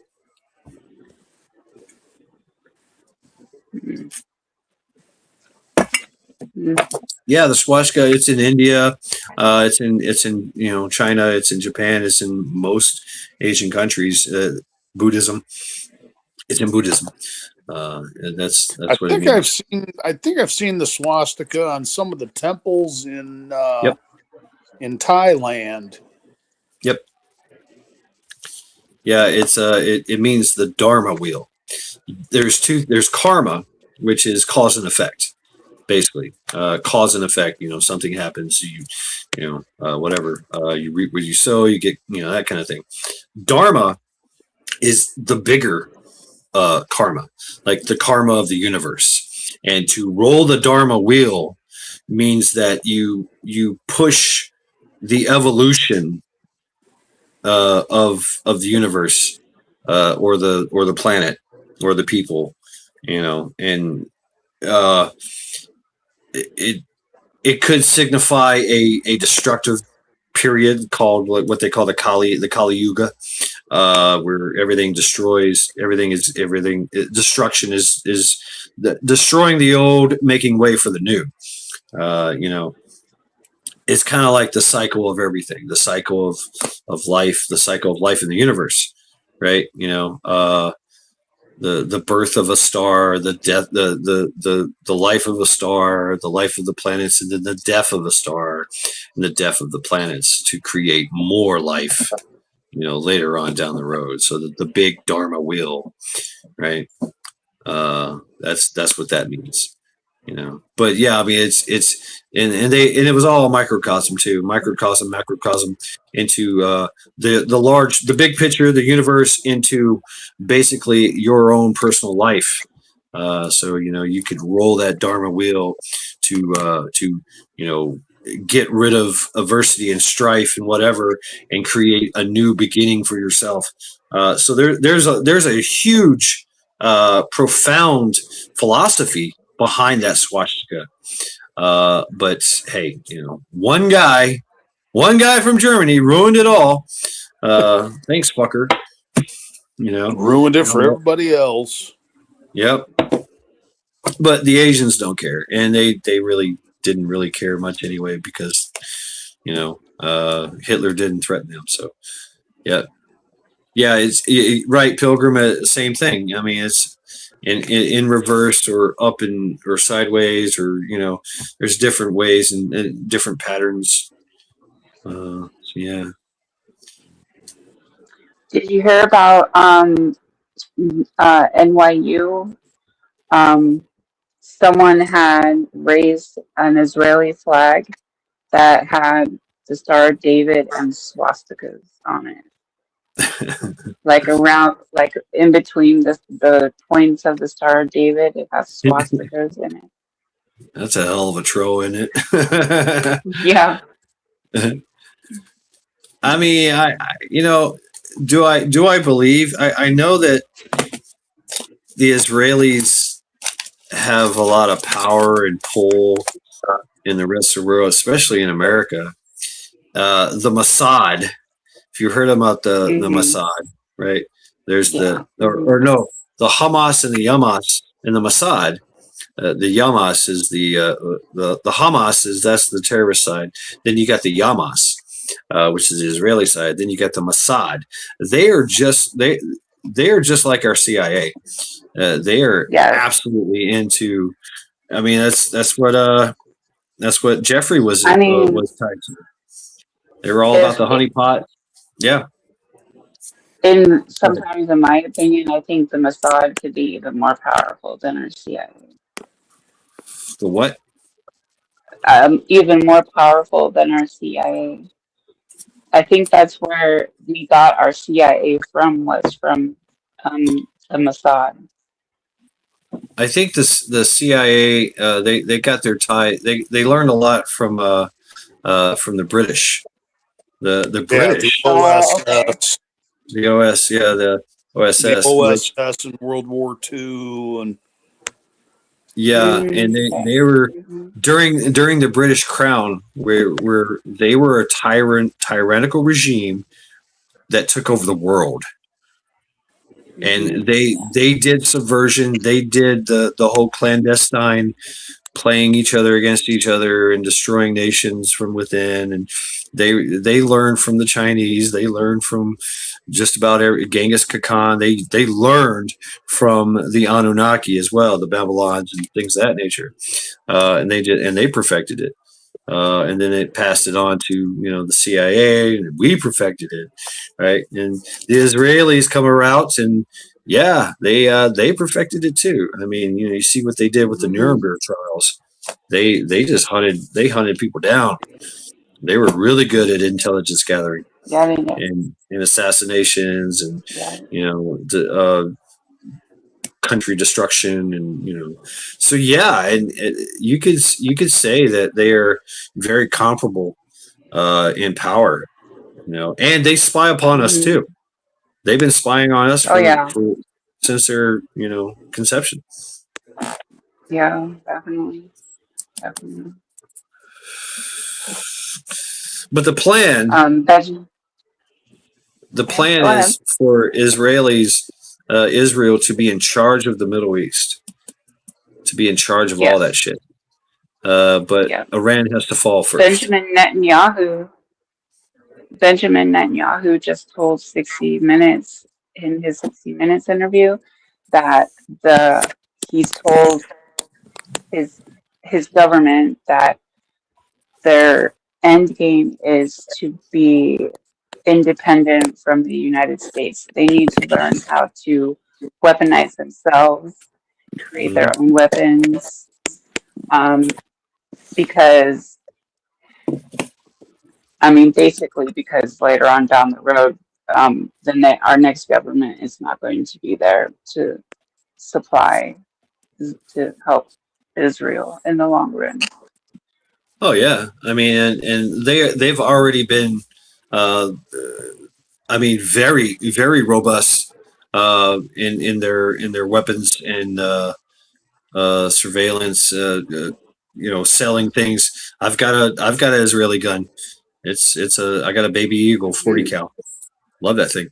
But yeah, they come up with all kinds of innovative technologies and weapon systems on their own that they've been selling. The matter of fact, the system, the Pegasus project, 2015, I think it was. That's what gave them access to all cell phones. All cell phones. It was leaked. It was later leaked. That's how they were fighting the Hamas and the terrorists and everybody else that was after them. And then that of course that technology got leaked, and now guess what? Everybody using it, especially our government against us, right? It's they can literally take control of your laptop, your cell phone, and do what they want with it. They can turn on the mics, turn on the cameras. They can track you constantly, even with the battery gone, even with the phone off, even when you're wailing, when you have it shielded. It literally downloads. Once it's unshielded, it downloads everywhere you've ever been. But yeah, the Israelis made that. So yeah, they but in the great reset, Iran has to fall. And the pipeline has to be built through Iran into Turkey and into Israel. Where right there, that's where they can literally ship the oil by ship, or they can do the railroad into Europe. So and offload it there. So they stand and we stand. The United States stands to be on top of the oil production of the world, like the Saudi Arabians are, and like Iran is. But Iran has to fall first. The rest of everybody, like you see it, Saudi Arabia, Yemen, all these Europe, UAE, they're all on board. We've been selling them weapons and shit. Turkey is what do you think about Turkey? Turkey is a wild card. They are. They kind of do what they want. Turkey's playing both sides of the fence. Yep. They are a UN member, but they also do a lot for the terrorists and things of that nature. Yeah, they do a lot of shady shit on the side with Russia. And Yep. Mm-hmm. And So, their military is nothing to be scoffed at. They got a very good military. They can fuck shit up. Oh, they're fierce. You know that the mosques that are being built in the UK and here are funded by Turkey and Qatar. There you go. Really? Yeah. Yeah. So the Muslim, the especially the radical Muslims, they're associated and aligned with communism and fascism. They're like strange bedfellows. They too want to take over the world. You know. Yeah. So I've been watching Flight Radar the past I watch it every day, but for a minute there, for like a month, I was seeing Russia flying to Tel Aviv like every day. Mm. Right. I found that interesting. So yeah, Israel is they've made themselves the center of the world, the center of the universe. You know, because they stand to inherit all of the Middle East, all of it, and that's part of the 5-year plan that started 4.5 years ago. By the way. I forgot the general. The general became a whistleblower. I forget his name, but he talked about the 5-year plan, and it involved 5 years 10 years. It was a 10-year plan. It's taken them about 15 years to do it. Yeah, so I misspoke. But yeah, they're ramping it up with the Iran. Iran has to go. Iran has to. All of that has to shut down. Iran's production, everybody else's production in the Hormuz and all that. It plays into their hands to be able to ship that oil. Because it's not just Iran oil; it's everybody else's oil too, right? So, and we stand to be on top. We've got the largest reserves in the world here in America. Yeah, China is supposed to buy some oil from us. You're supposed to be heading to Texas to get some oil. Ah, nice, nice. Bringing them to the table. That's how we're doing it, huh? I see. That's pretty ingenious. That was one of the things they talked about in Trump and Xi. Yeah. And China's hurt really, really bad. I mean, really bad. They need oil bad. Yeah. They are. But they have to save face at the same time. So they have to play it off as like they win, even though they're the one that bent the knee, to Trump's demands, so to speak. But they'll tell their people in the world, afterwards that, oh yeah, we forced America to give us oil. Watch, that's the card they'll play, because China's asshole.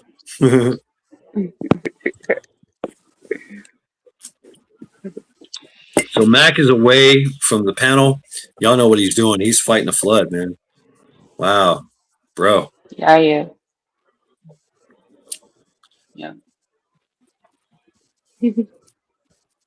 I was going to ask him if he had a basement window where that water could be leaking in from. It's coming. It's coming right up out of the ground, and he says it's also coming in from the surface as well.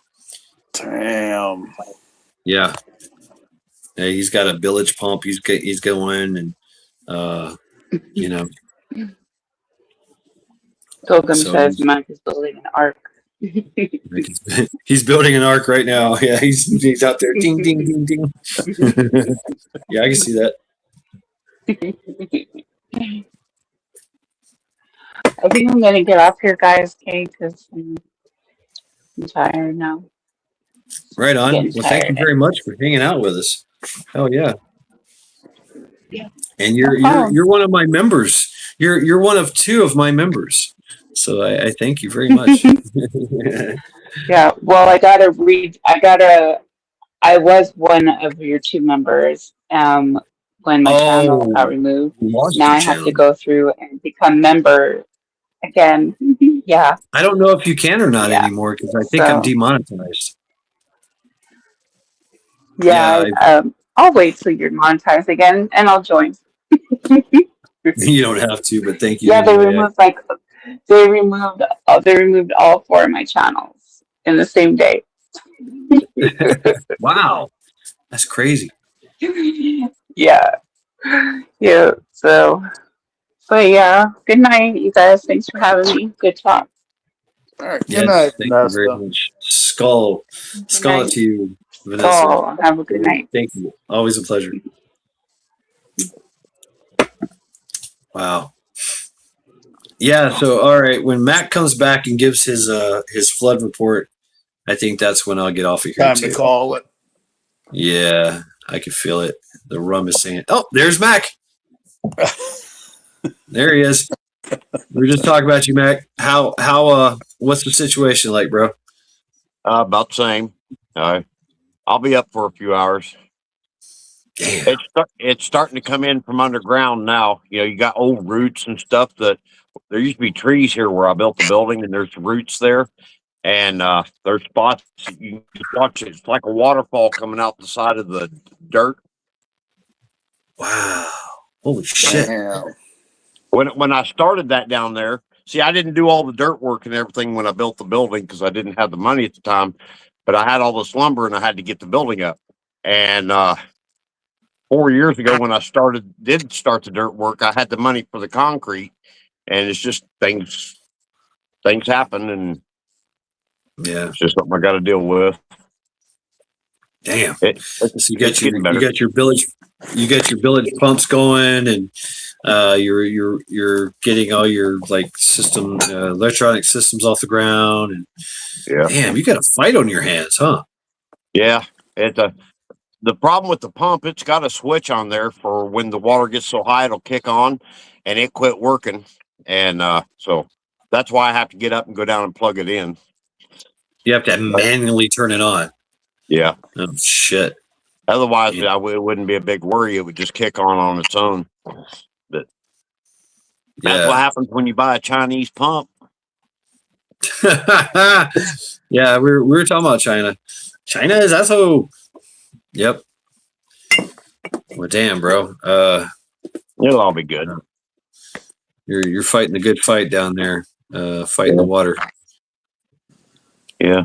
I mean, that's some damn man. That's a message right there. You know, for homesteaders and shit. You know, fighting water, a flood. I mean, The first time it happened 4 years ago, I didn't have a pump, and I got up and I literally had a lake down there, about 2 foot deep, and God. I 5-gallon bucket bailed all that water out of there because you can't let it sit there because that ground will get soggy, and then that the post for the building will start settling, and the water's got to go, and it's kind of an uphill climb.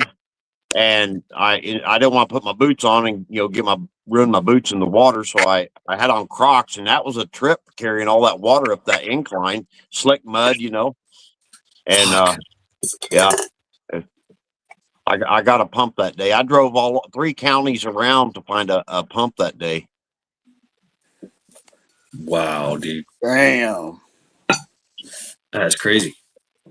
That's crazy. But my health is coming back. I mean, every day I get better, and so that's going to have to take priority because we don't have many flash floods, and that's the only time it's a real issue. And Okay. so yeah, usually when the rain happens, I mean, I'll get water down there, but it's nothing like what it is right now. It's just because we're getting one of them heavy dumps of rain. I got two alerts this evening on flash flood warnings. And they was telling everybody stay in place unless you're in a danger zone. Last time it happened, we got 14 inches of rain, not 14, 18 inches of rain in 2 hours time. The main highway out here that you came up, it Yeah. flooded out in the dips. They flooded out and they had to close the main highway down. No shit. That's like So, where I'm here in Kentucky. Last year, we got 15 inches of rain in 24 hours. Mm. And the house that we were living in, it had a pond out there. Well, that pond was overflowing and it was spilling out across the yard. And in a side pasture, it was spilling off into that side pasture. And then the rest of the yard, it was like 2 inches of water in the yard itself. And letting my dogs out to go to the bathroom, they hated it because they had to literally walk around in the water to go to the bathroom. Wow. All right. Well, we got the flood report from Mac. And Robert, you've been holding it down with me. I'm definitely going to call it right now. I was going to wait till you came back, Mac, to get the flood report. So thank you.